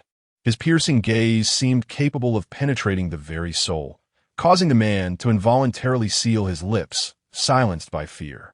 Nevertheless, Han Wenjun shook his head firmly. "Resolutely no, moje. Really, it is unnecessary. I cannot impose on you any further." Lin Mo was acutely aware of Han Wenjun's thoughts, understanding that he was reluctant to burden him. However, how could Lin Mo easily concede? He stepped forward, placing a hand on Han Wenjun's shoulder, earnestly stating, "Wenjun, please do not say that. We are brothers. We must support each other in times of difficulty. Moreover, the money I have provided you is not a gift. Once you recover, you must work diligently at my sister's company to repay this amount. Do you understand?" As the words fell, Han Wenjun's eyes instantly brimmed with tears. Tears cascaded down uncontrollably, and he nodded solemnly. Choking back emotion, he replied, "Yes, I understand, Brother Mo. I'm truly fortunate to have you in my life." Lin Mo gazed at Meng Han and softly spoke, "Meng Han, look, I have already made all the arrangements, and the vehicle has arrived." Meng Han responded gently. Immediately thereafter, several medical personnel clad in white approached with an ethereal grace, attending to the aunt lying in bed. Chapter 65. Liberation. As the man witnessed Han Wenjun resolutely turning to leave, a wave of panic washed over him.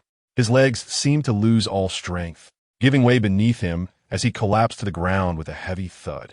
Terror and despair etched across his face. He hoarsely cried out to Han Wenjun, "My son, how can you so heartlessly abandon your father and leave me all alone? What shall I do if you go? Who will care for this lonely old man?"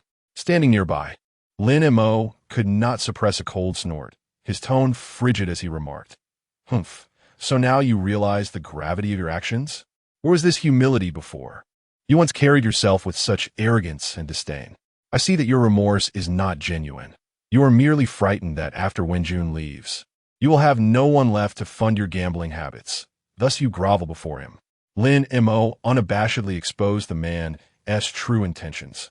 Meanwhile, Han Wenjun was already acutely aware of his father's actions. This so-called father had never once fulfilled his paternal responsibilities, spending his days immersed in gambling, leaving their home in disarray and poverty. With this thought, a look of resolve crossed Han Wenjun's face. He slowly turned around to face the man kneeling on the ground. Pleading desperately, in a solemn tone, he declared, "You need not kneel any longer. From this day forth, I am no longer your son. Our ties are severed." With that, he turned away decisively, refusing to cast another glance at the man. Then, Han Wenjun turned to Lin Mo beside him and softly said, "Brother Mo, let us depart." Lin Mo, observing the unwavering determination in Han Wenjun's eyes, felt a surge of comfort. He nodded, and together they stepped forward, leaving without a backward glance. The man remained on the ground, dazed, his face a mask of regret and despondency. The neighbors who witnessed this scene shook their heads in sorrow. They were well aware of the suffering Han Wenjun had endured over the years, and now, freeing himself from such a negligent father was akin to escaping from a sea of anguish and reclaiming his life. Before long, Han's mother was swiftly taken to the finest hospital in the area for treatment. Lin Mo stayed by Han Wenjun's side, while Bai Meng Han remained steadfastly close to Lin Mo. After a thorough and meticulous examination, the results were heartbreaking. Han's mother bore numerous alarming injuries, and due to the severe trauma, her condition was extremely frail, currently teetering on the brink of life and death. Seeing his mother in such a dire state, Han Wenjun's emotions shattered instantly. In a fit of rage, he bellowed, "That bastard! Does he possess no humanity at all? How could he lay his hands on her, even striking my mother?" Fortunately, thanks to the medical staff's urgent and dedicated efforts, Han's mother's condition finally stabilized for the moment, as her heart rate gradually returned to a steady rhythm. Though circumstances have improved, her health remains exceedingly frail, necessitating an extended period of recuperation for gradual recovery. Observing this situation, Lin Mo swiftly offered gentle reassurance, saying, "Do not worry too much, Wenjun. Everything will be all right. Trust that your mother is destined to recover." The doctor responsible for examining Han's mother then interjected, "Once the patient awakens, ensure that she receives ample nutrition to restore her health." "Thank you, doctor. I am truly grateful," Han Wenjun responded, nodding in appreciation while tightly grasping the doctor's hand, reluctant to let go. Subsequently, Lin Mo followed Han Wenjun into the ward. Compared to her previous stay at home, Han's mother appeared significantly better while lying in the hospital bed. Gazing at her wan visage, lost in slumber, Han Wenjun's heart ached with remorse, tears streaming uncontrollably as she lamented, "Mother, it is all my fault. I failed to protect you. I am an unfilial son." Understanding that Han Wenjun required a tranquil space to express her inner turmoil and guilt, Lin Mo gently patted her shoulder in a gesture of comfort. He then took Bai Meng Han's hand and quietly exited the room, leaving the mother and son in their intimate sphere. As they ambled slowly towards the door, Bai Meng Han's exquisite eyes, reminiscent of jewels, betrayed a hint of confusion and anxiety. She softly inquired, "What should we do now?" Standing beside her, Lin Mo furrowed his brow, contemplating before responding, "What else can we do? I shall remain here as a faithful guardian by his side.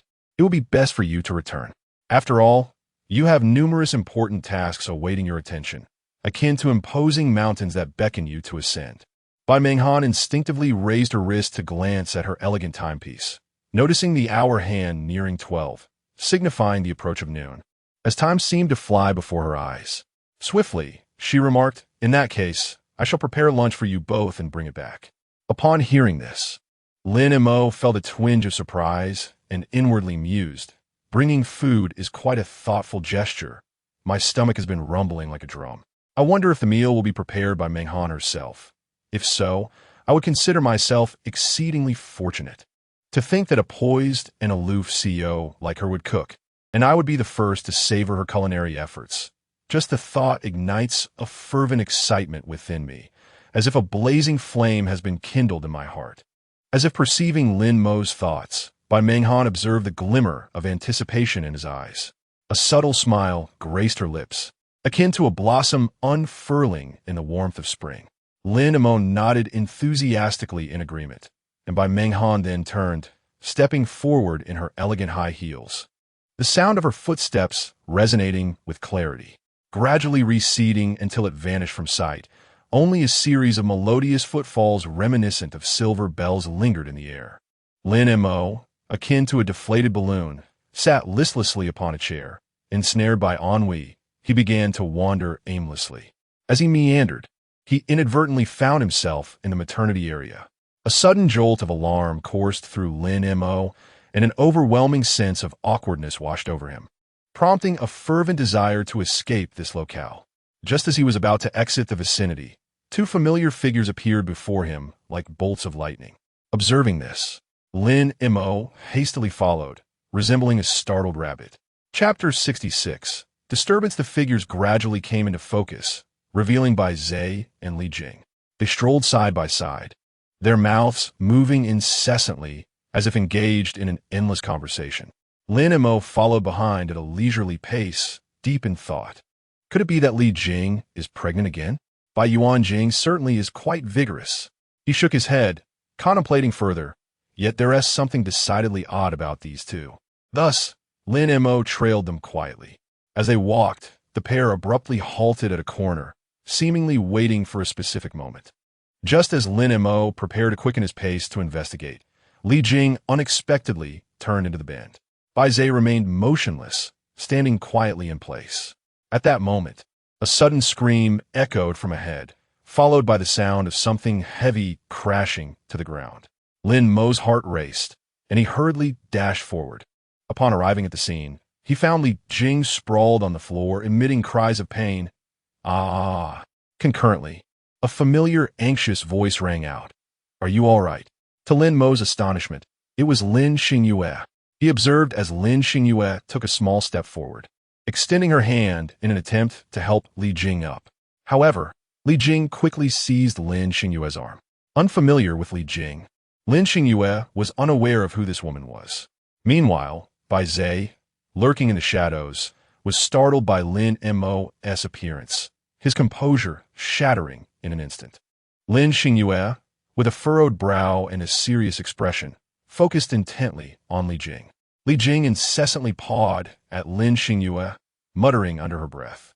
Unable to endure any longer, Lin Xingyue admonished loudly, "Madam, please conduct yourself with dignity. If you continue this nonsensical behavior, do not blame me for calling security to intervene." Yet, Li Jing appeared utterly unfazed by Lin Xingyue's warning. Rather than retreating, she raised her voice, shouting, "Ah, everyone come quick. This heartless doctor is bullying me. She clearly knocked me down and now wants to chase me away. Where is the justice in this?" Li Jing's outcry resonated like thunder, shattering the tranquility of the hospital corridor. Curious passers-by gathered around, drawn by the commotion. In the blink of an eye, Lin Xingyue found herself surrounded, the sudden chaos plunging her into deep trouble. Desperation washed over her as she lifted her gaze to Lin Mo, her eyes pleading for assistance. Understanding her plight, Lin Mo immediately recognized that Bai Zai and Li Jing were clearly instigating trouble, likely under Bai Yuanjing's orchestrations. Resolutely, he strode toward Li Jing, stopping before her and coldly inquiring, "Now, tell me what you truly want." Upon hearing the words, Li Jing was momentarily taken aback, but quickly raised her head. Yet, the instant her gaze met Lin Mo's, she seemed to be startled, her body involuntarily swaying to the side. Fortunately, Li Jing reacted swiftly. In just a moment, she steadied herself and rapidly regained her previous haughty demeanor. With a sense of righteous indignation, she retorted, "Humph. Since you collided with me, you must compensate me. Otherwise, this matter will not end today." Lin Mo's gaze was like two arrows, sharply fixated on Li Jing, as he pondered silently. As Bai Yuanjing's secretary, she should hardly be lacking in wealth. If that is the case, then it only implies that her visit is not merely about seeking compensation. She is clearly here to create trouble and extort money. At that moment, Lin Xingyue, having overheard Lin Mo's thoughts, instantly recalled his earlier remarks, thereby realizing that the woman before them was indeed Bai Yuanjing's secretary. Lin Mo took a deep breath and inquired nonchalantly, "May I ask, what amount do you expect us to compensate you?" Upon hearing this, Li Jing immediately assumed a pitiful demeanor, akin to a wilting willow. With a melodious yet affected tone, she replied, "It must be at least 10 million. Moreover, the little baby in my womb is as delicate as a tender flower, just beginning to bloom. Your collision has surely affected this tender bud." Lin Mo was left utterly speechless, his expression one of incredulity, as if struck by lightning, and he vehemently countered, "This is nothing short of blatant fraud. How can one demand 10 million for a mere gentle nudge? Furthermore, you lack any evidence to prove that you are indeed pregnant or that the child has suffered any harm." However, in the face of Lin Mo's skepticism, Li Jing not only showed no signs of retreat, but rather, like a chameleon, her expression shifted rapidly as she began to sob. Her cries resembled the mournful notes of a broken stringed instrument, akin to a wounded nightingale lamenting. With tears and snot streaming down her face, she wailed, "Oh dear! Kind-hearted people, please come and take a look. This doctor refuses to compensate after colliding with me. How heartless." At that precise moment, Bai Zhe, who had been lurking in the shadows, seized the opportunity and strode forward with confidence. He chimed in, "Indeed, how can one treat the injured in such a manner? People often say that doctors possess a compassionate heart, yet it appears to be nothing but a fabricated lie." With Bai Zhe's dramatic embellishment, the crowd of onlookers instantly turned their ire towards Lin Mo and Lin Xingyue, a cacophony of accusations raining down like a tempest. Witnessing Bai Zhe's ghostly appearance, Lin Mo subtly leaned closer to Li Jing, lowering his voice to say, "Secretary Li, you ought to be cautious. This area is rife with surveillance cameras. Just moments ago, you and that young master Bai strutted in here quite brazenly." Lin Mo paused momentarily before continuing. "Then, the two of you quietly waited here. Once my second sister made her appearance, you rushed out in haste, while that young man Bai lingered like a mere observer, lingering in the shadows without revealing himself at the earliest opportunity." At this point, Lin Mo deliberately halted, his gaze piercing as it fixed on Li Jing, and continued with a composed analysis. "Pray tell, what would those discerning individuals in the vicinity think upon witnessing such a scene?" His words struck Li Jing like a thunderbolt, resonating deep within her heart. Startled, she trembled, her complexion turning ashen, and in a flurry of panic, she turned her gaze toward the direction where Bai Zhe stood. Chapter 67. Feigning unconsciousness, Bai Zhe was entirely oblivious to what Lin Mo had said, and thus remained unaware of the reason behind Li Jing's unwavering gaze upon him. He continued to address the surrounding crowd with a calm demeanor, exclaiming, "My dear friends, let us deliberate. This individual has collided with another. Should they not be held accountable for the damages incurred? Do you not agree with this reasoning?" The onlookers, upon hearing his words, nodded in agreement, expressing their support for Bai Zhe's perspective. As events unfolded precisely as Bai Zhe had anticipated, a sense of smug satisfaction began to swell within him, convinced that victory was within his grasp. Meanwhile, on the ground, Li Jing appeared increasingly flustered and at a loss. Ignoring the pain coursing through her body, she gently tugged at the hem of Bai Zhe's garment and implored, "I actually feel that I'm no longer severely injured. Could you possibly assist me in leaving this place?" Upon hearing her words, an inexplicable fury surged within Bai Zhe. He furrowed his brow and retorted with evident displeasure, "You need not harbor any concerns, nor fear these people. Rest assured, we shall seek justice for you." As he spoke, Bai Zhe cast a cursory glance at the crowd, who had fervently pledged their assistance. Yet, only Li Jing was acutely aware of the bitter irony of the situation. She was akin to a mute suffering in silence. At this impasse, Lin Mo, who had been observing from the sidelines, seized the opportune moment to intervene. He broke the stalemate by suggesting, "In my opinion, since both parties are adamant in their claims, making it difficult to discern right from wrong, why not review the nearby surveillance footage? Upon hearing this proposal, the gathered crowd exchanged perplexed glances, their expressions betraying their confusion. However, Bai Zhe, upon receiving Lin Mo's statement, felt as though a sudden epiphany had struck him. Realizing why Li Jing had previously exhibited such panic, he hastily exclaimed, What? What surveillance? Are you attempting to divert the conversation? Ignoring Bai Zhe entirely, Lin Mo swiftly retrieved a mobile phone from his pocket and continued, Alternatively, why don't we all take a moment to view a video? I believe it will undoubtedly captivate everyone's attention. At this, the curiosity of the crowd was instantly piqued, with each person craning their necks, anticipation evident on their faces, eager to uncover the mystery of the video. Meanwhile, Bai Zhe felt a twinge of anxiety, uncertain if Lin Mo truly possessed footage that could expose his wrongdoing. The eager expressions of those around him only intensified his sense of unease. After much hesitation, Bai Zhe stammered, Madam, do you not see that they are constantly attempting to distract us with irrelevant matters? How about this? I will assist you in finding a more comfortable place to rest, and later I shall return to demand an explanation. With that, Bai Zhe cautiously extended his hand, attempting to grasp Li Jing's arm. Li Jing immediately supporting Bai Zhe and feigning a weak and injured demeanor as she slowly rose to her feet. Just as the two seemed poised to successfully escape, Lin Mo, with remarkable swiftness, stepped forward decisively, effectively blocking their path and exclaiming, Please do not rush to leave. We have yet to compensate you for your losses. At that moment, a voice from the crowd echoed in agreement. Indeed, they haven't paid yet. The young man has expressed his willingness to compensate. You should accept the money quickly. Upon hearing this, Li Jing hastily waved her hands, asserting, No need for that. I am naturally magnanimous and would not hold such trivial matters against these youngsters. Let this matter end here. Lin Xingyue, with a beaming smile and a tone dripping with flattery, interjected, Oh, dear friends, let us discuss this calmly. We acknowledge our wrongdoing and are willing to compensate in any amount, as long as it alleviates your displeasure. While speaking, she bowed and nodded to the other party, presenting an exceptionally humble demeanor. Meanwhile, Bai Zhe stood aside, feeling an overwhelming sense of frustration and gloom. This ill-conceived idea of compensation had originally been his, intended to prompt Lin Mo to part with some money to avert disaster. Little did he know that it had turned into a self-inflicted predicament, akin to shooting oneself in the foot.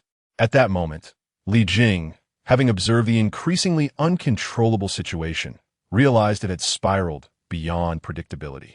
With a swift mental pivot, she suddenly feigned weakness, collapsing to the ground, her eyes closed and motionless, pretending to faint. Seeing this, Bai Zhe panicked and shouted, Doctor, come quickly. Someone has fainted here. His voice, tinged with evident alarm, reverberated throughout the corridor. Upon hearing his cries, people quickly gathered. Some rushed to check on Li Jing's condition, while others joined in the loud calls for help. In no time, hospital staff arrived, swiftly placing Li Jing on a stretcher and transporting her to a ward. Seizing the moment amidst the chaos, Bai Zhe deftly slipped away, disappearing without a trace. It must be said, these two had truly acted with remarkable ingenuity, employing such clever tactics to successfully extricate themselves from this troublesome situation.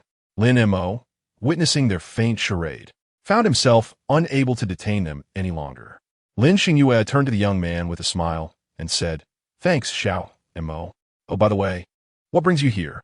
After Lin Mo recounted the day's events in detail, Lin Xingyue expressed her own disdain towards Han Fu. After a brief conversation, just as Lin Mo was preparing to return to Han Wenjun, he spotted a familiar figure. Mei Han, what brings you here? Lin Mo exclaimed with delight. I noticed you weren't at the entrance, so I came looking for you, only to find you here, Bai Meng Han replied, winking at Lin Xingyue. Lin Xingyue, without elaborating further, simply smiled and said, I have matters to attend to, so I shall take my leave. Subsequently, Lin Mo followed Bai Meng Han back to the corridor outside Han Mu's hospital room. Bai Meng Han handed the meal she was carrying to Lin Mo, stating, The red box is yours. Lin Mo nodded in acknowledgement and retrieved the red lunchbox from the bag. As he opened it, A delightful aroma wafted towards him. Inside the box, there were several pieces of chicken wings, some ribs, and a portion of greens. Lin Mo picked up his chopsticks and grasped a rib. After taking a bite, he could not bring himself to stop. He devoured the food with fervor, his mind brimming with praise. How delectable! How could it be this delicious?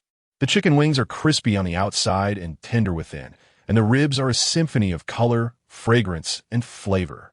All his admiration was expressed through his contented murmurs. Chapter 68. Sister Mo, listening to Lin Mo's melodious voice, akin to a yellow aureole emerging from the valley, and observing him ravenously devouring food, as if he had been starved for 3 days and nights. A wave of indescribable joy surged within Bai Menghan. This joy blossomed in her heart like flowers in spring, radiating an enchanting fragrance. A radiant smile, reminiscent of sunlight, graced her lips as she softly declared, "If you enjoy eating so much, I shall personally prepare meals for you whenever the opportunity arises." Her gentle tone wafted through Lin Mo's ears like a tender spring breeze, bringing with it threads of warmth. "Really?" Lin Mo's face lit up with surprise, sparkling with the anticipation of a rare treasure. "Indeed it is," Bai Menghan replied without hesitation, her resolute tone conveying an eternal promise to Lin Mo. Upon receiving such affirmation, Lin Mo beamed with joy, his face aglow with a sunshine-like happiness as he contentedly remarked, "I cannot thank you enough, my dear fiancé." At these words, Bai Menghan's cheeks flushed a deep crimson, akin to a ripe apple, as a shy veneer enveloped her. Lowering her head slightly, she merely nodded in acknowledgement. At that moment, Han Wenjun slowly emerged from the hospital room. He had been diligently caring for his mother in the hospital bed, meticulously tending to her needs. Upon seeing Han Wenjun, Lin Mo promptly handed him the lunchbox that had been set aside, expressing concern, "Come, Wenjun, do not let yourself go hungry. Eat first. Afterward, I will take you to my elder sister's company." Han Wenjun gazed at the lunchbox, his eyes misting with tears. Overwhelmed by the warmth and care emanating from Lin Mo, gratitude filled his heart as he looked at Lin Mo, his lips quivering, wanting to express his feelings but at a loss for words. Accepting the lunchbox, Han Wenjun turned to Bai Menghan, sincerely thanking her. "Thank you, Sister Mo." This address deepened Bai Menghan's shyness, causing her already rosy cheeks to turn even more crimson, extending to her ears. Lin Mo quietly regarded the earnest expression on Han Wenjun's face, contemplating. This fellow is quite eloquent. He could not help but admire Han Wenjun's eloquence. His gaze then shifted to Bai Menghan, observing her fair complexion now flushed with a vibrant red, reminiscent of a ripe apple. Seeing this, Lin Mo's thoughts began to wander. "Oh my, Bai Menghan is actually blushing. She looks just like a charming and shy little wife." Bai Menghan seemed to sense Lin Mo's audacious thoughts, clearing her throat in an attempt to regain her usual composure. However, despite her earnest efforts, the blush on her face showed no signs of fading. After lunch, Lin Mo led Han Wenjun to board Bai Menghan's vehicle. The car glided smoothly along the road, and before long, they arrived in front of the Lin Tian Group's towering edifice. Since the incident last time, no one dared to obstruct Lin Mo any longer. With familiarity, she guided Han Wenjun and Bai Menghan into the building and made a direct course toward Lin Muyu's office. When they finally stood before Lin Muyu, Lin Mo wasted no time and recounted the events of the day in full detail. Lin Muyu, grasping the situation, immediately resolved to assign Han Wenjun a suitable position. After methodically arranging the necessary affairs, she turned to Lin Mo with genuine concern and inquired, "Little Mo, have you contemplated the style you wish for the renovation of your milk tea shop? I have gathered numerous related images and just sent them to you. When you have a moment, you can select your favorites." Upon hearing this, Lin Mo seemed to awaken from a dream, quickly glancing at Han Wenjun with eager anticipation, saying, "Wenjun, if you have time, you must come and lend me a hand." Without hesitation, Han Wenjun nodded in agreement, assuring her of his full support. Soon after, Lin Muyu raised her hand to beckon someone, and a figure promptly approached. This person was Wang Xiao. "Little Mo, if there are any matters that need addressing or assistance, feel free to seek him out," Lin Muyu introduced with a smile. "All right, thank you, elder sister," Lin Mo replied obediently. Seeing that there were no pressing matters at hand, Lin Mo engaged in a detailed discussion with Wang Xiao, outlining several key points. Once everything was arranged, she felt a sense of relief and turned to leave. Meanwhile, Bai Minghan first took Han Wenjun to the hospital and then hurriedly drove Lin Mo to the school entrance. Initially, Lin Mo earnestly urged Han Wenjun to return to class, but his heart remained steadfastly with his gravely ill mother, resolutely choosing to stay at the hospital. Witnessing this, the others ceased their insistence and nodded in agreement with his decision. Thus, with everyone's concerted efforts, the renovation of the milk tea shop was set to commence with the urgency of a war drum. In the ensuing months, whenever Lin Mo had no classes, she would rush to Han Wenjun's side like an arrow released from its bow. Remarkably, during this time, under the gentle care and concern from everyone, Han's mother's condition began to improve, akin to a withered tree blossoming anew, her health markedly better than before. Simultaneously, Lin Mo's long-cherished milk tea shop was finally completed, gleaming like a resplendent pearl. Undoubtedly, Wang Zhao's unwavering support played a pivotal role in this endeavor. Moreover, he tirelessly assumed the role of a discerning mentor, akin to a skilled horse trainer, meticulously recruiting a cadre of exceptional employees for Lin Mo. He personally took charge of conducting a rigorous and comprehensive training regimen for these newcomers, akin to that of a stern yet nurturing instructor. From a meticulous selection of raw materials, mastery of blending ratios, to the intricacies of the production process, Wang Xiao provided detailed guidance and explanations for every aspect. His aim was to ensure that each employee could master the craft with the finesse of a skilled butcher, adhering strictly to the recipe to produce exquisite cups of milk tea with unparalleled taste and superior quality. As time swiftly passed, the summer vacation arrived, heralding the impending opening of Lin Mo's milk tea shop. Han Wenjun, resembling a diligent little bee, occasionally came to lend a hand, while Lin Mo exerted every effort to promote the venture extensively. Chapter 69. Camping after much contemplation. Lin Mo and Han Wenjun finally devised a name for their beloved milk tea shop that they found exceedingly satisfying: Milk Tea Paradise. This enchanting name seems to herald a haven where countless individuals can savor delectable milk tea while unwinding their minds and bodies. Time flew by, and soon the grand opening day of Lin Mo's milk tea shop arrived. On that bright morning, the sun shone brilliantly, and a gentle breeze caressed the surroundings. Han Wenjun arrived at the shop early, eager to assist her friend in welcoming the first wave of customers post-opening. Not long after the shop opened, an unexpected scene unfolded. The once quiet street suddenly transformed into a bustling spectacle as passers-by flocked to the newly inaugurated milk tea shop. In the blink of an eye, the entrance was surrounded, teeming with eager patrons. It is worth noting that the milk tea market had not yet fully flourished, yet Lin Mo's establishment, with its unique charm, captivated many, akin to a dazzling star swiftly ascending within the industry. The entire day, from the first rays of morning sunlight until just past 5 in the evening, Lin Mo and Han Wenjun barely paused for a moment. They tirelessly crafted an array of milk tea flavors to satisfy the incessantly arriving customers.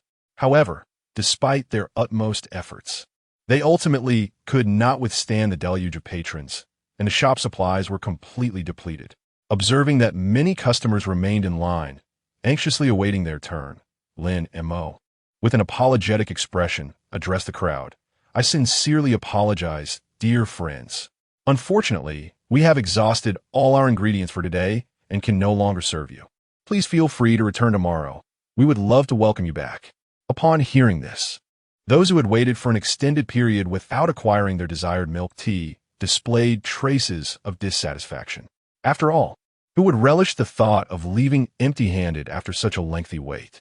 Nevertheless, despite their slight discontent, the majority understood the shop's predicament and gradually dispersed.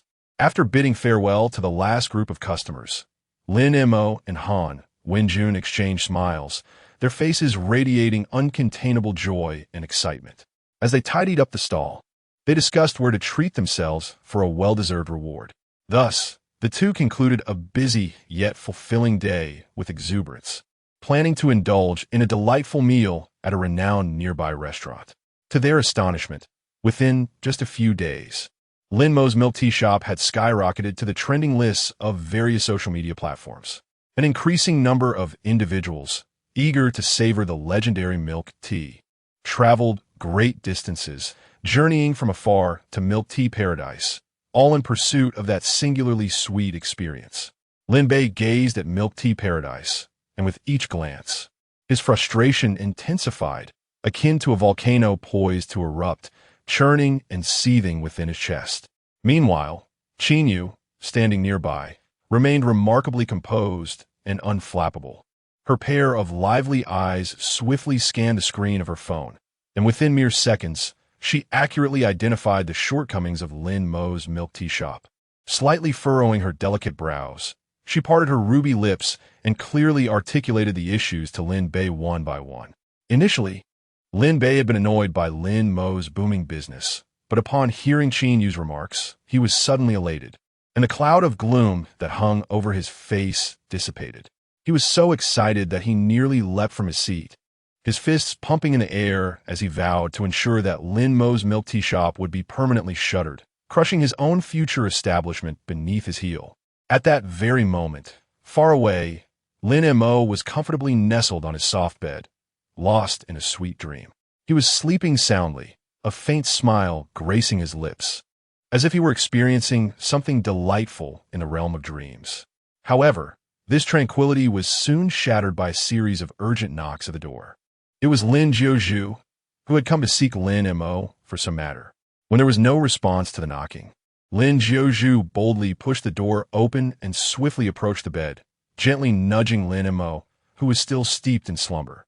Lin Mo slowly opened his eyes, bleary and drowsy, gazing at the figure before him. It took him a moment to gather his senses. Noticing his state, Lin Jiuzhu chuckled and said, "Little Mo, look at you, you lazybones. The sun has risen high." She continued, "I have come bearing good news today. Would you be interested in joining Sanjia for a variety show this summer?" Upon hearing this, Lin Mo froze in place, taking several seconds to awaken from his daze. His mouth formed a perfect S, he exclaimed in surprise. At that instant, a quiet inner monologue stirred within him, like ripples on a tranquil lake. A variety show? That idea sounds rather intriguing. He pondered, a flicker of anticipation blossoming in his heart. Moreover, the milk tea paradise has resumed regular operations, and with summer upon us, staying at home all day does seem rather dull. With this thought, Lin Mo slightly nodded, but soon a wave of doubt washed over him. But can an ordinary person like me truly have the opportunity to participate in a variety show? It was as if Lin Jiuzhu possessed the ability to read minds, as she accurately sensed Lin Mo's inner turmoil. She smiled reassuringly and replied, "Rest assured, I am not jesting. This variety show has a camping theme, and each celebrity is required to invite a family member as their partner." How does Sanjia know my inner thoughts so clearly? Lin Mo mused, his gaze unconsciously falling upon Lin Jiuzhu. However, before he could voice his question, she interjected, "What are you pondering? Would I intentionally deceive you? Just give me a straightforward answer. Are you going or not?" Faced with Lin Jiuzhu's rapid-fire inquiries, Lin Mo was momentarily taken aback, but he quickly responded, "Sanjia, I'll go. Please don't be angry." Upon witnessing Lin Mo's prompt agreement, Lin Jiuzhu's expression remained unchanged. She leisurely advised, "Since you have decided to go, you must prepare the necessary items diligently. We shall embark on our journey the day after tomorrow. This initial phase of our camping adventure will last 2 days and 1 night. Understood, third sister. I will remember everything." Lin Montag respondit éagerly, nodding repeatedly in affirmation. Chapter 70. Trouble arises from the heart. Subsequently, Lin Jiuzhu turned and departed, his tall figure swiftly disappearing into the distance like an arrow released from its bowstring. Time flew by, and before long, it was the eve of the recording for the variety show. On that day, the sun shone brightly, enveloping the world in a golden veil, while a gentle breeze caressed the faces of the people, reminiscent of a mother's tender touch, bringing an unparalleled sense of comfort. Lin Mo entered the realm of milk tea with a light-hearted stride, the air filled with the rich fragrances of milk and tea, as if he had stepped into a sweet dream. Upon entering the shop, he spotted Han Wenjun and Wang Xiao diligently engaged in their tasks, like two resplendent stars radiating brilliance within the establishment. Upon seeing Lin Mo, they paused their work, greeting him with smiles that bloomed like flowers in spring, radiant and warm. Approaching the counter, Lin Mo spoke softly. Wenjun Xiaoge, there are a few matters I need to discuss with you. He then elaborated on the operational arrangements for the shop during his absence, as well as several points that required special attention. Han Wenjun and Wang Xiao listened attentively, nodding frequently to indicate their understanding. Once he had conveyed all the necessary information, Lin Mo bid farewell to the two and hurried back to the Lin residence to pack his belongings. He opened the wardrobe, selecting attire suitable for outdoor activities, and methodically placed essential supplies into his backpack. After careful preparation, Lin Mo finally organized everything. As camping variety shows typically required guests to arrive a day in advance, Lin Mo and Lin Juju did not delay, promptly setting off for the airport. Along the way, they exchanged light-hearted banter, their spirits exceptionally high. Before long, they arrived at the bustling airport, where a throng of travelers moved about in lively chaos. Dragging their suitcases, Lin Mo and Lin Juju made their way to the boarding gate.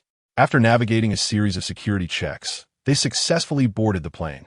Once settled into their seats, Lin Mo gently sat back and retrieved his phone from his bag, adeptly opening the messaging app. After a moment of contemplation, he sent a message to Bai Meng Han. Meng Han, I will be recording a camping variety show for the next few days. Having sent the message, he quietly awaited her reply. Before long, the screen lit up with Bai Meng Han's response. Oh, that sounds fun. Please be safe.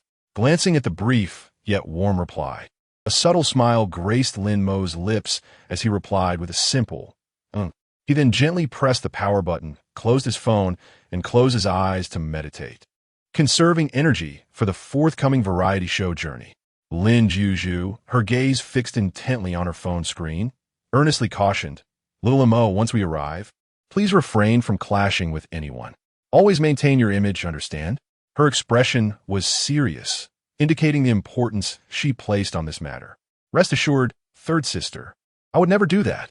Lin Mo quickly responded, but his inner monologue soon revealed his true feelings. That depends on how those R's perform. If they dare to look down on us ordinary folks as I've seen online, then they should not blame me for being impolite. Lin Jiuju mused. But those were merely things I encountered on the internet. The thought of actually witnessing living stars this time fills me with immense excitement. Upon hearing Lin Mo's thoughts, Lin Jiuju instantly realized that he had not taken her words to heart. Moreover, he repeatedly mentioned that it was his first time seeing a living star. Did that mean she, as his elder sister, was not considered a star herself?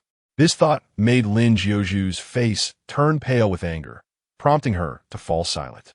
Meanwhile, Lin Mo, blissfully unaware of his third sister's irritation, eagerly inquired, Sister, please tell me which stars are participating in this variety show. In response to Lin Mo's persistent questioning, Lin Jiuju remained silent, but her inner fury blazed like an erupting volcano. Slowly, Lin Mo opened his eyes, and as his gaze sharpened, he noticed Lin Jiuju sitting motionless with her eyes closed, like a statue. He mused to himself, she fell asleep so quickly.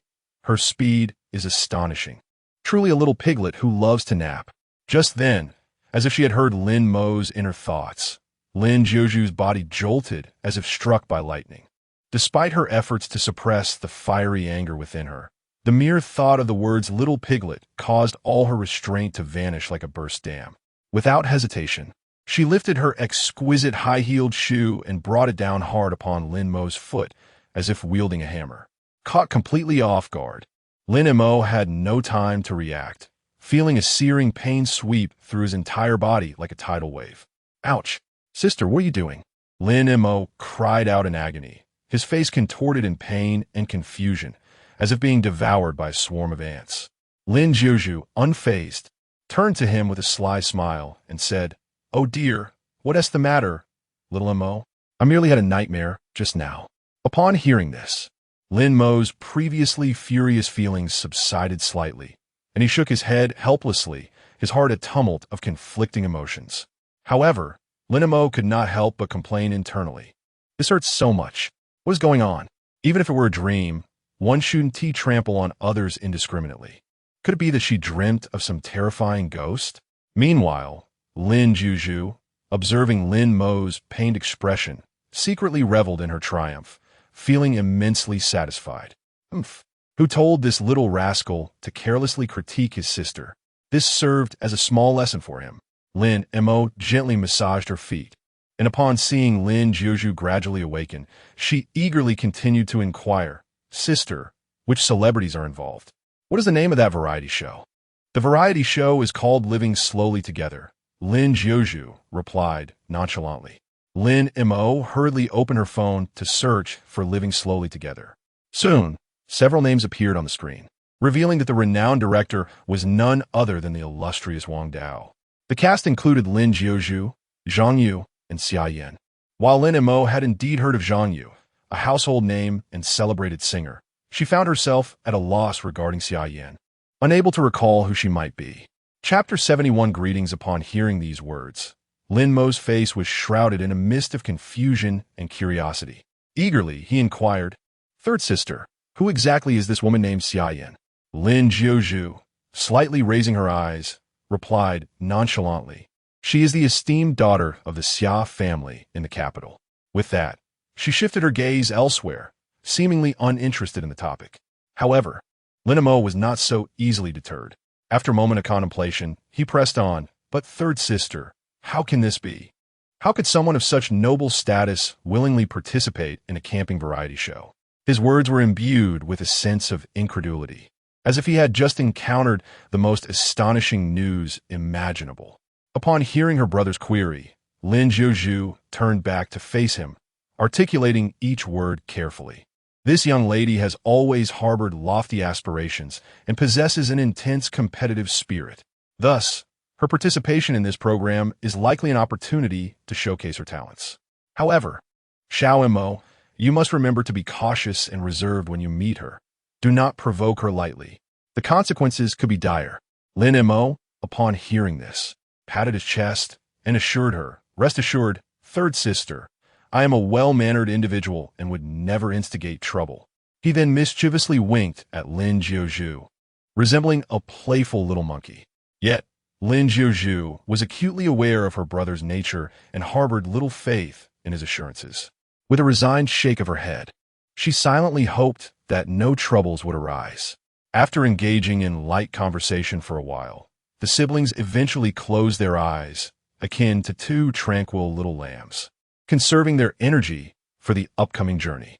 Following several hours of flight, they finally arrived at their destination airport. Dragging their somewhat weary bodies from the cabin, they swiftly navigated through the bustling crowd to await a taxi outside the airport. Before long, two taxis arrived, coming to a steady halt before them. After opening the doors and stowing their luggage, they settled into the vehicles and informed the drivers of their destination. The taxis sped away, the scenery outside transforming like frames in a film reel. In a brief moment, the vehicle gradually slowed and came to a smooth stop in a place that seemed like a paradise on earth. Here, lush trees provided shade, vibrant flowers blossomed, and birds sang joyfully like musicians, filling the air with a refreshing and delightful fragrance. The two opened the car doors and inhaled deeply, feeling invigorated by the sweet air. They then retrieved their luggage from the trunk and strolled side by side towards the depths of the picturesque landscape. Along the way, Lin Mo took it upon himself to carry Lin Jiuzhu's bags like a gallant protector, displaying his gentlemanly demeanor. Thus, the duo walked tirelessly for quite some time until a magnificent estate loomed before them like a giant. The manor exudes grandeur, with several staff members clad in uniforms standing at the entrance, resembling loyal sentinels.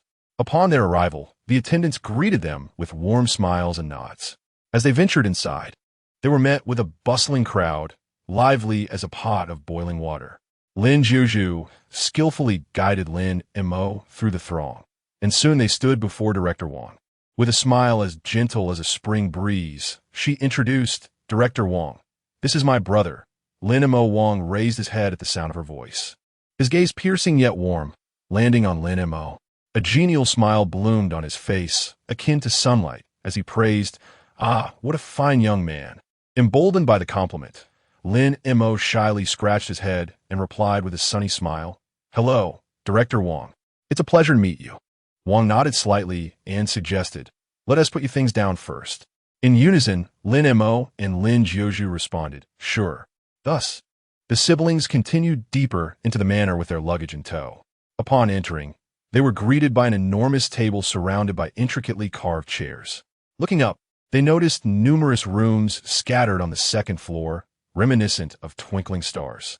The interior was elegantly arranged and exuded warmth, enveloping them in a comforting embrace, akin to a gentle spring breeze. At that moment, two tall gentlemen emerged from the kitchen, which wafted with tantalizing aromas. The lead figure was none other than the familiar Zhang Yu. He stood tall and handsome, a subtle smile gracing his lips. Upon spotting Yuan Yao in the living room, his eyes lit up, and he exclaimed, "Long time no see, Yuan Yao," his voice warm and magnetic.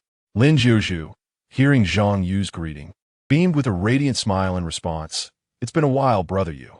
Her voice was clear and melodious, akin to the song of a lark.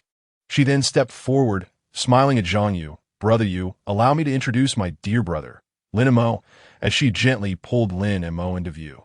Lin Montauk, feeling a bit bashful, nodded toward Zhang Yu and softly said, "Hello, brother Zhang." Zhang Yu responded with enthusiasm, extending his hand for a handshake. "Ah, hello, welcome." Turning to the other gentleman beside him, Zhang Yu introduced, "This is my good friend, the professional actor, Shui Yang." Shui Yang smiled warmly and politely greeted everyone. "Hello there." Lin Mo and Lin Jiuzhu promptly returned the greeting. "Hello." After their brief introductions, Lin Mo and Lin Jiuzhu picked up their bags and ascended the stairs, intending to settle their belongings. In no time, they had arranged their things and returned downstairs to the kitchen entrance. In the kitchen, Zhang Yu and Shui Yang were engrossed in their culinary endeavors, skillfully searing enticing, aromatic steaks, seemingly preparing for a sumptuous Western feast. Observing this, Lin Jiuzhu did not hesitate to roll up his sleeves and approach them, declaring, "Let me assist you." At that moment, Lin Mo stood by, silently relishing the scene before him, his heart swelling with joy. "Wow, it's actually steak. I've never had Western cuisine before. I must savor it thoroughly today," he thought, unable to suppress a gulp as he eagerly awaited the delectable dishes to be served. Chapter 72. Singer Zhao Wei, as Zhang Yu observed Lin Jiuzhu preparing to offer assistance. He quickly waved his hands in protest, exclaiming, "No, really, it's unnecessary. What would you like to eat? Just let us know. And today's meal will be taken care of by the two of us." His face radiated with a warm and enthusiastic smile, and his eyes sparkled with sincerity. "Hee. If we don't let you experience our culinary skills now, we won't have the chance to showcase our signature dishes during the upcoming camping trip." With that, Zhang Yu confidently patted his chest, as if he could already envision the delighted expressions of everyone savoring the delicious food. However, in light of Zhang Yu's resolute refusal, Lin Jiuzhu felt a surge of gratitude. She responded with a gentle smile, "All right, thank you both so much." Her tone was soft and sincere. At that moment, Shui Yang, standing nearby, suddenly interjected, "By the way, aren't there still two guests who have yet to arrive? We're not sure if they enjoy steak." As soon as the words left his mouth, the room fell into an instant silence, with everyone's gaze shifting towards the entrance, seemingly anticipating the imminent arrival of the guests. Sure enough, shortly after, the melodic sound of high heels echoed through the space. Upon closer inspection, it became evident that two distinctly different sounds harmonized together, resembling a delightful and melodious symphony. The attendees rose in unison, hurrying towards the door to greet them. The first to step out was Lin Mo, who immediately caught sight of two elegant and stunning women gracefully approaching. Their beauty rivaled, if not surpassed, that of Lin Jiuzhu beside them. One was clad in a light blue dress, her long hair cascading like a waterfall over her shoulders, her skin as fair as snow. The other donned a fiery red skirt, her black high heels accentuating her alluring figure and charm. "Oh my, these two are truly beautiful." Why does it feel as though I've seen them somewhere before? Lin Mo thought to himself, his gaze fixed on the enchanting ladies, while his mind raced to unearth any memories associated with their faces. At this moment, Lin Jiuzhu had already approached with a smile, warmly greeting, "Welcome, ladies. It's a pleasure to have you here." "Hello." The two beauties replied in unison, their voices as melodious as the song of a yellow oriole.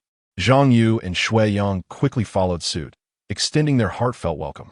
Yet Lin Mo remained lost in his thoughts, oblivious to the unfolding events around him. Noticing his distraction, Lin Jiuzhu gently nudged him with her elbow, prompting Lin Mo to snap back to reality. Upon seeing the two women before him, a radiant smile blossomed on Lin Mo's face as he hurriedly approached, exclaiming with enthusiasm, "Hello, I'm Lin Mo. It's a pleasure to meet you here."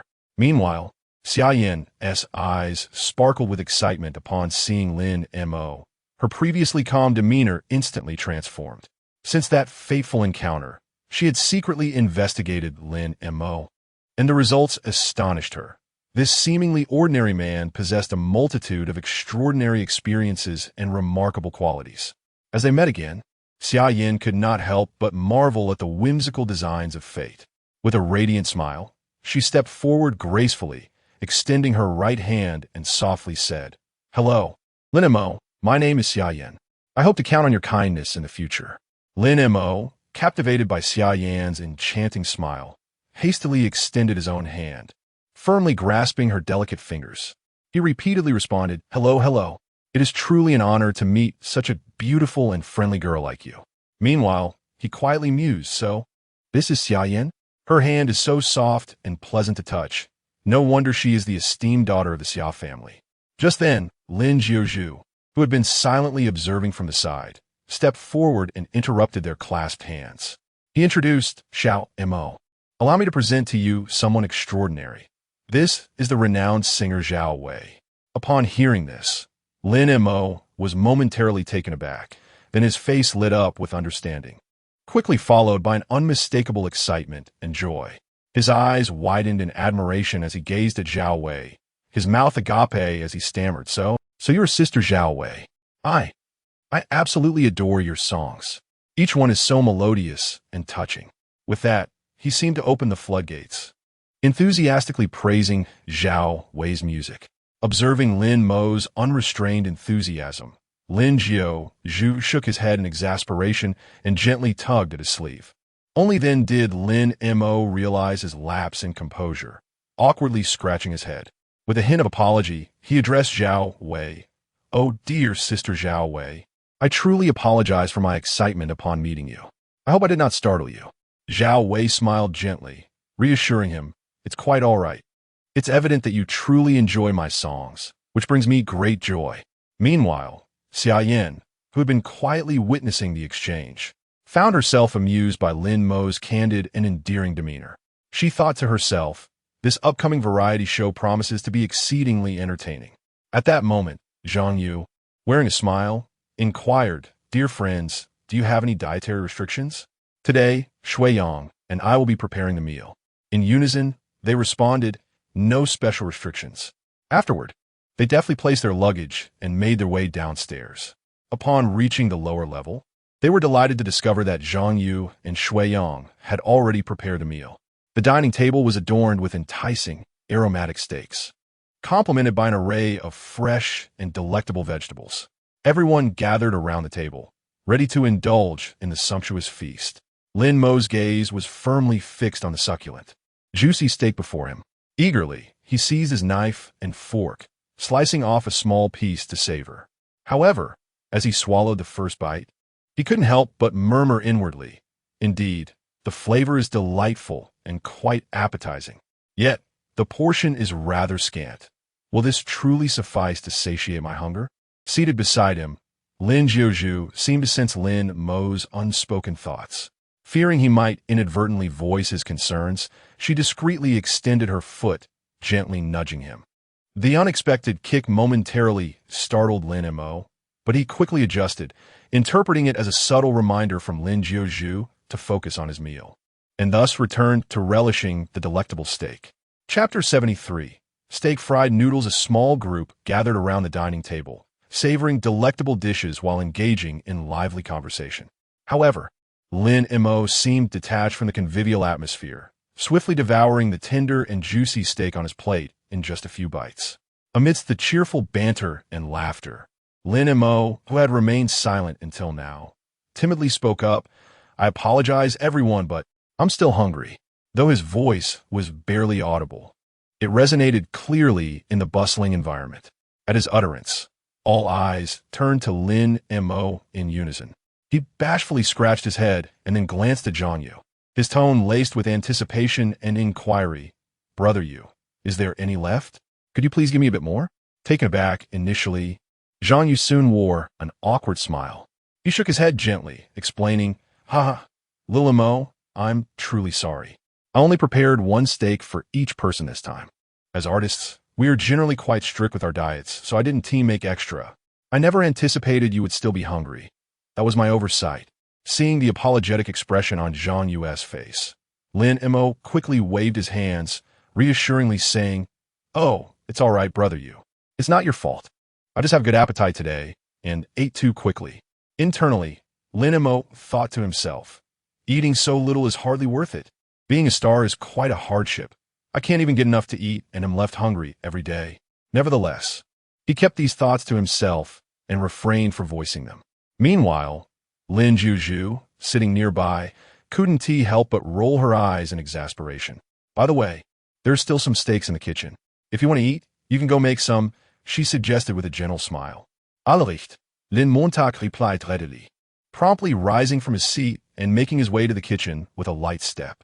Not long before, the live stream before their camping trip had officially commenced. The visuals were clearly broadcasted to countless viewers online, and upon seeing Lin Mo in such a state, the audience erupted with excitement, flooding the screen with comments. "Ha ha, this person is just too hilarious." One message zipped across the screen. "Jiuju's brother not only looks handsome, but also has a bit of a silly charm. He is so adorable." Another affectionate comment appeared. Indeed, even Zhang Yu looked utterly bewildered. "Huh, I'm dying of laughter." Numerous similar remarks continued to pour in. As time went by, more and more people were drawn to watch the live stream, with the viewer count skyrocketing like a rocket. Meanwhile, Lin Mo busied himself alone in the kitchen, rummaging through the cupboards in search of usable ingredients. Suddenly, his eyes brightened upon discovering a package of noodles. Thinking it would be perfect to cook a meal, without hesitation, he skillfully lit the stove, brought water to a boil, and tossed the noodles into the pot. Subsequently, he turned and walked to the other side, opening the stove and pouring a modest amount of oil into the frying pan. As the oil began to heat, he carefully placed 2 steaks into the pan. The moment the steaks met the sizzling oil, a delightful sound erupted, and an enticing aroma began to waft through the air. In a short while, the rich and alluring scent of the steaks seemed to take flight, drifting from the kitchen and directly into the outside world. Lin Juju, seated in the living room, inhaled deeply and couldn't help but exclaim, "Wow, it smells incredible." As she spoke, she gracefully rose to her feet and walked lightly towards the kitchen, prompting others to follow her out of curiosity. When they reached the kitchen doorway, the scene before them left everyone astounded. Lin Mo was expertly retrieving perfectly cooked noodles, setting them aside for later use. He then placed the nearly finished steaks into the pan, stirring them together with the noodles. His deft movements and focused expression resembled that of a seasoned chef. Zhang Yu, standing nearby, was rendered speechless upon witnessing Lin Mo cooking 2 steaks at once. His eyes widened in disbelief, mouth agape. At that moment, someone directed the camera towards Zhang Yu, capturing his astonished expression with clarity. Instantly, comments in a live stream erupted like a flurry of snowflakes. "Ha! Look at Zhang Yu's face. It's as if he has seen a ghost. My goodness, Lin Mo is quite the gourmet. 2 steaks alongside fragrant stir-fried noodles. I'm starving just watching." Lin Mo felt an array of piercing gazes fixated on him, and puzzled, lifted his head to look at everyone, asking, "What is the matter? Do you all wish to taste?" At that moment, he held the fragrant, freshly prepared dish, akin to a precious work of art. Zhao Wei, standing nearby, quickly waved her hands in response to Lin Mo's inquiry, No, no, no, that's not it. Her eyes reflected a hint of panic and hesitation, resembling a startled fawn. She thought to herself that it wasn't a matter of disliking the food, but rather an inability to consume such a large portion. However, it was undeniable that Lin Mo's culinary creations were irresistibly tempting, the rich aroma acting like an invisible force, tantalizing her taste buds. Lin Mo chose not to elaborate further. Instead, he skillfully cut the perfectly cooked steaks into small pieces, resembling glimmering gems. He then evenly spread the steaming noodles across the plate, their texture akin to soft silk. With steady hands, he carried the plate to the dining table, seated himself, and began to eat voraciously, oblivious to his surroundings. After just a couple of hearty bites, he once again sensed the lingering gazes upon him. Pausing his actions, he addressed everyone once more. Hey, why are you all staring at me? Hurry, grab your chopsticks and join me. After speaking, he deliberately turned to Zhao Wei and inquired with genuine concern, Sister Zhao Wei, why haven't you taken a bite? The mention of her name caused Zhao Wei to feel a twinge of embarrassment. Her cheeks flushed as she replied softly, I'm already full. In truth, deep within her heart, she was overwhelmed with an intense craving for the delectable dishes before her, a yearning akin to a surging tide. Yet, the thought of maintaining her figure compelled her to stifle her appetite, much like a small boat struggling to remain steady amidst a tempestuous storm. Chapter 74. I want to eat. Lin Mo stared in bewilderment at the untouched delicacies before Zhao Wei, pondering to himself. Sister Wei, would you mind if I had your portion? His eyes sparkled with anticipation as he gazed at her. Zhao Wei, momentarily taken aback, widened her eyes in disbelief at Lin Mo's request. She stared blankly at him, momentarily at a loss for words. Meanwhile, Lin Mo's unwavering gaze revealed a sense of longing and urgency. After a brief pause, Zhao Wei finally regained her composure and stammered, well, it seems you haven't eaten much either. With that, she shyly lowered her head, feeling somewhat embarrassed. However, Lin Mo was undeterred. Upon hearing her words, he instantly brightened, exclaiming, Yes, Sister Wei is absolutely right. If that's the case, this delicious dish is mine. Without a moment's hesitation, he swiftly reached out and claimed the enticing steak from in front of Zhao Wei, placing it before himself. He then nonchalantly lowered his head, resuming his hearty slurping of noodles, as if nothing unusual had transpired. At that moment, the other guests around them were left utterly astonished by Lin Mo's audacious actions. They halted their activities, gazing in disbelief at this unabashed individual. Simultaneously, the comment section of the live stream erupted with fervor. Viewers chimed in with remarks such as, Oh dear, Sister Wei is so pitiful. She hasn't even had a bite to eat. Haha, Lin Mo is such a character. He's absolutely hilarious. I can't wait to see what amusing events will unfold during tomorrow's camping trip. A flood of comments surged forth, transforming the atmosphere into a lively spectacle. Xia Yan observed Lin Mo devouring his meal with the enthusiasm of someone savoring the finest gourmet dish. Curiosity piqued, she gently inquired, You seem to be enjoying it so much. Could I have a taste? Her voice was soft, laced with anticipation. Without hesitation, Lin Mo nodded enthusiastically, of course. He sprang into action. Yet, Xia Yan found herself momentarily stunned. She had merely asked out of politeness, not expecting such a prompt affirmation. After all, the food looked irresistibly tempting. Who would have thought Lin Mo would respond so readily? She felt a bit flustered. Meanwhile, Lin Mo mused to himself. She actually wants to eat mine? Just moments ago, she hesitated, and now she is eager. I suppose I'll need to prepare an extra portion next time, or I want to have enough to share. Lin Jiuzhu, observing the unfolding scene, couldn't help but chuckle. Lin Mo skillfully maneuvered the platter brimming with delectable noodles towards Xia Yan, delicately using his chopsticks to lift a few strands before gently placing them back in front of himself. The entire process was seamless, executed with remarkable finesse. Upon witnessing this, Xia Yan hurriedly expressed her gratitude to Lin Mo, and then, with great eagerness, she picked up the noodles and brought them to her lips. As that exquisite flavor unfurled upon her tongue, her eyes instantly sparkled, utterly enraptured by the delightful taste. Subsequently, she disregarded everything else, wholeheartedly immersing herself in the joy of savoring the delectable food. Huh, why was Sister Xiaoyan so dazed just now? Someone jested. Another person exaggeratedly exclaimed, "Oh, dear. How could Sister Xiaoyan eat something Lin Mo has already consumed?" Oh, the barrage of comments erupted in a chorus of cheerful laughter, creating an increasingly relaxed and pleasant atmosphere. At that moment, Zhang Yu, who had been silent until now, suddenly broke the silence, interrupting everyone's gaze fixed on Lin Mo as he ate. "Hey, everyone, have any of you participated in camping activities before?" Upon hearing this, the crowd shook their heads in denial. However, Xia Yin uniquely responded, "I indeed have experience with camping, but it was always at designated campsites. I've never tried camping in the wild." With that, she gently set down her fork. Zhang Yu appeared quite composed as he replied, "That is perfectly all right. Later, we can all go buy the necessary camping supplies together. How does that sound?" At that moment, he resembled an experienced camping expert, confident and assured. Meanwhile, Lin Mo continued to mindlessly stuff his mouth with food, seemingly indifferent to the happenings around him. Thus, the group conversed for a while longer. Eventually, Lin Mo finished the last morsel in his bowl, let out a contented burp, and then volunteered loudly, "Let me wash this bowl."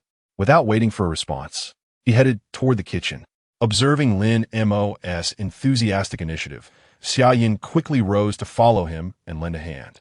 After dinner, the group rested briefly, recharging their energy before beginning preparations to depart for the store to procure various camping necessities. Before long, under the guidance of Director Wang, they finally arrived at the small camping shop. Upon entering the store, the group felt as though they had stepped into a treasure trove, dazzled by the myriad of goods before them.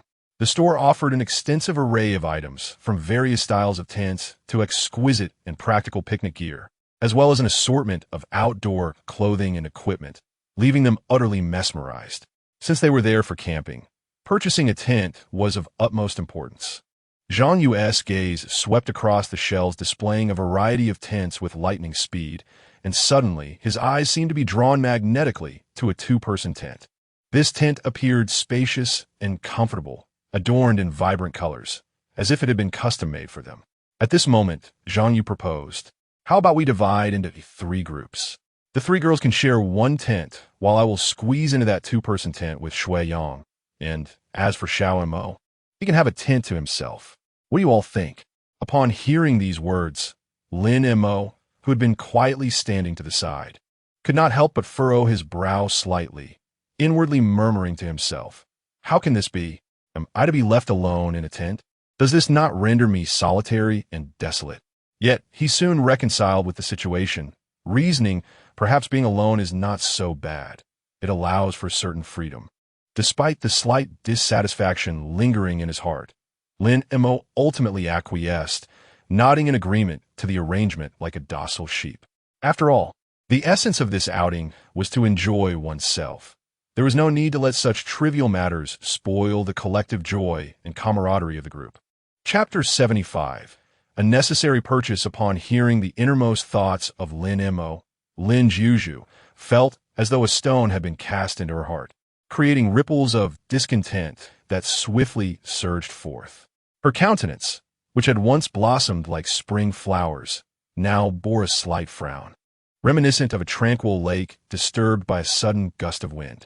She then parted her cherry-red lips, her tone resolute as she declared, "How can we allow Lin Mo to face these matters alone? Absolutely not. Regardless of the circumstances, I must accompany Lin Mo." Meanwhile, Zhang Yu, who had been silently observing from the side, displayed no hint of annoyance at Lin Juju's fervent remarks. On the contrary, he remained steadfast and composed, exuding an air of tranquility as if nothing could disrupt his inner peace. He then spoke slowly and methodically, explaining to Lin Juju, "Juju, I assure you, my reluctance to accompany Lin Mo is not born from a lack of desire. You are aware that each time we venture out to procure the necessary camping equipment, there are financial considerations to bear in mind." After a brief pause, Zhang Yu took a deep breath and continued patiently. "However, the current reality is that our available funds are exceedingly limited. If, as you suggested, both of you were to embark on this endeavor together, it would undoubtedly lead to a significant increase in expenses. Thus, after careful contemplation, I concluded that this arrangement was the most reasonable and effective approach, particularly from a cost-saving perspective. Moreover, we can alternatively adopt a strategy of sending only one person at a time, ensuring the successful completion of our task, while simultaneously controlling our expenditures. Wouldn't that be the most pragmatic solution? Listening to Zhang Yu's thorough and rational explanation, Lin Jiuju's anger gradually subsided. After all, she recognized that everyone was striving for the success of this camping venture. Yet at that moment, Lin Mo wore a skeptical expression, inwardly murmuring, "Humph, I'm not easily swayed by mere words." Nevertheless, she feigned nonchalance and said to Lin Jiuju, "Oh, sister, there's no need to worry. I quite enjoy my own company. It's so liberating. You can rest assured. Being alone is far better.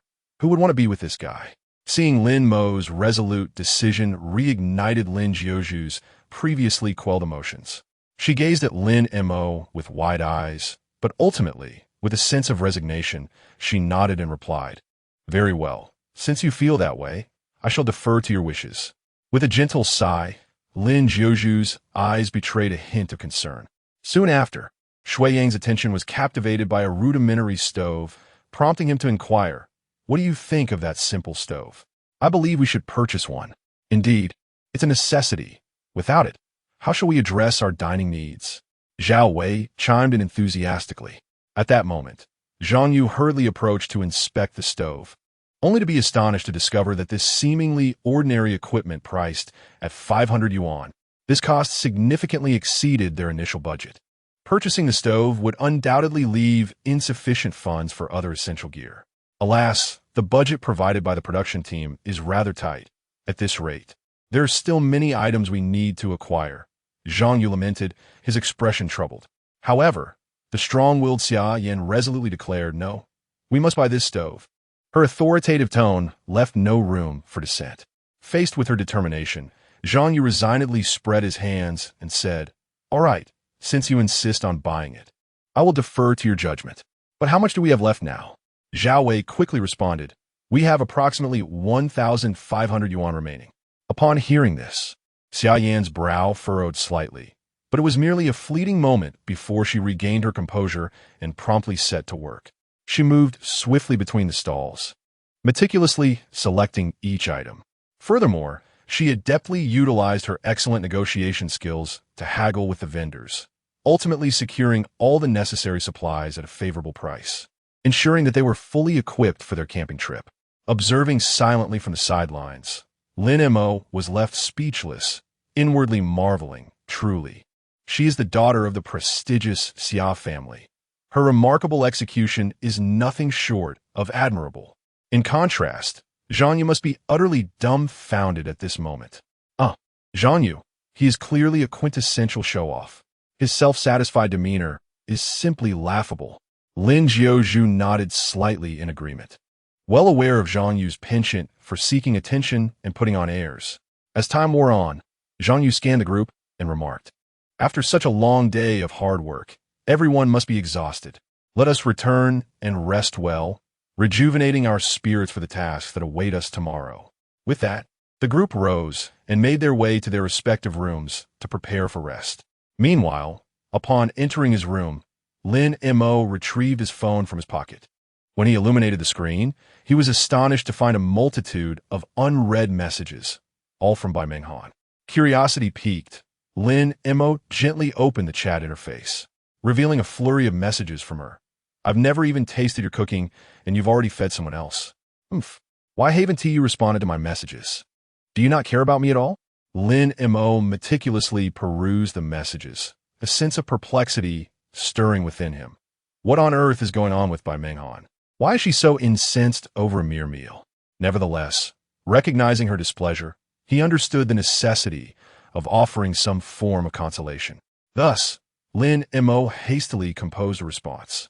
"Lin Mo, Menghan, please don't be angry. It was not my intention." Yet, Lin Mo found himself utterly bewildered by Bai Menghan's current emotions, feeling both confused and troubled. However, in order to prevent the discord from escalating further, He patiently continued to type. Lin Mo, when I return, I promise to personally cook for you every day. How does that sound?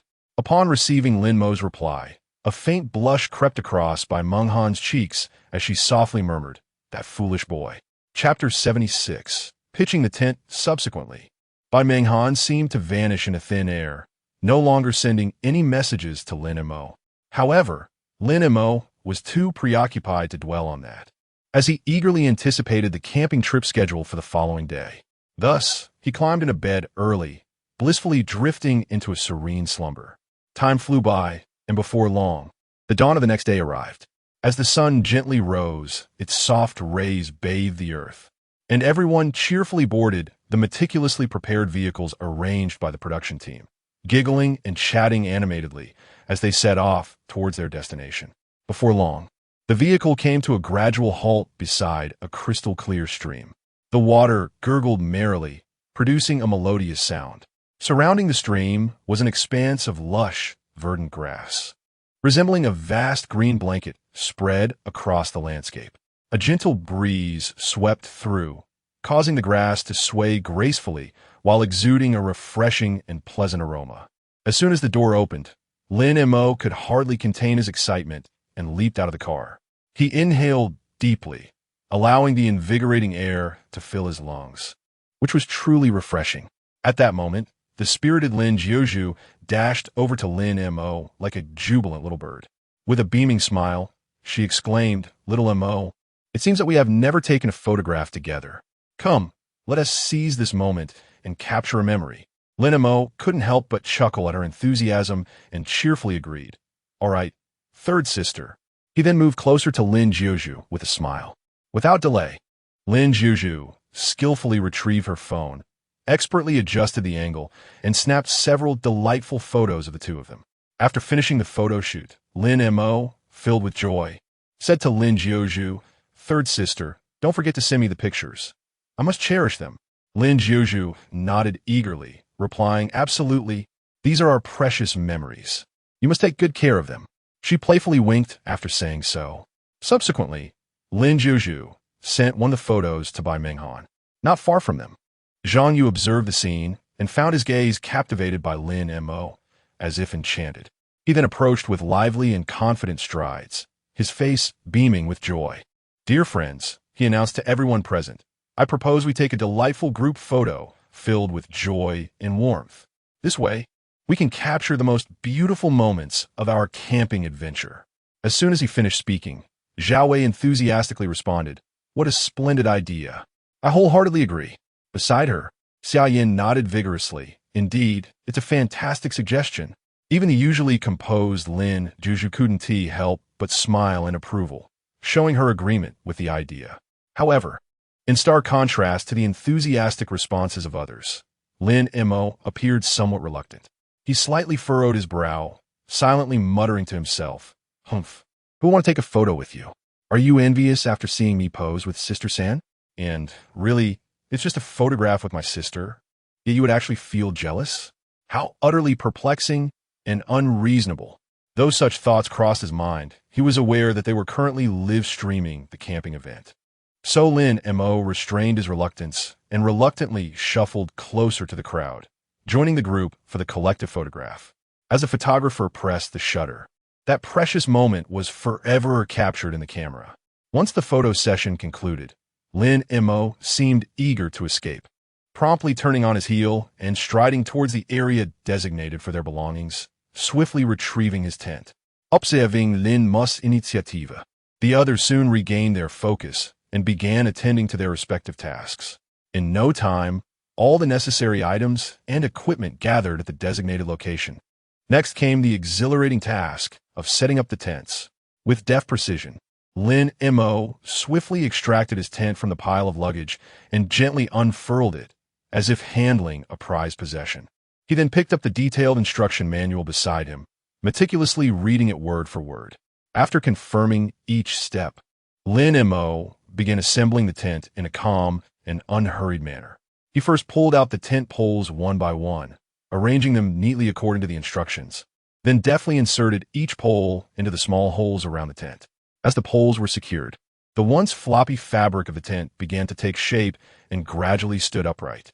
Time flew by, and before anyone could fully register what was happening, Lin Mo had already completed the task. His speed was astonishing. At that moment, the viewers in the live stream erupted in excitement. Wow, Lin Mo set it up way too quickly. Someone exclaimed in awe. I don't think so. Yes, just not as good as Brother Zhang.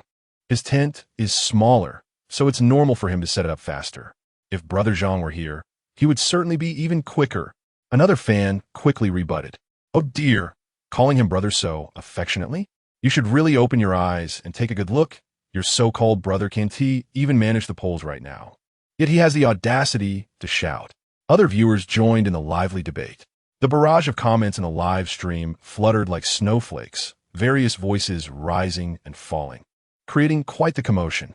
Meanwhile, the number of viewers watching the live stream was steadily increasing, with more and more people drawn in, eager to witness firsthand who would excel in this entertaining construction competition. At that moment, Zhang Yu and Shui Yang were still busy and bustling, with hardly a moment to spare. On the other side, Xia Yin, Zhao Wei, and Lin Jiuzhu looked utterly perplexed, seemingly at a loss regarding the unfolding events. Lin Jiuzhu caught a glimpse of Lin Mo successfully completing his task and couldn't he help but feel delighted. Little Mo actually finished so quickly. Upon hearing these words, Zhao Wei hastily lifted her gaze, her face illuminated with admiration as she exclaimed, "Wow, that is truly impressive." However, only Xia Yin remained ensconced in her own contemplations. Her full attention fixated on the object in her hands, her brow slightly furrowed as she earnestly pondered a solution to the problem at hand. Once Lin Mo completed the construction, his gaze naturally drifted towards Lin Jiuzhu's direction. Observing the varied reactions of those around him, he began to reflect inwardly. Xia Yin is indeed a determined young woman. Should I offer her assistance? And what about Zhao Wei and Lin Jiuzhu? As these thoughts crossed his mind, Lin Mo shook his head, dismissing his earlier notion.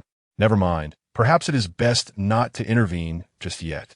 As for Zhang Yu, well, let him continue to mull it over by himself. Chapter 77. The unyielding Xia Yin is not to be provoked. Lin Jiuzhu listened intently to Lin Mo's heartfelt musings, a wave of warmth washing over her. A gentle smile graced her lips as she quickened her pace, calling out sweetly, "Xiao Mo, come lend us a hand." Upon hearing her call, Lin Mo's face lit up with a beaming smile, and he readily replied, "Sure thing, third sister." Before his words had fully dissipated, he sprang to his feet and hurried towards Lin Jiuzhu. As Lin Mo reached Lin Jiuzhu's side, his gaze naturally fell upon the industrious Xia Yin, who was engrossed in her task. She was meticulously handling her tools, yet her technique appeared somewhat clumsy.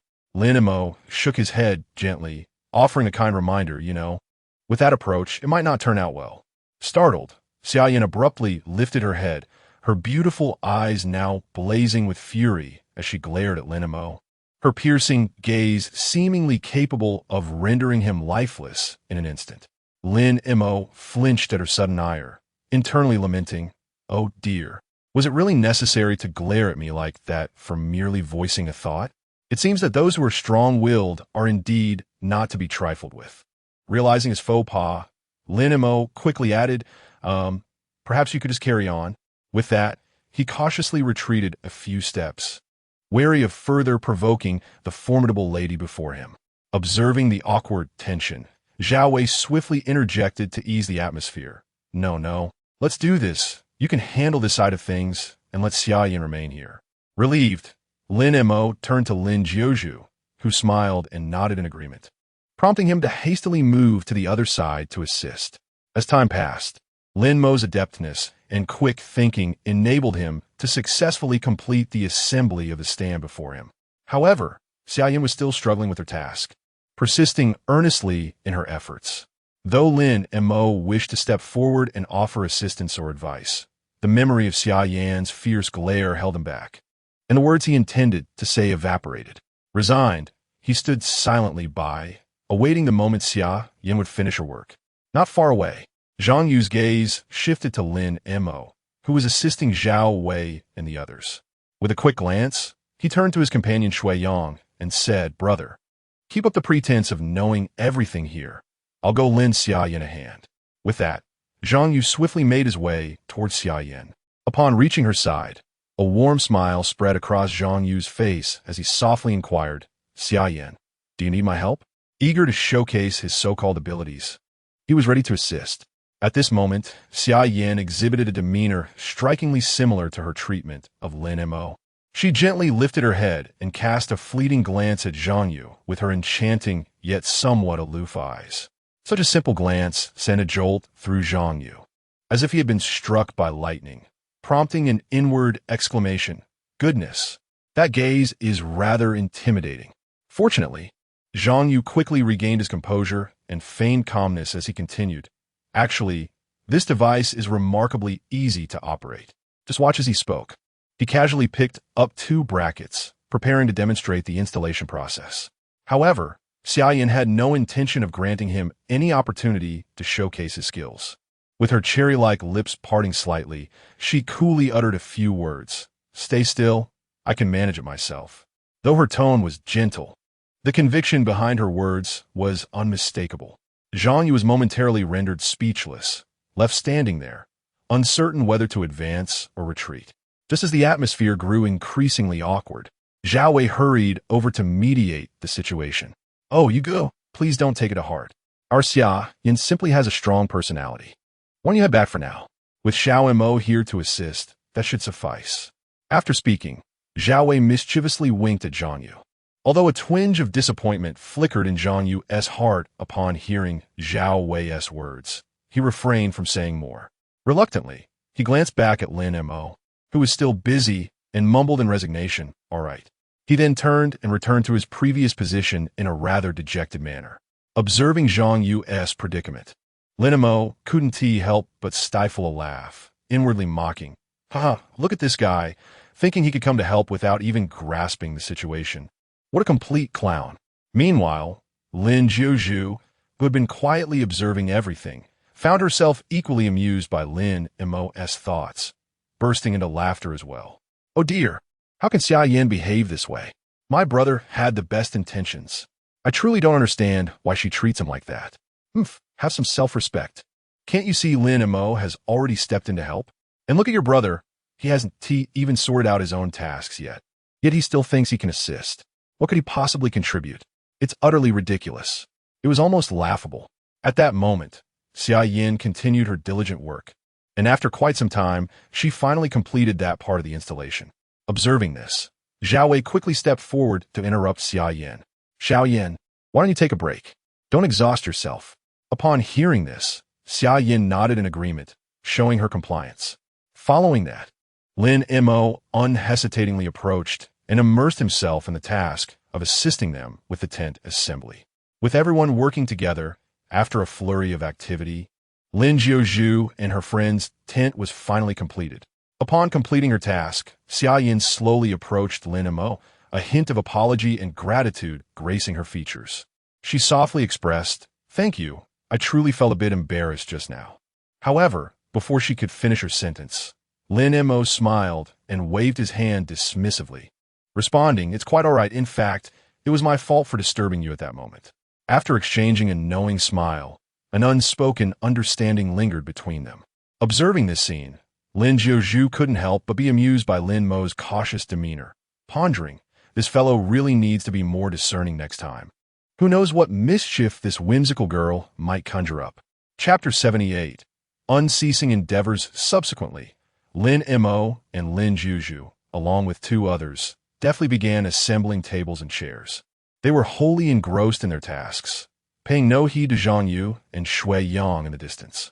At that moment, Lin Mo busied himself with the construction, occasionally glancing at Zhang Yu and his companion, who were struggling to set up a tent. A surge of delight welled up within him, and an involuntary smile graced his face. How unfortunate these 2 are. They cannot even manage such a simple task, Lin Mo mused to himself. Moreover, it's baffling that they even contemplated assisting others earlier. Alas, with this thought, he couldn't help but shake his head. Then, his gaze shifted towards his 3rd sister, noting her lack of inclination to offer assistance. This struck him as rather peculiar. Why isn't my sister going over to help? And what are the other female guests? Are they merely going to watch as those two fumble around? At that moment, a sudden realization dawned upon Lin Mo. Perhaps what they desire most right now is for a female guest to lend a hand. Yet, the thought of himself stepping in to assist was promptly dismissed. Meanwhile, Lin Jiuzhu was crouched on the ground, meticulously organizing the various components of the makeshift stove to facilitate Lin Mo's assembly process. At that moment, she inadvertently overheard Lin Mo's inner thoughts. Initially curious, she glanced towards Zhang Yu's direction, but her expression swiftly darkened, revealing a hint of displeasure. She then lowered her head, continuing to sort through the parts in silence. Through this observation, Lin Jiuzhu gained a fresh perspective on Zhang Yu, recognizing him as a pretentious individual of questionable character. Simultaneously, Zhang Yu and Shui Yang were still clumsily fiddling with the tent's framework, but due to a series of blunders, they remained unable to erect it successfully. They toiled diligently for an extended period, with Shui Yang panting heavily and drenched in sweat. Weary, he lifted his head to look at Zhang Yu. Brother Yu, continuing like this is futile. Perhaps we should ask them for assistance? At this rate, we might be at it until the next lunar year. Upon hearing this, Zhang Yu shot a sidelong glare at Shui Yang, retorting sharply, to go begging for help would be utterly humiliating, especially in front of the female guests. We cannot afford to lose face. With that, he returned to his task resolute. Come on, brother Yu, don't dawdle. Trust me, we'll sort it out quickly. Sui Yang urged, sen sing Zhang Yu es stubbornness. Yet, Zhang Yu remained obstinate, disregarding Shui Yang's entreaties. Faced with no alternative, Shui Yang sighed in resignation and continued to assist Zhang Yu with the intricate gear. Meanwhile, even the viewers in the live stream were anxiously watching, fidgeting in frustration as they witnessed the duo's struggles. In stark contrast, Zhang Yu appeared remarkably composed, as if the passage of time held no significance for him. The barrage of comments in the live stream rolled incessantly. Why aren't they helping brother Zhang Yu? This is outrageous. Haha, look at Zhang Yu and Shui Yang. They've been at it for half a day and still haven't managed to set up a tent. Indeed, they were so confident they could assist Sister Yen. And I thought I was dealing with experts. Turns out they're just two clowns. It's utterly hilarious. Various jests and barbs filled the live stream. And had Zhang Yu been able to see these comments, he might have exploded with indignation. Fortunately, after considerable effort, Zhang Yu and Shui Yang finally managed to clumsily install the frame. With grit and determination, they exerted themselves to the utmost and at last succeeded in raising the tent. Both of them exhaled deeply, wiping the beads of sweat from their foreheads, and after a brief respite, they trudged heavily towards Lin Mo and the others. Lin Mo leisurely lifted his gaze, his eyes drifting towards the tent not far away, suddenly filled with a great sense of perplexity. He stared unblinkingly at the tent, his brows furrowed like an old man's, silently pondering. Why does that tent look so peculiar? Lin Jiuzhu, standing nearby, quickly noticed Lin Mo's strange reaction and glanced up as well. Indeed, the tent stood askew, as if it might topple at any moment, creating a rather uncomfortable sight. Just then, Zhang Yu hurriedly approached the group, a slightly embarrassed smile gracing his face as he scratched his head and explained, Hee, my apologies, everyone. We encountered a little hiccup while setting up the tent, and it took us longer than expected. Zhao Wei, observing the situation, quickly chimed in with a smile. Oh dear. Brother Yu, we truly apologize. We've been preoccupied with this table and other things, and inadvertently forgot about you and Shui Yang. She playfully stuck out her tongue. Upon hearing this, Zhang Yu's already awkward smile grew even more strained, yet he feigned a carefree demeanor, waving his hand. No worries. Everyone is quite busy. But if there's anything I can assist with now, please let me know. Lin Jiuzhu replied with a smile. Nothing needed at the moment, brother Yu. You just finished up. Why not take a moment to rest over there? All right. Zhang Yu agreed, turned to walk away. Shui Yang followed behind him, wearing an expression of helplessness. At that moment, Lin Mo could no longer contain himself and burst into laughter, clutching his belly as he thought to himself, Ha ha ha. Sister Wei's words were simply too perfect. It's truly a dagger to the heart. Upon glancing at Zhang Yu's countenance, which had darkened to an unbearable extent, one might surmise that his frustration was reaching a boiling point. Lin Jiuzhu observed Lin Mo, who was laughing uncontrollably and could only shake his head in resignation, choosing not to utter any further words. Before long, all the equipment had been assembled, and everyone settled into their chairs, leisurely savoring the tranquility of the moment. However, it was rather astonishing that Zhang Yu and Shui Yang took a full 2 hours merely to pitch a tent as the midday hour approached. After a brief respite, the group prepared to engage in their next endeavors. Chapter 79. Luncheon. Zhao Wei exclaimed cheerfully, "Today, I shall let you all savor the culinary delights of this chef. I'm going to prepare a delectable sweet and sour fish, which is my signature dish." As she spoke, she rolled up her sleeves, ready to showcase her skills. "All right then, I shall whip up a fragrant chicken feast." Xia Yin immediately chimed in, her eyes sparkling with confidence.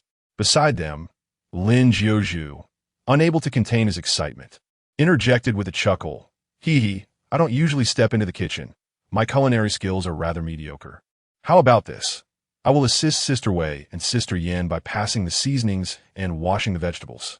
At that moment, Zhang Yu, who had remained silent until now, spoke up. "Since everyone has their tasks, Shui Yang and I will take charge of preparing the duck. As for Lin Mo, you can focus solely on washing the vegetables and cooking." As soon as Zhang Yu finished his sentence, Lin Mo couldn't help but burst into laughter, quickly covering his mouth with his hand, though laughter still escaped through his fingers.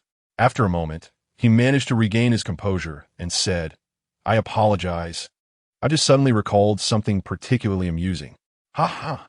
This is hilarious. This guy actually said he would make duck. Ha ha." Upon hearing Lin Mo's thoughts, Lin Jiuzhu nearly joined in the laughter, but out of consideration for the atmosphere, he stifled his amusement, his face slightly reddening. Despite finding the situation quite humorous, Zhang Yu continued to assign tasks without a hint of concern, while Lin Mo could only nod helplessly, suppressing the smile that had yet to fade from his face, and turned to begin washing the vegetables earnestly. The others busied themselves with their respective tasks, and the atmosphere quickly became lively. Before long, the nimble Lin Mo had efficiently completed the vegetable washing task assigned by Zhang Yu. Afterward, he relaxed a bit, casually picking up a cup and meandering around the room in a leisurely manner. Meanwhile, the others scurried about like ants on a hot pan, ceaselessly occupied with their duties. Lin Mo secretly mused, "Zhang Yu certainly knows how to create drama for himself, asking me to wash vegetables." Yet, at that moment, he was filled with joy, nearly bursting to give Zhang Yu a grand hug in gratitude.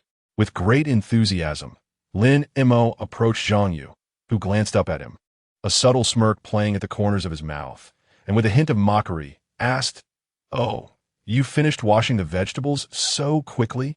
This seemingly casual inquiry was, in fact, laced with sarcasm, clearly belittling Lin Mo to the role of merely a vegetable washer.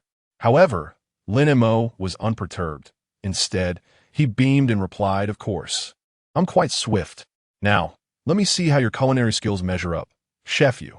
As he spoke, his eyes shone with anticipation and admiration.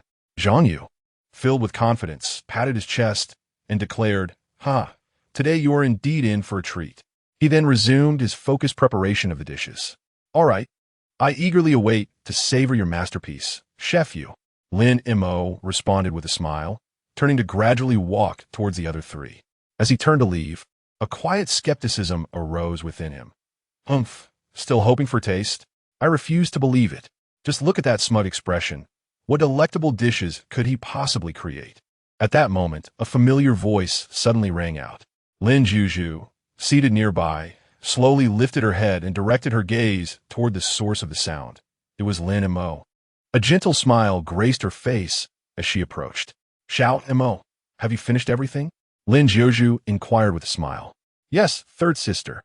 Lin Mo quickly walked to Lin Jiuzhu's side and replied softly, "Third sister, do you enjoy chicken soup? How about I prepare a fragrant pot of it to nourish you?" Upon hearing this, Lin Jiuzhu's eyes brightened. "Oh, Xiao Mo, I absolutely adore chicken soup. However, it seems we might not have any extra chickens left for broth." With a confident pat on her chest, Lin Mo replied, "Don't worry, third sister. I'll handle this little task." With that, she turned and strode purposefully toward the director's team. Observing from the sidelines, Zhao Wei and Xia Yin exchanged skeptical glances regarding Lin Mo's earlier words. After all, finding a suitable chicken was no trivial endeavor. Before long, Lin Mo reached the director's area. She quickly spotted the busy Director Wang and approached him, asking, "Director Wang, are there any wild chickens nearby?" Director Wang paused his work, looked up at Lin Mo, and smiled. "There are indeed, but those wild chickens are specially raised in the mountains. How about this? Follow this staff member, and he will lead you to the chicken farm." As he spoke, Director Wang gestured toward a staff member standing nearby. "All right, thank you, Director Wang." Lin Mo expressed her gratitude and promptly set off with the staff member. Watching Lin Mo's receding figure, Zhang Yu's lips curled into a sly smile. "Huh, with such trivial tricks, do you think you can escape my grasp? That's merely a daydream, my young friend. Witness how effortlessly I will ensnare you." At that moment, a flurry of excitement erupted in the comments section. One viewer exclaimed in surprise, "Wow, do you think Lin Mo is really going to catch wild chickens in the mountains?" The comments section exploded in response. Another viewer, laughing uncontrollably, exclaimed, "Haha, this show is getting more entertaining by the minute.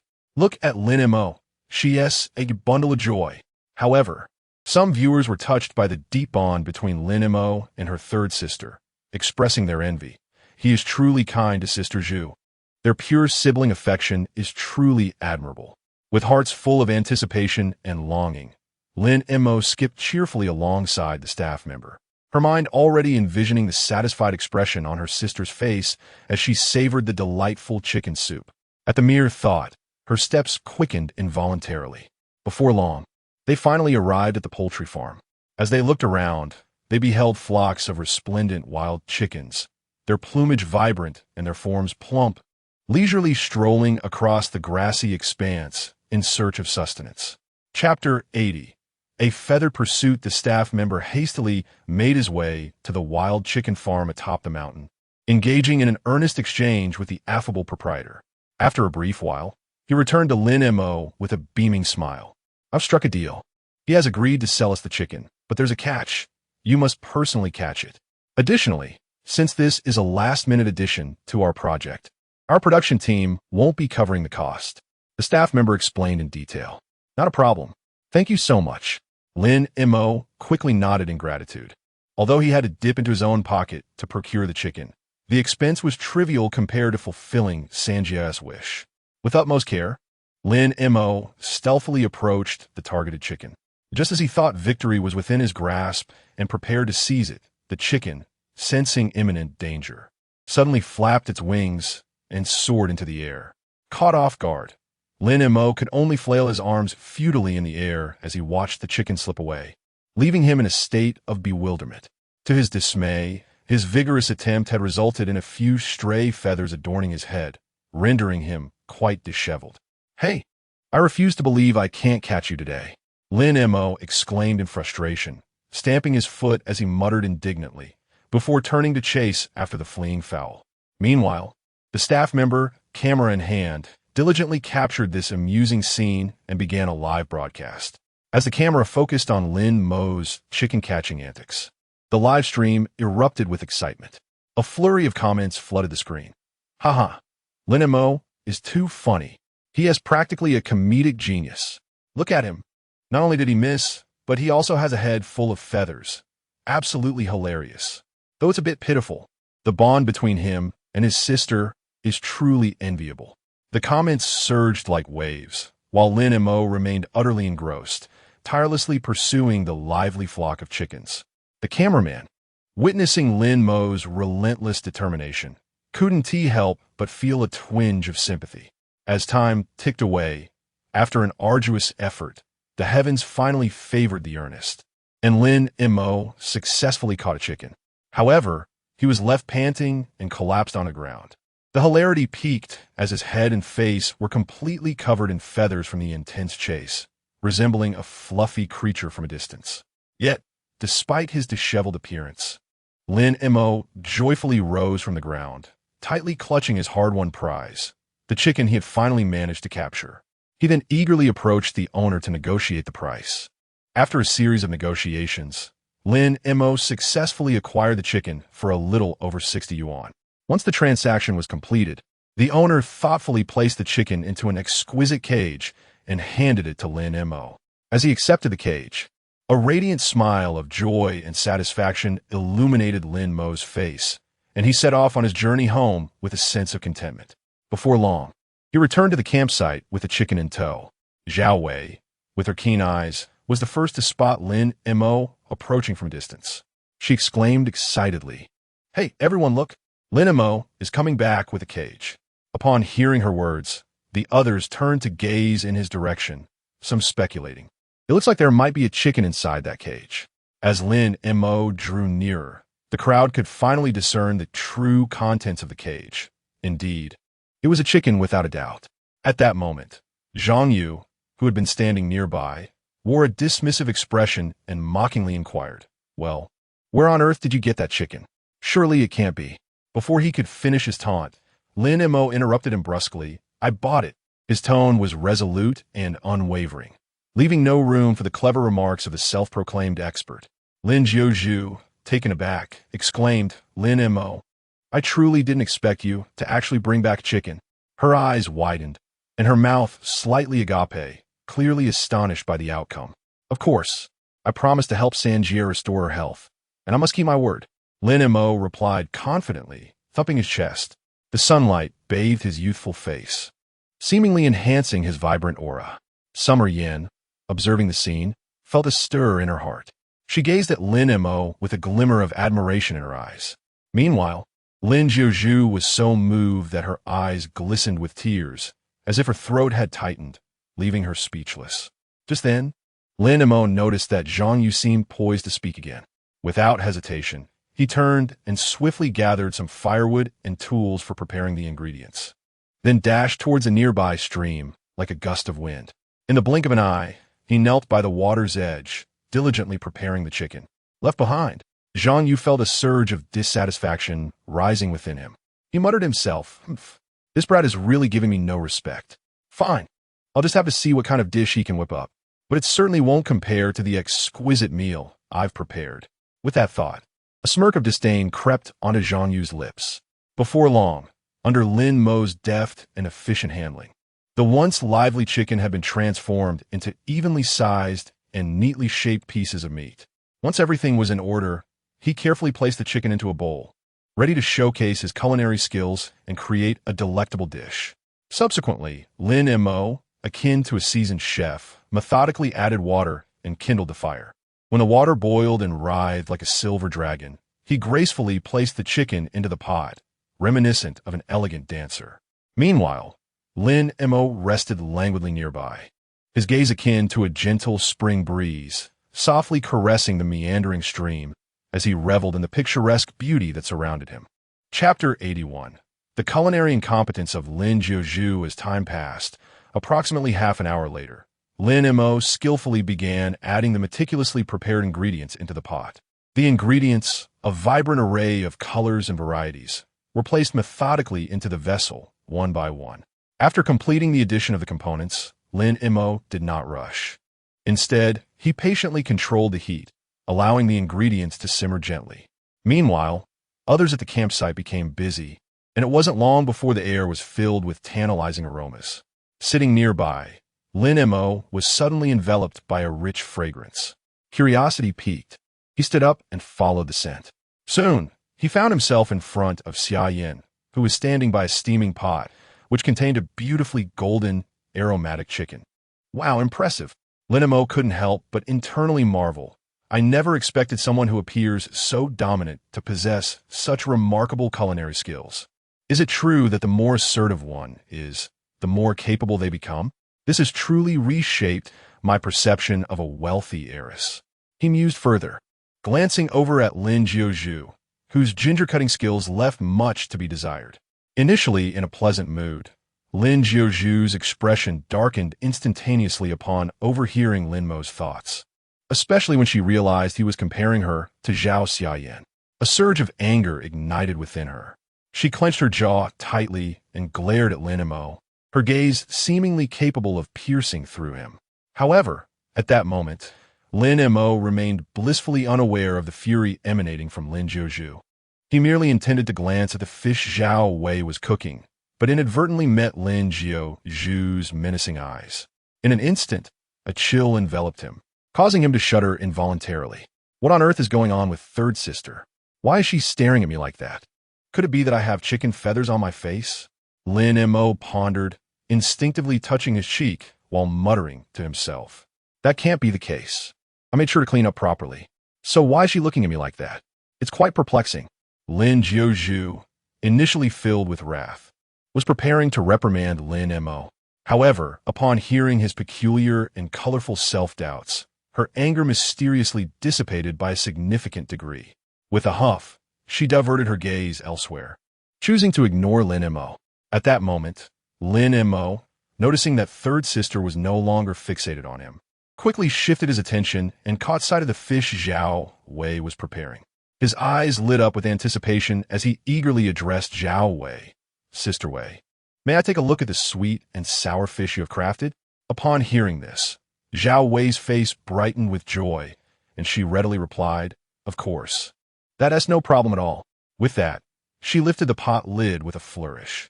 At the very moment the pot lid was lifted, an intensely rich aroma of fish surged towards Lin Mo like a violent gust of wind. Caught off guard, he found himself irresistibly drawn in by the enticing fragrance. Standing frozen in place, after a considerable pause, he snapped back to reality and swiftly raised his thumb in admiration, exclaiming, "Wow, it smells divine. Sister Wei, judging by this delightful scent, I can confidently assert that the fish you've prepared must be extraordinarily delicious."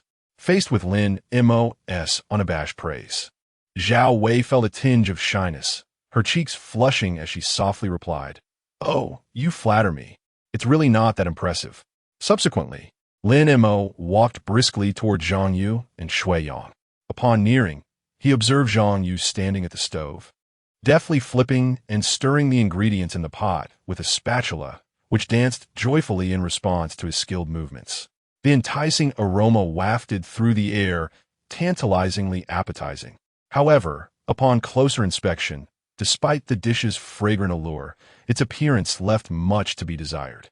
Lin Mo stood quietly by, refraining from voicing any opinions.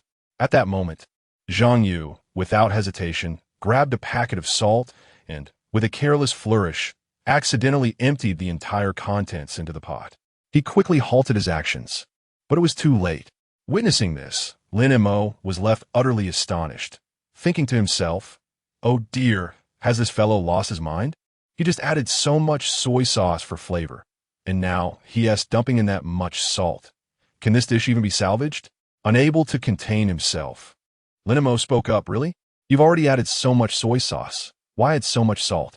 This dish is bound to be inevitably salty." Zhang Yu, though a bit embarrassed, retorted defensively, "Mind your own business." With a sigh, Lin Mo shook his head, lamenting internally, "It's over. This dish is completely ruined. Poor little duck, not only has it met a tragic end, but it has also been subjected to such dreadful treatment. How lamentable."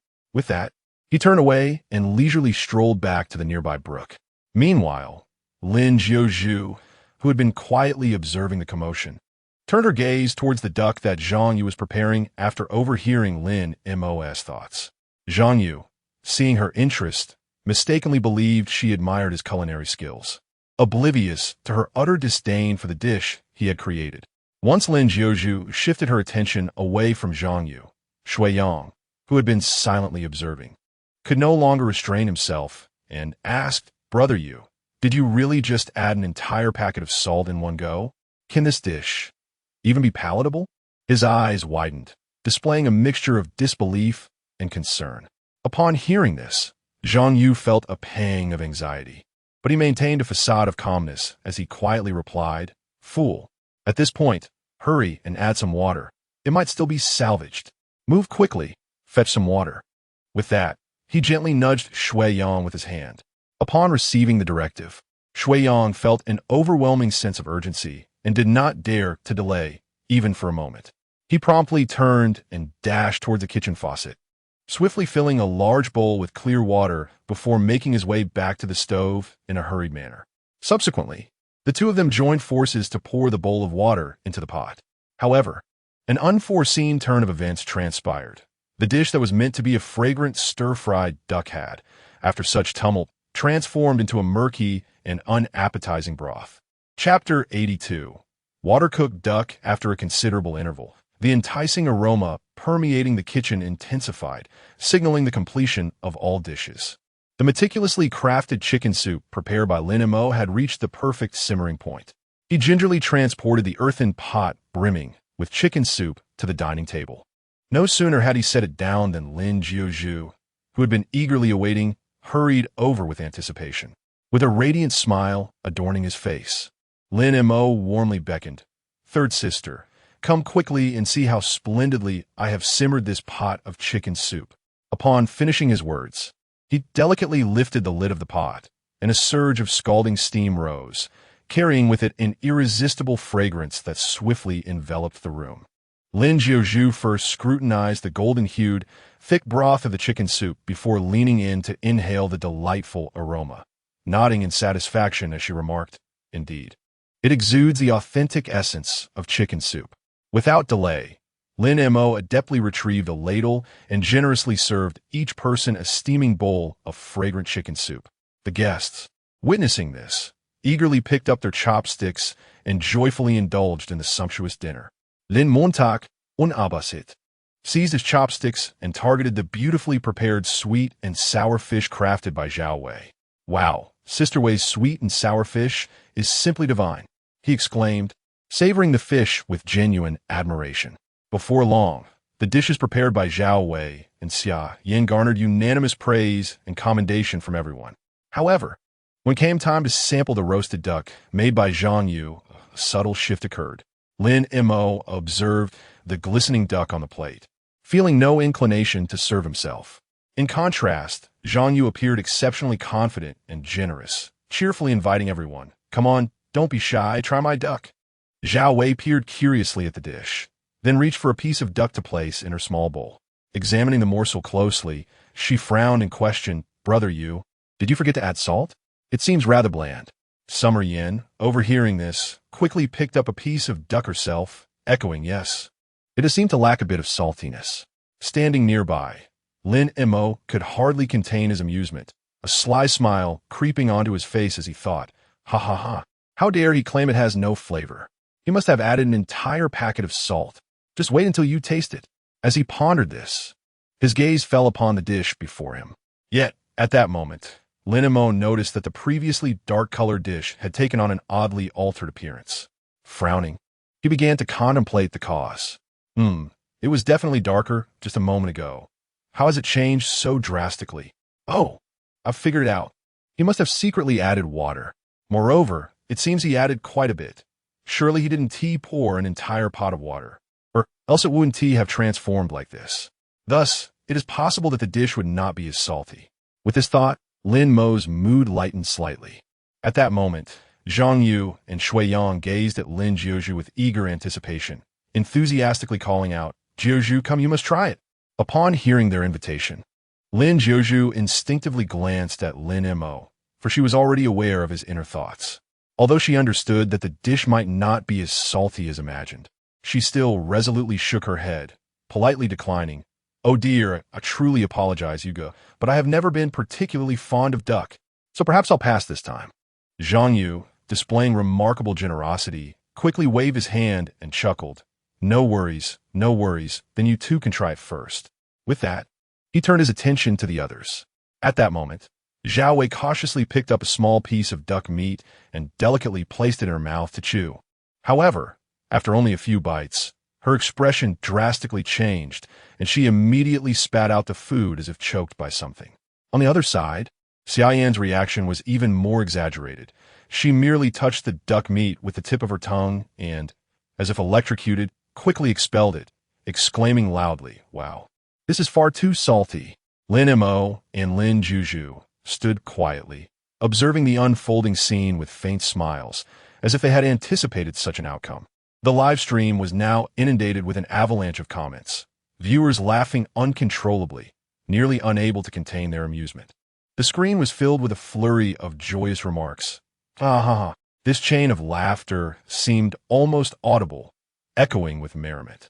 When this dish was first presented, I had my doubts at first glance, sensing it wouldn't be delicious.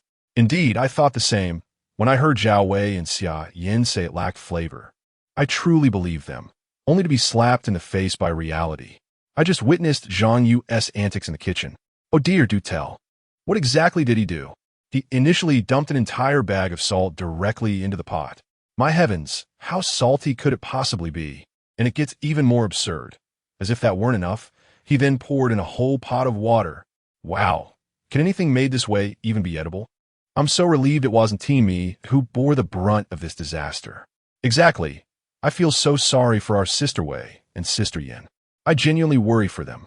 In no time, the live stream overflowed with laughter and a vibrant atmosphere of animated discussion. Lin Mo swiftly ladled 2 bowls of cool water from the tank, carefully presenting them to Zhao Wei and Xia Yin. He smiled as he offered the water, his eyes reflecting genuine concern. Without hesitation, Zhao Wei and Xia Yin accepted the bowls as if they were lifelines. They eagerly tilted their heads back, gulping down the water with great fervor. The water trickled down the corners of her mouth, dampening her collar. Meanwhile, Zhang Yu and Shui Yang, standing nearby, appeared somewhat uneasy, exchanging glances that betrayed their embarrassment. After catching her breath, Xia Yin cast a puzzled look towards them and inquired, "What on earth did you two add to the water? Why is it so salty?" Faced with Xia Yan's probing question, Zhang Yu and Shui Yang lowered their heads in guilt, their lips sealed, not daring to utter a single word. They feared that any admission would lead to further complications. The atmosphere grew palpably tense, enveloped in a heavy silence. Observing the situation, Xia Yin shook her head in resignation, contemplating that since she could not extract any answers, it would be best to refrain from further questioning.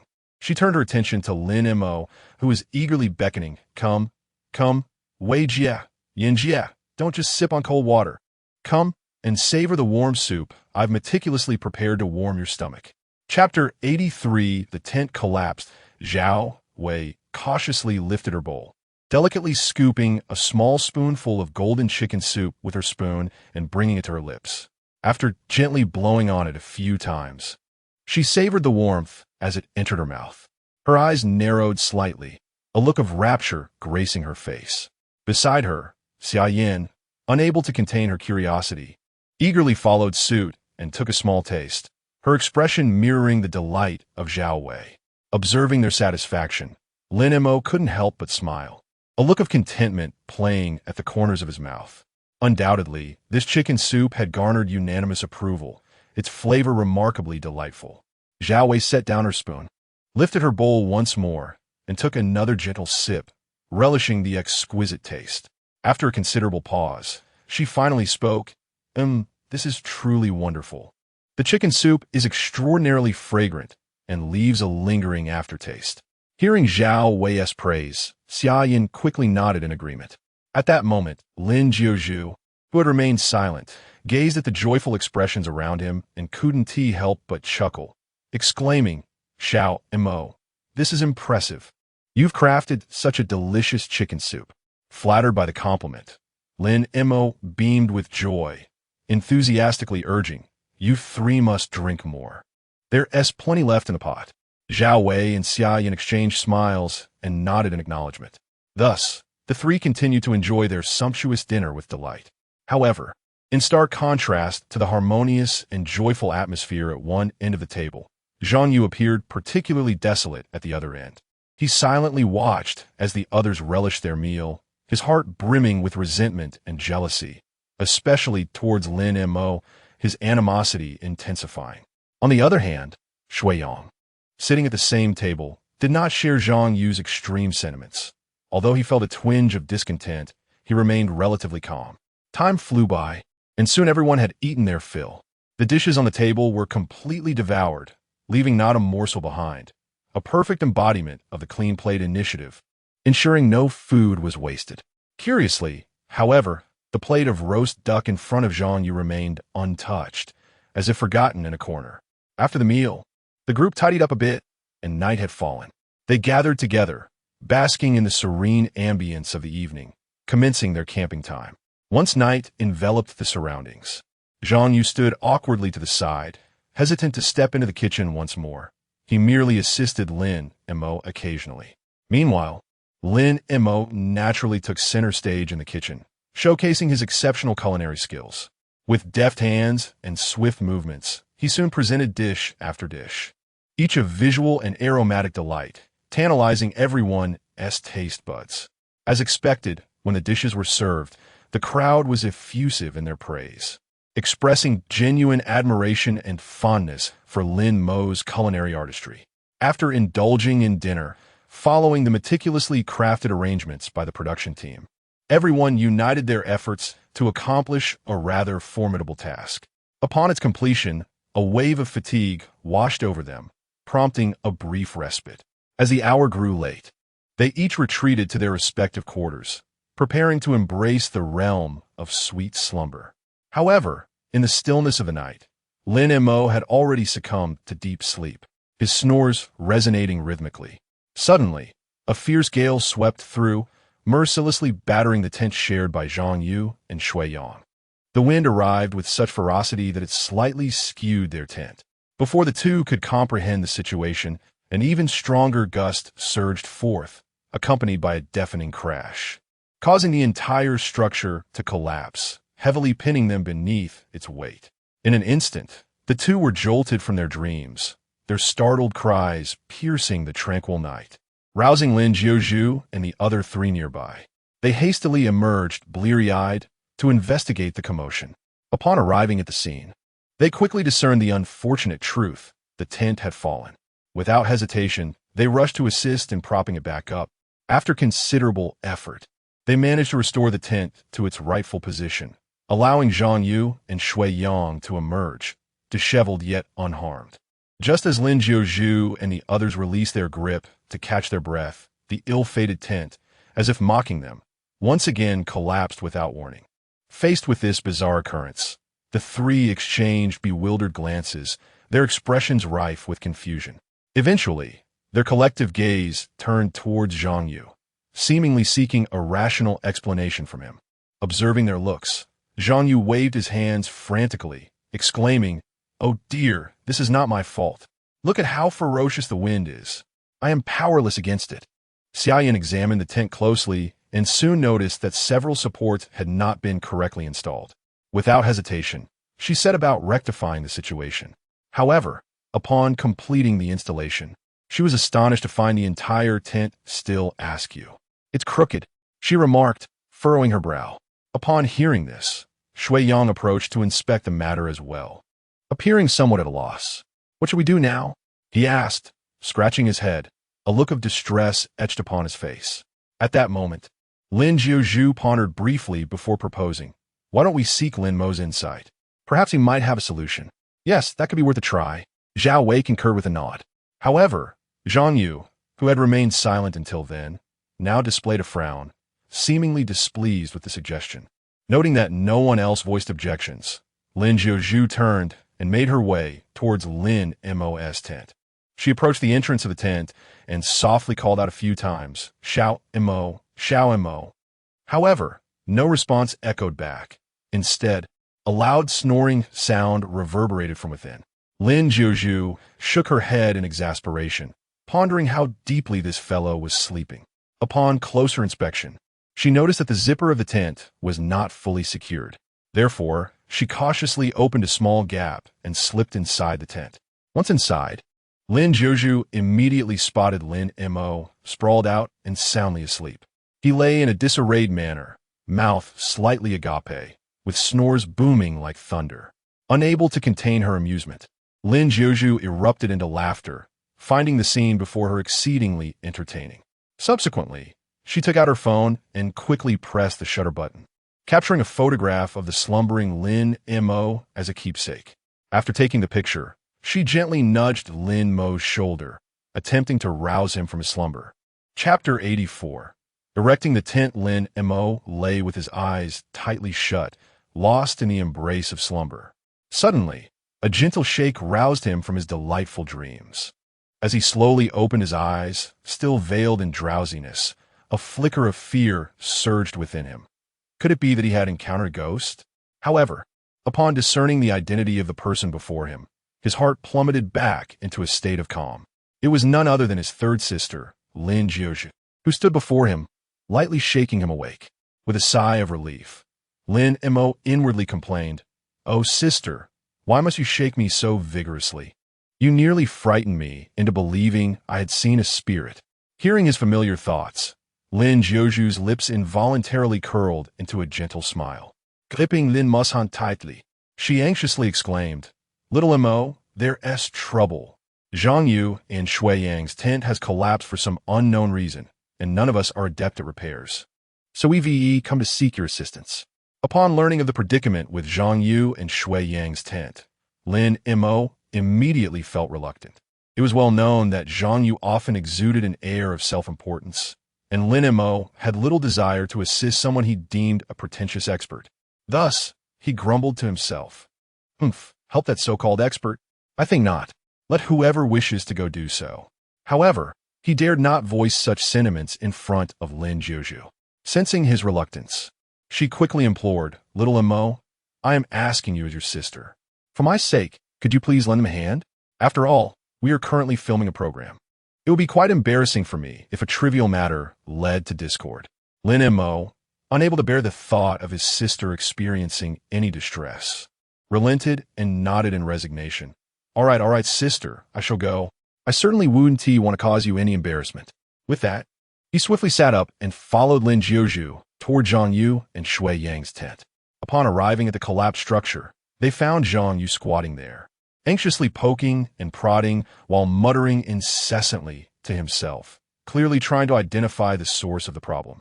Standing to the side with his arms crossed, Lin Mo observed for a moment before he could no longer suppress a derisive snicker. What are you pretending for?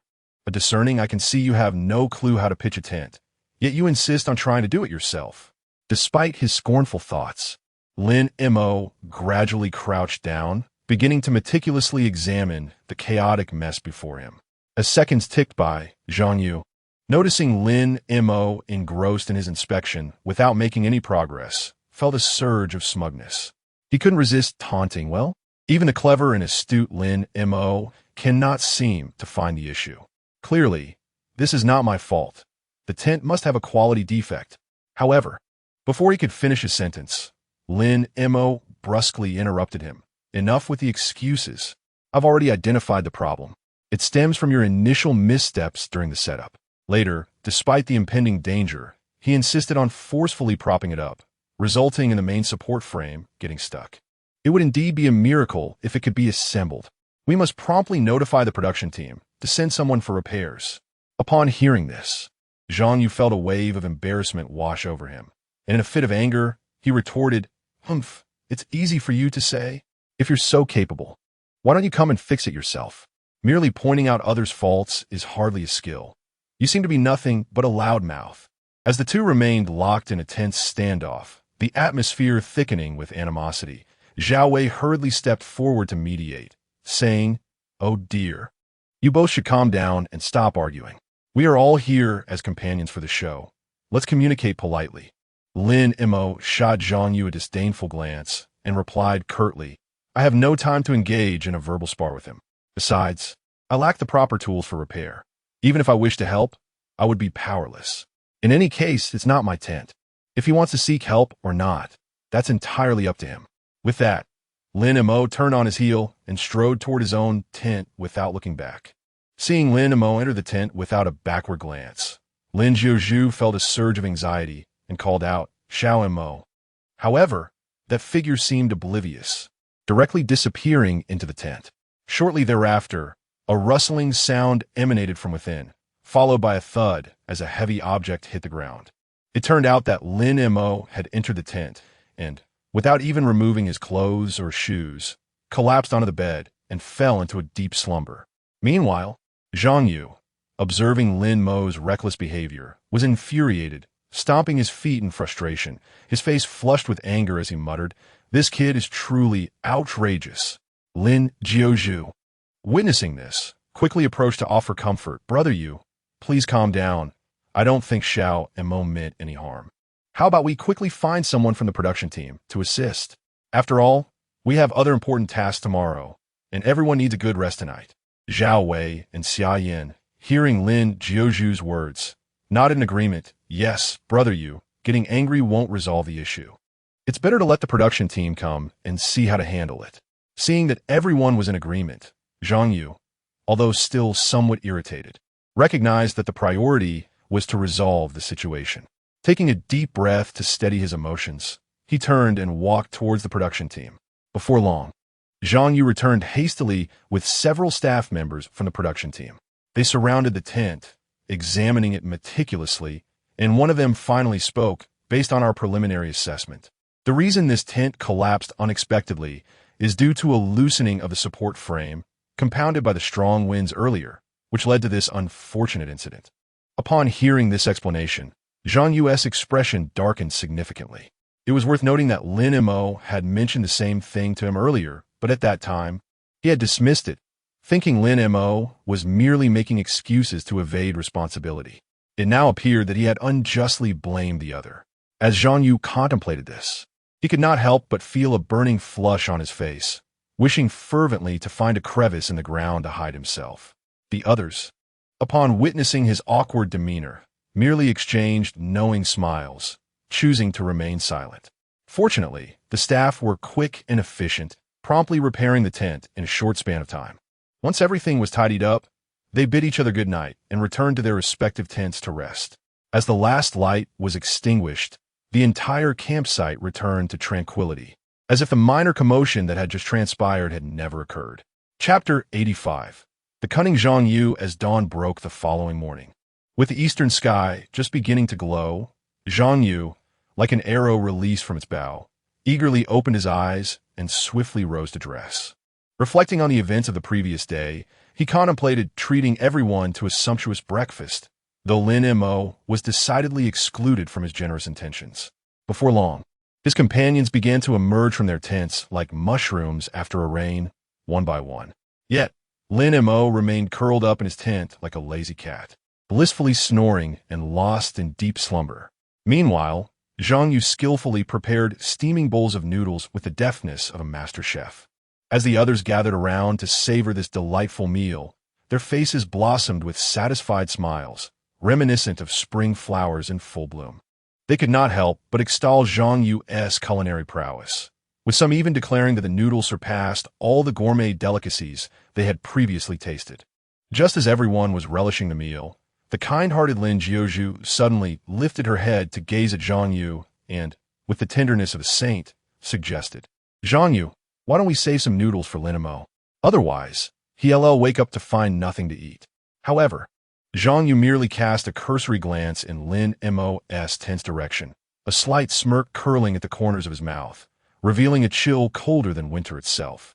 Without hesitation, he finished off the remaining noodles as if sweeping fallen leaves in autumn, leaving not a drop of broth behind. Seeing that everyone had feasted to their heart's content, Lin Jiuzhu shook her head in resignation, rising to make her way to Lin Mo's tent. Standing outside, she took a deep breath and called out in a voice that echoed through the vast camp like a spirited symphony, "Little Lin Mo, wake up. The sun is nearly shining on your backside." Thus, Lin Jiuzhu continued to call out repeatedly, her voice resonating in the open air. Finally, after several persistent summons, a lazy and indistinct reply emerged from within the tent, akin to the reluctant mew of a disturbed kitten. All right, third sister, I'm awake." After a considerable time had passed, Lin Mo emerged from the tent, his eyes still heavy with sleep, resembling a great bear just roused from hibernation. He stretched widely, yawned, and then leisurely made his way to wash up before ambling over to Lin Jiuzhu, plopping down beside her. Lin Jiuzhu frowned slightly, her gaze piercing as if attempting to bore holes into Lin Mo's disheveled appearance, and she voiced her mild discontent. "Oh, can't you tidy yourself up a bit and come out looking presentable?" Seemingly oblivious to her remarks, Lin Mo ignored her. Lin Jiuzhu then turned her attention to Zhang Yu, her eyes glinting with hunger as she eagerly inquired, "Brother Yu, are there any noodles left?" After posing her question, she continued to fix her gaze on Zhang Yu, awaiting a response that would satisfy her longing. However, Lin Jiuzhu did not receive the answer she desired. A hint of surprise and embarrassment flickered across Zhang Yu's face as he stammered, I forgot," and inadvertently let Shui Yang finish the rest. At this moment, Shui Yang, who was innocently caught in the conversation, appeared utterly bewildered. His wide eyes and scratching of his head conveyed his confusion as he muttered, I don't know either." Clearly, he was taken aback by being thrust into the spotlight, resembling an unjustly accused character. Just then, Lin Mo, who had been silent until now, finally spoke. With a gentle wave of his hand, he calmly reassured, "It's all right. This is not your fault." His voice was as tranquil as a still lake, devoid of any ripples. Though brief, his words exuded a sense of tolerance and understanding. Observing all this, Lin Jiuzhu quietly mused, "Now I see just how petty Zhang Yu can be." She then turned to Lin Mo and tenderly inquired, "How about I make you some noodles now?" Without a moment's hesitation, Lin Mo eagerly nodded, a glimmer of anticipation shining in his eyes. Seeing his enthusiastic response, Lin Jiuzhu smiled softly and headed into the kitchen, busily preparing the meal. She poured water into a pot and ignited the stove. As the blue flames danced merrily beneath the pot, in no time, the water began to boil with a cheerful, bubbling sound. Lin Jiuzhu skillfully took a handful of noodles and placed them into the pot, gently stirring with chopsticks to prevent them from sticking together. In the blink of an eye, the noodles were perfectly cooked. The steaming, aromatic noodles were soon served on the table, and Lin Mo eagerly picked up his chopsticks, ready to indulge in the culinary delights crafted by Lin Jiuzhu. As he delicately lifted a few strands to his mouth and savored them, his eyes lit up with delight. Unable to contain his enthusiasm, he gave a thumbs up and exclaimed, "These noodles are absolutely exquisite. Sister, your culinary skills have truly reached new heights." Hearing her brother's praise, Lin Jiuzhu beamed with pride, tilting her head slightly. Playfully, she replied, "Of course. Didn't you know my reputation?" She struck a mock haughty pose, her adorable and cheeky demeanor eliciting hearty laughter from Lin Mo. Meanwhile, the live stream had already begun. Shortly after launching, the streaming room was inundated with viewers, flooding in like a burst dam. The chat exploded with lively comments. As the audience fervently discussed the deep bond between Lin Mo and Lin Jiuzhu, some viewers commented, "I really envy the closeness of their relationship." Others praised, "Miss Jiuzhu is as delightful as a lively little sprite." Such expressions of admiration filled the air, echoing throughout the chat. As everyone was immersed in the joyful atmosphere, Lin Mo's phone, which lay beside him, suddenly rang. He glanced down and was taken aback to see that the caller was none other than Han Wenjun. Chapter 86. Lin Bei's provocation. Lin Mo was engrossed in recording a program when his phone suddenly buzzed in his pocket. He took it out and was pleasantly surprised to see that it was his friend Han Wenjun calling. With a swift motion, he pressed the answer button and held the phone to his ear, saying, "Hello, Wenjun, what brings you to call me at this hour?" "I'm in the midst of recording a show." On the other end, Han Wenjun's voice was laced with urgency. "Mo, go. Something serious has happened. It's an emergency." Hearing this, Lin Mo's heart sank, but he made an effort to maintain his composure, reassuring, "Don't panic. Wenjun, take a deep breath and tell me what is going on." Han Wenjun inhaled deeply before speaking in a rush. "Several new milk tea shops have suddenly opened across from our milk tea paradise, and they're selling their drinks at significantly lower prices than ours. As a result, our customers have all flocked to them, and our foot traffic has plummeted." Lin Mo furrowed his brow, contemplating the situation before asking, "Have you found out who owns these new milk tea shops?" As soon as he finished speaking, Han Wenjun responded immediately, "Mo, go. Your elder sister has already looked into it. It turns out these shops are opened by Lin Bei, and he is Qin Yu backing him up. We don't know what tricks Qin Yu has up her sleeve, but with her support, they can sell at lower prices and attract customers." Upon hearing this, Lin Mo pondered for a moment, shaking his head slightly before responding, "All right, I understand. Wenjun, don't worry, just continue with what you're doing." Leave this matter to me. I'll think of a solution. Okay, Mo go. We're counting on you. You must come up with a good plan quickly, or our milk tea paradise will be finished. Han Wenjun's tone was filled with anxiety and concern. Lin Mo acknowledged her and hung up the phone. At that moment, he found it impossible to concentrate on the program any longer, as his mind raced with thoughts of potential solutions to the problem. Lin Jiuzhu noticed the grave expression on Lin Mo's face and felt a pang of worry. She gently inquired, Xiao Mo, you seem troubled. Is there something going on that you can share with your sister? Lin Mo shook his head slightly, forcing a smile to reassure her. It's nothing serious, third sister, so don't worry about it. However, his feigned nonchalance could not conceal his true emotions. Despite his words, Lin Mo's thoughts had already drifted far away, secretly contemplating, that damned Lin Bei is truly relentless. He even has to open a milk tea shop right under my nose. Daring to lower prices to snatch away business. I can only assume the ingredients they're using are far from healthy. This could be a useful angle to exploit. Just then, Lin Jiuzhu suddenly spoke up. Xiao Mo, could it be that the milk tea shop you opened is facing issues? Her perceptive eyes seemed to pierce through Lin Mo's thoughts. Startled, Lin Mo looked at Lin Jiuzhu in disbelief and blurted out, Third sister, how did you come to that conclusion? How did you come to know about this? Lin Jiuzhu asked with a faint smile, explaining, after pondering for a while. I concluded that it must be the new milk tea shop you recently opened that is causing you such distress. Please, do share the details with your elder sister. Lin Mo nodded helplessly, conceding, Alas, third sister, you are correct. There are indeed some issues at the milk tea shop. However, he paused momentarily before continuing. Third sister, we are currently recording a program, and it is rather inconvenient to discuss these matters now. I promise to elaborate on it after we finish. Suddenly, Lin Mo's eyes widened in realization, and he exclaimed inwardly, Oh my heavens, we are recording a program. How could I have forgotten that? Yet he thought, I have a solution. At that moment, Xia Yin noticed a change in Lin Mo's expression and inquired with concern, What happened? You seem so agitated. If you're facing any difficulties, we can all brainstorm together to help. Upon hearing Xia Yin's question, Lin Mo's excitement surged, and he animatedly explained, Oh, you won't believe it. Right across from my milk tea paradise, several new tea shops have opened. Moreover, they have drastically lowered their prices, resulting in a sharp decline in our sales. After calming himself slightly, Lin Mo continued to counter the competition. I had already reduced our milk tea prices to the lowest possible point. However, if their prices are lower still, I suspect they must be using inferior quality ingredients. Otherwise, how could they sell it so cheaply? At that moment, his words were broadcasted live, reaching every viewer watching the program without reservation.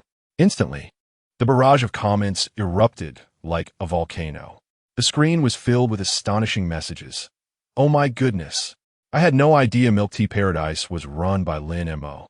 This is utterly surprising. I have heard that the drinks at Milk Tea Paradise are exceptional, but I never had the chance to try them. Though the prices at the shops across from Milk Tea Paradise are indeed lower. After hearing Lin Mo's words, it seems plausible. Could it be true that what they sell is not entirely clean? Oh dear, I'm drinking it right now. In an instant, the already lively live stream became even more boisterous, with the online viewer count skyrocketing as if enchanted. This sudden surge of excitement delighted the program director, Wang, who wore a beaming smile. After a moment of contemplation, Xia Yin responded to Lin Mo's assertion. This situation does indeed hold a certain likelihood. The crux lies in the specific production processes and operational standards of each establishment. At that moment, netizens in the comments section eagerly expressed their thoughts. I specifically went to observe the situation on site and discovered that several other establishments do not allow patrons to witness their production process. In contrast, Milk Tea Paradise openly showcases it for all to see. Indeed, I have also taken a look, and the reality aligns perfectly with what this friend has stated. Chapter 87. Counterattack with a radiant smile. Lin Jiuzhu gently patted Lin Mo's broad shoulder, her eyes sparkling with a hint of mischief. Cheerfully, she said, Fear not, little Mo. If there truly are issues with those materials, discontented customers will surely come forward to voice their complaints in due time. At that point, they will naturally cease to patronize our establishment. After saying this, she playfully winked. Upon hearing his sister's words, Lin Mo couldn't help but grin, revealing a set of pristine, well-aligned teeth as he responded, "Hee hee, it's always you third sister, who has such a positive outlook." Shortly thereafter, he leisurely rose from his seat, resembling a leisurely strolling giant panda, taking slow and steady strides towards the distance. Before long, he arrived at a solitary restroom standing in the corner. After cautiously scanning his surroundings to ensure he was alone, he carefully slipped inside. He then swiftly retrieved his phone and expertly dialed a number. The call was quickly answered, and a deep, resonant male voice came through. "Hello, is this Lin Mo?" Lin Mo's face lit up with excitement as he eagerly replied, "Wenjun, how are things at the store right now?" On the other end, Han Wenjun sounded somewhat perplexed. "Oh, Mo, it's rather strange. Many customers are holding milk tea from the shop across the street, yet they come to us for other purchases. What could be the reason?" Hearing this, Lin Mo couldn't suppress his delight and proudly exclaimed, Wenjun, just check out the live broadcast of that program I participated in recently, and you'll understand the reason." Realization dawned on Han Wenjun, who responded, "So that's it. All right, Mo, I'll go take a look now. I won't disturb you any longer." Lin Mo hurriedly said, "Don't mention disturbing. In the future, please don't be so formal. Go take a look." After a brief acknowledgement, the line went dead, indicating that Han Wenjun had hung up. Lin Mo tucked his phone back into his pocket, feeling quite satisfied as he exited the restroom and swiftly made his way back to the bustling campsite. It wasn't too long before Han Wenjun's exhilarating news came racing in like an arrow. The screen was flooded with a barrage of messages. "Mo, you're truly amazing. With just a few words, you've attracted so many customers like a magnet." Han Wenjun could hardly contain his excitement, and one could almost envision him dancing with joy through his words. Then came another message. "There's a throng of people at our storefront now, with a long line resembling a winding dragon. It's truly a spectacular sight." Reading these praises, Lin Mo couldn't help but smile broadly, his lips curling into a satisfied grin. He quickly replied, "Haha, splendid, splendid. Let us maintain this positive momentum." Upon receiving the response, Han Wenjun was even more invigorated. "All right, Mo, I will get my all." Lin Mo, feeling content, gently set his phone aside and blissfully closed his eyes, ready for a brief respite. However, at that moment, a thought suddenly flashed through his mind. This fellow must have ulterior motives. Upon this realization, Lin Mo's previously relaxed nerves instantly became taut. Simultaneously, Lin Jiuzhu, seated nearby, found her disdain for Lin Bei deepening further after hearing Lin Mo's thoughts. She struggled to comprehend why Lin Bei was so intent on targeting Lin Mo, especially given that she had decisively expelled him before. Otherwise, who knows what chaos would have ensued. For a time, the campsite fell silent. Even Zhang Yu, usually quick to provoke, sat quietly, merely listening to Lin Mo's discourse. On the other side, a massive high-definition screen was looping a shocking video. The protagonist was none other than Lin Mo, boldly accusing the quality of ingredients used in Lin Bei's milk tea of being subpar and inferior. The moment this video aired, it detonated like a bomb among the crowd, sending shockwaves throughout. Witnessing this scene, Lin Bei's fury surged to unprecedented heights. His face flushed crimson, veins bulging on his forehead, unable to contain his anger any longer. He abruptly stood up, pointing at the screen and exclaiming, "This person is utterly shameless. How can he speak such outrageous lies and invert the truth?" As a result of Lin Mo's remarks, Lin Bei's milk tea business plummeted. The once bustling shop now stood desolate. Sales figures not only dropped sharply, but the once stellar reputation that had been meticulously built over time evaporated overnight, with many loyal customers expressing their profound disappointment. In the midst of Lin Bei's frantic despair, his friend Qin Yu hurriedly approached, gently patting his shoulder. In a soothing tone, he said, "Do not be so angry. Calm down first. I have an ingenious plan that will surely help you vanquish Lin Mo's so-called milk tea paradise." As soon as he spoke, Qin Yu leaned closer to Lin Bei, whispering the meticulously crafted scheme in a voice meant only for their ears. After hearing Qin Yu's words, Lin Bei, who had just moments ago been seething with rage, suddenly transformed. The clouds of anger dissipated, replaced by an uncontainable joy.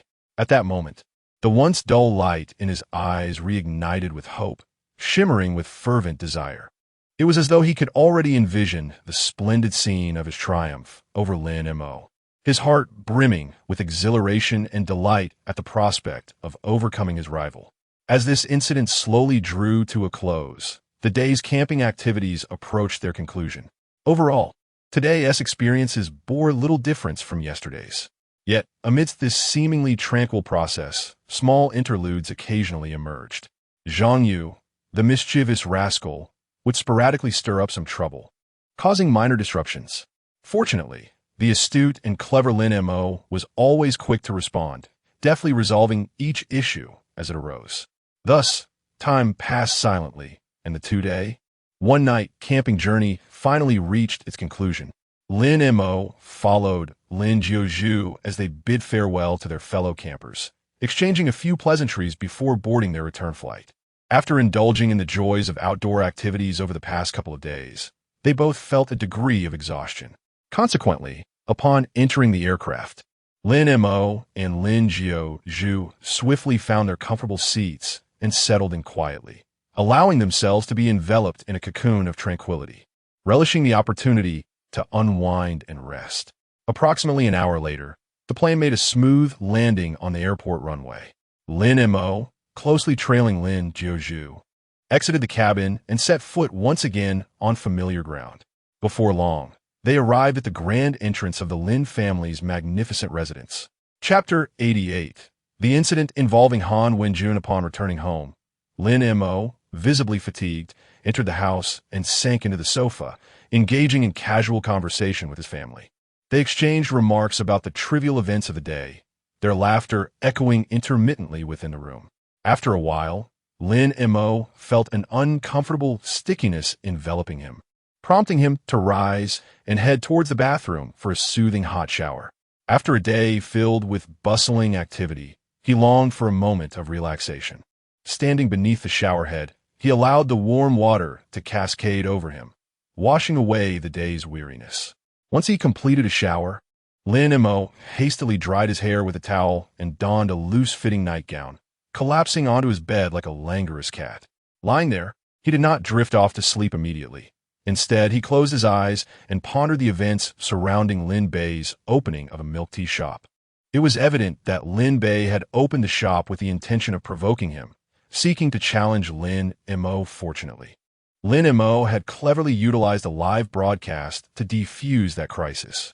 However, given Lin Bei's vindictive nature, it was unlikely that he would relent.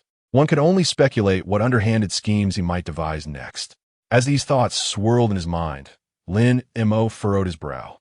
Little did he anticipate that his concerns would swiftly manifest into reality. The following day, during the midday hours, Han Wenjun, who was assisting at the Milk Tea Paradise shop, received a call from an unfamiliar number. The caller claimed to be delivering raw materials for Lin Mo and instructed Han Wenjun to collect them from a specified location. The kind-hearted and naive Han Wenjun, oblivious to the deception, complied without hesitation. Upon arriving at the designated site, Han Wenjun soon realized he had fallen into a trap. He found himself surrounded by a group of menacing individuals who swiftly bound him with ropes. The ringleader among them was none other than Lin Bei, hell-bent on avenging himself against Lin Mo. At that moment, Han Wenjun was firmly secured to a chair, unable to move.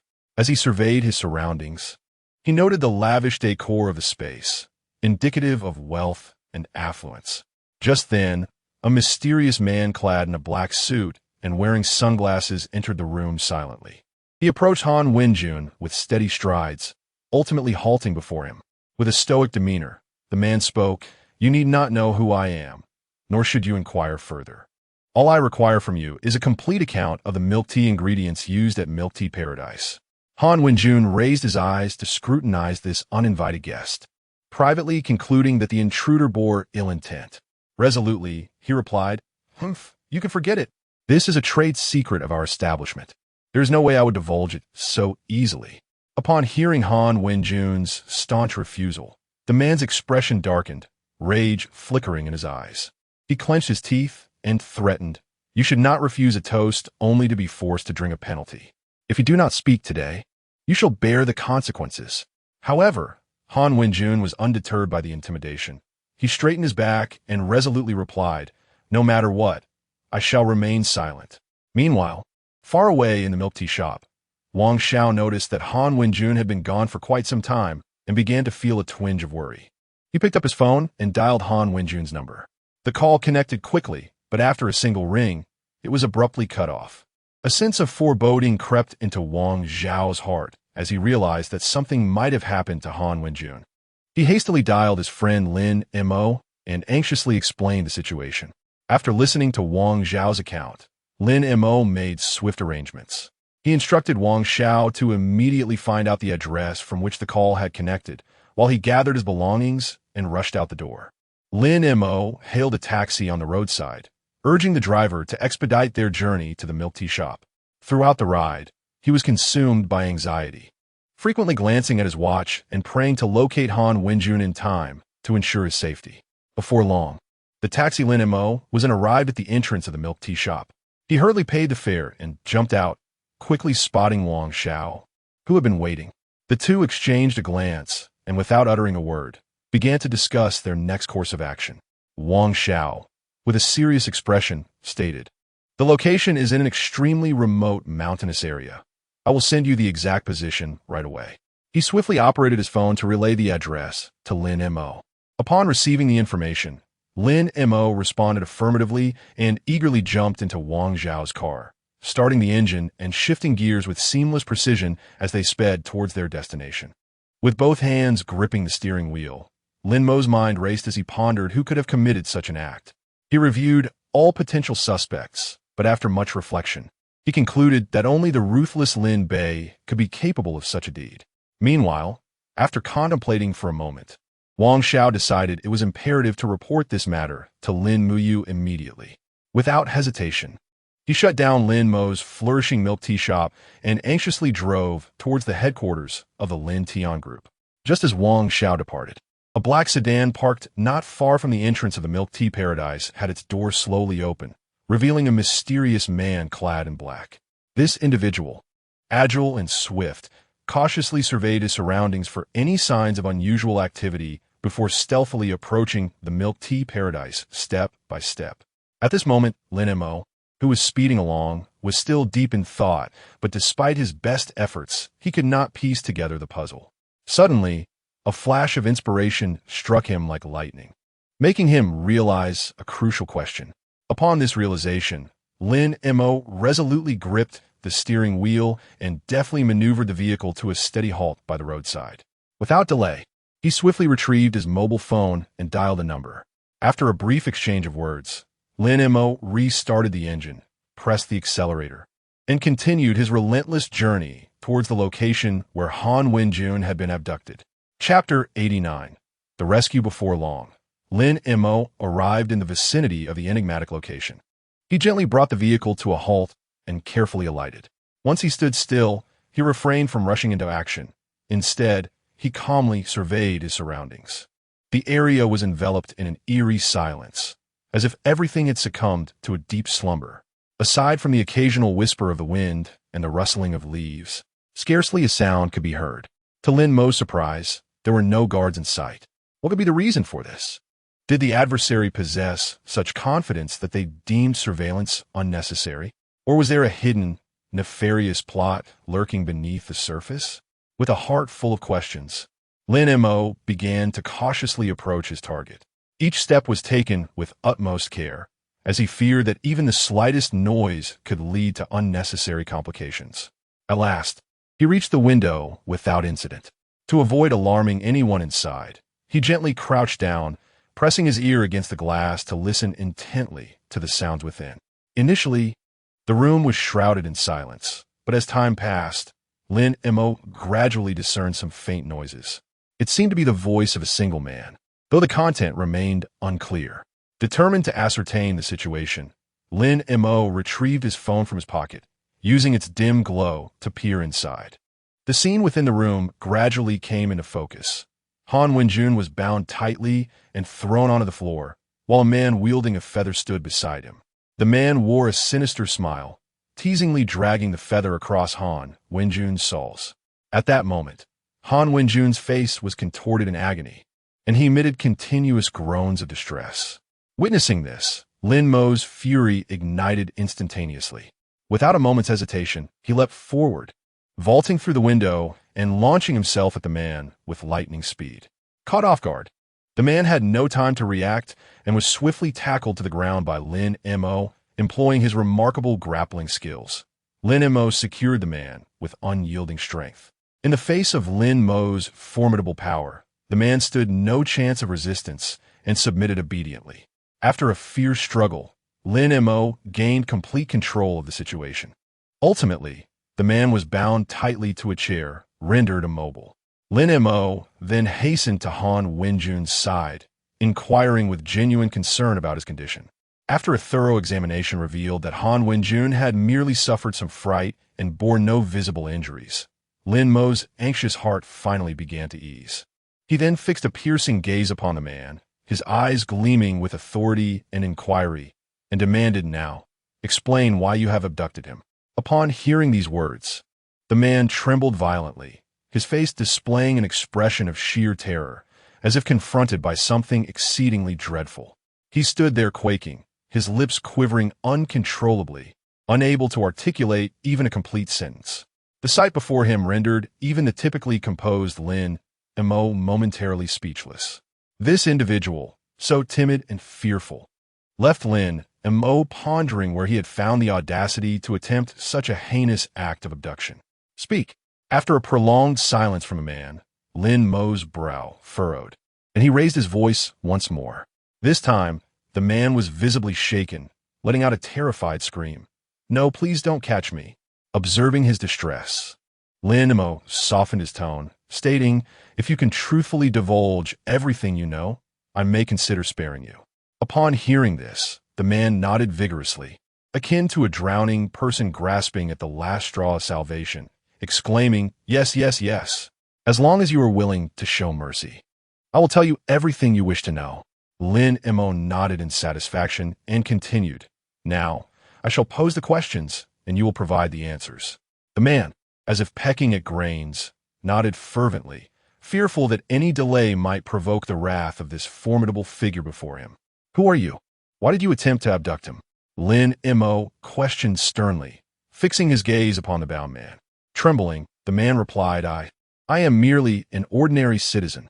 Seeing the booming sales of milk tea, I was tempted to try my hand at making it for profit.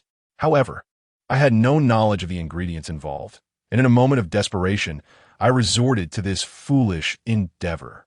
Lin Mo furrowed his brow further and pressed on. "Who provided you with the means to carry out this abduction?" The man lowered his head, mumbling, "A man approached me, someone I had never seen before, and I knew nothing about him. He promised me a sum of money, and in a moment of foolishness, I was blinded by greed and followed his instructions without question." Having grasped the essence of the situation, Lin Mo honored his earlier promise, loosening the ropes binding the man and allowing him to depart. He then swiftly led Han Wenjun away from that perilous locale. Meanwhile, an unexpected scene unfolded at the milk tea paradise. Resembling a mysterious play in action, a man dressed in black, like a specter, stealthily approached the entrance and deftly unlocked the door. He slipped into the shop with the grace of a breeze and, after merely 2 or 3 minutes, darted out like lightning. Before long, Lin Mo and Han Wenjun hurriedly returned to the milk tea paradise, their footsteps swift as if driven by an urgent mission. Just as they crossed the threshold, Lin Mo's phone rang, its sound piercing the tranquility of the shop like an alarm. The caller ID displayed none other than his sister, Lin Mu. Lin Mo quickly answered, reassuring her of his safety, his voice imbued with a hint of relief. After hanging up the phone, Lin Mo did not lower his guard. His gaze, sharp as that of a hawk, meticulously scanned every corner of the store. He immediately began a thorough inspection, searching for any anomalies or oversights. However, after an exhaustive search, the store appeared as tranquil as a still lake, not a ripple in sight. Yet, the seasoned Lin Mo understood all too well that matters were never this simple.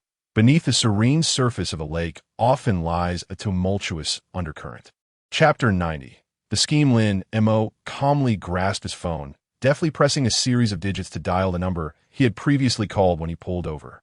Time seemed to stand still, each second stretching into eternity. Yet soon a familiar and urgent voice came through. "Brother Mo, I have taken care of everything you entrusted to me. I will organize the relevant materials and send them to you immediately." Upon hearing this, the tension on Lin Mo's face finally gave way to a barely perceptible smile, and he softly replied, "All right, thank you for your hard work." However, the voice on the other end seemed taken aback and hurriedly exclaimed, "Oh, Brother Mo, this hardly qualifies as hard work. It is a tremendous honor for me to assist you." Lin Mo nodded slightly, maintaining a calm tone as he said, "Well, if you need anything else next time, do not hesitate to reach out." The assurance from Lin Mo evidently delighted the other party, who quickly responded, Thank you, Brother Mo." After a brief exchange, Lin Mo gently uttered a farewell and decisively ended the call. The person he had spoken to was none other than Yi Guang, his childhood friend and confidant. As expected, shortly after, Lin Mo's phone was inundated with notifications. Glancing down, he discovered that Yi Guang had sent several video files and multiple audio recordings. Without a moment's hesitation, Lin Mo swiftly clicked on one of the videos, and the screen illuminated instantly. The footage clearly depicted the entrance of a shop named Milk Tea Paradise, where a mysterious figure clad in black stealthily entered, only to hurriedly exit moments later. Next, Lin Mo inhaled deeply, cautiously pressing the play button on the audio file. In an instant, a low, menacing voice emanated from the phone's speaker. "Lin Bei, I have complied with your requests. I implore you, release my family."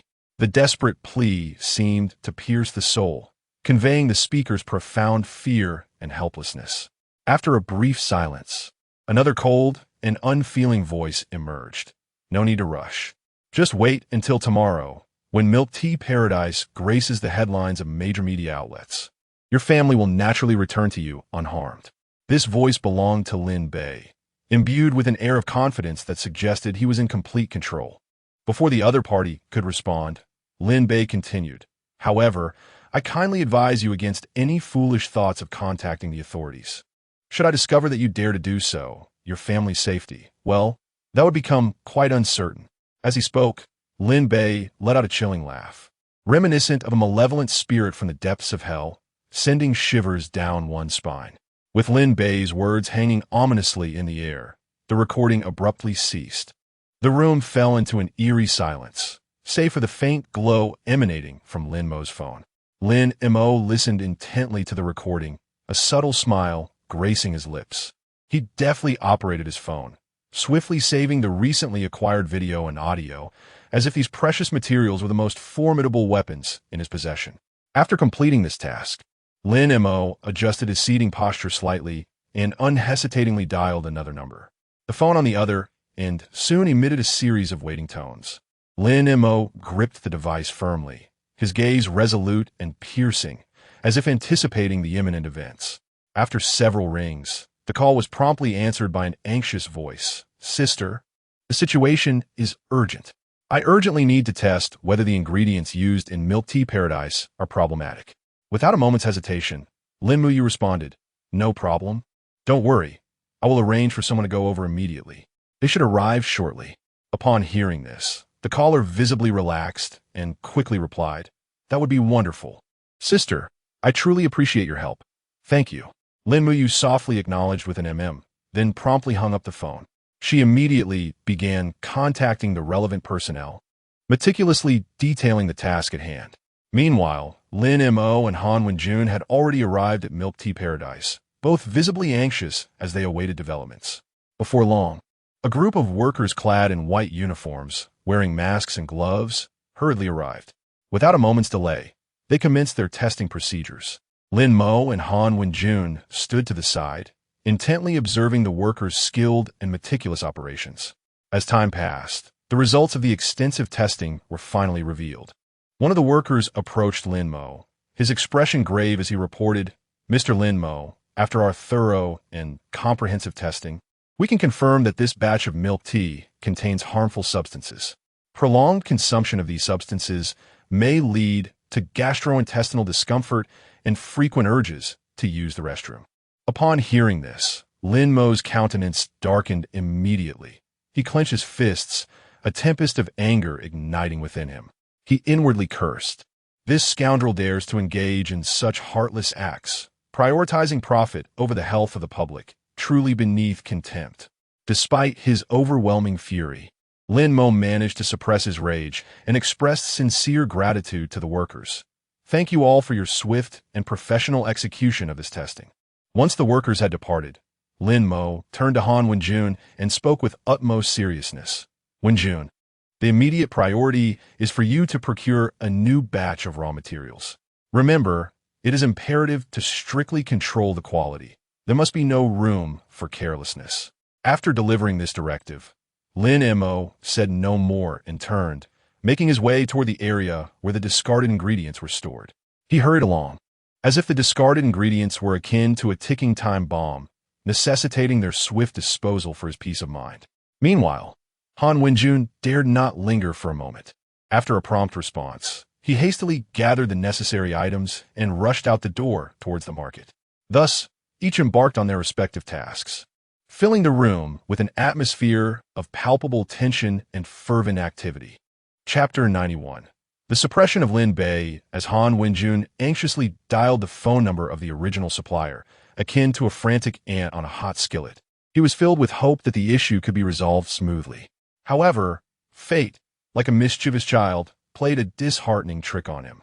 The supplier, with a tone of sincere apology, stated, "I am truly sorry, Mr. Han, but unfortunately, we no longer have the ingredients you require in stock." Upon hearing this response, Han Wenjun felt as though he had been struck by a heavy hammer, and he hurriedly pressed for clarification. How could you suddenly be out of stock? Hasn't there always been a supply? The supplier sighed and explained helplessly, alas, a major client arrived today and swept away all our stock of those ingredients. Much like a tempest, it is quite the coincidence, as this client needed precisely what you are looking for, hence we are unable to fulfill your order at this moment. After expressing repeated apologies, the supplier was left oblivious to the intricate circumstances that lurked behind this turmoil, much like a child unaware of the complexities of the world. After hearing this, Han Wenjun's countenance darkened, resembling a sky laden with storm clouds. He angrily hung up the phone and hastily sought out Lin Mo to report this unexpected development. Upon meeting Lin Mo, Han Wenjun exclaimed indignantly, "Brother Mo, I just spoke with the original supplier, and they told me they're out of stock. Moreover, it seems that a ravenous individual swooped in and bought up all the similar ingredients. Without a doubt, this despicable act is the doing of that wretched Lin Bei. This fellow is the very epitome of treachery. What are we to do now, Brother Mo?" Lin Mo, furrowing his brow, analyzed the situation gravely, given the current circumstances.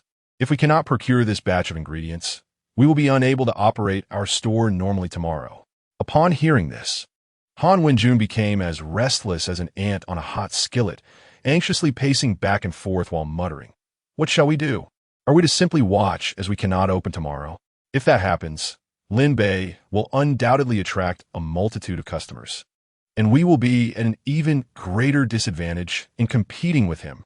Displaying remarkable calmness, Lin Mo gazed thoughtfully at the empty shelves and slowly articulated, "Since there is no stock to be found here, we might as well seek out alternative sources for procurement."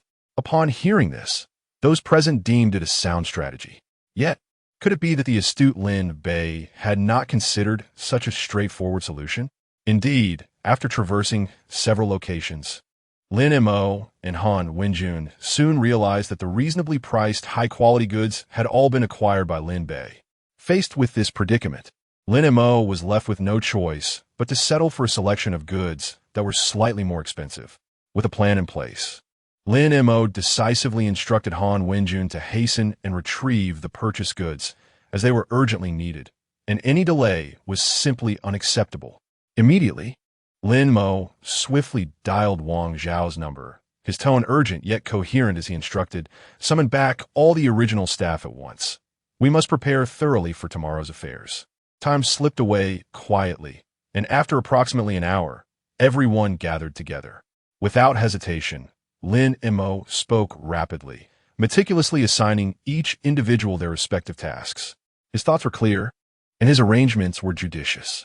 As the commands were issued, the atmosphere became fervent, with everyone busily engaged in their duties.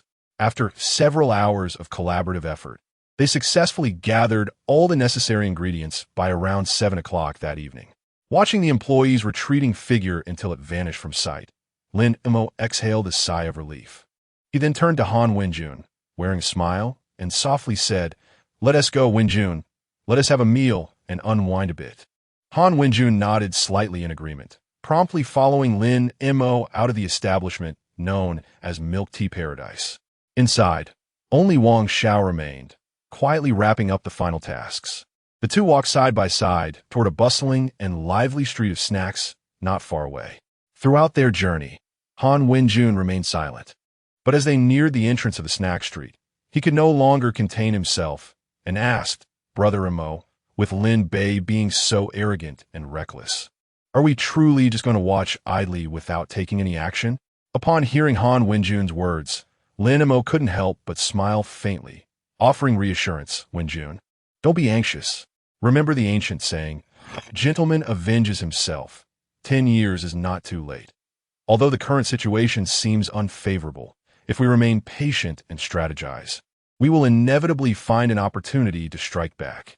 After a brief pause, Lin Mo continued with confidence. "Moreover, rest assured, Wenjun, in a few days, I plan to host a grand exhibition for our Milk Tea Paradise to attract more customers. When the time is right, we will reveal the evidence we possess against Lin Bei to the public, allowing everyone to see his true nature. Only then can we deliver a decisive blow that will utterly dismantle him." After hearing Lin Mo's plan, Han Wenjun's previously furrowed brow gradually relaxed. He nodded repeatedly in agreement, responding eagerly, "Yes, Brother Mo is right. Let us proceed as you suggest. I believe that by then, Lin Bei will receive the punishment he deserves." Subsequently, the two began their meal, swiftly picking up their chopsticks and indulging heartily. Having been hungry all afternoon, their stomachs were already growling, and with delicious food before them, they paid no heed to image or etiquette. One individual grasped the chopsticks tightly in their left hand, while their right hand incessantly conveyed morsels of food to their mouth, their cheeks bulging as if they were two small squirrels preparing for winter. The other person was even more exaggerated, lifting the bowl to their lips and voraciously devouring the dishes, their throat occasionally emitting a gurgling sound as they swallowed. Before long, the table, once laden with a mountain of delectable delicacies, was left bare, save for a few empty plates and bowls, as if it had just witnessed a fierce battle. The two individuals, thoroughly satisfied, set down their utensils, patted their round bellies, and wore expressions of contentment upon their faces. Chapter 92. Lin Mo's humiliation. Lin Mo sat at the dining table, seemingly at peace as he savored his meal. Yet within him roiled a tempest akin to a vast ocean. He silently contemplated the myriad situations he would soon confront, pondering the potential courses of action he might undertake. After the meal, the two exchanged silent farewells and then headed towards their respective homes. Upon opening the door, Lin Mo was greeted by Lin Mu, who rushed towards him like a gust of wind, her face etched with concern. Eagerly, she inquired, "Xiao Mo, how are you? Did anything happen?" Her anxious demeanor suggested she wished to inspect him from head to toe without delay. "Fear not, dear sister, I am quite well, nothing amiss." Lin Mo replied with a relaxed smile, attempting to soothe her anxious heart. Just then, their parents, Lin Father and Lin Mother, hurried over, worry etched on their faces as they scrutinized Lin Mo, apprehensive that their beloved son had encountered any form of distress. Seeing their concern, Lin Mo quickly waved his hand, reassuring them, "Mom, Dad, truly, there is no need to fuss so." However, the depth of parental concern is not so easily alleviated by mere words. Lin Mo, regaining her composure, pressed on, "I just heard from Wang Xiao that it seems you were schemed against by that despicable Lin Bei. What exactly transpired? Do share, dear brother." Upon hearing this, Lin Mo's smile remained, appearing even more composed and serene. "Ah, dear sister, it has all been resolved. There is no need for you to worry. However, I do have some important matters I wish to discuss with you. Thus, the siblings moved to the living room and seated themselves.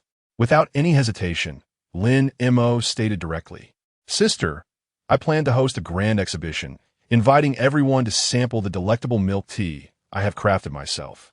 Furthermore, I intend to publicly unveil the heinous act orchestrated by Lin Bei, involving the abduction of Wenjun, so that all may see his true nature." At this juncture, a determined glint flashed in Lin Mo's eyes. "I hope you can help me cultivate this idea, as it will allow my work to shine brilliantly at the exhibition." Captivating all in attendance, Lin Mo gazed at his sister with a beaming smile, filled with anticipation and trust. His sister chuckled heartily, thumping her chest as she declared, "Rest assured, Xiao Mo, this matter is in my capable hands. I will ensure everything is arranged perfectly." Hearing her unequivocal response, Lin Mo felt a weight lift from his heart. He nodded joyfully, exchanging a knowing smile with his sister. After finalizing their plans, Lin Mo turned and headed towards the bathroom. After a long day of hustle and bustle, he yearned for a soothing soak in a warm bath to ease his weary body. Warm water cascaded from the shower head, gently cleansing Lin Mo's skin and washing away the fatigue and stress of the day. He closed his eyes, quietly relishing this moment of tranquility and comfort. Before he realized it, drowsiness began to envelop him. By the time he emerged from a bath, he was so fatigued that he could barely keep his eyes open. Thus, Lin Mo, barely having time to dry his hair, collapsed onto his bed and slipped into a realm of sweet dreams. Time flew swiftly, and before he knew it, dawn broke the next day. Sunlight streamed through the window, gently rousing the slumbering Lin Mo. He stretched luxuriously, then quickly rose to wash up, preparing to embark on a new day of work. As usual, Lin Mo tidied himself up and made his way to the milk tea paradise.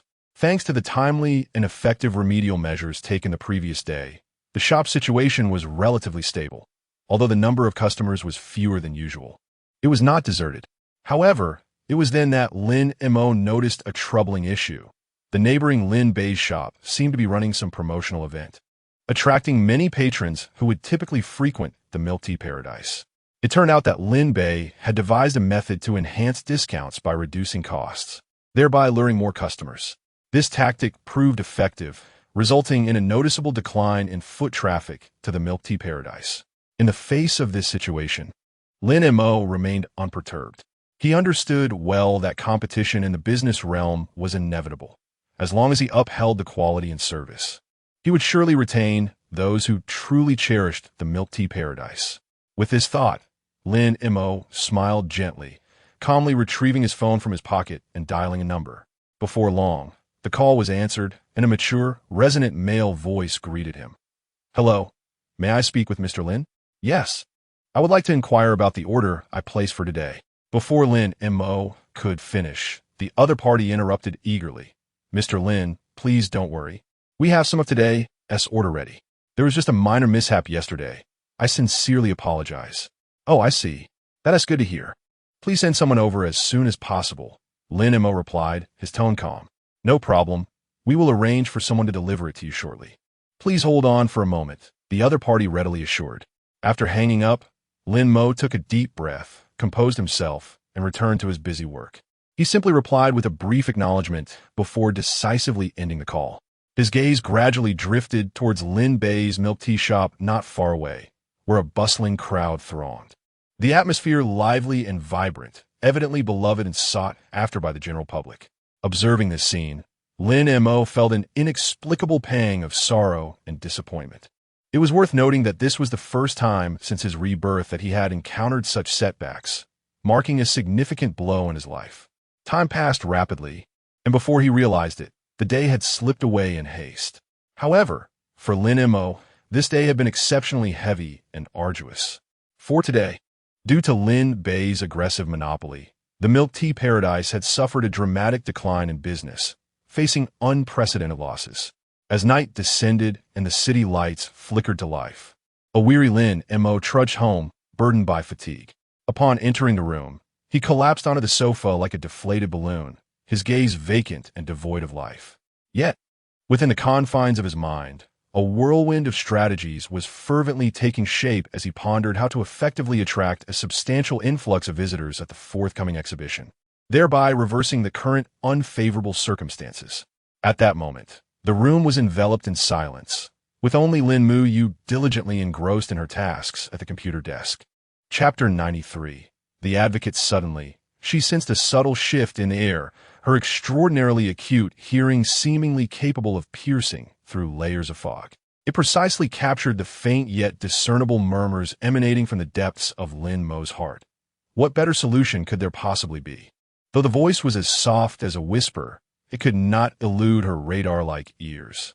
Upon hearing this elusive whisper, her previously busy hands came to an abrupt halt, and she slowly turned her head, directing her gaze towards the direction of Lin Mo. There stood Lin Mo, his brow furrowed and his expression laden with worry, seemingly oblivious to the fact that she had noticed his distress. "What troubles you, Lin Mo? Are you facing some concerns?" Lin Mo inquired gently, her soft tone imbued with genuine concern and care. At that moment, Lin Mo was entirely absorbed in his tumultuous thoughts and did not anticipate his sister's sudden inquiry. The unexpected question struck him like a thunderclap, startling him so that his body shuddered involuntarily. Regaining his composure, he hurriedly lifted his gaze to meet his sister's, stammering, "Ah, elder, sister, I'm fine." As he spoke, his eyes darted erratically, avoiding her gaze, and beads of perspiration had inexplicably formed on his forehead. Observing her brother's flustered demeanor and the insincerity in his words, Lin Mo instantly grasped that he was undoubtedly concealing something from her. However, she chose not to confront him directly. Instead, she opted for a gentler yet resolute approach to continue her inquiry. "Do not hide anything from your elder sister. If there is something troubling you, please speak openly. I will do everything in my power to assist you," Lin Mo said with a smile, her expression radiating warmth akin to the gentle sunlight of spring, providing comfort and reassurance. Upon hearing her words, Lin Mo felt as if a warm spring of clarity was slowly flowing into his once parched and cold heart. This wave of warmth enveloped him, instilling a cozy sensation throughout his being, causing his eyes to moisten involuntarily, blurring his vision. Reflecting on his previous life, he had felt like a solitary leaf, drifting aimlessly in a vast sea of humanity, unnoticed and uncared for. During those days, he had tasted the world's indifference and seen the myriad facets of life, yet he had never experienced such heartfelt warmth and care. Now, to have the fortune of possessing an understanding elder sister, willing to support him unconditionally, was a happiness beyond description. At this moment, his heart brimmed with gratitude, and this affection reignited a glimmer of hope for the future. Subsequently, Lin Mo recounted the events of the day in detail to Lin Mo. After listening intently to her brother's narrative, Lin Mo responded gently, "Little Mo, do not let this matter weigh heavily on your heart." As the exhibition's official commencement approached, our intention was to unveil all of Lin Bei's dubious dealings, ensuring that the truth became widely known. Naturally, this would lead to his inevitable downfall. Lin Mo nodded in agreement with his elder sister's perspective, though he soon furrowed his brow and expressed, "Sister, I share your thoughts. However, the issue lies in the fact that we have already incurred substantial financial losses due to this incident. If we do not devise a prudent solution, the subsequent developments may be significantly hindered." Lin Mo nodded in deep understanding, her beautiful eyes narrowing slightly as she began to contemplate potential strategies. After a considerable pause, as everyone fell into deep reflection, Lin Mo's bright eyes suddenly sparkled with inspiration, as if struck by a sudden epiphany. She excitedly rose to her feet, her steps light as she approached Lin Mo, her face radiating an unmistakable joy. She eagerly exclaimed, "Isn't Lin Bei merely relying on some promotional giveaways to entice the common folk into becoming his customers? Such tactics are rather pedestrian." Lin Mo nodded slightly, affirming his sister's viewpoint. With her brother's encouragement, Lin Mo's enthusiasm surged, and she continued to elaborate. "In that case, we could entirely explore alternative avenues. For instance, We could attract another group of individuals, such as those who have long been enamored with Sanjie. She paused momentarily, as if further refining her idea in her mind, and then confidently added, as long as we can persuade Sanjie to act as our spokesperson. Her esteemed status and charm will undoubtedly draw a considerable crowd willing to support us. Upon hearing this, Lin Mo's eyes lit up, and he could not help but exclaim, "Indeed, sister, you are remarkably astute. How did I not consider this sooner? I shall hasten to consult Sanjie at once." With that, he turned briskly and left, filled with delight as he prepared to implement this brilliant plan. Lin Mo clutched his phone tightly, as if it were a lifeline, and hurriedly dashed towards his room. Once inside, he eagerly dialed Lin Jiozhu's number. Beep, beep. The phone rang on, each chime resonating with Lin Mo's anxious heart. Finally, the call connected, and Lin Jiozhu's melodic and gentle voice came through the receiver. "Hello, Xiao. And Mo, what's up?" Lin Mo took a deep breath, striving to keep his voice steady. "Sanjie, are you available at the moment?" There was a slight pause on the other end, followed by Lin Jiozhu's response. "Xiao and Mo, I just finished a promotional event and am preparing to pack up and head home." Upon hearing this news, Lin Mo felt a surge of joy and quickly replied, "That's wonderful. Sanjie, please return swiftly. Once you're home, I'll explain everything in detail." Sensing her brother's urgency, Lin Jiozhu readily responded, "All right, Xiao and Mo, I'll head back right away." With that, the call ended. As time passed slowly, Lin Mo paced anxiously in the room, occasionally glancing towards the door, eagerly anticipating the swift arrival of Lin Jiozhu. Chapter 94. The effect: it is uncertain how much time has elapsed, but the once eerily quiet corridor outside has begun to resonate with a familiar cadence of footsteps. The sound approaches, each step seemingly echoing upon the very heart. Just as the footsteps grow increasingly distinct, a soft click of the door lock reverberates through the air. With a gentle push, the door swings open, revealing Lin Jiozhu, her smile radiating warmth akin to the sun in spring, standing gracefully at the threshold. Her figure is light and elegant, reminiscent of a blooming flower, exuding an enchanting fragrance. At this moment, Lin Mo, unable to wait for Lin Jiozhu to set down her exquisite handbag, darts forward with the swiftness of an arrow released from its bow. In the blink of an eye, he has seized Lin Jiozhu's delicate, fair hand, and without a moment's hesitation, he pulls her into the room. Simultaneously, he swiftly shuts the door behind them, executing the motion seamlessly, devoid of any hesitation. Once they are comfortably seated on the sofa, Lin Mo takes a moment to steady his somewhat fervent heart. Then, with palpable eagerness, he opens his mouth and begins to recount the events that have transpired, articulating the sequence of events with remarkable clarity and speed, akin to bamboo shoots falling from a tube. Throughout his narration, Lin Jiozhu listens intently, her captivating eyes fixed upon him, unwavering and focused. As Lin Mo delves deeper into his story, she occasionally nods, signaling her engagement and comprehension of his words. Moreover, her profound gaze occasionally reveals glimpses of concern and contemplation. When Lin Mo finally concludes his account, Lin Jiozhu, who had remained silent until now, suddenly rises without a moment's hesitation. With swift precision, she grasps her phone from the coffee table and rapidly dials several numbers.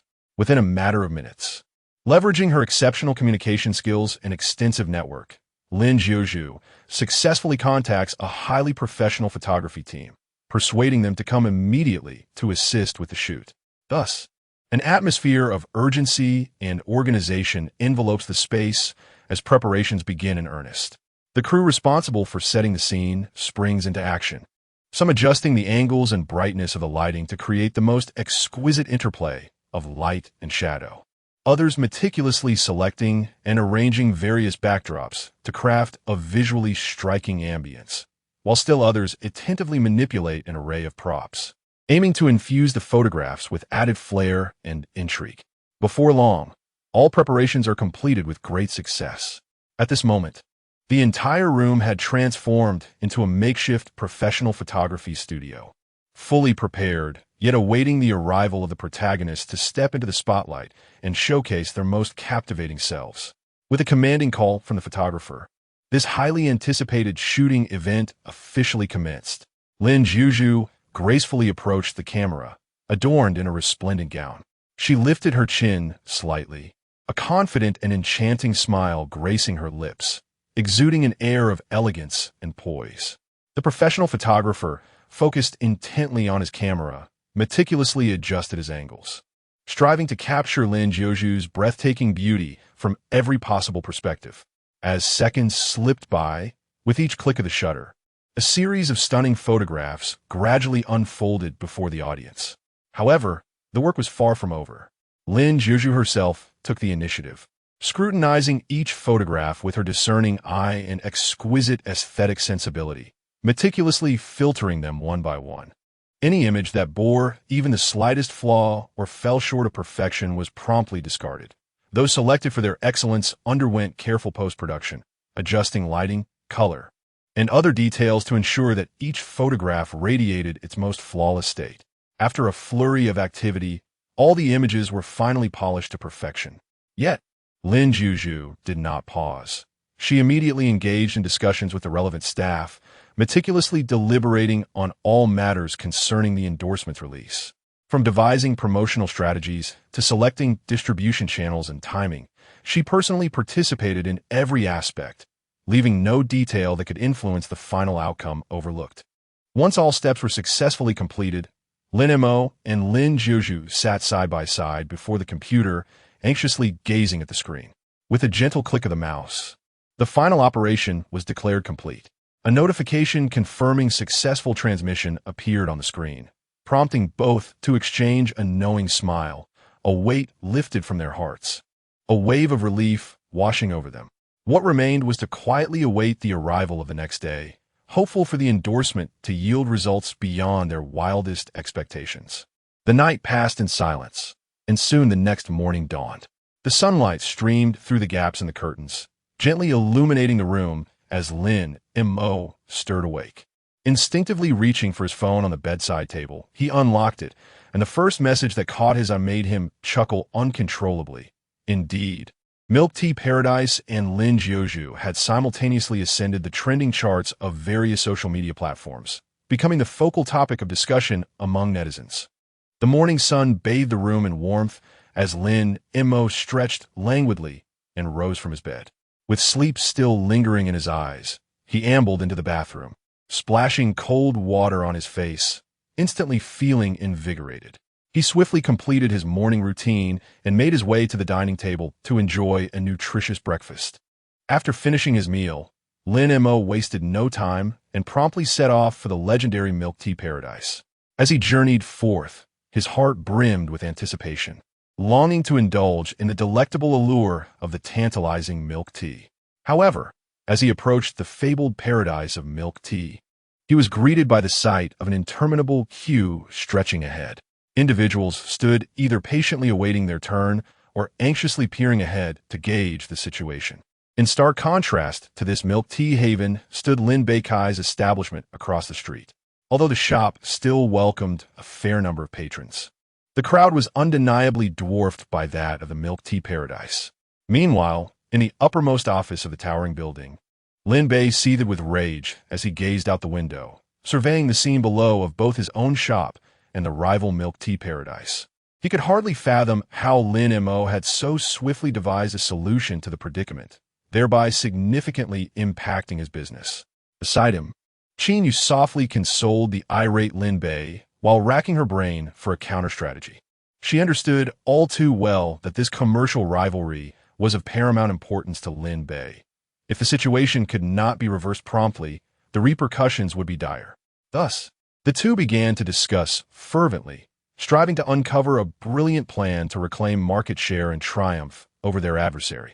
Chapter 95. The exhibition commences in the ensuing days. The establishment known as Milk Tea Paradise was nothing short of bustling with patrons. Each day, a multitude of visitors flocked to the venue, drawn either by the alluring aroma of rich milk or the whispers of the unique flavors that the milk tea offered. In stark contrast, Lin Bei's milk tea shop appeared somewhat desolate, its business markedly inferior. Faced with this predicament, Lin Bei, after considerable contemplation, resolutely decided to alter his strategy and set his sights on the milk tea exhibition organized by Lin Mo. It is worth noting that Lin Mo had expended significant effort for this exhibition, intent on utilizing it as a means to attract a substantial influx of customers. As a result, he placed few restrictions on the participants, undoubtedly presenting Lin Bei with an extraordinary opportunity. Consequently, Lin Bei successfully secured his entry. Time flew, and before long, the day of the exhibition's grand opening arrived. This event was uniquely held aboard a luxurious cruise ship, a concept that in itself garnered considerable attention. Upon boarding the vessel, attendees were awestruck by the opulent decor within. The entire cruise ship, resplendent and exquisite, exuded an air of nobility and elegance, all meticulously orchestrated by Lin Mo's elder sister, Lin Mo. Stepping inside the ship, one could behold a dazzling array of culinary delights on display. Various exquisite cakes were artfully arranged, emanating an irresistible fragrance. In addition, there were numerous mouth-watering delicacies. However, the true highlight was undoubtedly the signature milk tea from Milk Tea Paradise, elegantly presented in an assortment of delicate containers. Their vibrant hues illuminated by the ambient lighting, resembling exquisite works of art. Amidst the presence of renowned influencers and the general public, several prestigious families from Jiang City also sent representatives to this grand affair. Bai Menghan and her family were naturally in attendance, and surprisingly, Qin Yu from the Qin family also made an appearance, bringing Lin Bei along with her. Even more unexpectedly, the young lady Xia Yan from the Xia family, who resided far away in the capital, traveled a great distance to lend her support, elevating the event to an even grander scale. In the spacious and brightly lit hall, Lin Bei's parents were seated at a lavish round table alongside the Bai family, exchanging warm smiles and engaging in friendly conversation. Meanwhile, Lin Bei's three sisters clustered closely around Lin Mo. With a serious expression, Lin Mo addressed his sisters. Sisters, we must vigilantly monitor the surveillance footage and not overlook any suspicious behavior. We must identify any potential threats in a timely manner. His gaze was resolute and focused, as if he had already foreseen the possible crises that might arise. Upon hearing this, the three sisters nodded in agreement, pledging their utmost dedication to the task at hand. They understood the gravity of the situation and dared not exhibit the slightest negligence. Soon after, Lin Mo, with measured steps, made his way toward the door of a monitoring room. Each stride felt particularly weighty, as if he bore an immense burden. Silently, he prayed, "May nothing significant occur today." However, fate has a peculiar way of teasing humanity, often manifesting the very fears we dread the most. At that moment, the three sisters distinctly heard the voice of Lin Mo's deep-seated anxiety. Instantly, the previously light-hearted atmosphere turned grave, and each individual's nerves were taut to the breaking point.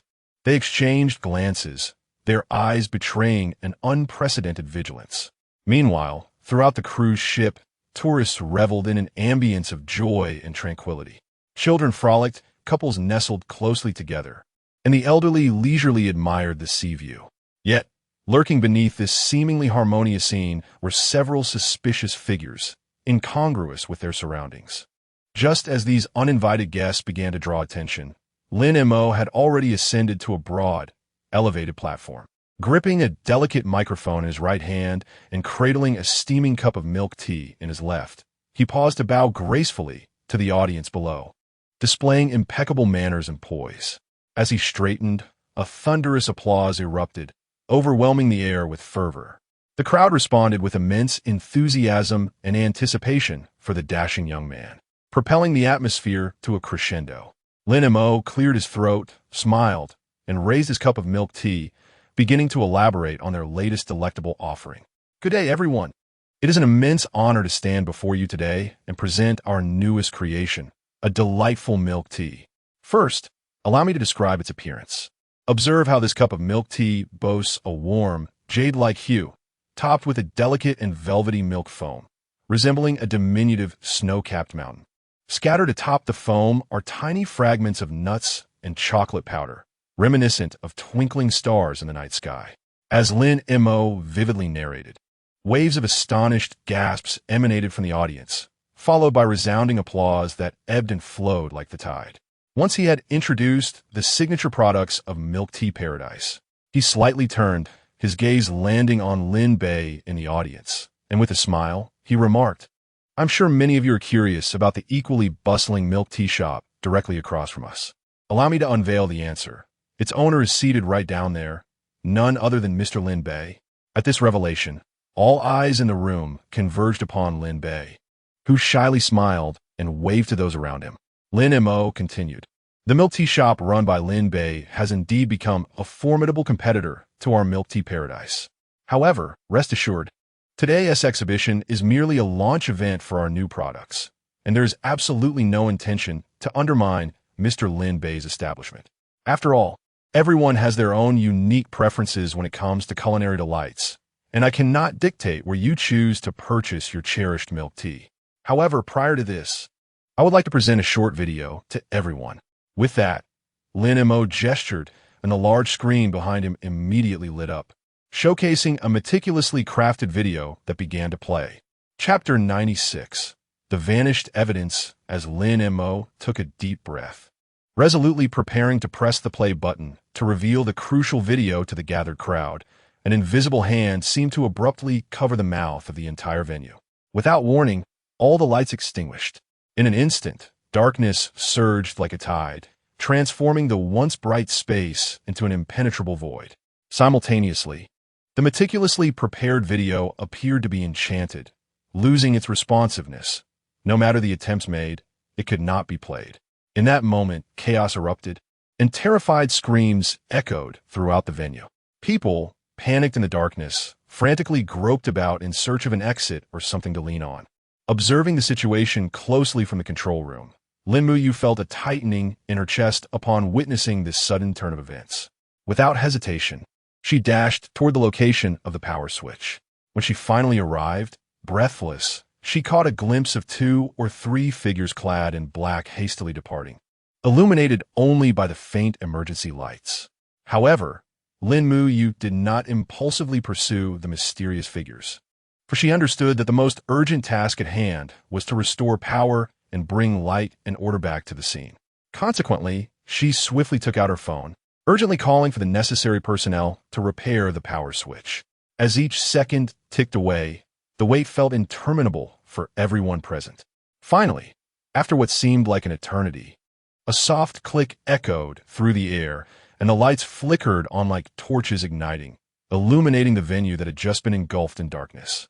At that moment, Lin Mo remained remarkably composed, standing expressionless as if he had anticipated the unfolding events. His deep-set eyes sparkled subtly under the bright lights, making it difficult to discern his true thoughts. Slowly, Lin Mo turned his gaze toward Lin Bei, who wore a slight smirk, an alluring smile that exuded an unsettling confidence and satisfaction. In that fleeting moment of eye contact, Lin Mo comprehended the truth. This incident had been orchestrated by Lin Bei himself. Realizing this, Lin Mo furrowed his brow, momentarily lost in thought. I wondered why this fellow was not in a rush to eliminate the evidence I possessed. It turns out he laid such a sinister trap for me here. He mused silently.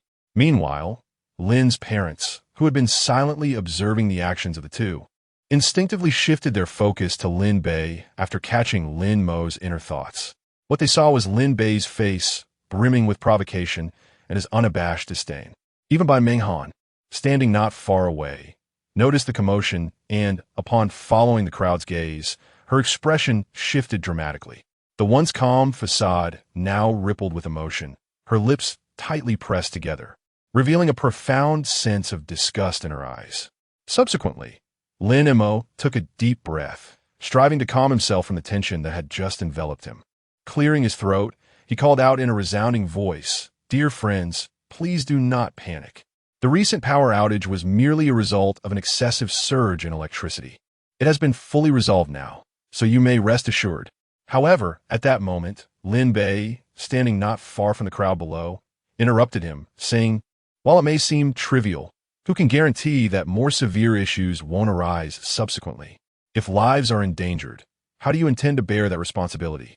Lin Bei's words struck like a stone cast into still waters, particularly when he mentioned the threat to life. The previously calm crowd erupted in disarray, their composure shattered. Whispers filled the air as anxious expressions surfaced among the people. Faced with such chaos, Lin Mo felt somewhat at a loss. He could only wipe the beads of sweat from his forehead while repeatedly attempting to reassure the audience. Please trust us, such an incident will not occur again. Yet, no matter how eloquently he spoke, it seemed futile in quelling the panic that had taken root in their hearts. As the situation spiraled further out of control, Bai Menghan, who had been quietly observing from her seat, finally rose. With elegant strides, she made her way to the stage and, standing beside Lin Mo, smiled at the crowd, saying, "Dear friends, please remain calm and do not be overly alarmed. On behalf of the Bai family, I solemnly assure you that we will do everything in our power to ensure everyone's safety. You may rest assured." As soon as Bai Menghan's words resonated, the previously tumultuous crowd miraculously fell silent. After all, the Bai family held immense prestige in the region, and with Bai Menghan personally stepping forward to offer such a guarantee, the collective anxiety of the crowd began to ease significantly. Observing Bai Menghan's success in stabilizing the situation, Lin Bei's face turned a shade of green with rage. His jaw clenched tightly, eyes glinting with fury and jealousy. Meanwhile, in the surveillance room of the cruise ship, the three sisters were intently scanning the screens for signs of the mysterious figures clad in black. After a thorough search, they finally pinpointed their targets. There were only 3 individuals, likely concealed within the bustling crowd below. Realizing the gravity of the situation, Lin Mo took immediate action to enhance security measures. He urgently dispatched a greater number of well-trained, experienced security personnel and established multiple layers of safety protocols to ensure order and the safety of attendees. Simultaneously, he personally led an elite team to thoroughly search for any suspicious individuals. At that moment, Lin Mo found himself grappling with a perplexing dilemma. The crucial evidence video that was supposed to appear on the large screen had inexplicably vanished. Nevertheless, this minor setback did not fluster the astute and resourceful Lin Mo. He swiftly extracted his smartphone from his pocket, poised to utilize the screen mirroring function to unveil this crucial evidence to all those present. Below the stage, Lin Bei observed Lin Mo's every move, his mind racing with contemplation, yet his countenance betrayed not a hint of alarm. On the contrary, a subtle smile played at the corners of his mouth, suggesting an air of confidence regarding the impending events. Just as Lin Mo was about to successfully project and play that pivotal video, an unforeseen circumstance occurred once more. Chapter 97. Danger. The video that had been playing on the large screen suddenly vanished without warning, replaced by a flurry of dazzling code that swiftly engulfed the entire display. Witnessing this scene, every gaze in the room converged upon the screen, and a collective realization dawned upon them. It was evidently a virus attack. Standing nearby, Lin Mo was utterly bewildered. Although he had prepared himself mentally, he had not anticipated the situation to devolve in this manner, being so effortlessly outmaneuvered by Lin Bei. For a moment, he found himself at a loss for how to respond. As the situation began to spiral out of control, an inexplicable anger surged within Lin Mo. In a fit of frustration, he seized a microphone in his hand, unhesitatingly aimed it at his phone, and pressed the play button. Instantly, a crisp and resonant voice emanated from the speakers, amplifying a familiar phrase that echoed clearly throughout the space. Once the recording concluded, all eyes in the room turned expectantly toward Lin Bei. However, in the face of their scrutinizing gazes, Lin Bei remained remarkably composed, betraying neither guilt nor panic. He spoke leisurely. This recording might also have been synthesized through technical means. How can one defame me based solely on a potentially spurious audio clip? His words, seemingly casual yet laden with implications, sent ripples through the crowd, sparking hushed whispers and fervent debates regarding the veracity of the recording. Speculations and doubts arose in a cacophony of voices, as Lin Bei's seemingly nonchalant yet astutely crafted response thwarted Lin Mo's plan to use the recording to utterly discredit him. Just as the crowd was engulfed in a whirlwind of thoughts and discussions, A deafening gunshot abruptly shattered the clamor. Moments later, the sound of hurried footsteps drew near, and a group of heavily armed assailants surged into the room like a tide. The leader, adorned with a menacing mask, clutched a pitch-black handgun, its dark muzzle glinting ominously, inducing a sense of dread. With a voice that resonated with authority, he bellowed, "Everyone get down. Hands on your heads. Anyone who dares to move will be shot." Accompanying his furious shout was another thunderous gunshot, reverberating through the air as if it sought to rend it asunder, causing the hearts of all present to leap into their throats. The sudden turn of events left everyone paralyzed with fear, instinctively complying with the assailants' demands. Trembling as they pressed themselves to the ground, hands clutched tightly around their heads, terrified that any misstep could lead to their demise. Seeing that everyone had complied, the masked man nodded in satisfaction and continued in a cold tone, "Hand over all your valuables quickly. Don't dawdle." As soon as these words were uttered, although the crowd felt an overwhelming reluctance, they reluctantly surrendered their treasured possessions to preserve their own lives. In an instant, an array of gold and silver jewelry, luxury watches, and bulging wallets lay scattered across the ground. Naturally, Lin Mo and Bei Menghan dared not defy the demand. After exchanging a resigned glance, they sighed deeply and silently relinquished their valuable belongings. However, at that moment, Lin Mo's mind was not preoccupied with these material possessions. His gaze swept through the crowd, desperately searching for the presence of his 3 elder sisters. Yet after an exhaustive search, he could not find any trace of them, which left him in a state of anxious turmoil, his heart suspended in uncertainty. At that moment, one of the robbers approached Lin Mo. He quickly feigned calmness and hastily handed over his belongings while casting a sidelong glance at Lin Bei, eager to gauge his demeanor. To his astonishment, Lin Bei appeared remarkably composed, showing no signs of panic in the face of the robber's threats. A wave of concern washed over Lin Mo as he pondered. Could this incident be connected to Lin Bei? How else could he maintain such tranquility? Indeed, when a masked man strode up to Lin Bei, he noticed that this individual did not comply like the others, refusing to surrender his valuable items. Infuriated, he bellowed, "You brat, hand over your valuable possessions at once, or don't blame me for being rude." In response to the masked man's outburst, Lin Bei not only remained unafraid, but also exchanged knowing glances with him, as if conveying some unspoken message. This scene did not escape Lin Mo's watchful eyes, intensifying his perplexity. Nevertheless, the enigmatic masked man seemed utterly unfazed by Lin Bei's demeanor, as if he did not regard him as a threat. He continued to shout loudly, demanding that Lin Bei promptly surrender his invaluable possession. Aware of his own limitations against the formidable masked man, Lin Bei reluctantly sighed, though his heart was heavy with reluctance. The pressure of the situation compelled him to obediently hand over the cherished item to the masked man. At that moment, a menacing robber staggered over to Bei Menghan. This robber leered at her with unbridled lust, his filthy hands reaching out eagerly, attempting to caress her delicate cheek. Without hesitation, Lin Mo, who had been closely monitoring the situation, could not stand idly by and watch Bei Menghan suffer such indignity. Seizing the opportunity, he leaped forward like a flash of lightning, swiftly reaching the robber. With both hands, he grasped the robber's arm. Twisting it with precision and exerting all his strength, he lifted the robber high, sending him crashing to the ground after describing a graceful arc in the air. The entire sequence of actions unfolded seamlessly and decisively. With a resounding thud, the robber fell heavily onto the unforgiving ground, grimacing in pain as he emitted a wretched howl reminiscent of a slaughtered pig. In an instant, the surrounding bandits were rendered speechless by this sudden turn of events. They could scarcely believe that someone dared to challenge their authority.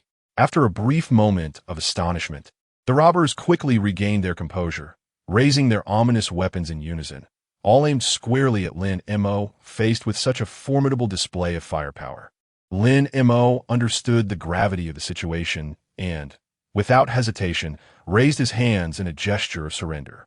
The recently fallen bandit struggled to rise from the ground, his rage evident in his bloodshot eyes as he fixed a fierce glare upon Lin Mo, cursing incessantly under his breath. Suddenly, he launched a vicious kick towards Lin Mo, bellowing, "You little brat! How dare you ruin my plans? Today, you shall learn the consequences of thwarting a hero's rescue." Poor Lin Mo, taken completely by surprise, absorbed the full force of the kick to his abdomen, soaring through the air like a marionette with severed strings before crashing heavily to the ground. Clutching his stomach in agony, his face turned as pale as a sheet, beads of sweat cascading down his forehead. Witnessing the entire ordeal, Bai Menghan and Lin's parents were consumed by anxiety, their hearts lodged in their throats, fearing that Lin Mo might sustain grave injuries. Particularly distressed was Bai Menghan, her beautiful eyes brimming with tears as she gazed anxiously at Lin Mo's prone form, yearning to rush forward and assist him.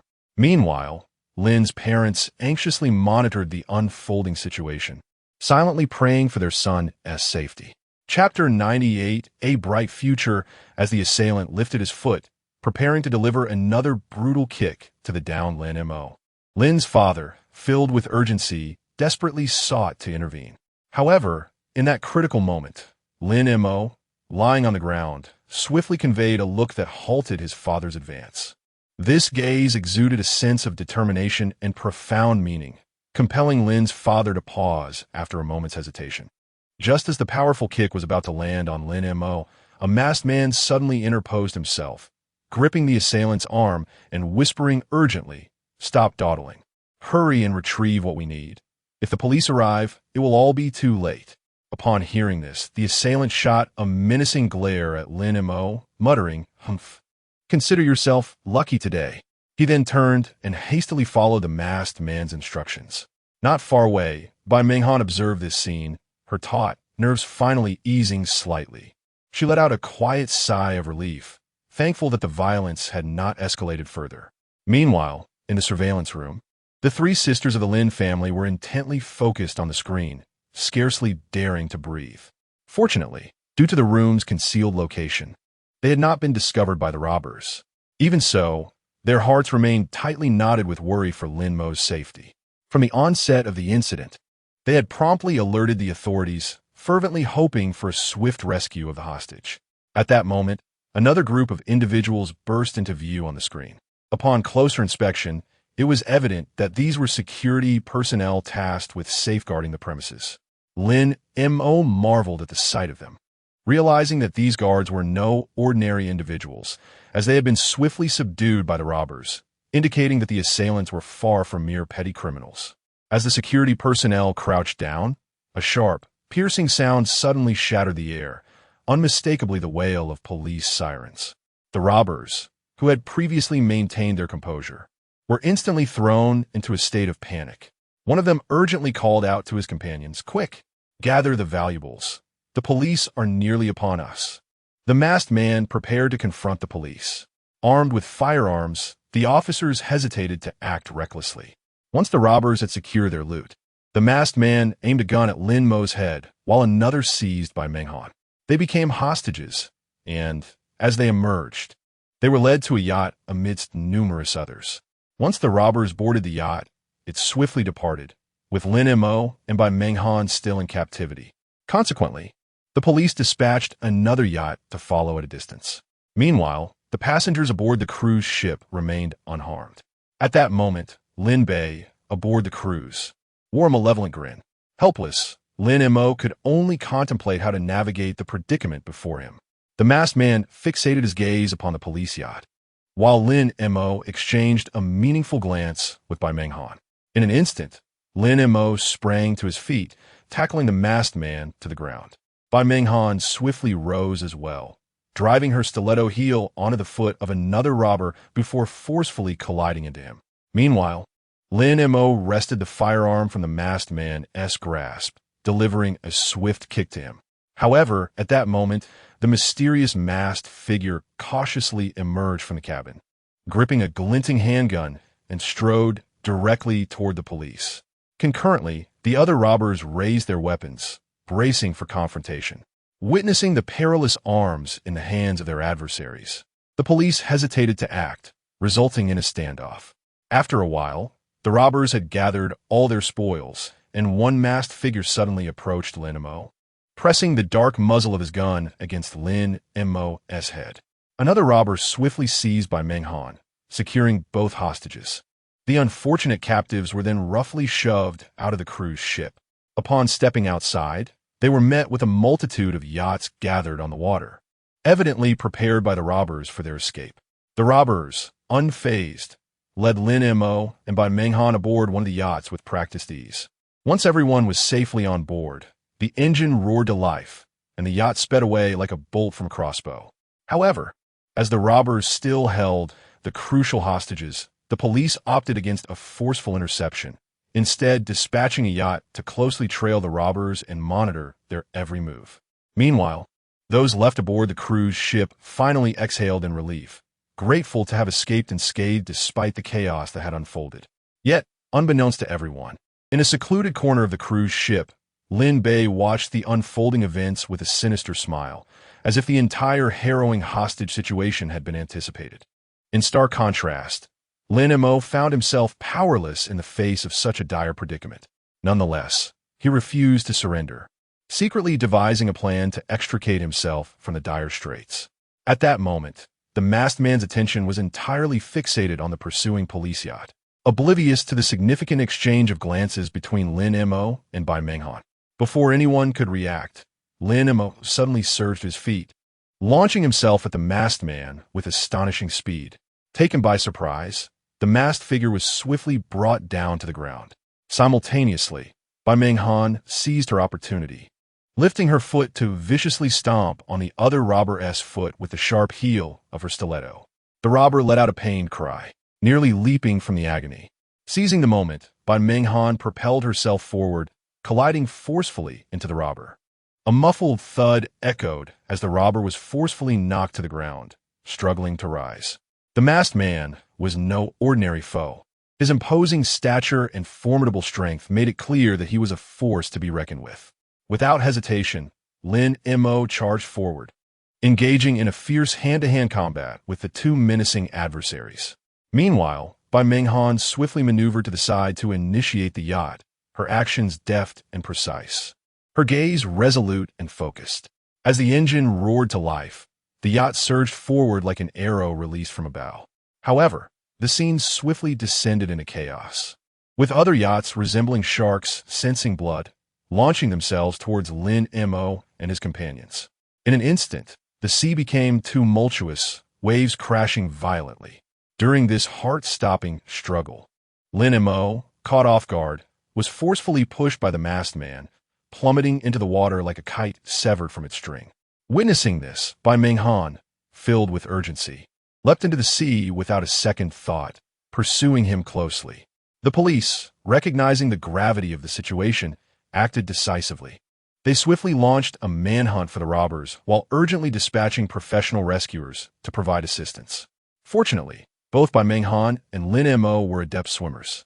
Despite being engulfed by the raging waters, their exceptional swimming skills and indomitable will ultimately led them to safety unscathed. After a tense and exhilarating confrontation, the robbers were finally apprehended. To everyone's astonishment, investigations revealed that these criminals were intricately linked to Lin Bei. It turned out that Lin Bei had covertly instructed 3 of his subordinates to provide crucial intelligence to the robbers in pursuit of financial gain, thus inciting this tumultuous incident. As the saying goes, the law's net is vast and catches all, and Lin Bei was ultimately brought to justice for his misdeeds. In the aftermath, tranquility gradually returned. The milk tea haven managed by Lin Mo gained rapid popularity on social media due to its unique flavors and distinctive decor, becoming a highly sought-after establishment. Under Lin Mo's meticulous management, the Lin family's business flourished, displaying a scene of prosperity and abundance. Following their harrowing ordeal, Lin Mo and Bei Meng Han's bond deepened significantly. In the end, the couple united in matrimony, joyfully embarking on their shared journey. On their wedding day, Lin Mo gazed tenderly at Bei Meng Han, softly expressing his gratitude to the heavens for bringing such a wonderful person into his life. In the vibrant capital city, Lin Mo and Bei Meng Han, a couple emerging in the business world, ventured forth after their marriage, aiming to carve out their own domain in this land brimming with opportunities and challenges. Upon their arrival, Lin Mo, armed with keen market insight, swiftly identified the burgeoning prospects within the emerging technology sector, preparing to wholeheartedly delve into the realm of smart technology. As he stood on the bustling streets of the capital, gazing at the incessant flow of vehicles and the towering skyscrapers, his heart brimmed with ambition. This city shall be my battlefield, and I am determined to carve out my own domain here, ensuring that all shall know the name Lin Mo by Meng Han. Equally perceptive, possessed a keen intellect, adept at discerning critical details from the complexities of market information, which endowed her with exceptional judgment in commercial decisions. However, their ascent did not go unnoticed by the commercial behemoth, the Luo Group, which had long established its dominance in the capital's business sphere. With deep roots and numerous enterprises under its banner, the Luo Group had no desire to witness the emergence of new competitors. Thus, a silent war commenced. During the preparations for his new company, Lin Mo faced numerous obstacles. Suppliers abruptly breached contracts, previously agreed upon terms were changed without cause, and the procurement of essential equipment became mired in stalemate. Despite his inner turmoil, he feigned composure in front of Bai Meng Han, silently contemplating. The Luo Group seeks to stifle us in our infancy, yet I shall not yield easily. Since I embarked on this entrepreneurial journey, I have weathered countless storms. These challenges are merely stepping stones on the path to success. Upon hearing his thoughts, Bai Meng Han discreetly leveraged her connections within the business community to seek reliable suppliers. After much effort, she finally identified several small suppliers willing to collaborate with them. Though their scale paled in comparison to the previous larger suppliers, they were sufficient to alleviate their immediate crisis and allow the company's preparations to progress. Upon the company's establishment, as its inaugural smart product neared launch, it encountered malicious imitation and price undercutting from companies under the Luo Group. Rumors swirled in the market, casting doubt on their product and leading to dismal sales. Lin Mo and Bai Meng Han understood that they were facing a crisis that could determine the very survival of their company. At a commercial gala, Luo Yu, the scion of the Luo Group, approached them with a group intentionally seeking trouble. Holding a glass, he approached Lin Mo with a mocking smile. "Mr. Lin, I hear your company has been struggling lately. The market in the capital is not so easy to navigate." Lin Mo's anger simmered within him, his hands instinctively clenched. Yet he maintained a courteous smile. "Young Master Luo, the marketplace is akin to a battlefield. The outcome remains uncertain. Since I, Lin Mo, have dared to venture into this city, I possess the confidence to face all challenges." Bai Meng Han stood beside Lin Mo, tightly grasping his hand. Feeling his inner fury and frustration, "We must devise a way to retaliate. We cannot allow the Luo Group to be so arrogant. My hard-earned company cannot be trampled upon so easily. I will ensure they understand that I am not to be trifled with." Upon returning home, Bai Meng Han and Lin Mo began an all-night discussion to strategize their response. Bai Meng Han, through her analysis of Lin Mo's sentiments and the market intelligence she gathered, proposed an audacious idea. Rather than engaging in a price war with competitors, they should emphasize the unique advantages of their products, focusing on high-end customized services while simultaneously strengthening their intellectual property protections. They would take legal action against Roche for its acts of plagiarism, launching a dual offensive on both public opinion and legal fronts. Upon hearing this, Lin Mo's eyes brightened, and he silently marveled. Meng Han is truly extraordinary. This approach may indeed be viable. How fortunate I am to have such a wise partner by my side. He promptly decided to act in accordance with Bai Meng Han's plan. On one hand, they intensified their research and development investments, optimizing and upgrading their products while introducing personalized services to cater to the unique needs of various clients. On the other hand, they actively collected evidence of Roche's infringement, filing a lawsuit and exposing Roche's unfair competition practices through the media. Public opinion swiftly shifted in their favor, prompting consumers to reassess their products, leading to a gradual resurgence in order volumes. However, Roche Group was not willing to relent. They leveraged their influence in the financial sector to target Lin Mo's company's funding chain, attempting to plunge them into financial turmoil. Suddenly, banks tightened loan limits, and investors began to hesitate, resulting in severe liquidity issues for the company. Lin Mo traversed the bustling streets of the capital in search of financial support, yet repeatedly encountered obstacles. Weary and disheartened, he gazed at the throngs of people, his heart heavy with bitterness. Is our hard work destined to go to waste? I cannot allow Ming Han to suffer alongside me. I once promised her a life of happiness, yet now we find ourselves in such dire circumstances. I feel utterly inadequate. Bai Ming Han observed his distress, her heart aching for him. One evening, as Lin Mo sat alone in his study, exhausted, he pondered, I cannot simply give up. Even if there is but a glimmer of hope, I must strive for it. Bai Ming Han quietly entered the study and embraced him from behind. We will persevere. I have already contacted several overseas investors who are interested in our project and willing to provide financial support.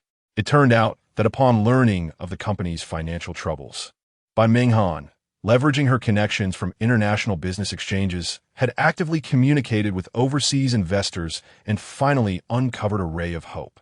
With the infusion of foreign capital, the company successfully navigated the financial crisis. Seizing the opportunity, Lin Mo and Bai Ming Han expanded their production scale, broadened their market share, and forged partnerships with more enterprises. Their company gradually established a foothold in the capital and began to venture into national and even global markets. Seeing their attempts to undermine Lin Mo and his wife's company thwarted, Roche Group devised a more insidious strategy. They infiltrated Lin Mo's company to sow discord, inciting rifts among the employees in an effort to dismantle the team's cohesion from within. Rumors spread like wildfire, creating an atmosphere of unease among the staff and significantly diminishing productivity. Upon noticing the unsettling changes within the company, Lin Mo and Bai Ming Han resolved to take action. They convened a meeting of all employees, during which Lin Mo candidly addressed the current predicaments faced by the company, revealing the sinister machinations of the Roche Group behind the scenes. As he surveyed the faces of his colleagues, a profound sense of guilt welled up within him. It was my failure to safeguard everyone that has led the company into such turmoil. However, I firmly believe that as long as we unite as one, no force can bring us down. Bai Ming Han also stepped forward, inspiring everyone with her warm yet resolute words. We have traversed a long path, enduring countless hardships and challenges, yet we have never faltered. Now, we stand as a cohesive entity. If we remain united, nothing can defeat us. The sincerity of Lin Mo and Bai Ming Han resonated deeply with the employees, who expressed their willingness to stand by the company in solidarity against the Roche Group's conspiracies. In the aftermath of this tumultuous episode, the team's cohesion grew stronger. Lin Mo and Bai Ming Han led their group in relentless innovation, unveiling a series of highly sought-after smart products that gradually secured a competitive edge in the marketplace. Conversely, the Roche Group suffered reputational damage due to repeated acts of unfair competition, with their market share steadily eroded by Lin Mo and his wife's enterprise. Yet, the Roche Group remained undeterred, attempting one last desperate maneuver. They colluded with certain media outlets within the industry, striving to sway public perception by disseminating false reports to tarnish Lin Mo's company and once again disrupt the market dynamics. Upon learning of this news, Lin Mo felt a tumult of anger and helplessness. These individuals will stop at nothing. Is fair competition truly beyond their reach? Bai Ming Han, however, calmly reassured him, we must not be swayed by their tactics. We possess the strength, and as long as we present the truth to the public, their schemes will not prevail. Thus, Lin Mo and Bai Ming Han swiftly organized a public relations team, diligently gathering evidence to refute the false reports. Through hosting product launches and inviting authoritative experts for evaluations, they showcased the company's technological prowess and product advantages, allowing facts to speak for themselves. Simultaneously, they resolutely pursued legal channels to hold the Roche Group accountable for their malicious actions, ensuring that they would face the consequences of their deeds. In this fierce confrontation, Lin Mo and Bai Ming Han steadfastly upheld their beliefs and principles, utilizing their mutual trust, wisdom, and the strength of their team to navigate crisis after crisis. gradually emerging as prominent figures within the business community of the capital and the national smart technology sector. Nevertheless, the battleground of commerce is never tranquil. With the company's growth and expansion, Lin Mo and Bei found themselves confronting new challenges. Major international tech corporations began to take notice of their rise, fearing that it might threaten their market shares in China, and thus they commenced various measures, either through technological blockades or by leveraging patent litigation, in an effort to stifle their further development. Faced with the pressures exerted by these international giants, Lin Mo fell into deep contemplation. This is a far more arduous battle. We cannot solely rely on our existing technologies and products. We must intensify our efforts in independent research and development to break through their technological blockade, while simultaneously establishing our patent barriers globally to safeguard our innovative achievements. Although the journey is fraught with challenges, I have unwavering faith in our team, and in the strength of unity between and myself. We shall undoubtedly carve out a path that is distinctly our own. Bei, listening to Lin Mo's heartfelt reflections, fully comprehended the daunting nature of this challenge, yet her resolve remained equally steadfast. Lin Mo, regardless of the difficulties that lie ahead, I will stand by your side.